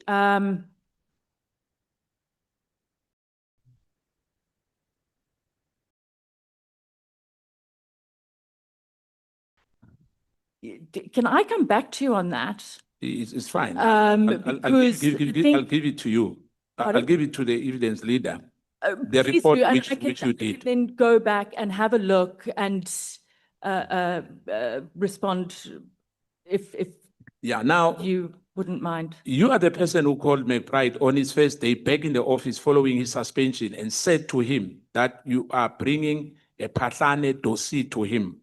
Who compiled that dossier? Who were the people's affidavits in that dossier? I'm not sure if it was his first day back. Not that it matters, but who compiled that that was Mr. O'Sullivan. Now, Ms. Trent, can you tell us about your investigation in the report of Transnet widening of Harbour project, which is alleged to have been terminated or set aside as a result of your report? Or I must just shy away because you say you don't remember anything about that. I really don't, but I would be more than happy to go back and have a look, refresh my memory and. Yeah, because there were black assist you. companies, just to remind you. Yeah. There were black companies who were awarded a contract of 4.2 billion rand at Transnet. Now there was WPHO and Group 5, which indeed were the people who had an interest in that tender. And the rest is history, but I'll send you the report and I'll send the evidence leader. Let's come now to the issue again. The allegation which you made yourself and also Sullivan in that report. Anyway, and let me just leave it because you said you don't have. I thought that you'll remember because it's not long anyway, because your partner, your court director says 40 years, 25, he can't remember. But you should remember, 2018 is not long, I remember the matter, but yeah. Now, were you working with Mandla Mahlangu? Yes, I didn't work with him. It's the same thing. If he needed something, but he was the one that I think I saw or met. If he came to the office and said, "Oh, can you quickly run a check for me?" But because I think he was the lead. But you sent a memorandum, internal memorandum to Karen, who was speaking about the warrants of arrest. Do you know Karen? No, I don't. But it's your WhatsApp message. Oh, I don't know. Yeah, but it's your WhatsApp message, to Karen Morgan. What do you call it? The surname? It's the journalist. Mon. I can't remember. No, but it's your WhatsApp to Mandla. I don't know if it's my WhatsApp. Remember what I'm reading from you here. There was a braai which took place at 3:00. You remember that braai? At the infamous Kretcher house. You were part of that braai? Yes. Now, you sent that email and you were speaking about the Nati, was it Nati Ntleko, the conflict with McBride. I mean, this is your conversation between yourself and Mahlangu. I don't have any recollection of this. I have no idea. You know, you. Yeah, when Okay. after my phone was taken, I never got any of those messages Mahlangu, back. let me remind you. Mahlangu said to you. You said to Mahlangu, morning, hope you are feeling better. What magistrate court will your section 205 go to? Just finishing the draft. That was you telling Mahlangu that you were finishing the draft. I don't know what that's about. Mahlangu responded to you, I'm much better today. I'm resting at home. Sorry, I didn't tell you. We actually done with 205 and have been signed directly today. Imane Cedric will take them to the banks. The one for Vodacom has been sent and signed by Cullinan Magistrate, and for the banks, it was Pretoria Magistrate Court. Did you have a good relationship with those courts? No, I don't remember any of. But what I don't understand, Sarah. Yes. You were controlling Mahlangu yourself and also Sullivan and Kabinde. You were controlling Mahlangu and Kabinde. You were drafting section 205 for them.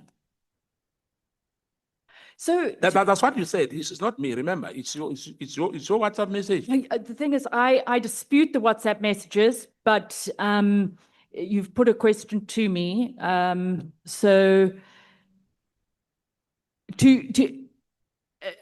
a section 205 affidavit is just an affidavit. So if you've done an investigation, I've done an investigation and I've put it together, right? You know what needs to go in the section 205, but I cannot issue or go to the court. I understand that, but what I'm asking you, were you drafting section 205 for IPID?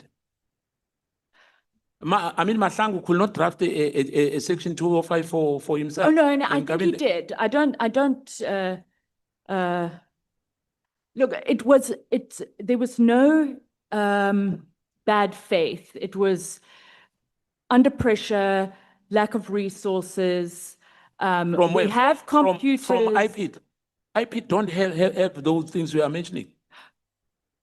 No. I'm just saying that, like, we offer.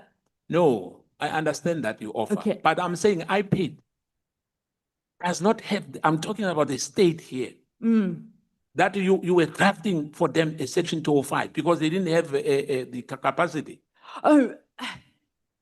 I cannot remember, and I don't know what it was, because it could have been just this sort of the skeleton of a statement, or it could have been, I don't know, but it wouldn't have been the actual official document. Sorry if I'm not answering. But is that correct in your view? What? What you were doing with Mahlangu, with IPID? When we say the IPID or the security justice system in this country were infiltrated, we were correct. Because you were doing that. You are not a member of IPID. You are not a policewoman. I did not. Do you agree? Do you agree? I'm not a police woman. I'm not an IPID officer. But you were 100%. But I did not involve myself unlawfully at all. No, it was unlawful for you to do that. Mahlangu could have done that himself. I think he did. Could have done. But why then were you drafting for them? Just to help. No. There's more to it than what meets an eye. But be that as it may, let's go to the next one. You've been communicating with Mahlangu here. In fact, you are in charge of your company with Sullivan. You are in charge of IPID. And there's evidence. It's not an information. Evidence. I'll tell you now. Let me tell you about the issue of your correspondence with Mahlangu. Hi there. Do you have a statement for Albin? Sorry, Chair. Sorry. I don't want to be discussing what's on my cell phone records, please.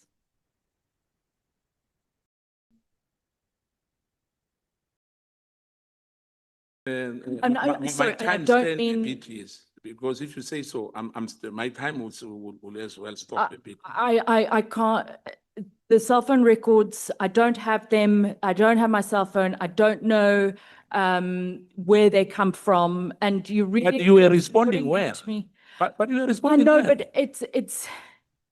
So far, you were responding well on the same thing which I was asking you about. Because now I want to ask you about the use of cash, the issue of EFTs which were done. You were talking to IPID official, Mahlangu, yeah.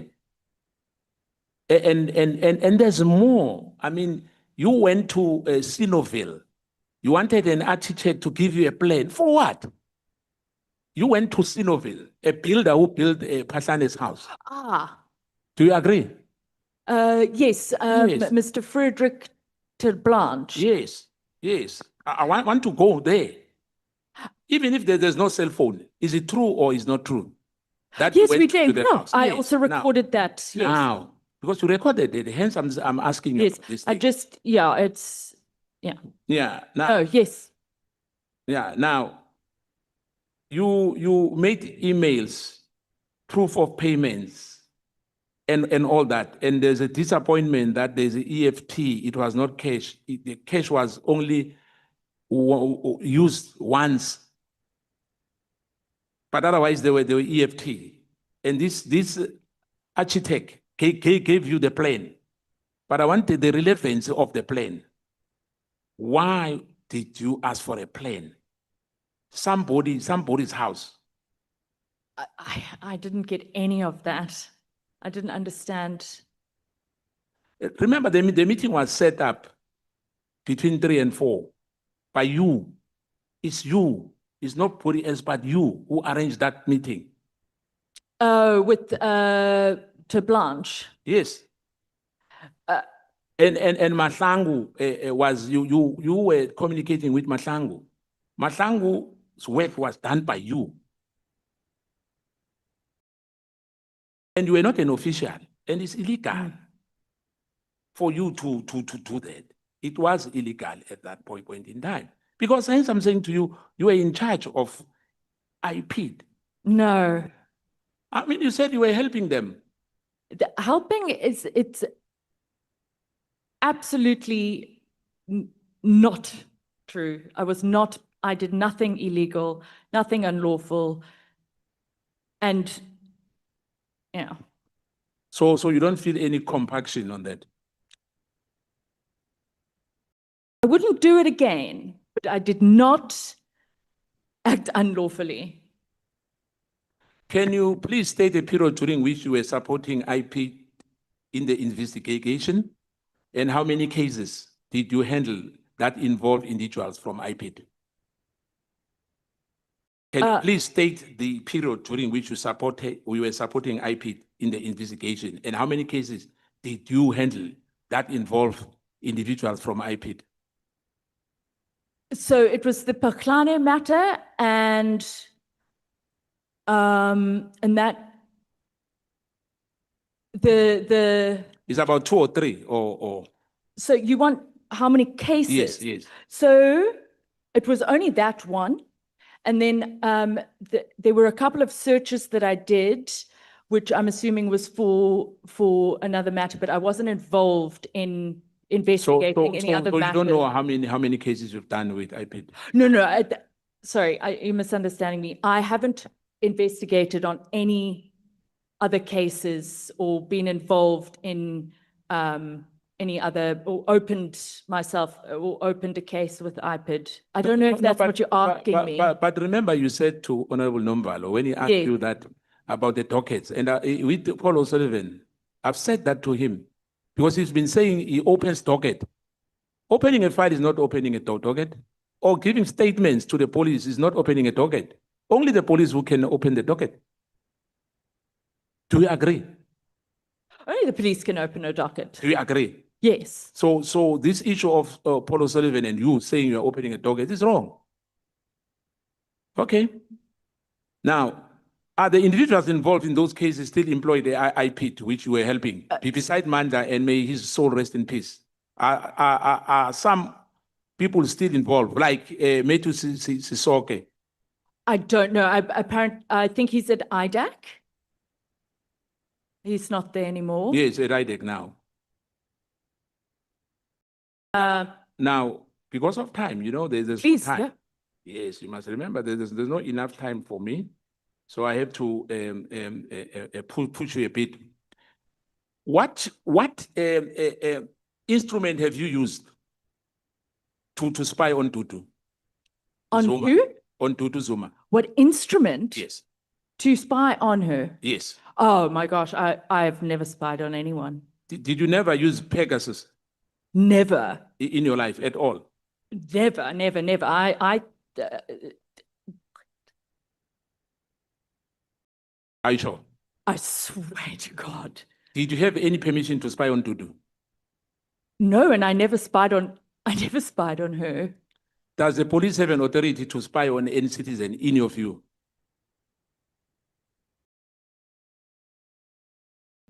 I guess if they have a warrant, or I'm not exactly sure how they do the interception and that kind of thing. Now, you say you've never used Pegasus for spying. Never. Did Paul use Pegasus, or your company use Pegasus to spy on Tutu? Never. I can't speak for Paul. I can't imagine him doing so, but never. Pegasus are very serious. I've looked at it because I thought maybe they were using it on me. So no, I've never heard of this. Yeah, this allegation. But I wanted to correct you on this one. In fact, my mind comes in now. Yeah. Who called or Sullivan? Is it President Ramaphosa or is it Dr. Pejan? I No, doubt you said it.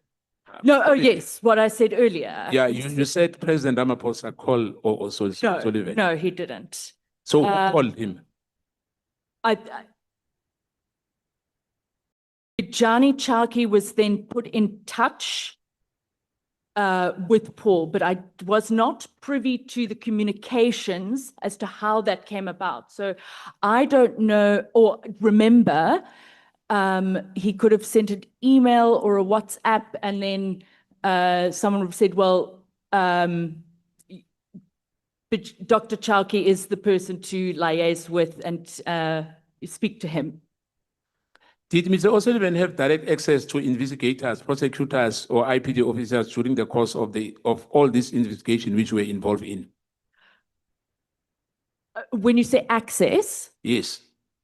In what? To investigators. He'll call Mahlangu, he'll call whoever he wants to say, let's go, like they did when they went to Sable Hills.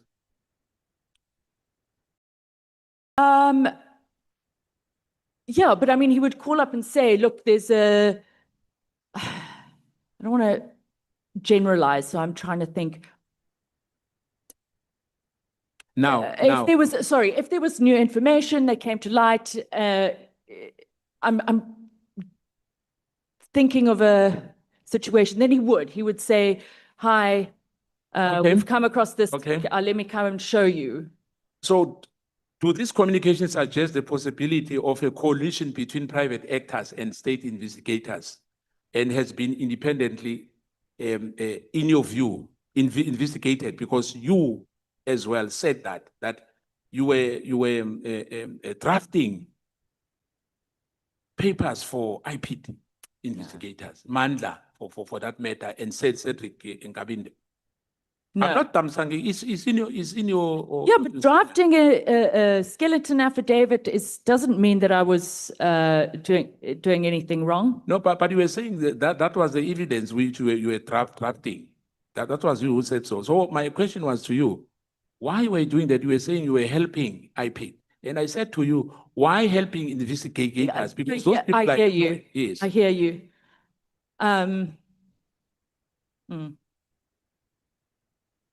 Okay, my last one. Do you have regrets of working with Mr. Paul or Sullivan in other matters?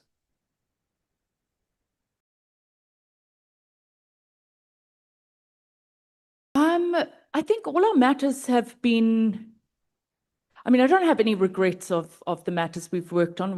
We've taken on a matter, investigated. So are you saying that you can repeat what you've been doing with, without any doubt? Because for me, I'm a bit ambivalent with you. I've got mixed feelings now about you. Yes. Yes.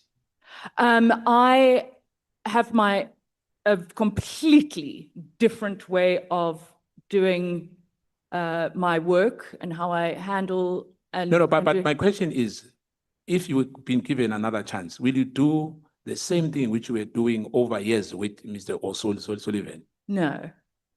So you have Sorry, some regrets. That's just too general a question.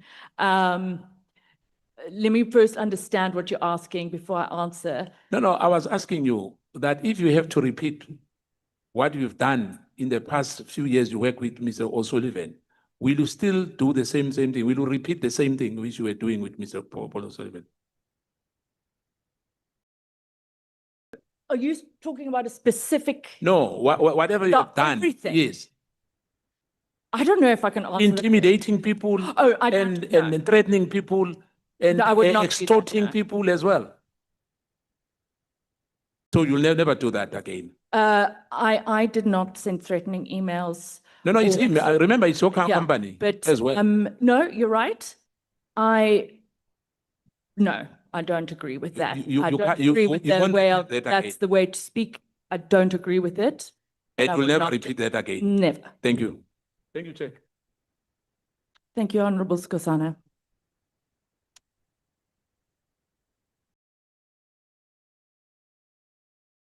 Chair, can I confirm time for me? 15 or 10? 15. Thank you, Chair. So, one on Tomazan. We appeal. Are you good? I'm good. How are you? Ngifuna Thank sikhulume you. ngendaba yempahla enkulu.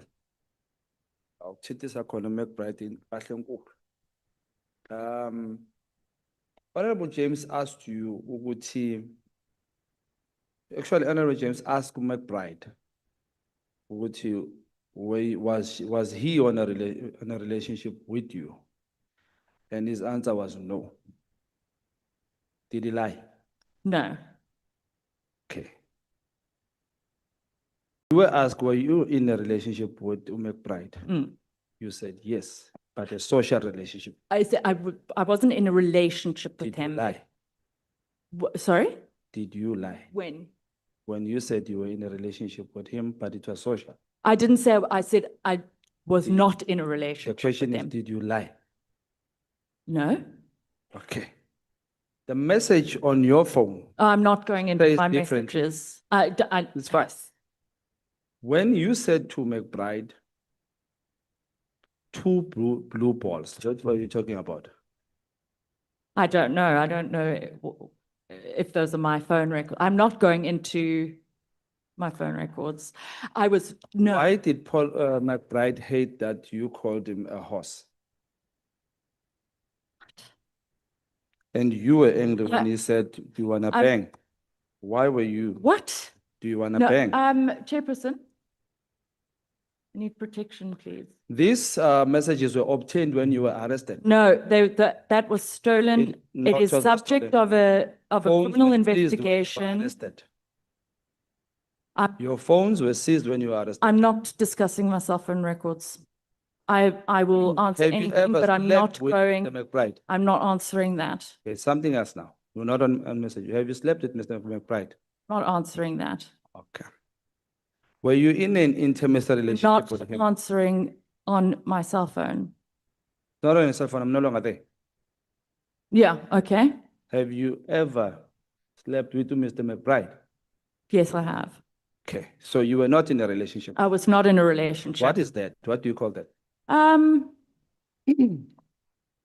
hookup? Okay. How many times? I don't know. Were you a weapon used by Mr. Paul Sullivan? No. And if I was, I did not, and I will take my revenge if I was. Okay, before we go somewhere, let's start here. Duduzile Zuma writes a tweet on Twitter, and you go and open a case against her, correct? There were quite a few tweets and videos. And you opened a case against those because of Correct. those, right? Andile Ramaphosa is alleged to have been part of the Bosasa issue and saga. Why didn't you open a case? Why did you go for clearing his name? Well, if you compare the two matters, firstly, you would have to ask Paul No, I'm about asking the, no, I understand, on, why he wanted to contact for that version of events. But if you compare the two matters, that was 2021 riots. I mean, that brought the country to its knees. It's very different to ask. Sorry? Remember they said I have 10 minutes. Sorry, just. So the question is, do you write a tweet, you open a case?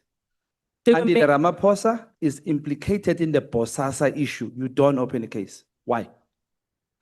If you look at the two cases, the one of Andile Ramaphosa, it was something about, it was some Bosasa. alleged. Bosasa. No, if you looked at the allegation, it was an alleged allegation, but this was the July. Also an allege that she started the it's an allege as well. You No, in no, court right now, when Yeah. you were asked whether do you think this is political? You said yes. What do I think? What is political? The attack on Duduzile Zuma. I didn't say But yes. let's go back. You did. Let's go back. The question is very simple. Bosasa is a corruption case. You are known in your organization to be hating on corruption, right? Yes. And the Ramaphosa is implicated there. Yes. Did you investigate? You Yes, went straight for clearing the name. And again, on your what you said here, first thing you said Ramaphosa called Bejan. I don't know. Ramaphosa called Paul Sullivan. You said that. No. It's on record. You said that. No, I said. Do you want to correct Danny. that maybe? No, I never said. You said, okay, let me repeat to you. You said Ramaphosa called Paul. Then Pejane comes in the picture to clear this matter. We'll rewind the video. I did check it. You said that. Now, my question specifically is this. Why on Duduzile Zuma you'll go and open a case, but on Ramaphosa's son, when he is implicated in corruption, you don't investigate, you don't open a case, you go for clarification of his name? Why? It has to do with both the cases. It's not as simple Are you as sure you're a lawyer? if there were. Are you sure you're a lawyer? I'm a non-practicing. Did you study law? Yes. Seriously, I'm not that good in English, but I'm going to ask you this question again. Try to listen to my question. Why on Duduzile Zuma you went and opened a case on those allegations, but He was inciting violence and brought the country to its knees. Alleged, right? And Andile Ramaphosa was alleged to have freaking received something in a bank account, and that was it. It is Was there very money received by different. Pardon? Was there money received by Andile? No. Are you sure? The allegation was Wait, about just there. Are you sure? The allegation was about him receiving money into an ABSA bank account. I can't remember, but he had no Okay, wait a ABSA minute. bank. Let's not rush. You say the allegation was about him receiving money from Sorry, Bosasa, right? And then I Let me help corrected you. myself. Okay. It was about a bank account, an ABSA, and there was an ABSA. He was alleged to have received or paid. It was something about an ABSA, and we checked whether there was an ABSA bank account registered in his name, and that was the. And it money was in wasn't. that account, right? He didn't have an ABSA bank. Look, Money was in that account. he didn't have. If I'm remembering the bank name. Okay, correctly, but let's leave it there. he- Let's go back to the a very alleged simple question. bank, he But did we're gonna not- make it implicated for yourself. Let's make it easy. On this side, you went to clear his name immediately. On this side, you went to open a case immediately. Are you with me? Mm. Why there's so unfairness? Why? Because it's Ramaphosa. Are you getting something from Ramaphosa? No, Do you think Paul is still friends with Ramaphosa? I don't think. Have you met Cyril Ramaphosa? I have President not. Cyril Ramaphosa? I have not. You have not. You have not. No. Okay. When last did you speak to Paul O'Sullivan? Yesterday? On phone? Yeah. Okay. You, Or today. I mean, I saw him, but yeah. you saw him before to yesterday and today? We've been chatting since I've been there was the talk of me being called. I was not very happy, and so I told him that he needs to come and that Okay, so I you can't be. have been in contact. It's his. Let's it's his. quickly go to this main- now. Since you say you studied law, do you understand what is infiltration in regard to IPID? What would be maybe infiltration? maybe What you would could. be? Okay. What maybe you could tell me what it could be, and I. Between you and Paul O'Sullivan, who infiltrated IPID? Neither. Let's qualify this with a definition. Infiltration is a person who works in a space where he's not supposed to be, right? Like being in going to Phatlane's house as an IPID official, that would be wrong, right? No. If it was the case. Going to Phatlane's house as an IPID. I wasn't going as an No, I IPID. didn't say you went. You are saying that. Did you go to Phatlane's house as an IPID? I went to Phatlane house. I did not go as an Answered that. IPID. Now you've answered that question, and I did a favor and asked you that question. Now this is a different question. I'm asking, if you went to Phatlane's house as an IPID official, that will be deemed wrong, right?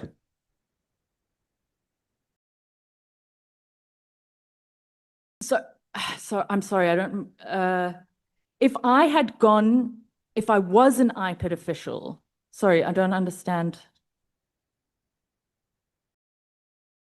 Okay.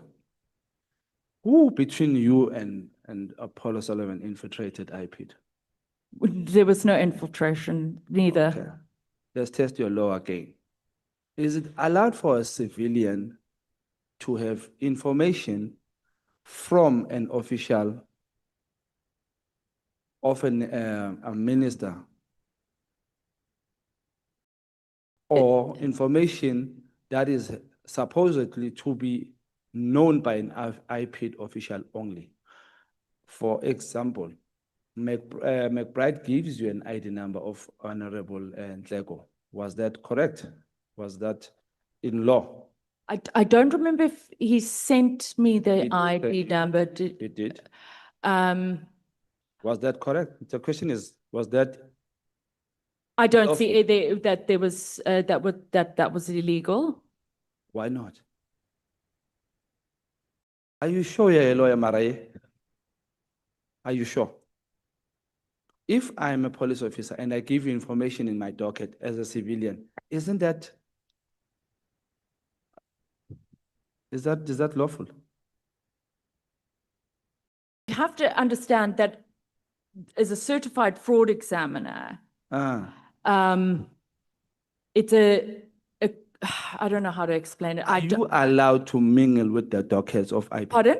Are you allowed to mingle with the dockets of IPID?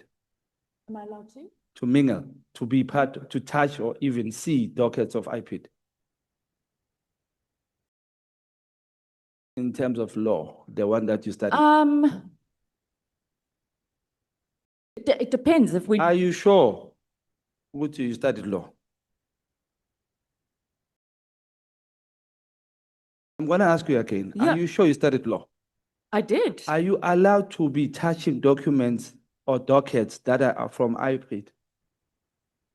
Not without their consent. So did McBride give you consent to give information? To give information? Yeah. To you? Did McBride give consent? To give you information? What information? You said you must be given consent before you start handling information. No. I can't demand to look at information from them, but if if he gives it to you, is it doing a lawful thing? It depends. No, not necessarily. But if it's for, I don't see why Which he school of would. law did you go? Pardon? Where did you study your law? UNISA. I studied. Is UNISA credible in terms of law? I want to study law and I want to go to UNISA. Now I'm starting to doubt it. Is it credible? I don't know. Do you trust it? Do you think they did a good job on you?